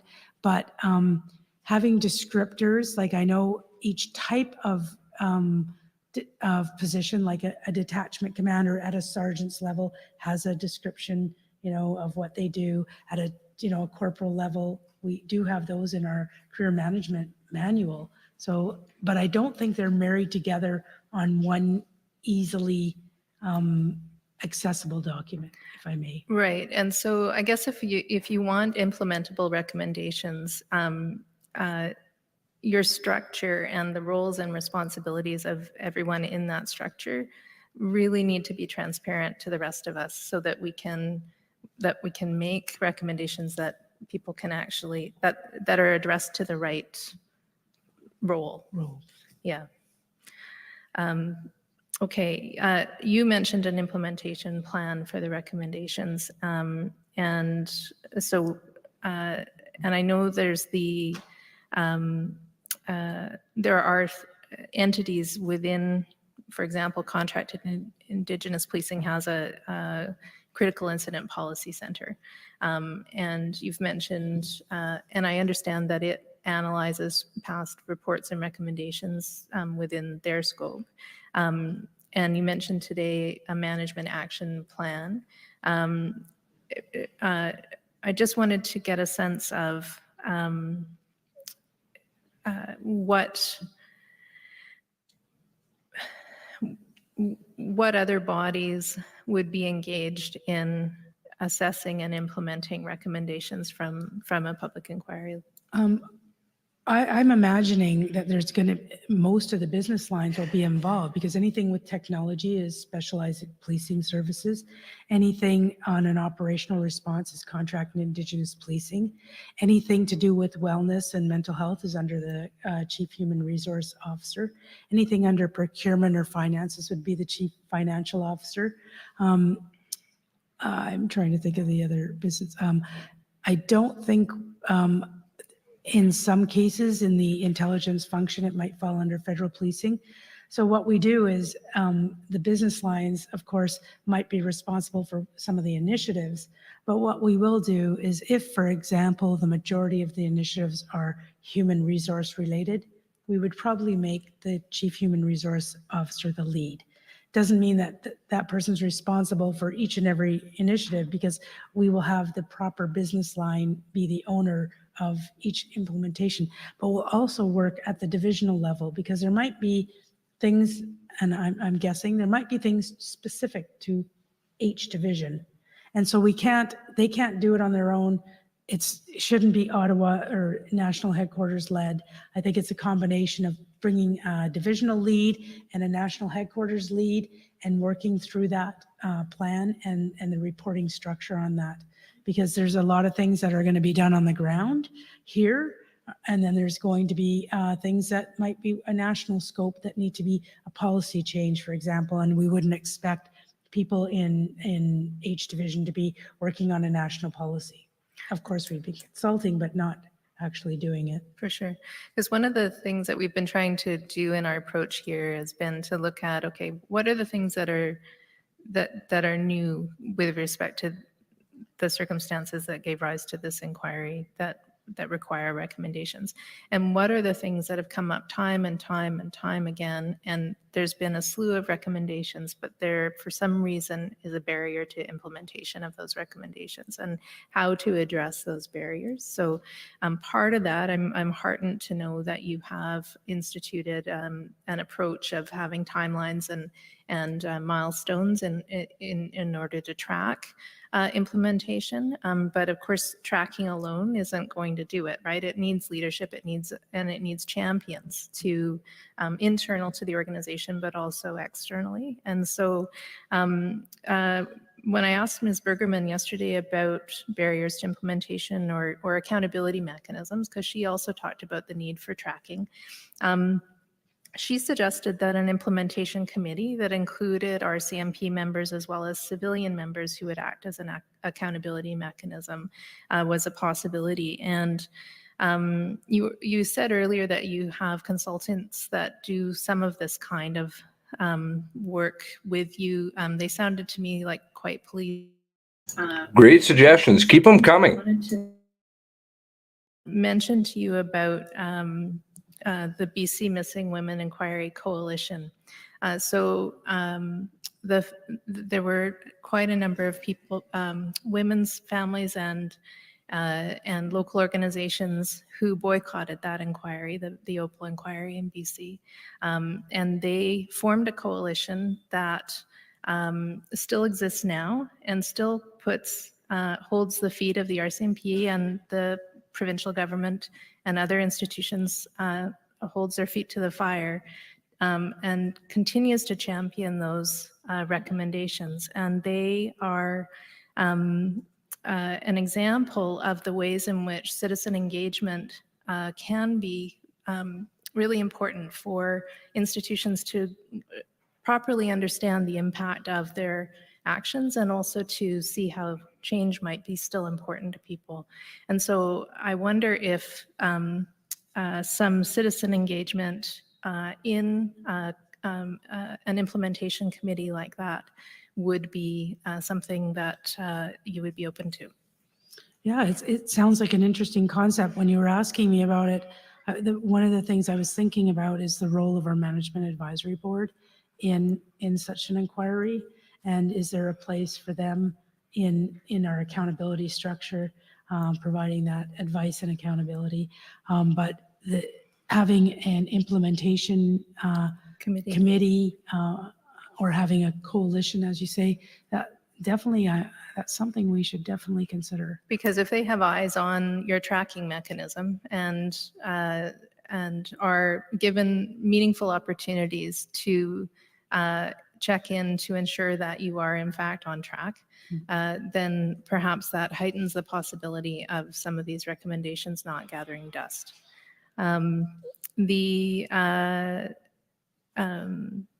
You had said that that the reviews that have been successful in terms of recommendations have provided you with draft recommendations. We're an independent public inquiry. We're not going to be passing our draft recommendations by you, but we do have a recommendation phase that is starting on Monday, where we have consultations scheduled, and it's very important for the recommendations to be implementable, for the right people to be at the table for those discussions. So we really encourage you to ensure that the right delegates come. We've sent the invitations, so choosing the people who really can provide the input to make sure that the recommendations that we make are pragmatic, are useful, are implementable. That's the opportunity to have the input is over the next 4 weeks or so. So I just wanted to, and of course also the final submissions from the RCMP as a participant, right, in written form, and the oral submissions are an opportunity to provide those to us. So be prepared to be creative and provide us with the meaningful input that the public deserves. So Well, thank you for flagging that, because that'll be important to get exactly what you said, get it the right person there. Because if we don't have the right person, they're not going to be very much value added. that's it. Yeah, and you've had people here, as you've mentioned, throughout paying attention and taking notes and so on. And so we really do anticipate that the knowledge transfer that needs to happen will occur, because there's been some very rich information in terms of the roundtables, but also, of course, the impact upon the people that have been affected needs to be treated with that respect of really sending the right people to make the recommendations. So I appreciate your Excellent. time. Thank you No, very thank much. you. Thank you very much, Commissioner Stanton. All of my questions have been answered, Commissioner, and it falls to me to thank you for the time you've spent with us. I can only imagine how busy you are with your very challenging position. It's been a long 2 days for you, and you've been asked a lot of difficult questions, and we greatly appreciate the fact that you've come here and answered them all. And it's been grueling, I'm sure, but so important. And so I want to, on behalf of the commissioners and the entire commission, thank you so much and tell you we really do appreciate the fact that you've been here. I wonder if I could also leave you with a request. In fact, it's more than a request. I would implore you to assist us with the implementation of our recommendations. And in fact, it's more than that. I would ask you to be a champion for those recommendations. I was struck by the fact that you said sometimes you don't even think of yourself as the commissioner, and that's a sign of humility, but you are the commissioner of the RCMP, and you are in a very powerful position. And we need courageous leaders in powerful positions to make sure that our recommendations get implemented. They're independent recommendations. It's an independent inquiry. We don't represent one side or the other. We represent the public interest. And we've worked hard to make sure, and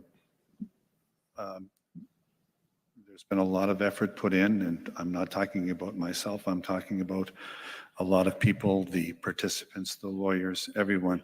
But that's not what it's about. It's not about us. I said in our opening remarks, we're on the lucky side of this equation, everyone involved in this commission. We're on the lucky side of this equation. It's about, and they're in our binders every day, it's about the families, it's about those who've lost their lives. It's about the first responders, the communities, those who've been hurt physically in so many ways.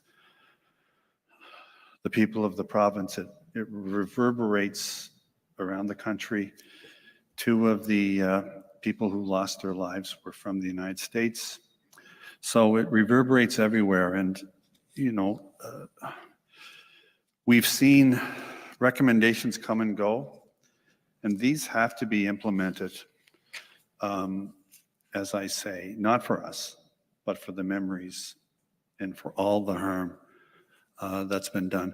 You know, there's a lot of hurt in this province. There's pain and sorrow here every day. We see it. And they deserve to have good recommendations, pragmatic recommendations, implementable recommendations.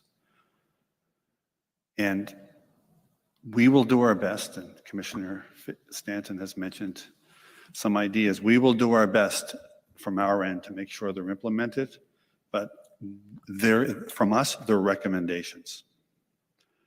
And so I am passionately imploring you as a person in a powerful position to champion those recommendations for the benefit of all this, to ameliorate some of the suffering, and so that the lives lost will not be in vain. And if people push back, be they politicians, be they colleagues, push back harder, please, for the memory of the people who lost their lives and for all the suffering. And I would implore you to do that, and that with my thanks as well. Chair, you have my commitment, but more than that, you have the commitment of my senior executives. You have my commitment of my membership. I use the word opportunity. We have an opportunity here to make positive change, not just for the RCMP, but for Nova Scotia, but for the entire policing community. It's a responsibility that I hold near and dear to my heart, and I feel honored to have that responsibility. And I take that responsibility extremely seriously, as does my team.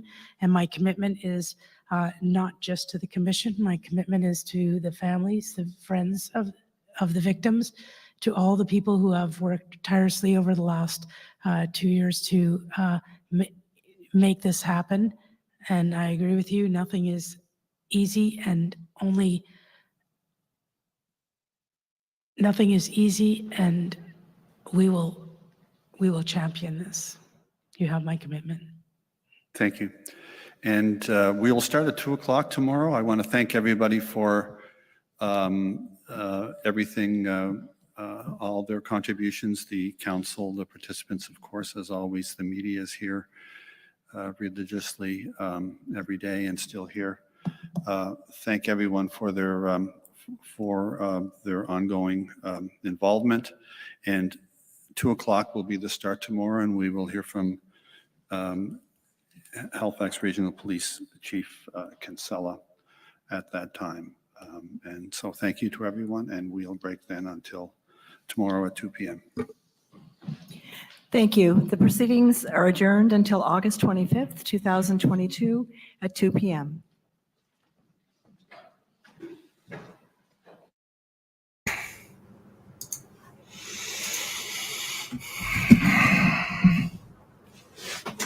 One moment, I need a beverage.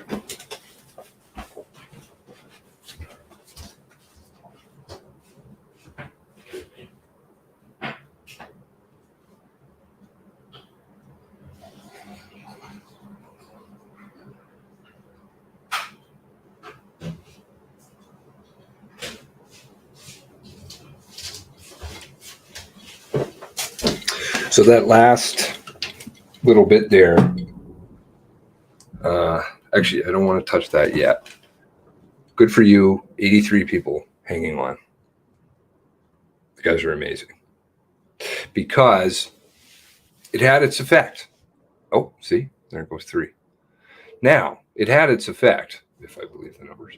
It had its effect because that's exactly what that whole thing was supposed to do. That's what these things, like, they're all structured very carefully. Trust me. The reason that they do that kind of shit, you know, and it's just to lull you. Because notice, go back in the video.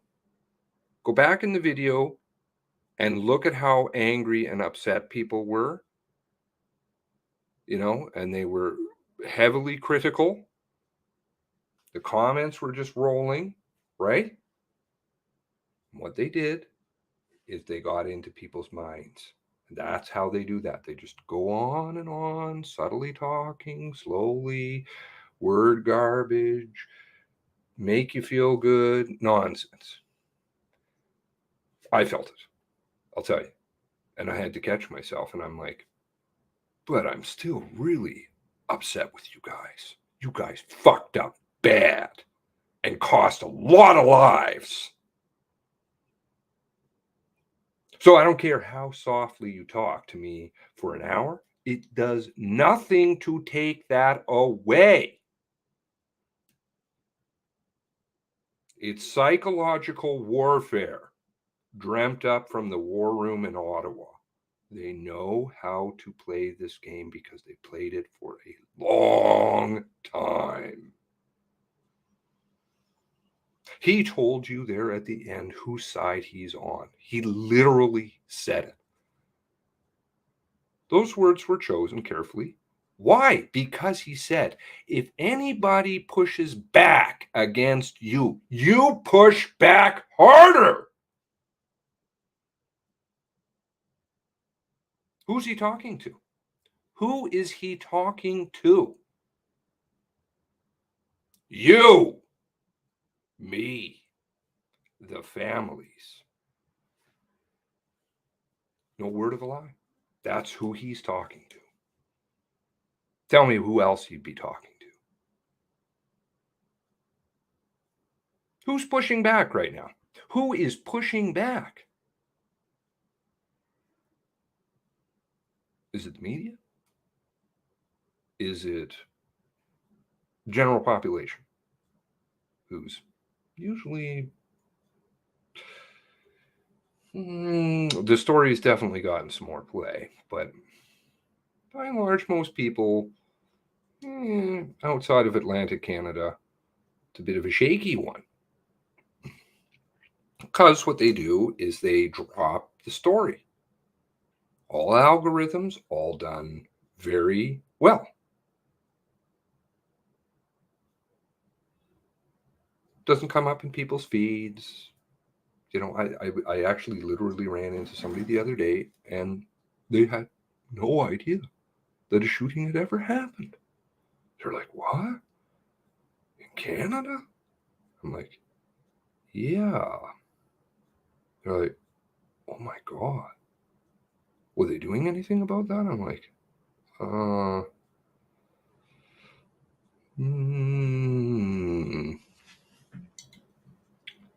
because they bury stuff. Yep. Yep. This is the technology. Hard at work. So, you know, I'm sitting here thinking to myself, like, all of your comments in here are really important, and I never want to get rid of them. If I make a mistake in a video, if I don't go back, I don't scrub it, I don't take the video down. I did take one video down. That's not true, because actually it took 2 down. Anyway, one was to do with comments, because somebody important left some comments in the box, and I need to make sure I did return that video. So, and the other one is back, so it doesn't matter. It's just you know, it's something to do with me. So anyway, something silly, and then all the comments are there. But if I clip the video or if I do something to the video, I believe it wipes out all the comments, as far as I understand. So I don't like to mess with it. But I want to cut these videos because I want to cut that trash out. There was a couple of good questions in there, and leave on the note where people are upset and the psychological warfare doesn't get fought, because it's just meaningless. It's drivel. It drones on. There's no point to it. It talks about Plan 150 and all kinds of other garbage. It doesn't matter which guest they're using. They don't care. Did you see Lucki's eyes? Even when McDonald is like doing his thing there at the end, she just looked at the ceiling. She didn't care. She is so far removed from this one. She doesn't give a shit. Even when she's being told that she doesn't care about his opinion. She doesn't, because she knows who he is in the story. She knows his family's history, all about the Regans, all about the sex case. She knows all about it. So she's just like, yeah, you know, I know what you guys do. This is literally almost an internal RCMP investigation, if you want to use that in quotation marks, right there, investigation. So they're going to write a report and they'll issue it. Maybe I will throw this out there. It's potentially possible that because of the late surfacing of notes and maybe some others yet to come, the actual report date might get pushed back. Possibly. Just think about that one.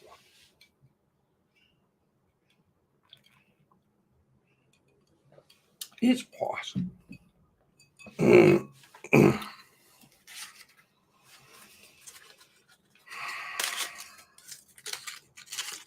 This game is so disgusting, and you know, I see the world through very different glasses than a lot of people do. Once you go there, though, you can't go back. But it gives you a fucking whole lot insight into everything. It's not a great place to go, I will say that, because you see the seedy underbelly of what's going on to an extent, because it never ends. It just keeps going. See you later, Tara. Take care.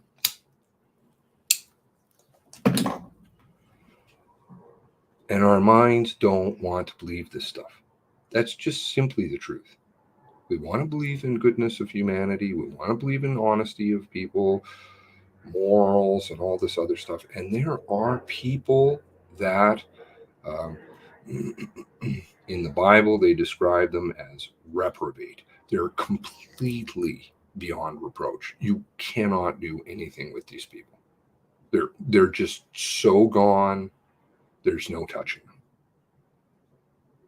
They'll never change their ways. They feel 100% vindicated and righteous in everything that they do.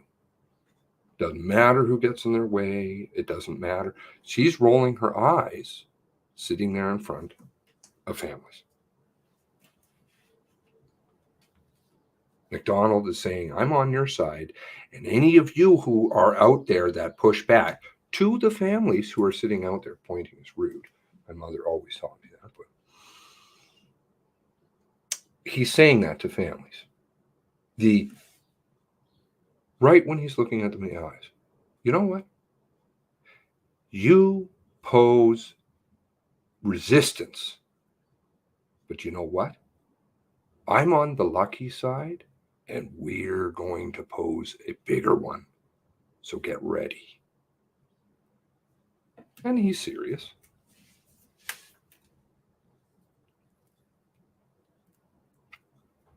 He's serious about what he says because he's gone.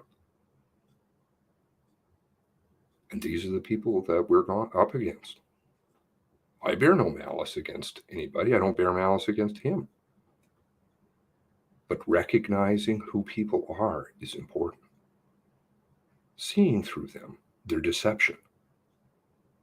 The whole thing is about deception, right? There were a few good questions in there but veiled and very softly, with the plush, about destroying evidence, about not giving over documents, not allowing people to testify as tangent. That was it in there, that little bit. But I'll tell you, it's so sugar-coated. Most people, they're already half asleep. So good for you. And I mean that. 77 people still here. Tomorrow, they're going to have a half a day, 3 hours with somebody who, by my little understanding, not friendly with the RCMP.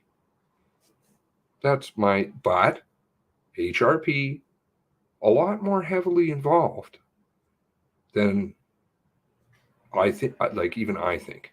I think they're involved quite a bit. They're up in Shubenacadie. They're hanging out at the big stop for a while before. They knew things. And then there were officers dispatched elsewhere too. So where the RCMP wouldn't. But when Dan Kinsella said on Wear Red Friday, where's that? I think I have that somewhere here.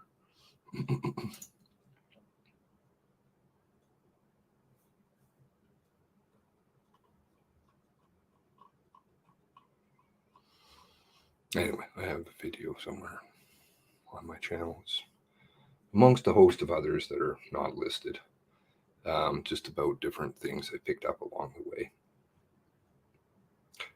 Dan Kinsella was said to his officers, you can't do that. You can't violate uniform rules. I don't think there was any other police force in the country that did that. And Halifax and RCMP are a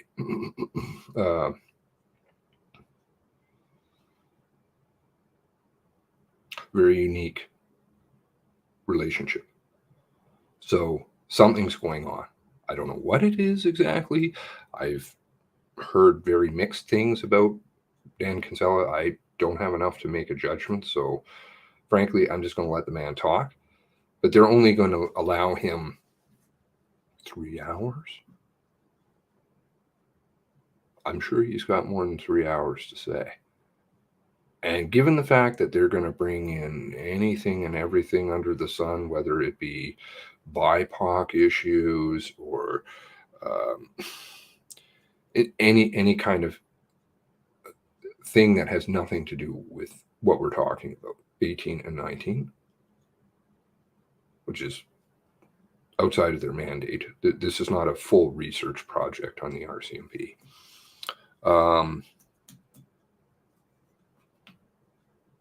He's got years worth of issues.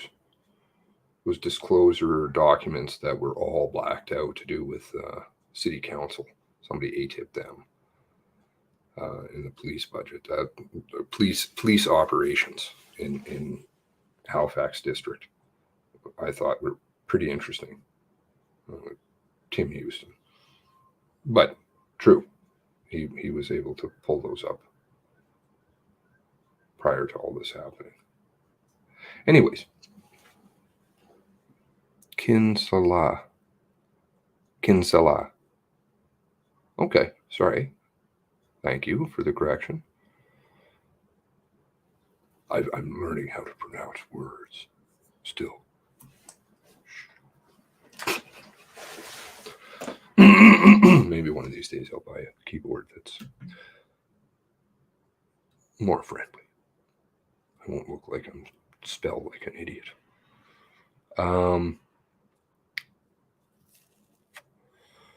Everyone must bow to the force. The force, which is the crown. Right? We're ruled by some big powers. Those oaths, the 3 oaths, very important. Anyway, how can you look at filter documents and not see something is wrong? Yep. Some of these folks know the unfiltered info and still choose to keep the victims in the dark, to dwell in their unknown forever. And what about the victims' families who have secrets? I'm not saying in a bad way. I'm saying they know lots of things. They've come to learn lots of things and can never talk about it. That's going to do something to their mind. It does. Because I talked to them about it. It's hard because when you know things and you can't say things to anybody, especially if maybe it might aid in the truth, what do? You live in a world of lies. Not good. All right, I'll grab a couple of your comments here, and we're going to have I guess I'll get to sleep in tomorrow until, well, I don't know, 11. I'll probably be up at 5. But ran more background checks overnight in Wortman than RCMP. Won't ask about the parking lot. That's This next batch of recruits will be clockwork oranges with 150 vision. Tara said earlier, stop the hiring process. In a roundabout way, actually, it may serve in the long run to destroy them, to go down this road, because not a lot of people are going to want to go and work for that. They have a lot more base now to hire from, and the money will be appealing and things like that to people, but they've got a pretty big reputation, not necessarily a very good one, from other RCMP members. And also, if you limit your hiring practices, you cut out a chunk of people. If you cut out a chunk of people, that's why, one second. Where is it here?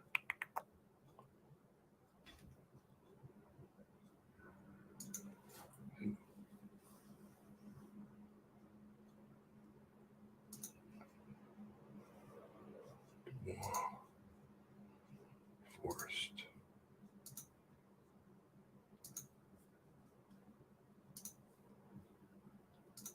Thought I had it open. I'm sure I do. If you look at Rodney McDonald's statement, which I still haven't finished, they have every single thing to do with shifts and complement and all of that. Just the little bits and pieces. It's just like a checker box of black. Lots of, just small little black boxes here and there. Do you know why they're doing that? Because their contract is void if they reveal that information. DOJ doesn't want people to know, because then it can be legally challenged and people can kick them out. You break the contract, you're not fulfilling your end of the bargain.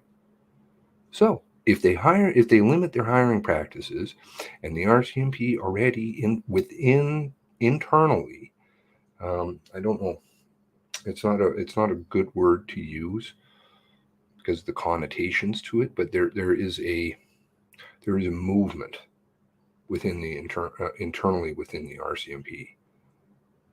Just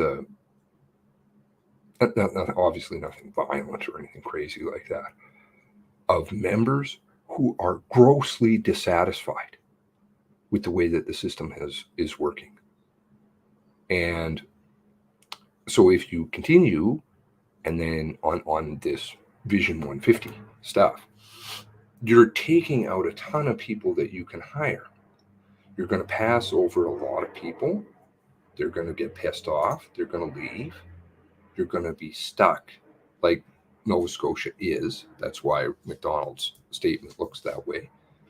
Because then the contract is void. And then people can kick you out. Sorry. Just take you to court. Municipalities. We're not getting the service. Counties, whatever. We're not getting the service here. You said you promised that you would give this many. And they already have admitted openly. Supposed to be shifts of 6. No, we're actually running with 4. Bang, right there. Void, gone. Now you can say you broke your contract. You can audit. They don't want anybody ever auditing them.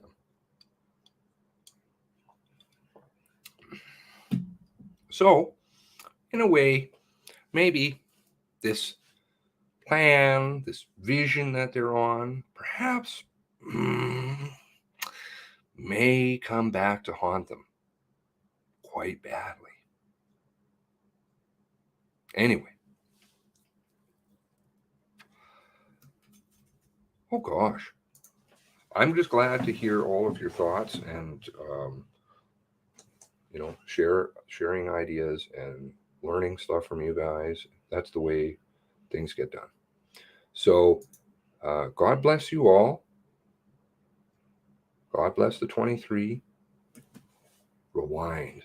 Maybe go back, later tonight or tomorrow, and just go back to prior to the MCC questioning. Go back prior to, NPF questioning. Go back to when lawyers were asking some good questions, because there were a lot in there. And read the comments and just live in that moment again. That will bring you back to the place that probably logically you should be, which is not happy, extremely dissatisfied, upset, feeling used.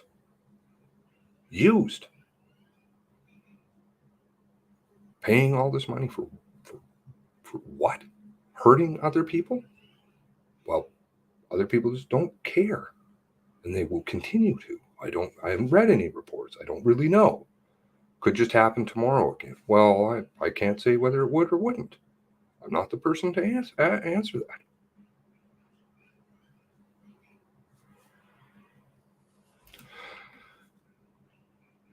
God bless you all.